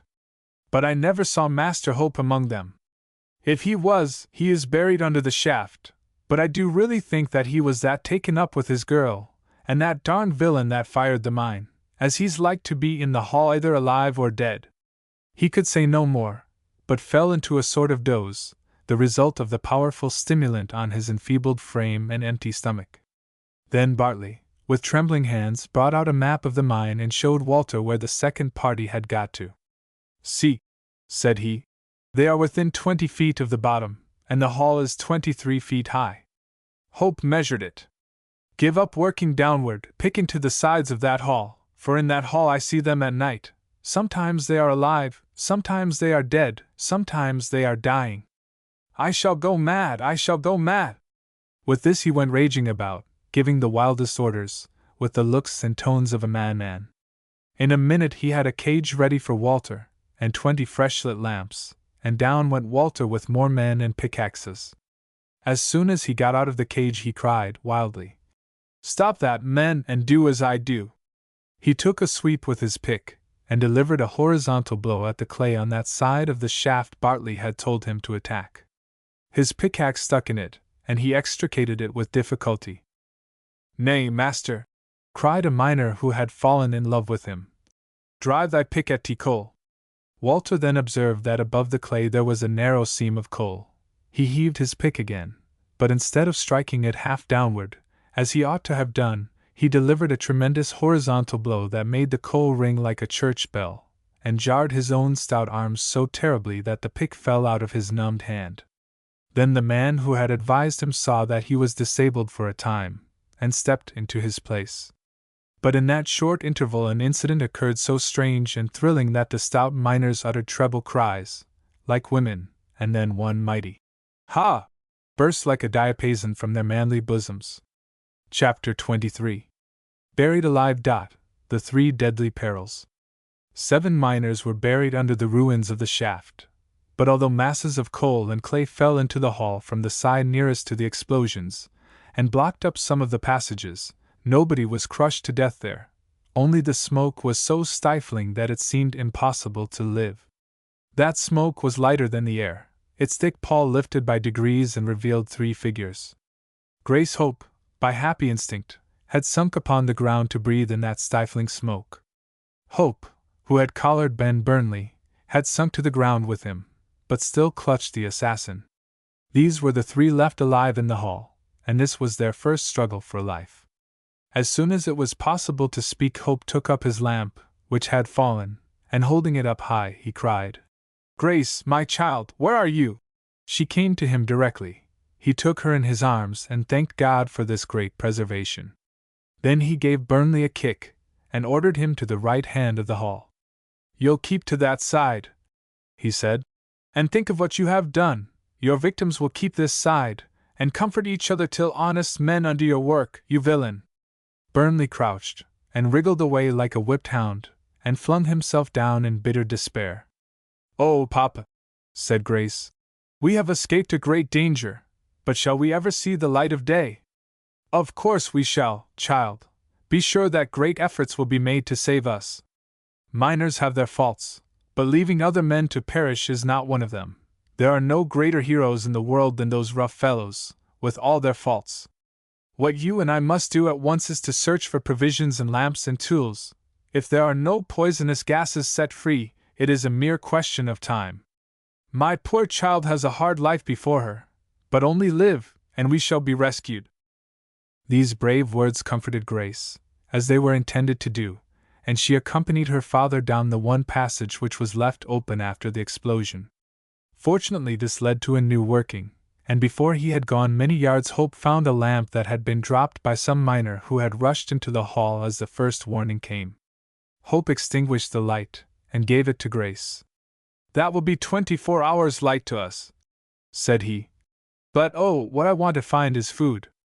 There must be some left behind."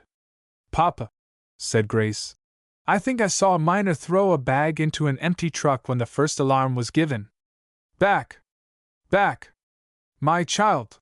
cried Hope, "before that villain finds it."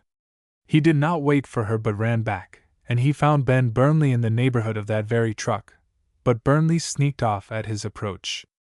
Hope, looking into the truck, found treasures: a dozen new sacks, a heavy hammer, a small bag of nails, a can of tea, and a bag with a loaf in it, and several broken pieces of bread. He put his lamp out directly, for he had lucifer matches in his pocket, and he hid the bag of bread. Then he lighted his lamp again and fastened it up by a nail in the center of the hall. "There," said he to Burnley, "that's to light us both equally. When it goes out you must hang up yours in its place." "That's fair," said Burnley humbly. There were two trucks on Hope's side of the hall, the empty one in question, and one that was full of coal. Both stood about 2 yards from Hope's side of the hall. Hope turned the empty truck and brought it parallel to the other. Then he nailed 2 sacks together, and fastened them to the coal truck and the debris.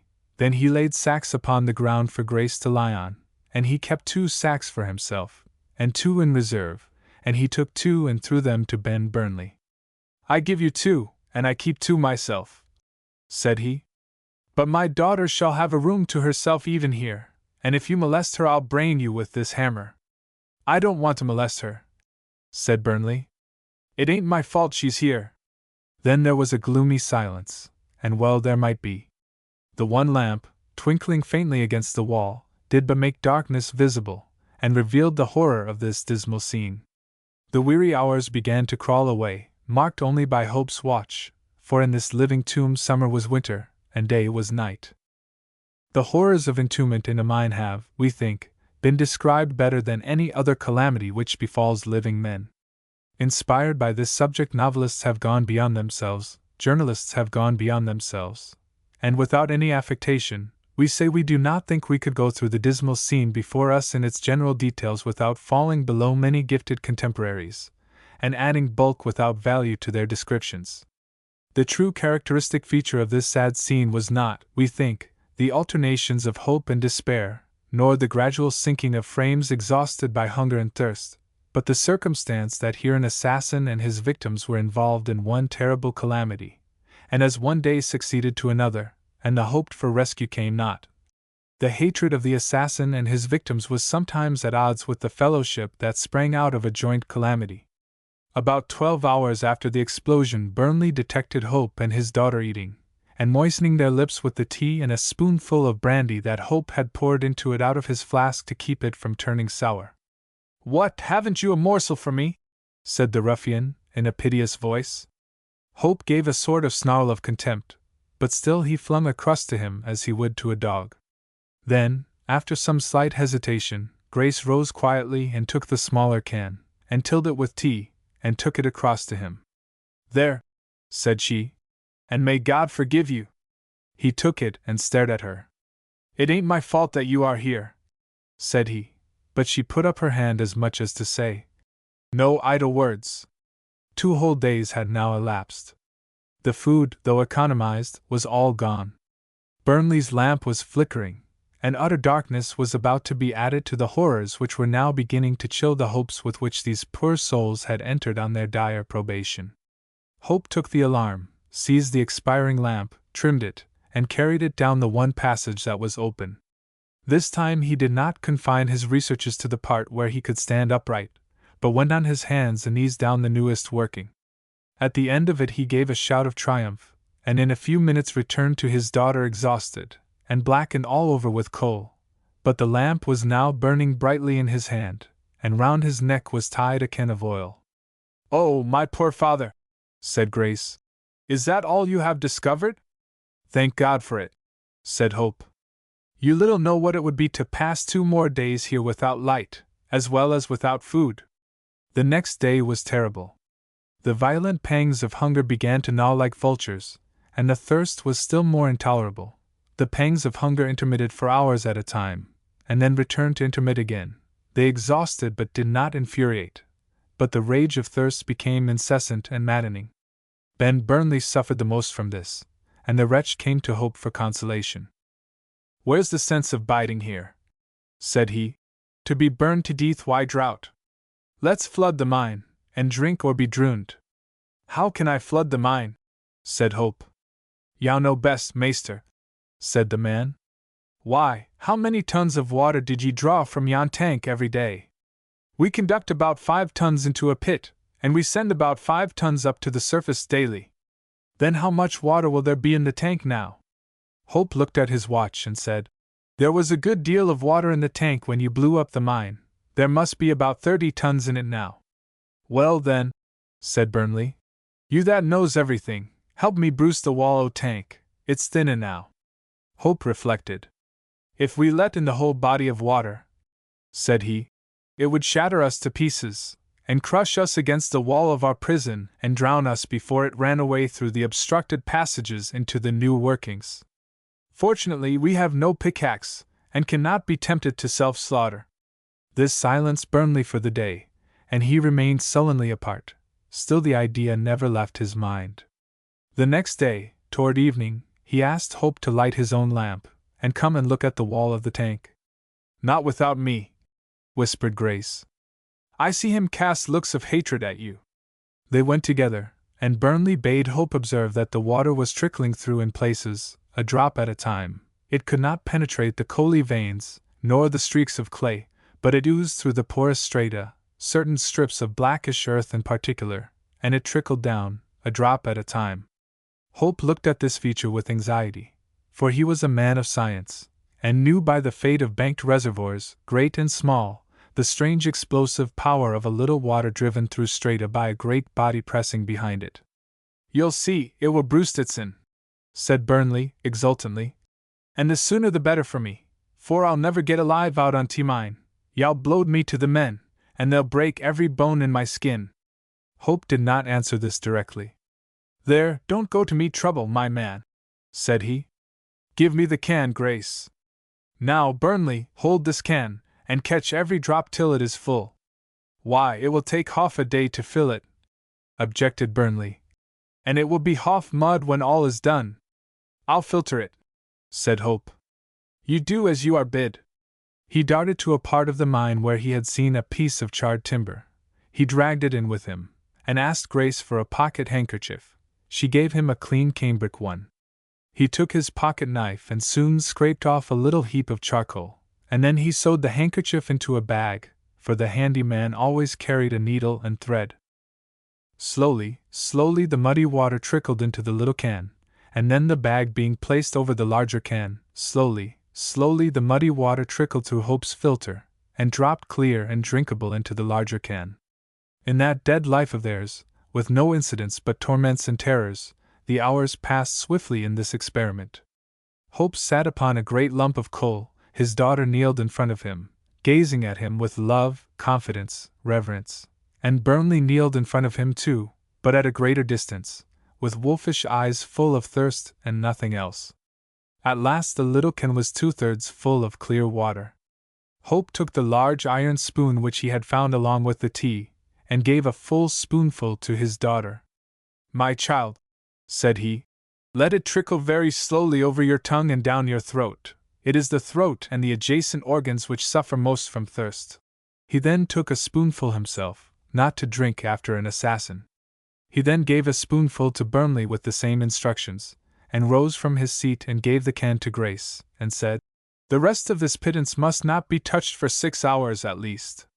Burnley, instead of complying with the wise advice given him, tossed the liquid down his throat with a gesture, and then dashing down the spoon, said, "I'll have the rest on if I die for it," and made a furious rush at Grace Hope. She screamed faintly, and Hope met him full in that incautious rush, and felled him like a log with a single blow. Burnley lay there with his heels tapping the ground for a little while, then he got on his hands and knees, and crawled away to the farthest corner of his own place, and sat brooding. That night when Grace retired to rest, Hope lay down at her feet, with his hammer in his hand, and when one slept the other watched, for they feared an attack. Toward the morning of the next day Grace's quick senses heard a mysterious noise in Burnley's quarter. She woke her father.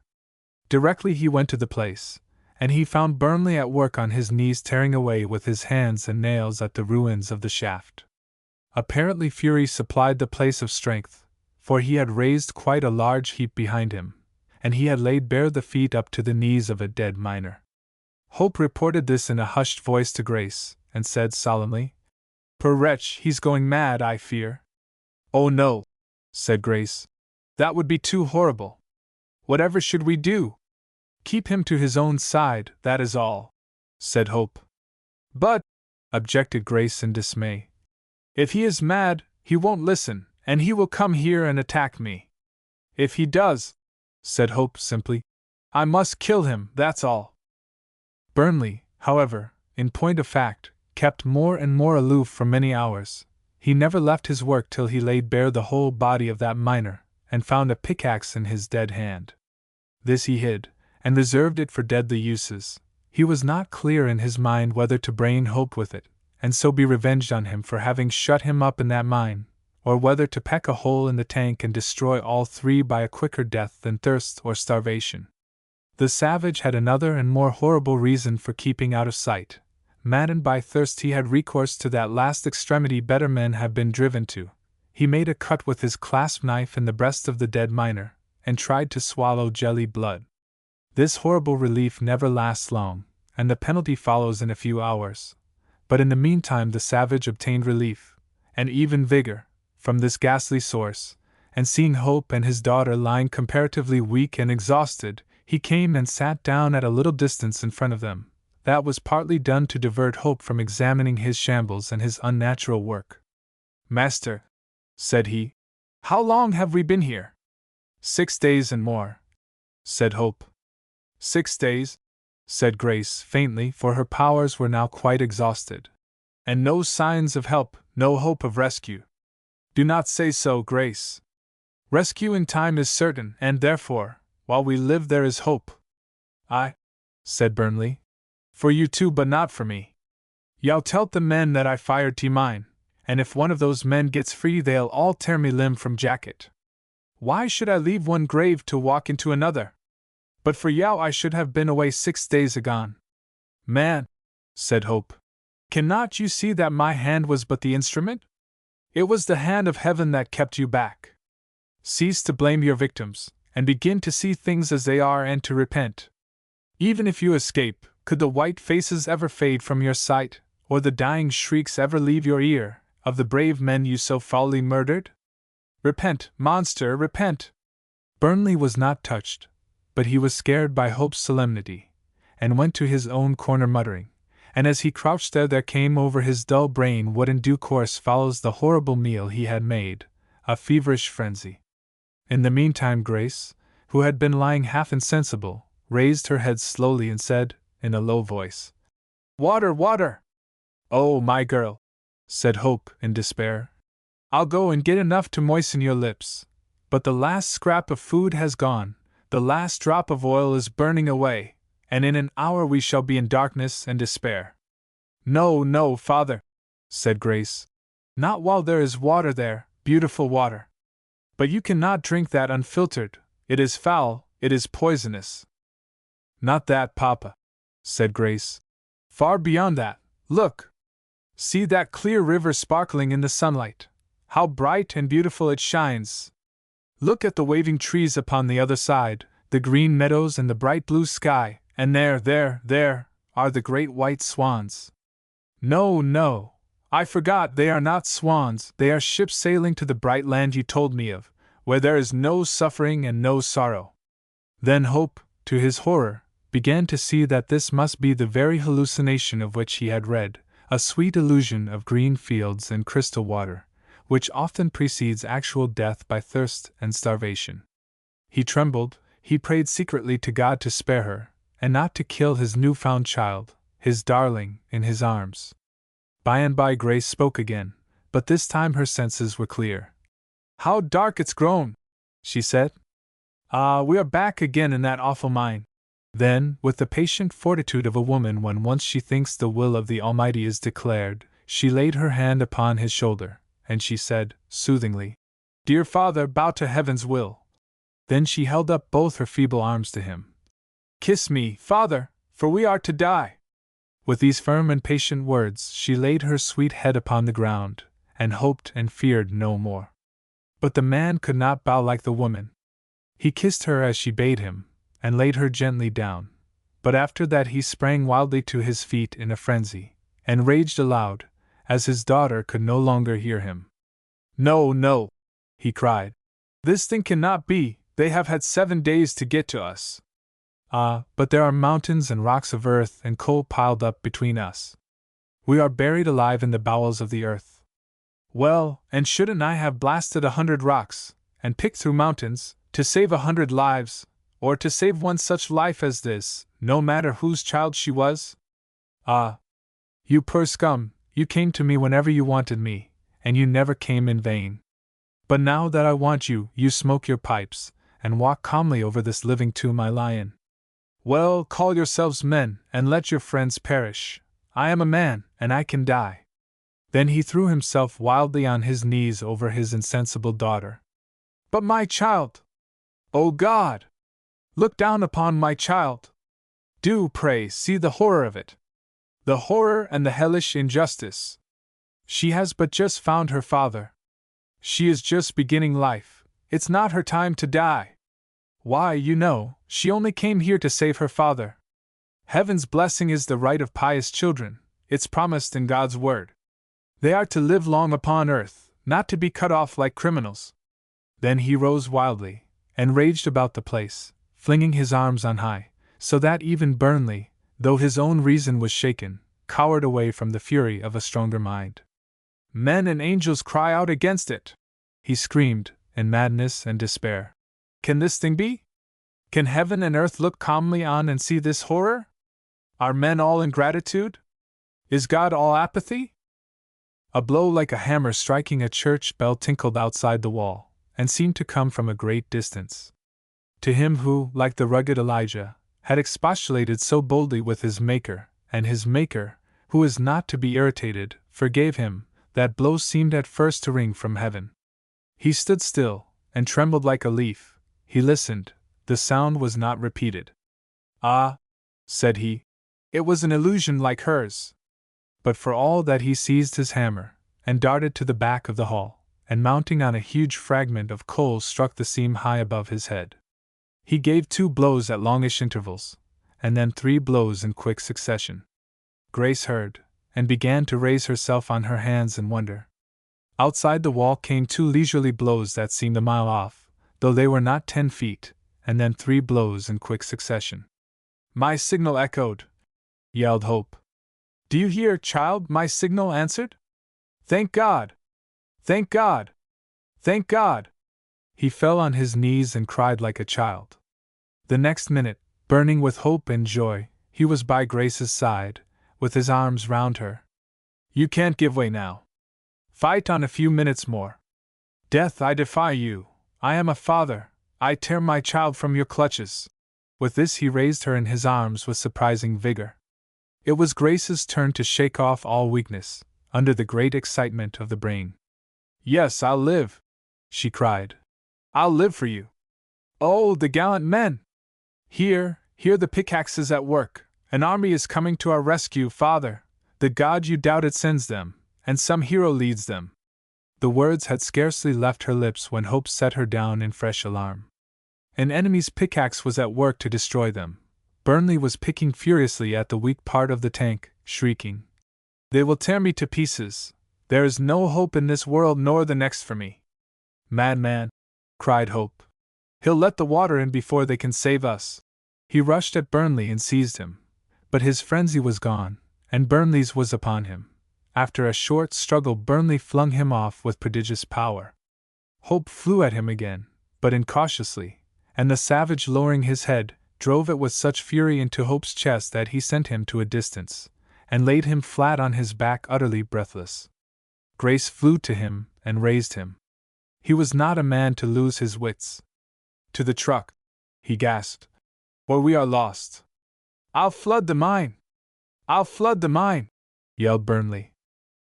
Hope made his daughter mount a large fragment of coal we have already mentioned, and from that she sprang to the truck, and with her excitement, and with her athletic power she raised herself into the full truck, and even helped her father in after her. But just as she got him on to the truck, and while he was still only on his knees, that section of the wall we have called the tank rent and gaped under Burnley's pickaxe, and presently exploded about 6 feet from the ground, and a huge volume of water drove masses of earth and coal before it, and came roaring like a solid body straight at the coal truck, and drove it against the opposite wall, smashed the nearest side in, and would have thrown Grace off it like a feather, but Hope, kneeling and clinging to the side, held her like a vice. Grace screamed violently. Immediately there was a roar of exultation outside from the hitherto silent workers, for that scream told that the woman was alive, too, the wife of the brave fellow who had won all their hearts and melted away the icy barrier of class. 3 gigantic waves struck the truck and made it quiver. The first came halfway up, the second came full 2/3, the third dashed the senseless body of Ben Burnley, with bleeding head and broken bones, against the very edge of the truck, then surged back with him into a whirling vortex. Grace screamed continuously. She gave herself up now for lost, and the louder she screamed, the louder and the nearer the saving party shouted and hurrahed. No, do not fear, cried Hope. You shall not die. Love is stronger than death. The words were scarce out of his mouth when the point of a steel pick came clean through the stuff. Another followed above it, then another, and then another. Holes were made, then gaps, then larger gaps, then a mass of coal fell in, furious picks, a portion of the mine knocked away, and there stood in a red blaze of lamps held up, the gallant band roaring, shouting, working, led by a stalwart giant with bare arms, begrimed and bleeding, face smoked, hair and eyebrows black with coal dust, and eyes flaming like red coals. He sprang with one fearless bound down to the coal truck, and caught up his wife in his arms, and held her to his panting bosom.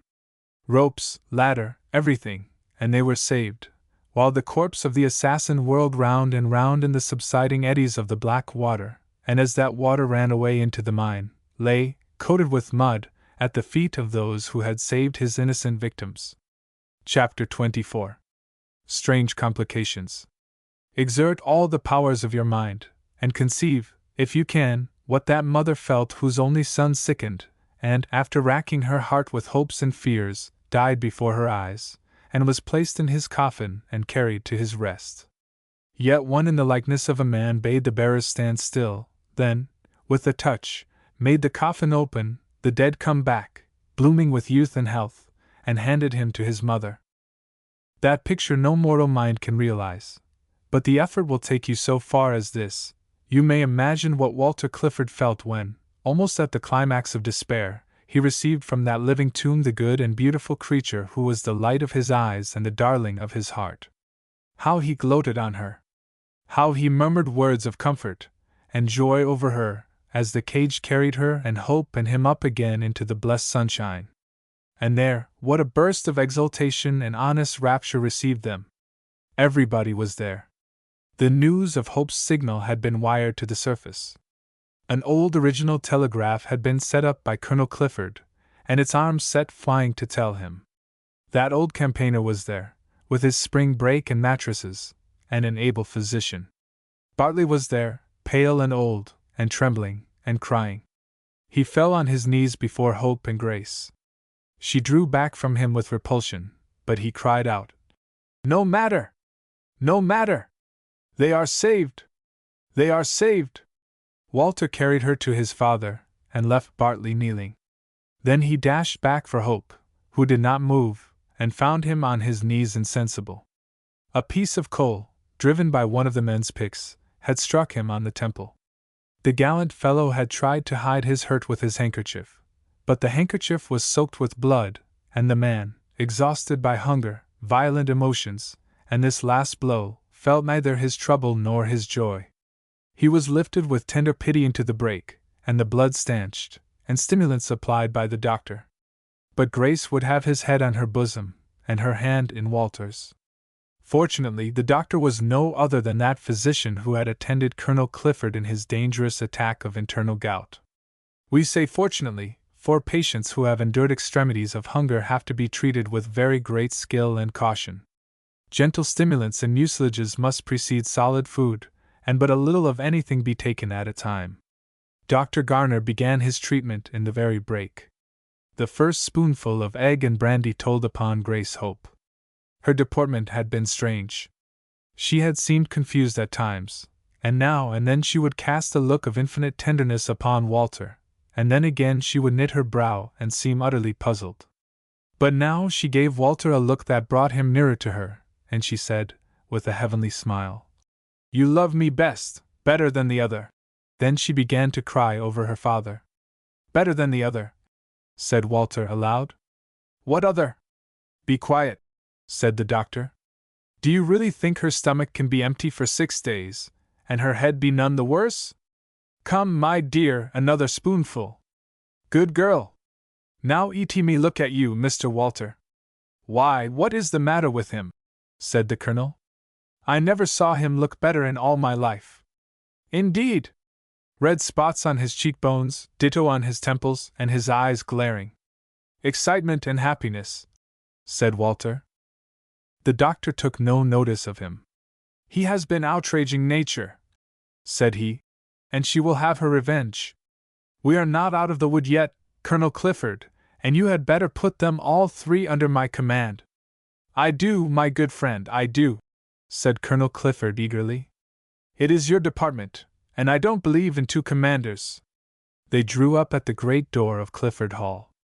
It seemed to open of itself, and there were all the servants drawn up in 2 lines. They all showed eager sympathy, but only John Baker and Mrs. Milton ventured to express it. "God bless you all," said Colonel Clifford. "But it is our turn now. They are all in the doctor's hands. My whole household obey him to the letter. It is my order. Dr. Garner, this is Mrs. Milton, my housekeeper. You will find her a good lieutenant. Mrs. Milton," said the doctor sharply, "warm baths in 3 rooms, and to bed with this lot.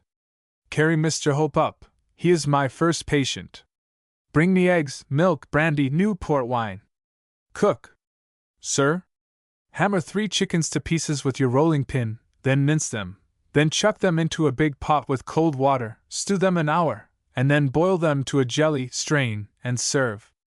Meantime, send up 3 slices of mutton half raw. We will do a little chewing, not much." The patients submitted like lambs, only Walter grumbled a little, but at last confessed to a headache and sudden weariness. Julia Clifford took special charge of Grace Hope, the doctor of William Hope, and Colonel Clifford sat by Walter, congratulating, soothing, and encouraging him, until he began to doze. Dr. Garner's estimate of his patients proved correct.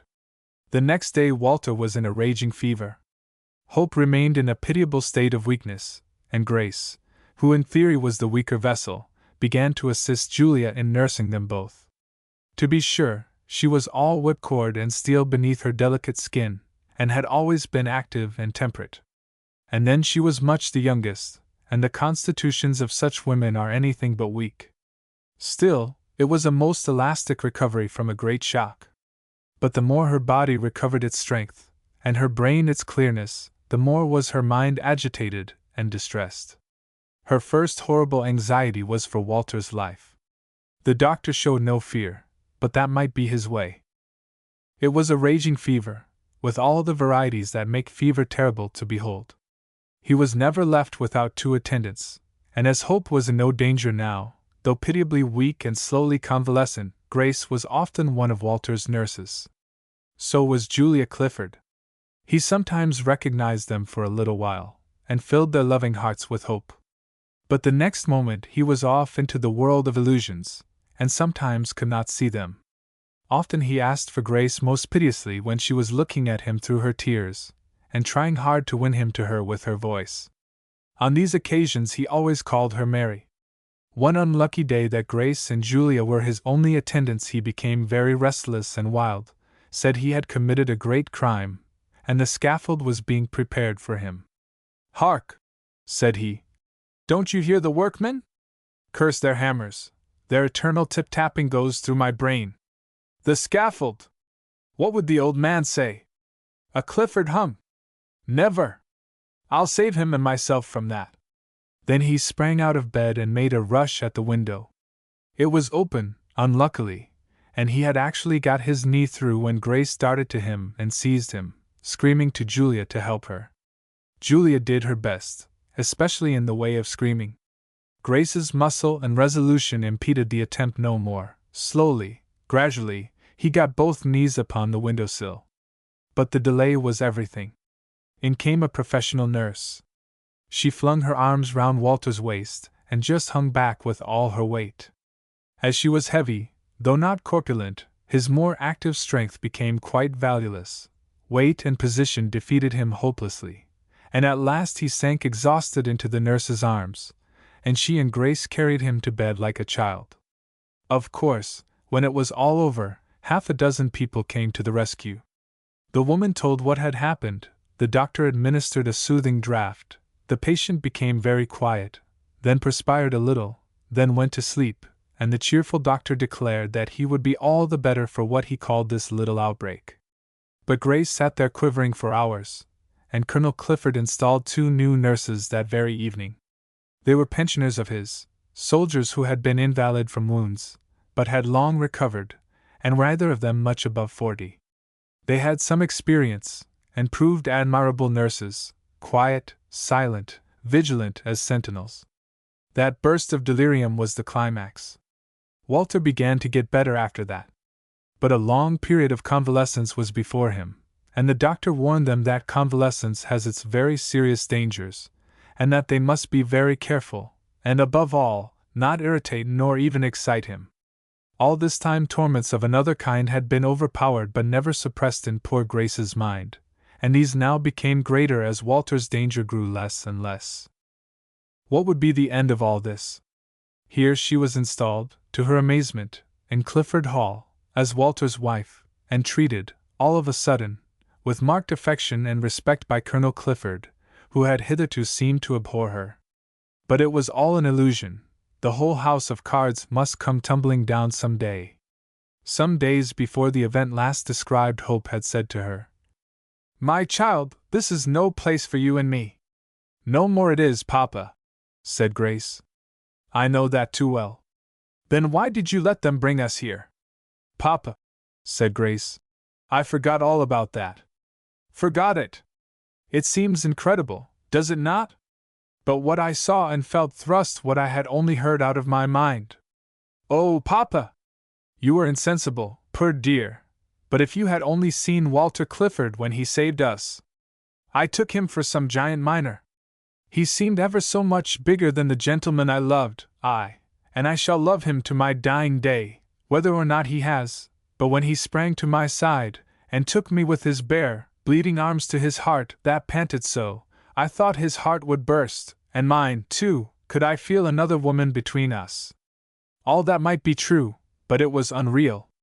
That he loved me, and had saved me, that was real. And when we sat together in the carriage, your poor bleeding head upon my bosom, and his hand grasping mine, and his sweet eyes beaming with love and joy, what could I realize except my father's danger and my husband's mighty love? I was all present anxiety and present bliss. His sin and my alarm seemed hundreds of miles off, and doubtful. And even since I have been here, see how greater and nearer things have overpowered me. Your deadly weakness, you who were strong, poor dear, oh, let me kiss you, dear darling, till you had saved your child, Walter's terrible danger. Oh, my dear father, spare me. How can a poor, weak woman think of such different woes, and realize and suffer them all at once? Spare me, dear father, spare me! Let me see you stronger, let me see him safe, and then let us think of that other cruel thing, and what we ought to say to Colonel Clifford, and what we ought to do, and where we are to go. My poor child, said Hope, faintly, with tears in his eyes, I say no more. Take your own time. Grace did not abuse this respite. So soon as the doctor declared Walter out of immediate danger, and indeed safe, if cautiously treated, she returned of her own accord to the miserable subject that had been thrust aside. After some discussion, they both agreed that they must now confide their grief to Colonel Clifford, and must quit his home, and make him master of the situation, and sole depository of the terrible secret for a time. Hope wished to make the revelation, and spare his daughter that pain. She assented readily and thankfully. This was a woman's first impulse, to put a man forward. But by and by she had one of her fits of hard thinking, and saw that such a revelation ought not to be made by one straightforward man to another, but with all a woman's soothing ways. Besides, she had already discovered that the colonel had a great esteem and growing affection for her, and in short, she felt that if the blow could be softened by anybody, it was by her. Her father objected that she would encounter a terrible trial, from which he could save her, but she entreated him, and he yielded to her entreaty, though against his judgment. When this was settled, nothing remained but to execute it. Then the woman came uppermost, and Grace procrastinated for one insufficient reason and another. However, at last she resolved that the very next day she would ask John Baker to get her a private interview with Colonel Clifford in his study. This resolution had not been long formed when that very John Baker tapped at Mr. Hope's door, and brought her a note from Colonel Clifford asking her if she could favor him with a visit in his study. Grace said, "Yes, Mr. Baker, I will come directly." As soon as Baker was gone she began to bemoan her weak procrastination, and begged her father's pardon for her presumption in taking the matter out of his hands. "You would not have put it off a day. Now see what I have done by my cowardice." Hope did not see what she had done, and the quick-witted young lady, jumping at once at a conclusion, opened her eyes and said, "Why, don't you see? Some other person has told him what it was so important he should hear first from me. Ah, it is the same gentleman that came and warned me. He has heard that we are actually married, for it is the talk of the place, and he told me she would punish him if he neglected her warning. Oh, what shall I do? You go too fast, Grace, dear. Don't run before trouble like that. Come, go to Colonel Clifford, and you will find it is nothing of the kind." Grace shook her head grandly. Experience had given her faith in her own instincts, as people call them, though they are subtle reasonings the steps of which are not put forward, and she went down to the study. "Grace, my dear," said the colonel, "I think I shall have a fit of the gout." "Oh no," said Grace. "We have trouble enough. It gets less every day, my dear, that is one comfort. But what I meant was that our poor invalids eclipse me entirely in your good graces. That is because you are a true woman, and an honor to your sex. But I should like to see a little more of you. Well, all in good time. I didn't send for you to tell you that. Sit down, my girl, it is a matter of business." Grace sat down, keenly on her guard, though she did not show it in the least. Colonel Clifford resumed, "You may be sure that nothing has been near my heart for some time but your danger and my dear son's. Still, I owe something to other sufferers, and the poor widows whose husbands have perished in that mine have cried to me for vengeance on the person who bribed that Burnley. I am a magistrate, too, and duty must never be neglected. I have got detectives about, and I have offered 500 guineas reward for the discovery of the villain. One Jem Davies described him to me, and I put the description on the placard and in the papers. But now I learn that Davies's description is all second-hand. He had it from you. Now I must tell you that a description at second-hand always misses some part or other.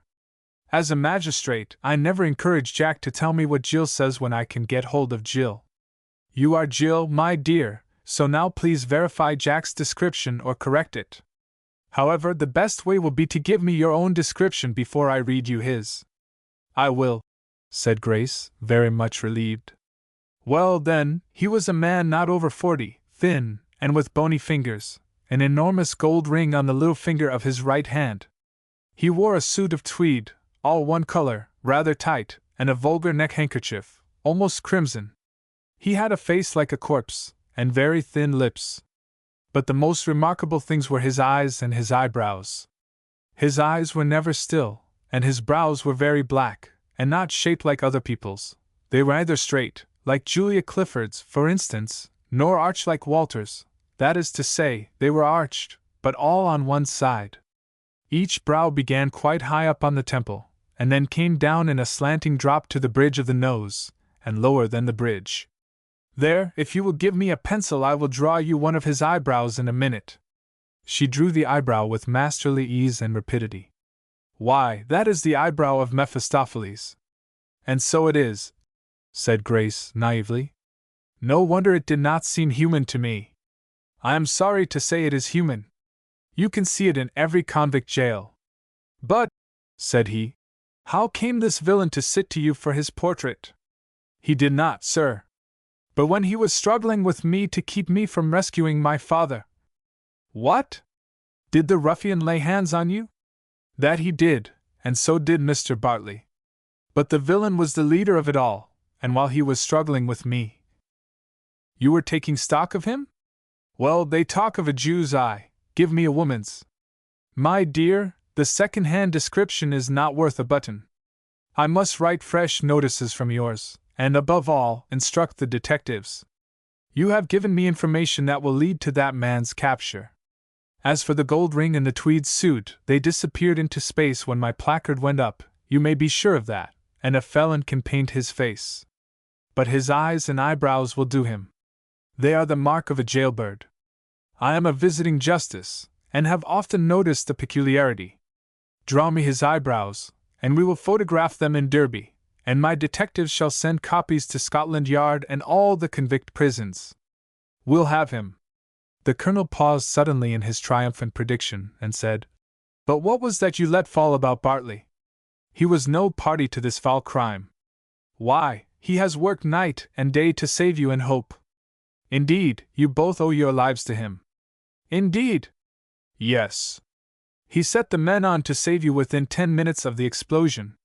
He bought rope by the mile, and great iron buckets to carry up the debris that was heaped up between you and the working party. He raved about the pit day and night, lamenting his daughter and his friend, and why I say he saved you, 'twas he who advised Walter. I had this from Walter himself before his fever came on.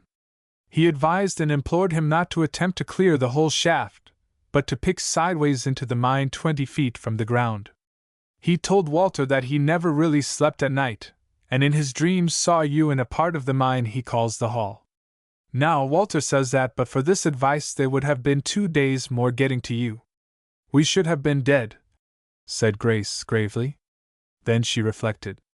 Colonel Clifford, said she, I listened to that villain and Mr. Bartley planning my father's destruction. Certainly every word Mr. Bartley said was against it. He spoke of it with horror. Yet, somehow or other, that wretched man obtained from him an order to send the man Burnley down the mine, and what will you think when I tell you that he assisted the villain to hinder me from going to the mine? Then she told him the whole scene, and how they shut her up in the house, and she had to go down a curtain and burst through a quickset hedge.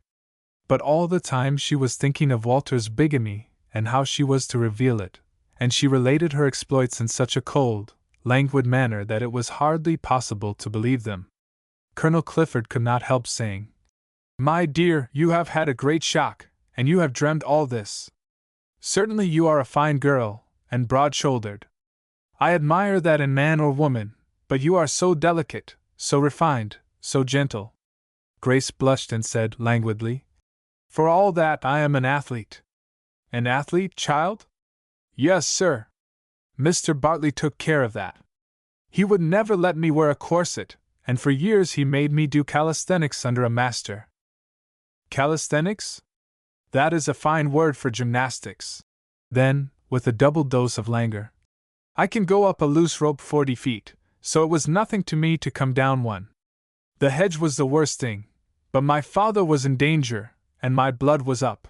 She turned suddenly on the colonel with a flash of animation. You used to keep race-horses, Walter told me. The colonel stared at this sudden turn. That I did, said he, and a pretty penny they cost me. Well, sir, is not a racehorse a poor mincing thing until her blood gets up galloping? By Jove! You are right, said he. She steps like a cat upon hot bricks. But the comparison is not needed. Whatever statement Mrs. Walter Clifford makes to me seriously is gospel to me, who already know enough of her to respect her lightest word. Pray grant me this much, that Bartley is a true penitent, for I have proof of it in this drawer. I'll show it you. No, no, please not, said Grace, in no little agitation. Let me take your word for that, as you have taken mine. Oh, sir, he is nothing to me compared with what I thought you wished to say to me. But it is I who must find the courage to say things that will wound you and me still more. Colonel Clifford, pray do not be angry with me till you know all, but indeed your house is not the place for my father or for me. Why not, madam? Said the colonel, stiffly. Since you are my daughter-in-law? She did not reply. Ah, said he, coloring high and rising from his chair. He began to walk the room in some agitation. You are right, said he. I once affronted you cruelly, unpardonably. Still, pray consider that you passed for Bartley's daughter. That was my objection to you, and then I did not know your character. But when I saw you come out pale and resolved to sacrifice yourself to justice and another woman, that converted me at once. Ask Julia what I said about you. I must interrupt you, said Grace. I cannot let such a man as you excuse yourself to a girl of 18 who has nothing but reverence for you, and would love you if she dared. Then all I can say is that you are very mysterious, my dear, and I wish you would speak out.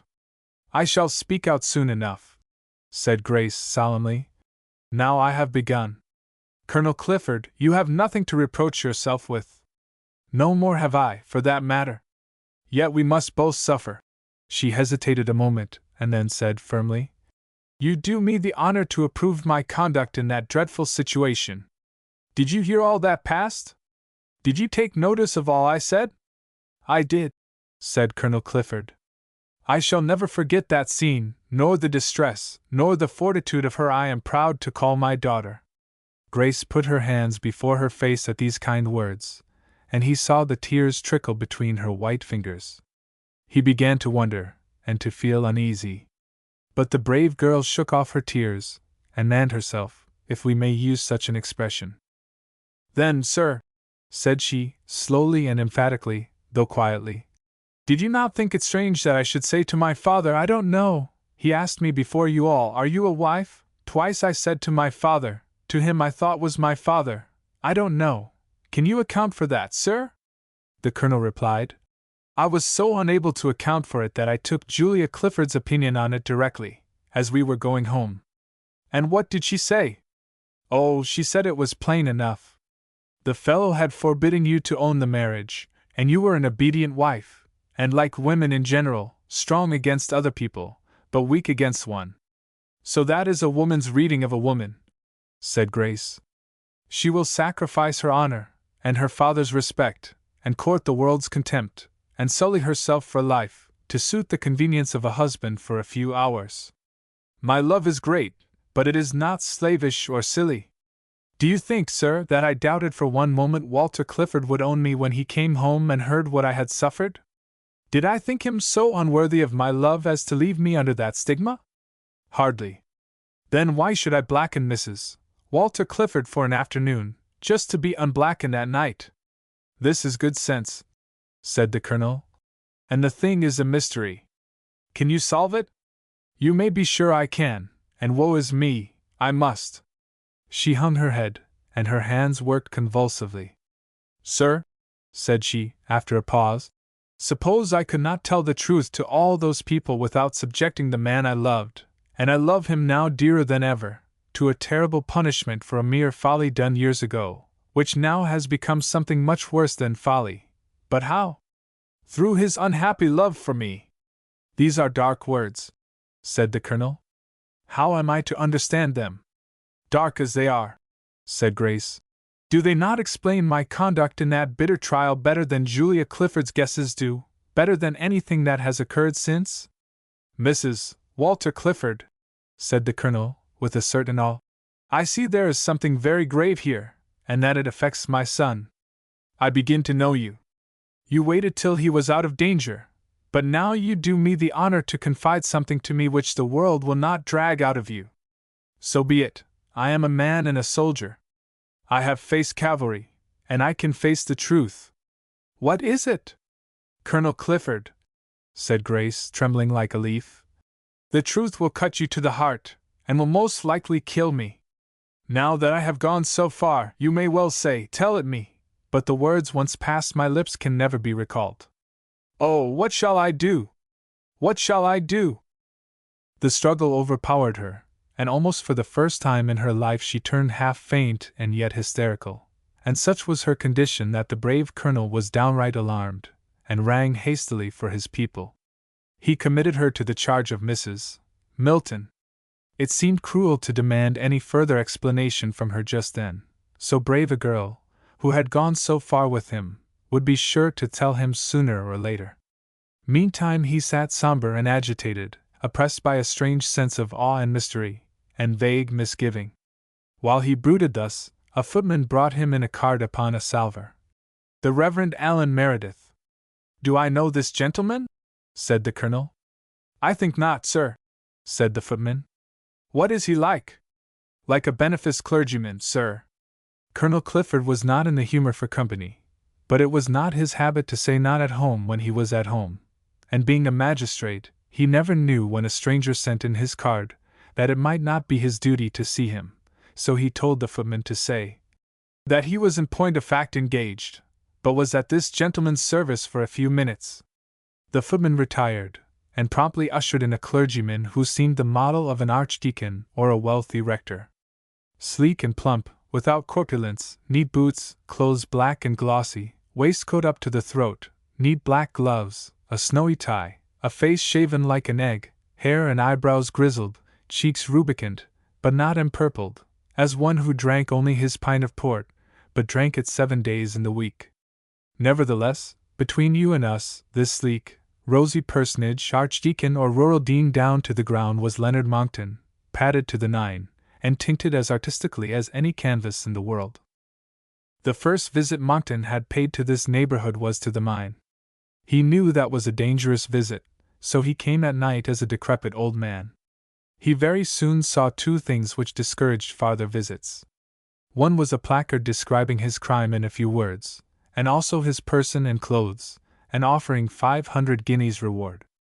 As his pallor was specified, he retired for a minute behind a tent, and emerged the color of mahogany. He then pursued his observations, and in due course fell in with the second warning. This was the body of a man lying upon the slack at the pit mouth. The slack, not having been added to for many days, was glowing very hot, and fired the night. The body he recognized immediately, for the white face stared at him. It was Ben Burnley undergoing cremation. To this the vindictive miners had condemned him. They had sat on his body and passed a resolution, and sworn he should not have Christian burial, so they managed to hide his corpse till the slack got low, and then they brought him up at night, and chucked him like a dog onto the smoldering coal. One half of him was charred away when Monckton found him, but his face was yet untouched. 2 sturdy miners walked to and fro as sentinels, armed with hammers, and firmly resolved that neither law nor gospel should interfere with this horrible example. Even Monckton, the man of iron nerves, started back with a cry of dismay at the sight and the smell. One of the miners broke into a hoarse, uneasy laugh. "Yow needn't to skirl, old man," he cried. "Yon's not a man, he's nobbut a murderer. He's fired te mine and made widows and orphans by te score, aye," said the other. "But there's a worse villain behoind, that found te brass for te job and tempted this one. We'll catch him yet, then we'll not trouble judge, nor jury, nor hangman neither." "The wretches!" said Monckton. "What? Fire a mine! No punishment is enough for them." With this sentiment he retired, and never went near the mine again. He wired for a pal of his and established him at the Dun Cow. These two were in constant communication. Monckton's friend was a very clever gossip, and knew how to question without seeming curious, and the gossiping landlady helped him. So, between them, Monckton heard that Walter was down with a fever and not expected to live, and that Hope was confined to his bed and believed to be sinking. Encouraged by this state of things, Monckton made many artful preparations, and resolved to levy a contribution upon Colonel Clifford. At this period of his maneuvers fortune certainly befriended him wonderfully. He found Colonel Clifford alone, and likely to be alone, and, at the same time, prepared by Grace Clifford's half-revelation, and violent agitation, to believe the artful tale this villain came to tell him.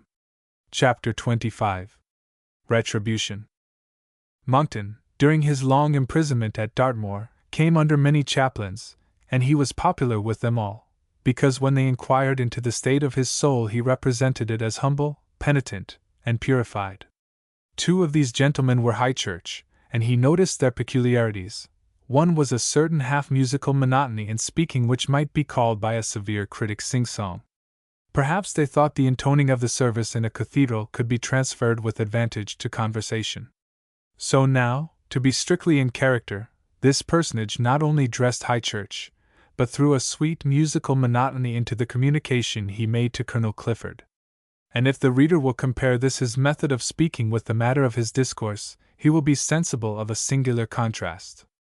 After the first introduction, Monckton intoned very gently that he had a communication to make on the part of a lady which was painful to him, and would be painful to Colonel Clifford, but, at all events, it was confidential, and if the Colonel thought proper, would go no further. "I think, sir, you have a son whose name is Walter?" "I have a son, and his name is Walter," said the Colonel stiffly. "I think, sir," said musical Monckton, "that he left your house about 14 years ago, and you lost sight of him for a time?" "That is so, sir. He entered the service of a Mr. Robert Bartley as a merchant's clerk." "I doubt that, sir." "I fear, sir," sighed Monckton musically, "that is not the only thing he did which has been withheld from you. He married a lady called Lucy Muller." "Who told you that?" cried the Colonel. "It's a lie." "I am afraid not," said the meek and tuneful ecclesiastic. "I am acquainted with the lady, a most respectable person, and she has shown me the certificate of marriage." "The certificate of marriage!" cried the Colonel, all aghast. "Yes, sir, and this is not the first time I have given this information in confidence. Mrs. Walter Clifford, who is a kind-hearted woman, and has long ceased to suffer bitterly from her husband's desertion, requested me to warn a young lady, whose name was Miss Mary Bartley, of this fact. I did so, and showed her the certificate. She was very much distressed, and no wonder, for she was reported to be engaged to Mr. Walter Clifford, but I explained to Miss Bartley that there was no jealousy, hostility, or bitterness in the matter. The only object was to save her from being betrayed into an illegal act, and one that would bring ruin upon herself, and a severe penalty upon Mr. Walter Clifford." Colonel Clifford turned very pale, but he merely said, in a hoarse voice, "Go on, sir." "Well, sir," said Monckton, "I thought the matter was at an end, and having discharged a commission which was very unpleasant to me, I had at all events saved an innocent girl from tempting Mr. Walter Clifford to his destruction and ruining herself. I say, I thought and hoped so. But it seems now that the young lady has defied the warning, and has married your son after all. Mrs. Walter Clifford has heard of it in Derby, and she is naturally surprised, and I am afraid she is now somewhat incensed. Before we go any further, sir," said Colonel Clifford, I should like to see the certificate you say you showed to Miss Bartley. I did, sir, said Monkton. And here it is, that is to say, an attested copy, but of course sooner or later you will examine the original. Colonel Clifford took the paper with a firm hand, and examined it closely. Have you any objection to my taking a copy of this? Said he keenly. Of course not, said Monkton. Indeed, I don't see why I should not leave this document with you. It will be in honorable hands. The colonel bowed. Then he examined the document. I see, sir, said he. The witness is William Hope. May I ask if you know this William Hope? I was not present at the wedding, sir, said Monkton, so I can say nothing about the matter from my own knowledge, but if you please, I will ask the lady. Why didn't she come herself instead of sending you? Asked the colonel, distrustfully. That's just what I asked her. And she said she had not the heart nor the courage to come herself. I believe she thought as I was a clergyman, and not directly interested, I might be more calm than she could be, and give a little less pain. That's all stuff. If she is afraid to come herself, she knows it's an abominable falsehood. Bring her here with whatever evidence she has got that this Walter Clifford is my son, and then we will go into this matter seriously. Monkton was equal to the occasion. You are quite right, sir, said he. And what business has she to put me forward as evidence of a transaction I never witnessed? I shall tell her you expect to see her, and that it is her duty to clear up the affair in person. Suppose it should be another Mr. Walter Clifford, after all? When shall I bring her, supposing I have sufficient influence? Bring her tomorrow, as early as you can. Well, you know ladies are not early risers. Will 12 o'clock do? 12 o'clock tomorrow, sir, said the colonel. The sham parson took his leave, and drove away in a well-appointed carriage and pair. For we must inform the reader that he had written to Mr. Middleton for another £100, not much expecting to get it, and that it had come down by return of post in a draft on a bank in Derby. Stout Colonel Clifford was now a very unhappy man. The soul of honor himself, he could not fully believe that his own son had been guilty of perfidy and crime. But how could he escape doubts, and very grave doubts too? The communication was made by a gentleman who did not seem really to know more about it than he had been told, but then he was a clergyman, with no appearance of heat or partiality. He had been easily convinced that the lady herself ought to have come and said more about it, and had left an attested copy of the certificate in his, Colonel Clifford's, hands with a sort of simplicity that looked like one gentleman dealing with another. One thing, however, puzzled him sore in this certificate, the witness being William Hope.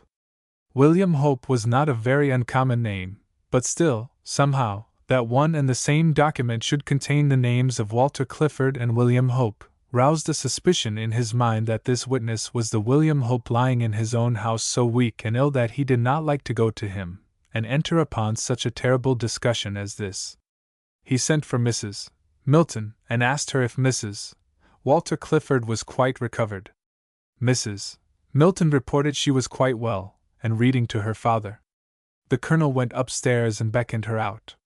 My child, said he, I am sorry to renew an agitating subject, but you are a good girl, and a brave girl, and you mean to confide in me sooner or later. Can you pity the agitation and distress of a father who for the first time is compelled to doubt his son's honor? I can't, said Grace. Something has happened since we parted. Somebody has told you, that man with a certificate. What then? Said the colonel. Is it really true? Did he really show you that certificate? He did. And warned you not to marry Walter? He did, and told me Walter would be put into prison if I did, and would die in prison, for a gentleman cannot live there nowadays. Oh, sir, don't let anybody know but you and me and my father. He won't hurt him for my sake. He has wronged me cruelly, but I'll be torn to pieces before I'll own my marriage, and throw him into a dungeon. Come to my arms, you pearl of goodness and nobility and unselfish love, cried Colonel Clifford. How can I ever part with you now I know you? There, don't let us despair, let's fight to the last. I have one question to submit to you. Of course you examined the certificate very carefully? I saw enough to break my heart. I saw that on a certain day, many years ago, one Lucy Muller had married Walter Clifford. And who witnessed the marriage? Asked the Colonel, eyeing her keenly. Oh, I don't know that, said Grace. When I came to Walter Clifford, everything swam before my eyes. It was all I could do to keep from fainting away. I tottered into my father's study, and as soon as I came to myself, what had I to do? Why, to creep out again with my broken heart, and face such insults, all. It is a wonder I did not fall dead at their feet. My poor girl, said Colonel Clifford. Then he reflected a moment. Have you the courage to read that document again, and to observe in particular who witnessed it? I have, said she. He handed it to her. She took it and held it in both hands, though they trembled. Who is the witness? The witness, said Grace, is William Hope. Is that your father? It's my father's name, said Grace, beginning to turn her eyes inward and think very hard. But is it your father, do you think? No, sir, it is not. Was he in that part of the world at the time? Did he know Bartley? The clergyman who brought me this certificate. The clergyman? Yes, my dear, it was a clergyman, apparently a rector, and he told me. Are you sure he was a clergyman? Quite sure. He had a white tie, a broad-brimmed hat, a clergyman all over. Don't go off on that. Did your father and my son know each other in Hull? That they did. You are right, said Grace. This witness was my father, see that now. But if so, don't speak to me, don't touch me, let me think, there is something hidden here. And Mrs. Walter Clifford showed her father-in-law that which we have seen in her more than once, but it was quite new and surprising to Colonel Clifford. There she stood, her arms folded, her eyes turned inward, her every feature, and even her body, seemed to think. The result came out like lightning from a cloud. It's all a falsehood, said she. A falsehood, said Colonel Clifford. Yes, a falsehood upon the face of it. My father witnessed this marriage, and therefore if the bridegroom had been our Walter he would never have allowed our Walter to court me, for he knew of our courtship all along, and never once disapproved of it. Then do you think it is a mistake? Said the Colonel eagerly. No, I do not, said Grace. I think it is an imposture. This man was not a clergyman when he brought me the certificate. He was a man of business, a plain tradesman, a man of the world. He had a colored necktie, and some rather tawdry chains. Did he speak in a kind of sing-song? Not at all. His voice was clear and cutting, only he softened it down once or twice out of what I took for good feeling at the time. He's an impostor and a villain. Dear sir, don't agitate poor Walter or my dear father with this vile thing. She handed him back the certificate. It has been a knife to both our hearts. We have suffered together, you and I, and let us get to the bottom of it together. We shall soon do that, said the Colonel, for he is coming here tomorrow again. All the better. With the lady. What lady? The lady that calls herself Mrs. Walter Clifford. Indeed, said Grace, quite taken aback. They must be very bold. Oh, for that matter, said the Colonel. I insisted upon it. The man seemed to know nothing but from mere hearsay. He knew nothing about William Hope, the witness, so I told him he must bring the woman, and to be just to the man, he seemed to think so too, and that she ought to do her own business. She will not come, said Grace, rather contemptuously. He was obliged to say she would, just to put a face upon it. Tomorrow he'll bring an excuse instead of her. Then have your detectives about, for he is a villain, and, dear sir, please receive him in the drawing-room, then I will find some way to get a sight of him myself. It shall be done, said the Colonel. I begin to think with you. At all events, if the lady does not come, I shall hope it is all an imposture or a mistake. With this understanding they parted, and waited in anxiety for the morrow, but now their anxiety was checkered with hope. Tomorrow bade fair to be a busy day. Colonel Clifford, little dreaming the condition to which his son and his guest would be reduced, had invited Jem Davies and the rescuing parties to feast in tents on his own lawn and drink his homebrewed beer, and they were to bring with them such of the rescued miners as might be in a condition to feast and drink copiously. When he found that neither Hope nor his son could join these festivities, he was very sorry he had named so early a day, but he was so punctilious and precise that he could not make up his mind to change one day for another. So a great confectioner at Derby who sent out feasts was charged with the affair, and the Colonel's own kitchen was at his service too. That was not all. Bartley was coming to do business. This had been preceded by a letter which Colonel Clifford, it may be remembered, had offered to show Grace Clifford. The letter was thus worded: Colonel Clifford, a penitent man begs humbly to approach you, and offer what compensation is in his power. I desire to pay immediately to Walter Clifford the sum of £20,000 I have so long robbed him of, with 5% interest for the use of it. It has brought me far more than that in money, but money I now find is not happiness. The mine in which my friend has so nearly been destroyed, and his daughter, who now, too late, I find is the only creature in the world I love, that mine is now odious to me.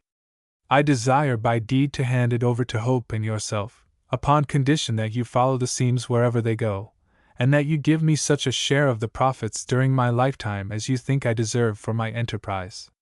This for my life only, since I shall leave all I have in the world to that dear child, who will now be your daughter, and perhaps never deign again to look upon the erring man who writes these lines. I should like, if you please, to retain the farm, or at all events 100 acres round about the house to turn into orchards and gardens, so that I may have some employment, far from trade and its temptations, for the remainder of my days. In consequence of this letter a deed was drawn and engrossed, and Bartley had written to say he would come to Clifford Hall and sign it, and have it witnessed and delivered. About 9 o'clock in the evening one of the detectives called on Colonel Clifford to make a private communication. His mate had spotted a swell mob's man, rather a famous character, with the usual number of aliases, but known to the force as Mark Waddy. He was at the Dun Cow, and possessing the gift of the gab in a superlative degree, had made himself extremely popular. They had both watched him pretty closely, but he seemed not to be there for a job, but only on the talking lay, probably soliciting information for some gang of thieves or other. He had been seen to exchange a hasty word with a clergyman, but as Mark Waddy's acquaintances were not amongst the clergy, that would certainly be some pal that was in something or other with him. What a shrewd girl that must be, said the Colonel. I beg your pardon, Colonel, said the man, not seeing the relevancy of this observation. Oh, nothing, said the Colonel. Only I expect a visit tomorrow at 12 o'clock from a doubtful clergyman. Just hang about the lawn on the chance of my giving you a signal. Thus, while Monckton was mounting his batteries, his victims were preparing defenses in a sort of general way, though they did not see their way so clear as the enemy did. Colonel Clifford's drawing-room was a magnificent room, 50 feet long and 30 feet wide. A number of French windows opened on to a noble balcony, with 3 short flights of stone steps leading down to the lawn. The central steps were broad, the side steps narrow.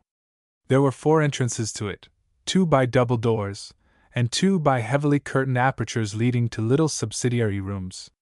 At 12 o'clock next day, what with the burst of color from the potted flowers on the balcony, the white tents, and the flags and streamers, and a clear sunshiny day gilding it all, the room looked a palace of pleasure, and no stranger peeping in could have dreamed that it was the abode of care, and about to be visited by gloomy penitence and incurable fraud.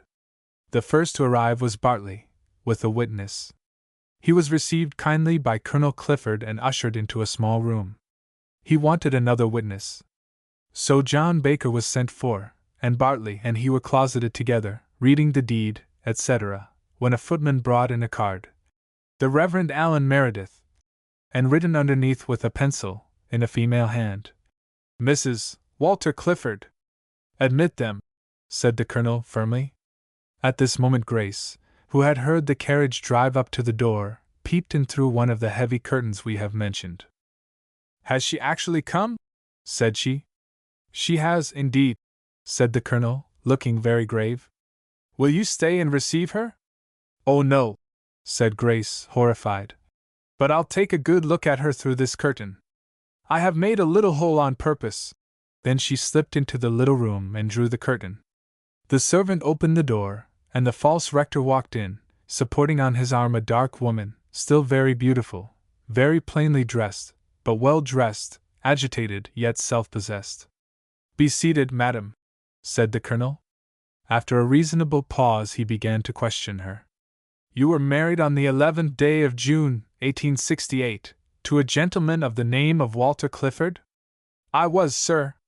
"May I ask how long you lived with him?" The lady buried her face in her hands. The question took her by surprise, and this was a woman's artifice to gain time and answer cleverly. But the ingenious Monckton gave it a happy turn. "Poor thing! Poor thing!" said he. "He left me the next day," said Lucy, "and I have never seen him since." Here Monckton interposed. He fancied he had seen the curtain move. "Excuse me," said he. "I think there is somebody listening," and he went swiftly and put his head through the curtain. But the room was empty, for meantime Grace was so surprised by the lady's arrival, by her beauty, which might well have tempted any man, and by her air of respectability, that she changed her tactics directly, and she was gone to her father for advice and information in spite of her previous determination not to worry him in his present condition. What he said to her can be briefly told elsewhere. What he ordered her to do was to return and watch the man and not the woman.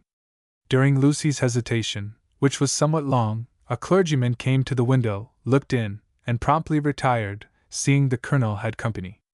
This, however, was only a modest curate, alias a detective.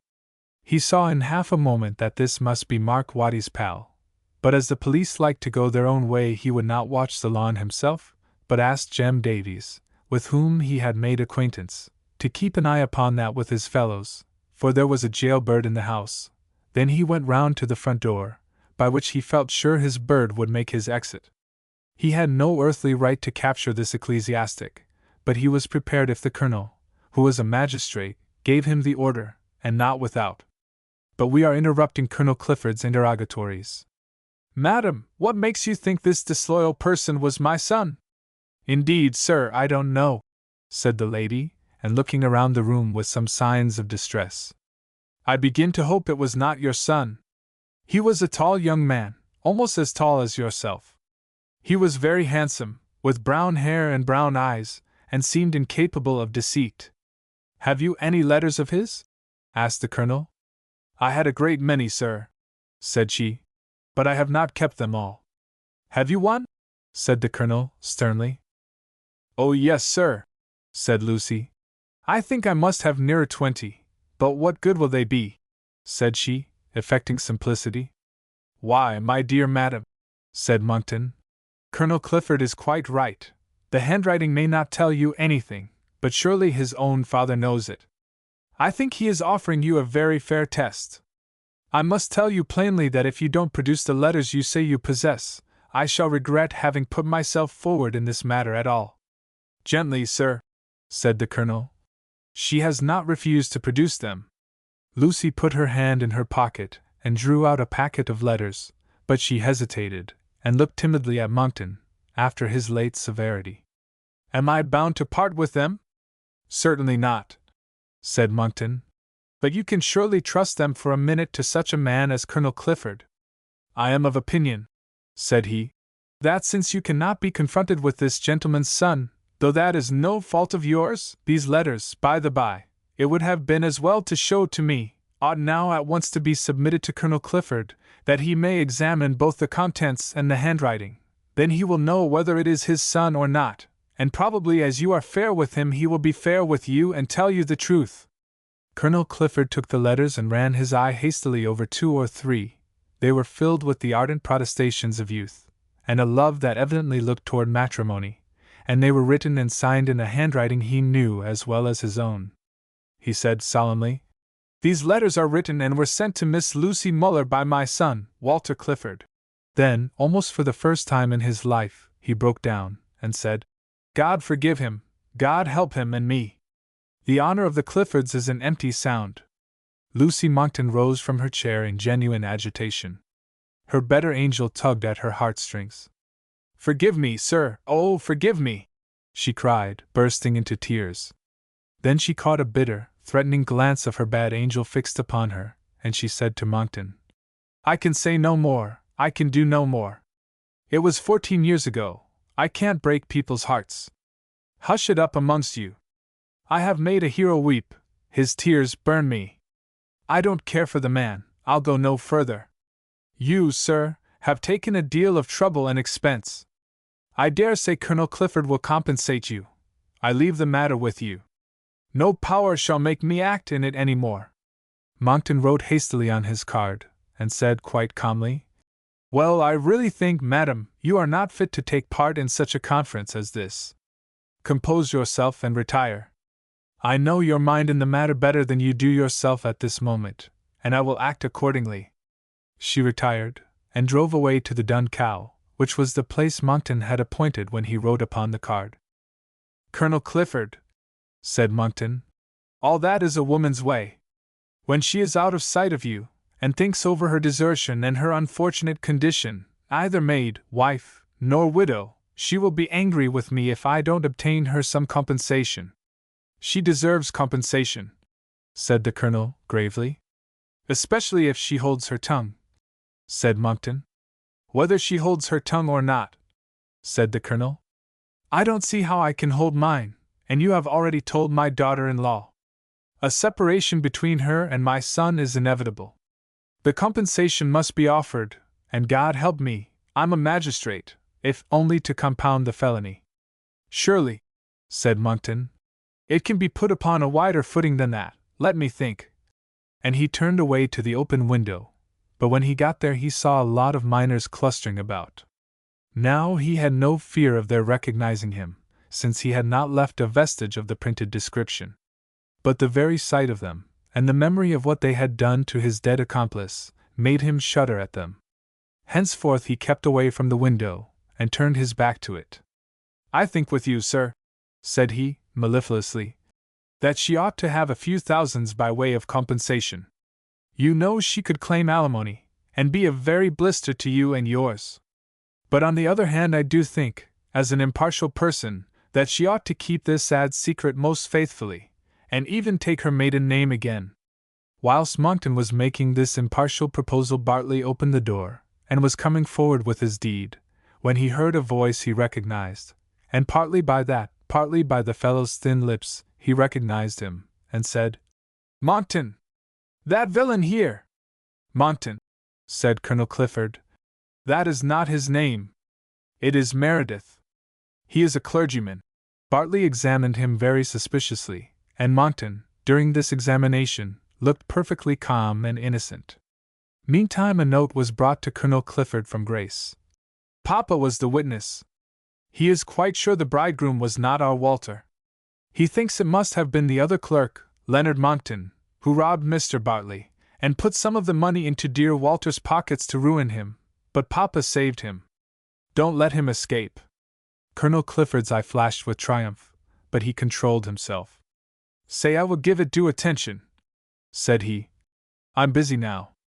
And the servant retired. Now, sir, said he, is this a case of mistaken identity, or is your name Leonard Monckton? Colonel Clifford, said the hypocrite sadly, I little thought that I should be made to suffer for the past, since I came here only on an errand of mercy. Yes, sir, in my unregenerate days I was Leonard Monckton. I disgraced the name. But I repented, and when I adopted the sacred calling of a clergyman I parted with the past, name and all. I was that man's clerk, and so, said he, spitefully, and forgetting his sing-song, was your son Walter Clifford. Was that not so, Mr. Bartley? Don't speak to me, sir, said Bartley. I shall say nothing to gratify you nor to affront Colonel Clifford. Speak the truth, sir, said Colonel Clifford. Never mind the consequences. Well then, said Bartley, very unwillingly, they were clerks in my office, and this one robbed me. One thing at a time, said Monckton. Did I rob you of £20,000, as you robbed Mr. Walter Clifford? His voice became still more incisive, and the curtain of the little room opened a little and two eyes of fire looked in. Do you remember one fine day your clerk, Walter Clifford, asking you for leave of absence, to be married? Bartley turned his back on him contemptuously. But Colonel Clifford insisted on his replying. Yes, he did, said Bartley, sullenly. But, said the colonel quietly, he thought better of it, and so, you married her yourself. This bayonet thrust was so keen and sudden that the villain's self-possession left him for once. His mouth opened in dismay, and his eyes, roving to and fro, seemed to seek a door to escape. But there was worse in store for him. The curtains were drawn right and left with power, and there stood Grace Clifford, beautiful, but pale and terrible. She marched toward him with eyes that rooted him to the spot, and then she stopped. Now hear me, for he has tortured me, and tried to kill me. Look at his white face turning ghastly beneath his paint at the sight of me. Look at his thin lips, and his devilish eyebrows, and his restless eyes. This is the man that bribed that wretch to fire the mine. These last words, ringing from her lips like the trumpet of doom, were answered, as swiftly as gunpowder explodes at a lighted torch, by a furious yell, and in a moment the room seemed a forest of wild beasts. A score of raging miners came upon him from every side, dragging, tearing, beating, kicking, cursing, yelling. He was down in a moment, then soon up again, then dragged out of the room, nails, fists, and heavy boots all going, stripped to the shirt, screaming like a woman. A dozen assailants rolled down the steps, with him in the midst of them. He got clear for a moment, but 20 more rushed at him, and again he was torn and battered and kicked. "Police! Police!" he cried, and at last the detectives who came to seize him rushed in, and Colonel Clifford, too, with the voice of a stentor, cried, "The law! Respect the law, or you are ruined men!" And so at last the law he had so dreaded raised what seemed a bag of bones, nothing left on him but one boot and fragments of a shirt, ghastly, bleeding, covered with bruises, insensible, and to all appearance dead. After a short consultation, they carried him, by Colonel Clifford's order, to the Dun Cow, where Lucy, it may be remembered, was awaiting his triumphant return. Chapter 26. Strange Turns. And yet this catastrophe rose out of a mistake. When the detective asked Jem Davies to watch the lawn, he never suspected that the clergyman was the villain who had been concerned in that explosion. But Davies, a man of few ideas and full of his own wrong, took for granted, as such minds will, that the policeman would not have spoken to him if this had not been his affair, so he and his fellows gathered about the steps and watched the drawing-room. They caught a glimpse of Monkton, but that only puzzled them. His appearance was inconsistent with the only description they had got, in fact opposed to it. It was Grace Clifford's denunciation, trumpet-tongued, that let loose savage justice on the villain. Never was a woman's voice so fatal, or so swift to slay. She would have undone her work. She screamed, she implored, but it was all in vain. The fury she had launched she could not recall. As for Bartley, words can hardly describe his abject terror. He crouched, he shivered, he moaned, he almost swooned, and long after it was all over he was found crouched in a corner of the little room, and his very reason appeared to be shaken. Judge Lynch had passed him, but too near. The freezing shadow of retribution chilled him. Colonel Clifford looked at him with contemptuous pity, and sent him home with John Baker in a close carriage. Lucy Monkton was in the parlor of the Dun Cow waiting for her master. The detectives and some outdoor servants of Clifford Hall brought a short ladder and paillasses, and something covered with blankets, to the door. Lucy saw, but did not suspect the truth. They had a murmured consultation with the landlady. During this Mark Waddy came down, and there was some more whispering, and soon the battered body was taken up to Mark Waddy's room and deposited on his bed. The detectives retired to consult, and Waddy had to break the calamity to Mrs. Monkton. He did this as well as he could, but it little matters how such blows are struck. Her agony was great, and greater when she saw him, for she resisted entirely all attempts to keep her from him. She installed herself at once as his nurse, and Mark Waddy retired to a garret. A surgeon came by Colonel Clifford's order and examined Monkton's bruised body, and shook his head. He reported that there were no bones broken, but there were probably grave internal injuries. These, however, he could not specify at present, since there was no sensibility in the body, so pressure on the injured parts elicited no groans. He prescribed egg and brandy in small quantities, and showed Mrs. Monkton how to administer it to a patient in that desperate condition. His last word was in private to Waddy. If he ever speaks again, or even groans aloud, send for me. Otherwise, and he shrugged his shoulders. Some hours afterward Colonel Clifford called as a magistrate to see if the sufferer had any deposition to make. But he was mute, and his eyes fixed. As Colonel Clifford returned, one of the detectives accosted him and asked him for a warrant to arrest him. Not in his present condition, said Colonel Clifford, rather superciliously. And pray, sir, why did not you interfere sooner and prevent this lawless act? Well, sir, unfortunately we were on the other side of the house. Exactly, you had orders to be in one place, so you must be in another. See the consequence. The honest men have put themselves in the wrong, and this fellow in the right. He will die a sort of victim, with his guilt suspected only, not proved. Having thus snubbed the force, the old soldier turned his back on them and went home, where Grace met him, all anxiety, and received his report. She implored him not to proceed any further against the man, and declared she should fly the country rather than go into a court of law as witness against him. Humph! Said the colonel. But you are the only witness. All the better for him, said she. Then he will die in peace. My tongue has killed the man once, it shall never kill him again. About 6 next morning Monkton beckoned Lucy. She came eagerly to him. He whispered to her. Can you keep a secret? You know I can, said she. Then never let anyone know I have spoken. No, dear, never. Why? I dread the law more than death. And he shuddered all over. Save me from the law. Leonard, I will, said she. Leave that to me. She wired for Mr. Middleton as soon as possible. The next day there was no change in the patient. He never spoke to anybody, except a word or two to Lucy, in a whisper, when they were quite alone.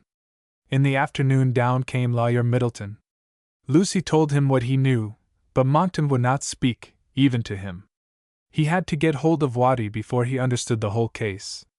Waddy was in Monkton's secret, and indeed, in everybody's. He knew it was folly to deceive your lawyer, so he was frank. Mr. Middleton learned his client's guilt and danger, but also that his enemies had flaws in their armor. The first shot he fired was to get warrants out against a dozen miners, Jem Davies included, for a murderous assault, but he made no arrests, he only summoned. So 1 or 2 took fright and fled. Middleton had counted on that, and it made the case worse for those that remained. Then, by means of friends in Derby, he worked the press. An article appeared headed, Our Savages. It related with righteous indignation how Mr. Bartley's miners had burned the dead body of a miner suspected of having fired the mine, and put his own life in jeopardy as well as those of others, and then, not content with that monstrous act, had fallen upon and beaten to death a gentleman in whom they thought they detected a resemblance to some person who had been, or was suspected of being that miner's accomplice. But so far from that, said the writer, we are now informed, on sure authority, that the gentleman in question is a large and wealthy landed proprietor, quite beyond any temptation to crime or dishonesty, and had actually visited this part of the world only in the character of a peacemaker, and to discharge a very delicate commission, which it would not be our business to publish even if the details had been confided to us. The article concluded with a hope that these monsters would be taught that even if they were below the standard of humanity, they were not above the law. Middleton attended the summonses, gave his name and address, and informed the magistrate that his client was a large landed proprietor, and it looked like a case of mistaken identity. His client was actually dying of his injuries, but his wife hoped for justice. But the detectives had taken care to be present, and so they put in their word. They said that they were prepared to prove, at a proper time, that the wounded man was really the person who had been heard by Mrs. Walter Clifford to bribe Ben Burnley to fire the mine. We have nothing to do with that now, said the magistrate. One thing at a time, please. I cannot let these people murder a convicted felon, far less a suspected criminal that has not been tried. The wounded man proceeds, according to law, through a respectable attorney. These men, whom you are virtually defending, have taken the law into their own hands. Are your witnesses here, Mr. Middleton? Not at present, sir, and when I was interrupted, I was about to ask your worship to grant me an adjournment for that purpose. It will not be a great hardship to the accused, since we proceed by summons. I fear I have been too lenient, for 2 or 3 of them have absconded since the summons was served. I am not surprised at that, said the magistrate. However, you know your own business. Then the police applied for a warrant of arrest against Monckton. Oh! cried Middleton, with the air of a man thoroughly shocked and scandalized. Certainly not, said the magistrate. I shall not disturb the course of justice.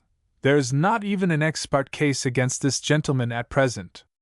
Such an application must be supported by a witness, and a disinterested one.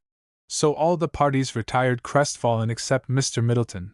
As for him, he was imitating a small but ingenious specimen of nature, the cuttlefish. This little creature, when pursued by its enemies, discharges an inky fluid which obscures the water all around, and then it starts off and escapes. One dark night, at 2 o'clock in the morning, there came to the door of the Dun Cow an invalid carriage, or rather omnibus, with a spring bed and every convenience. The wheels were covered thick with india rubber, relays had been provided, and Monckton and his party rolled along day and night to Liverpool. The detectives followed, 6 hours later, and traced them to Liverpool very cleverly, and with the assistance of the police, raked the town for them, and got all the great steamers watched, especially those that were bound westward. Ho! But their bird was at sea, in a Liverpool merchant's own steamboat, hired for a 2 months' trip. The pursuers found this out too, but a fortnight too late. It's no go, Bill, said one to the other. There's a lawyer and a pot of money against us. Let it sleep a while. The steamboat coasted England in beautiful weather. The sick man began to revive, and to eat a little, and to talk a little, and to suffer a good deal at times. Before they had been long at sea, Mr. Middleton had a confidential conversation with Mrs. Monckton. He told her he had been very secret with her for her good. I saw, said he, this Monckton had no deep regard for you, and was capable of turning you adrift in prosperity, and I knew that if I told you everything you would let it out to him, and tempt him to play the villain. But the time is come that I must speak, in justice to you both. That estate he left your son half in joke is virtually his. 14 years ago, when he last looked into the matter, there were 11 lives between it and him. But, strange to say, whilst he was at Portland the young lives went one after the other, and there were really only 5 left when he made that will. Now comes the extraordinary part. A fortnight ago 3 of those lives perished in a single steamboat accident on the Clyde, that left a woman of 82 and a man of 90 between your husband and the estate. The lady was related to the persons who were drowned, and she has since died. She had been long ailing, and it is believed that the shock was too much for her. The survivor is the actual proprietor, old Carruthers, but I am the London agent to his solicitor, and he was reported to me to be in extremis the very day before I left London to join you. We shall run into a port near the place, and you will not land, but I shall, and obtain precise information. In the meantime, mind, your husband's name is Carruthers. Any communication from me will be to Mrs. Carruthers, and you will tell that man as much, or as little, as you think proper. If you make any disclosure, give yourself all the credit you can. Say you shall take him to his own house under a new name, and shield him against all pursuers. As for me, I tell you plainly, my great hope is that he will not live long enough to turn you adrift and disinherit your boy. To cut short for the present this extraordinary part of our story, Lewis Carruthers, alias Leonard Monckton, entered a fine house and took possession of 11,000 acres of hilly pasture, and the undivided moiety of a lake brimful of fish. He accounted for his change of name by the favors Carruthers, deceased, had shown him. Therein he did his best to lie, but his present vein of luck turned it into the truth. Old Carruthers had become so peevish that all his relations disliked him, and he disliked them. So he left his personal estate to his heir-at-law simply because he had never seen him. The personality was very large. The house was full of pictures, and china, and cabinets, etc. There was a large balance at the banker's, a heavy fall of timber not paid for, rents due, and as many as 2,400 sheep upon that hill, which the old fellow had kept in his own hands. So, when the new proprietor took possession as Carruthers, nobody was surprised, though many were furious. Lucy installed him in a grand suite of apartments as an invalid, and let nobody come near him. Waddy was dismissed with a munificent present, and could be trusted to hold his tongue. By the advice of Middleton, not a single servant was dismissed, and so no enemies were made. The family lawyer and steward were also retained, and, in short, all conversation was avoided. In a month or two the new proprietor began to improve in health, and drive about his own grounds, or be rowed on his lake, lying on soft beds. But in the 5th month of his residence local pains seized him, and he began to waste. For some time the precise nature of the disorder was obscure, but at last a rising surgeon declared it to be an abscess in the intestines, caused, no doubt, by external violence. By degrees the patient became unable to take solid food, and the drain upon his system was too great for a mere mucilaginous diet to sustain him. Wasted to the bone, and yellow as a guinea, he presented a pitiable spectacle, and would gladly have exchanged his fine house and pictures, his heathery hills dotted with sheep, and his glassy lake full of spotted trout, for a ragged Irishman's bowl of potatoes and his mug of buttermilk, and his stomach. Chapter 27. Curtain. Striking incidents will draw the writer, but we know that our readers would rather hear about the characters they can respect. It seems, however, to be a rule in life, and in fiction, that interest flags when trouble ceases. Now the troubles of our good people were pretty well over, and we will put it to the reader whether they had not enough. Grace Clifford made an earnest request to Colonel Clifford and her father never to tell Walter he had been suspected of bigamy. Let others say that circumstances are always to be believed and character not to be trusted, but I, at least, had no right to believe certificates and things against my Walter's honor and his love. Hide my fault from him, not for my sake but for his. Perhaps when we are both old people I may tell him.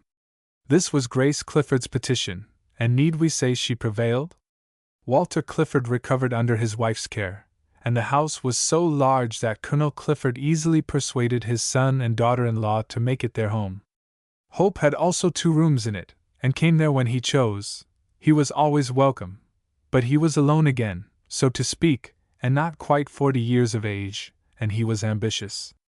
He began to rise in the world, whilst our younger characters, contented with their happiness and position, remained stationary. Master of a great mind, able now to carry out his invention, member of several scientific associations, a writer for the scientific press, etc., he soon became a public and eminent man. He was consulted on great public works, and if he lives will be one of the great lights of science in this island. He is great on electricity, especially on the application of natural forces to the lighting of towns. He denounces all the cities that allow powerful streams to run past them and not work a single electric light. But he goes further than that. He ridicules the idea that it is beyond the resources of science to utilize thousands of millions of tons of water that are raised 21 feet twice in every 24 hours by the tides.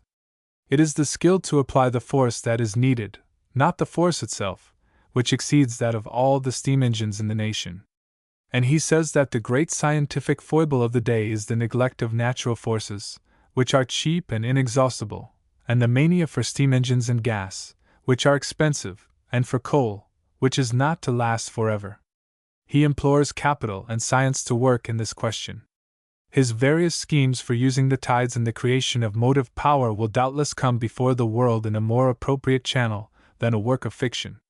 If he succeeds it will be a glorious, as it must be a difficult, achievement. His society is valued on social grounds. His well-stored mind, his powers of conversation, and his fine appearance make him extremely welcome at all the tables in the county. He also accompanies his daughter with the violin, and, as they play beauties together, not difficulties, they ravish the soul and interrupt the torture, whose instrument the pianoforte generally is.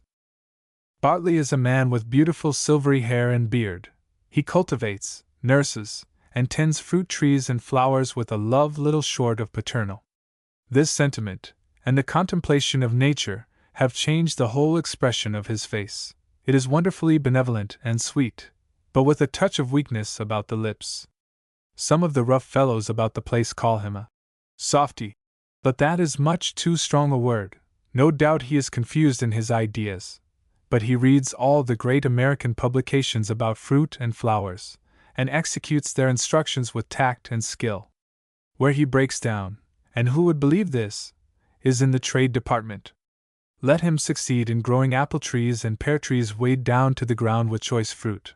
Let him produce enormous cherries by grafting, and gigantic nectarines upon his sunny wall, and acres of strawberries too large for the mouth.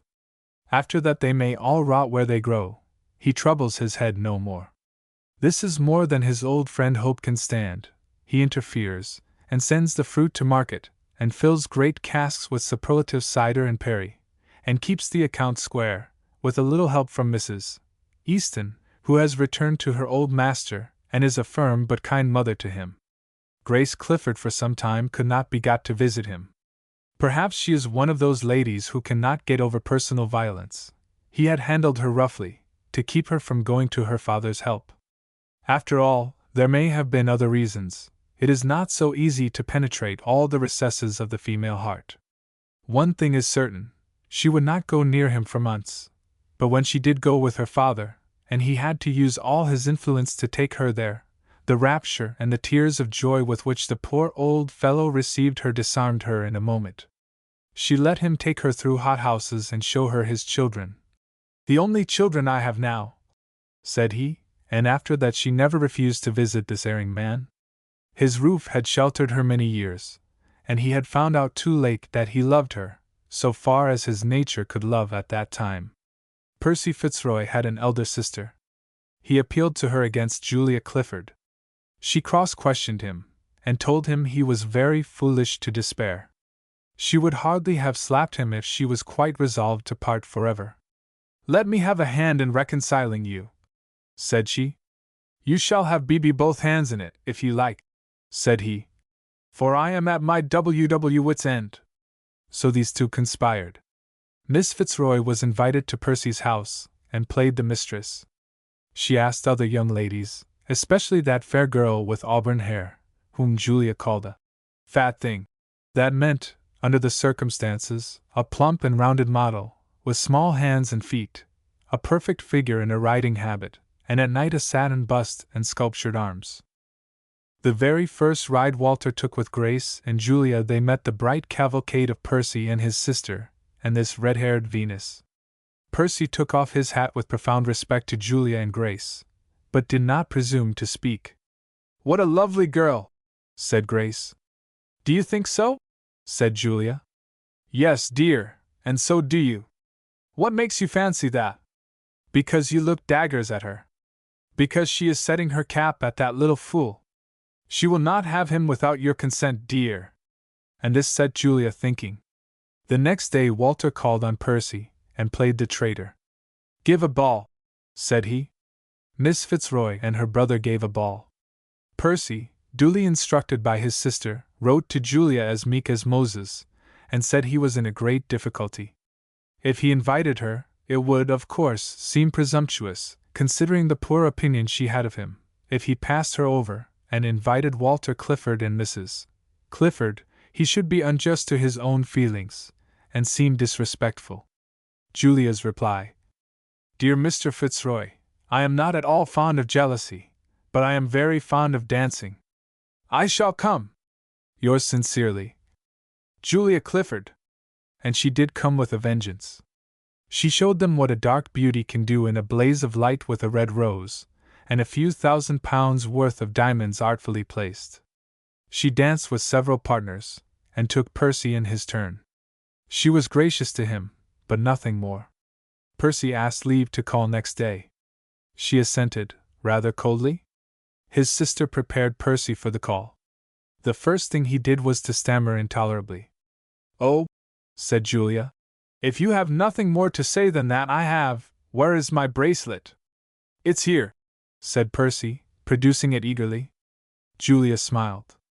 "My necklace?" "Here." "My charms?" "Here." "My specimens of your spelling?" "Love spells, eh?" Here, all here. No, they are not, said Julia, snatching them. They are here. And she stuffed both her pockets with them. And the engaged ring, said Percy, radiant now, and producing it. Dee, don't forget that. Julia began to hesitate. If I put that on, it will be for life. Yes, it will, said Percy. Then give me a moment to think. After due consideration, she said what she had made up her mind to say long before. Percy, you're a man of honor. I'll be yours upon one solemn condition, that from this hour till death parts us, you promise to give your faith where you give your love. I'll give my faith where I give my love, said Percy, solemnly. Next month they were married, and he gave his confidence where he gave his love, and he never had reason to regret it. John Baker. Sir? You had better mind what you are about, or you'll get fonder of her than of Walter himself. Never, Colonel, never! And so will you. Then, after a moment's reflection, John Baker inquired how they were to help it. Look here, Colonel, said he. A man's a man, but a woman's a woman. It isn't likely as Master Walter will always be putting his hand round your neck and kissing of you when you're good, and pick a white hair off your coat if he do but see one when you're going out, and shine upon you indoors more than the sun does on you out of doors. And 'tain't to be supposed as Mr. Walter will never meet me on the stairs without breaking out into a smile to cheer an old fellow's heart, and showing £2,000 worth of ivory all at one time, and if I've a cold or a bit of a headache he won't send his lady's maid to see after me and tell me what I am to do, and threaten to come and nurse me himself if I don't mend. Well, said the Colonel, there's something in all this.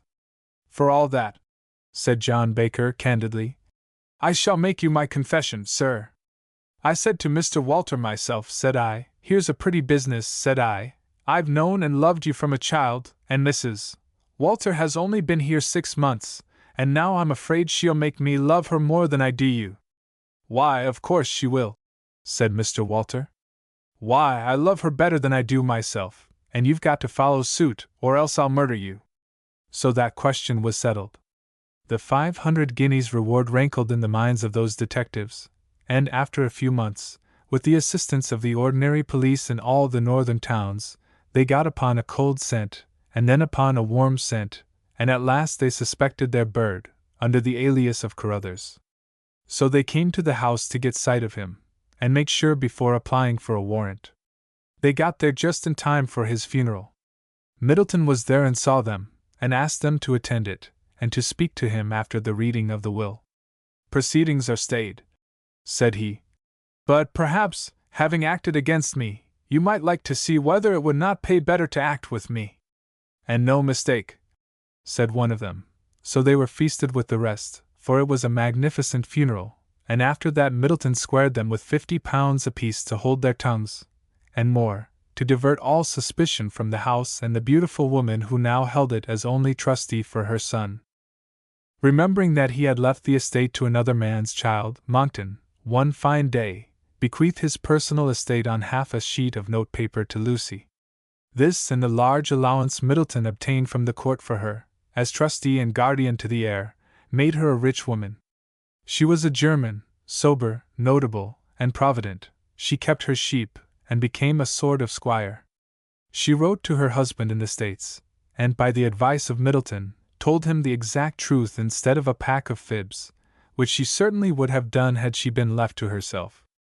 Poverty had pinched Jonathan Braham by this time, and as he saw by the tone of her letter she did not care one straw whether he accepted the situation or not. He accepted it eagerly, and had to court her as a stranger, and to marry her, and wear the crown matrimonial, for Middleton drew the settlements, and neither Braham nor his creditors could touch a halfpenny.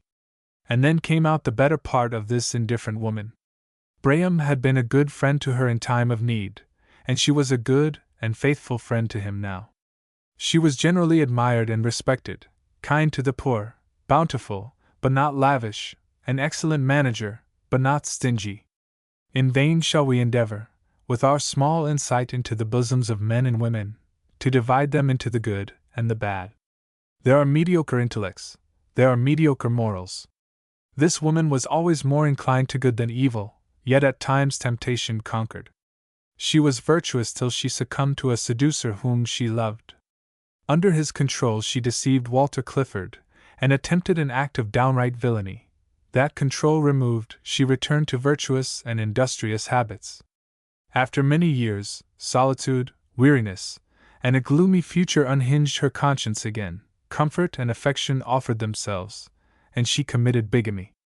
Deserted by Braham, and once more fascinated by the only man she had ever greatly loved, she joined him in an abominable fraud, broke down in the middle of it by a sudden impulse of conscience, and soon after settled down into a faithful nurse. She is now a faithful wife, a tender mother, a kind mistress, and nearly everything that is good in a medium way, and so, in all human probability, will pass the remainder of her days, which, as she is healthy, and sober in eating and drinking, will perhaps be the longer period of her little life. Well may we all pray against great temptations. Only choice spirits resist them, except when they are great temptations to somebody else, and somehow not to the person tempted. It has lately been objected to the writers of fiction, especially to those few who are dramatists as well as novelists, that they neglect what Shakespeare calls the middle of humanity, and deal in eccentric characters above or below the people one really meets. Let those who are serious in this objection enjoy moral mediocrity in the person of Lucy Monckton. For our part, we will never place fiction, which was the parent of history, below its child. Our hearts are with those superior men and women who, whether in history or fiction, make life beautiful, and raise the standard of humanity. Such characters exist even in this plain tale, and it is these alone, and our kindly readers, we take leave of with regret. The end.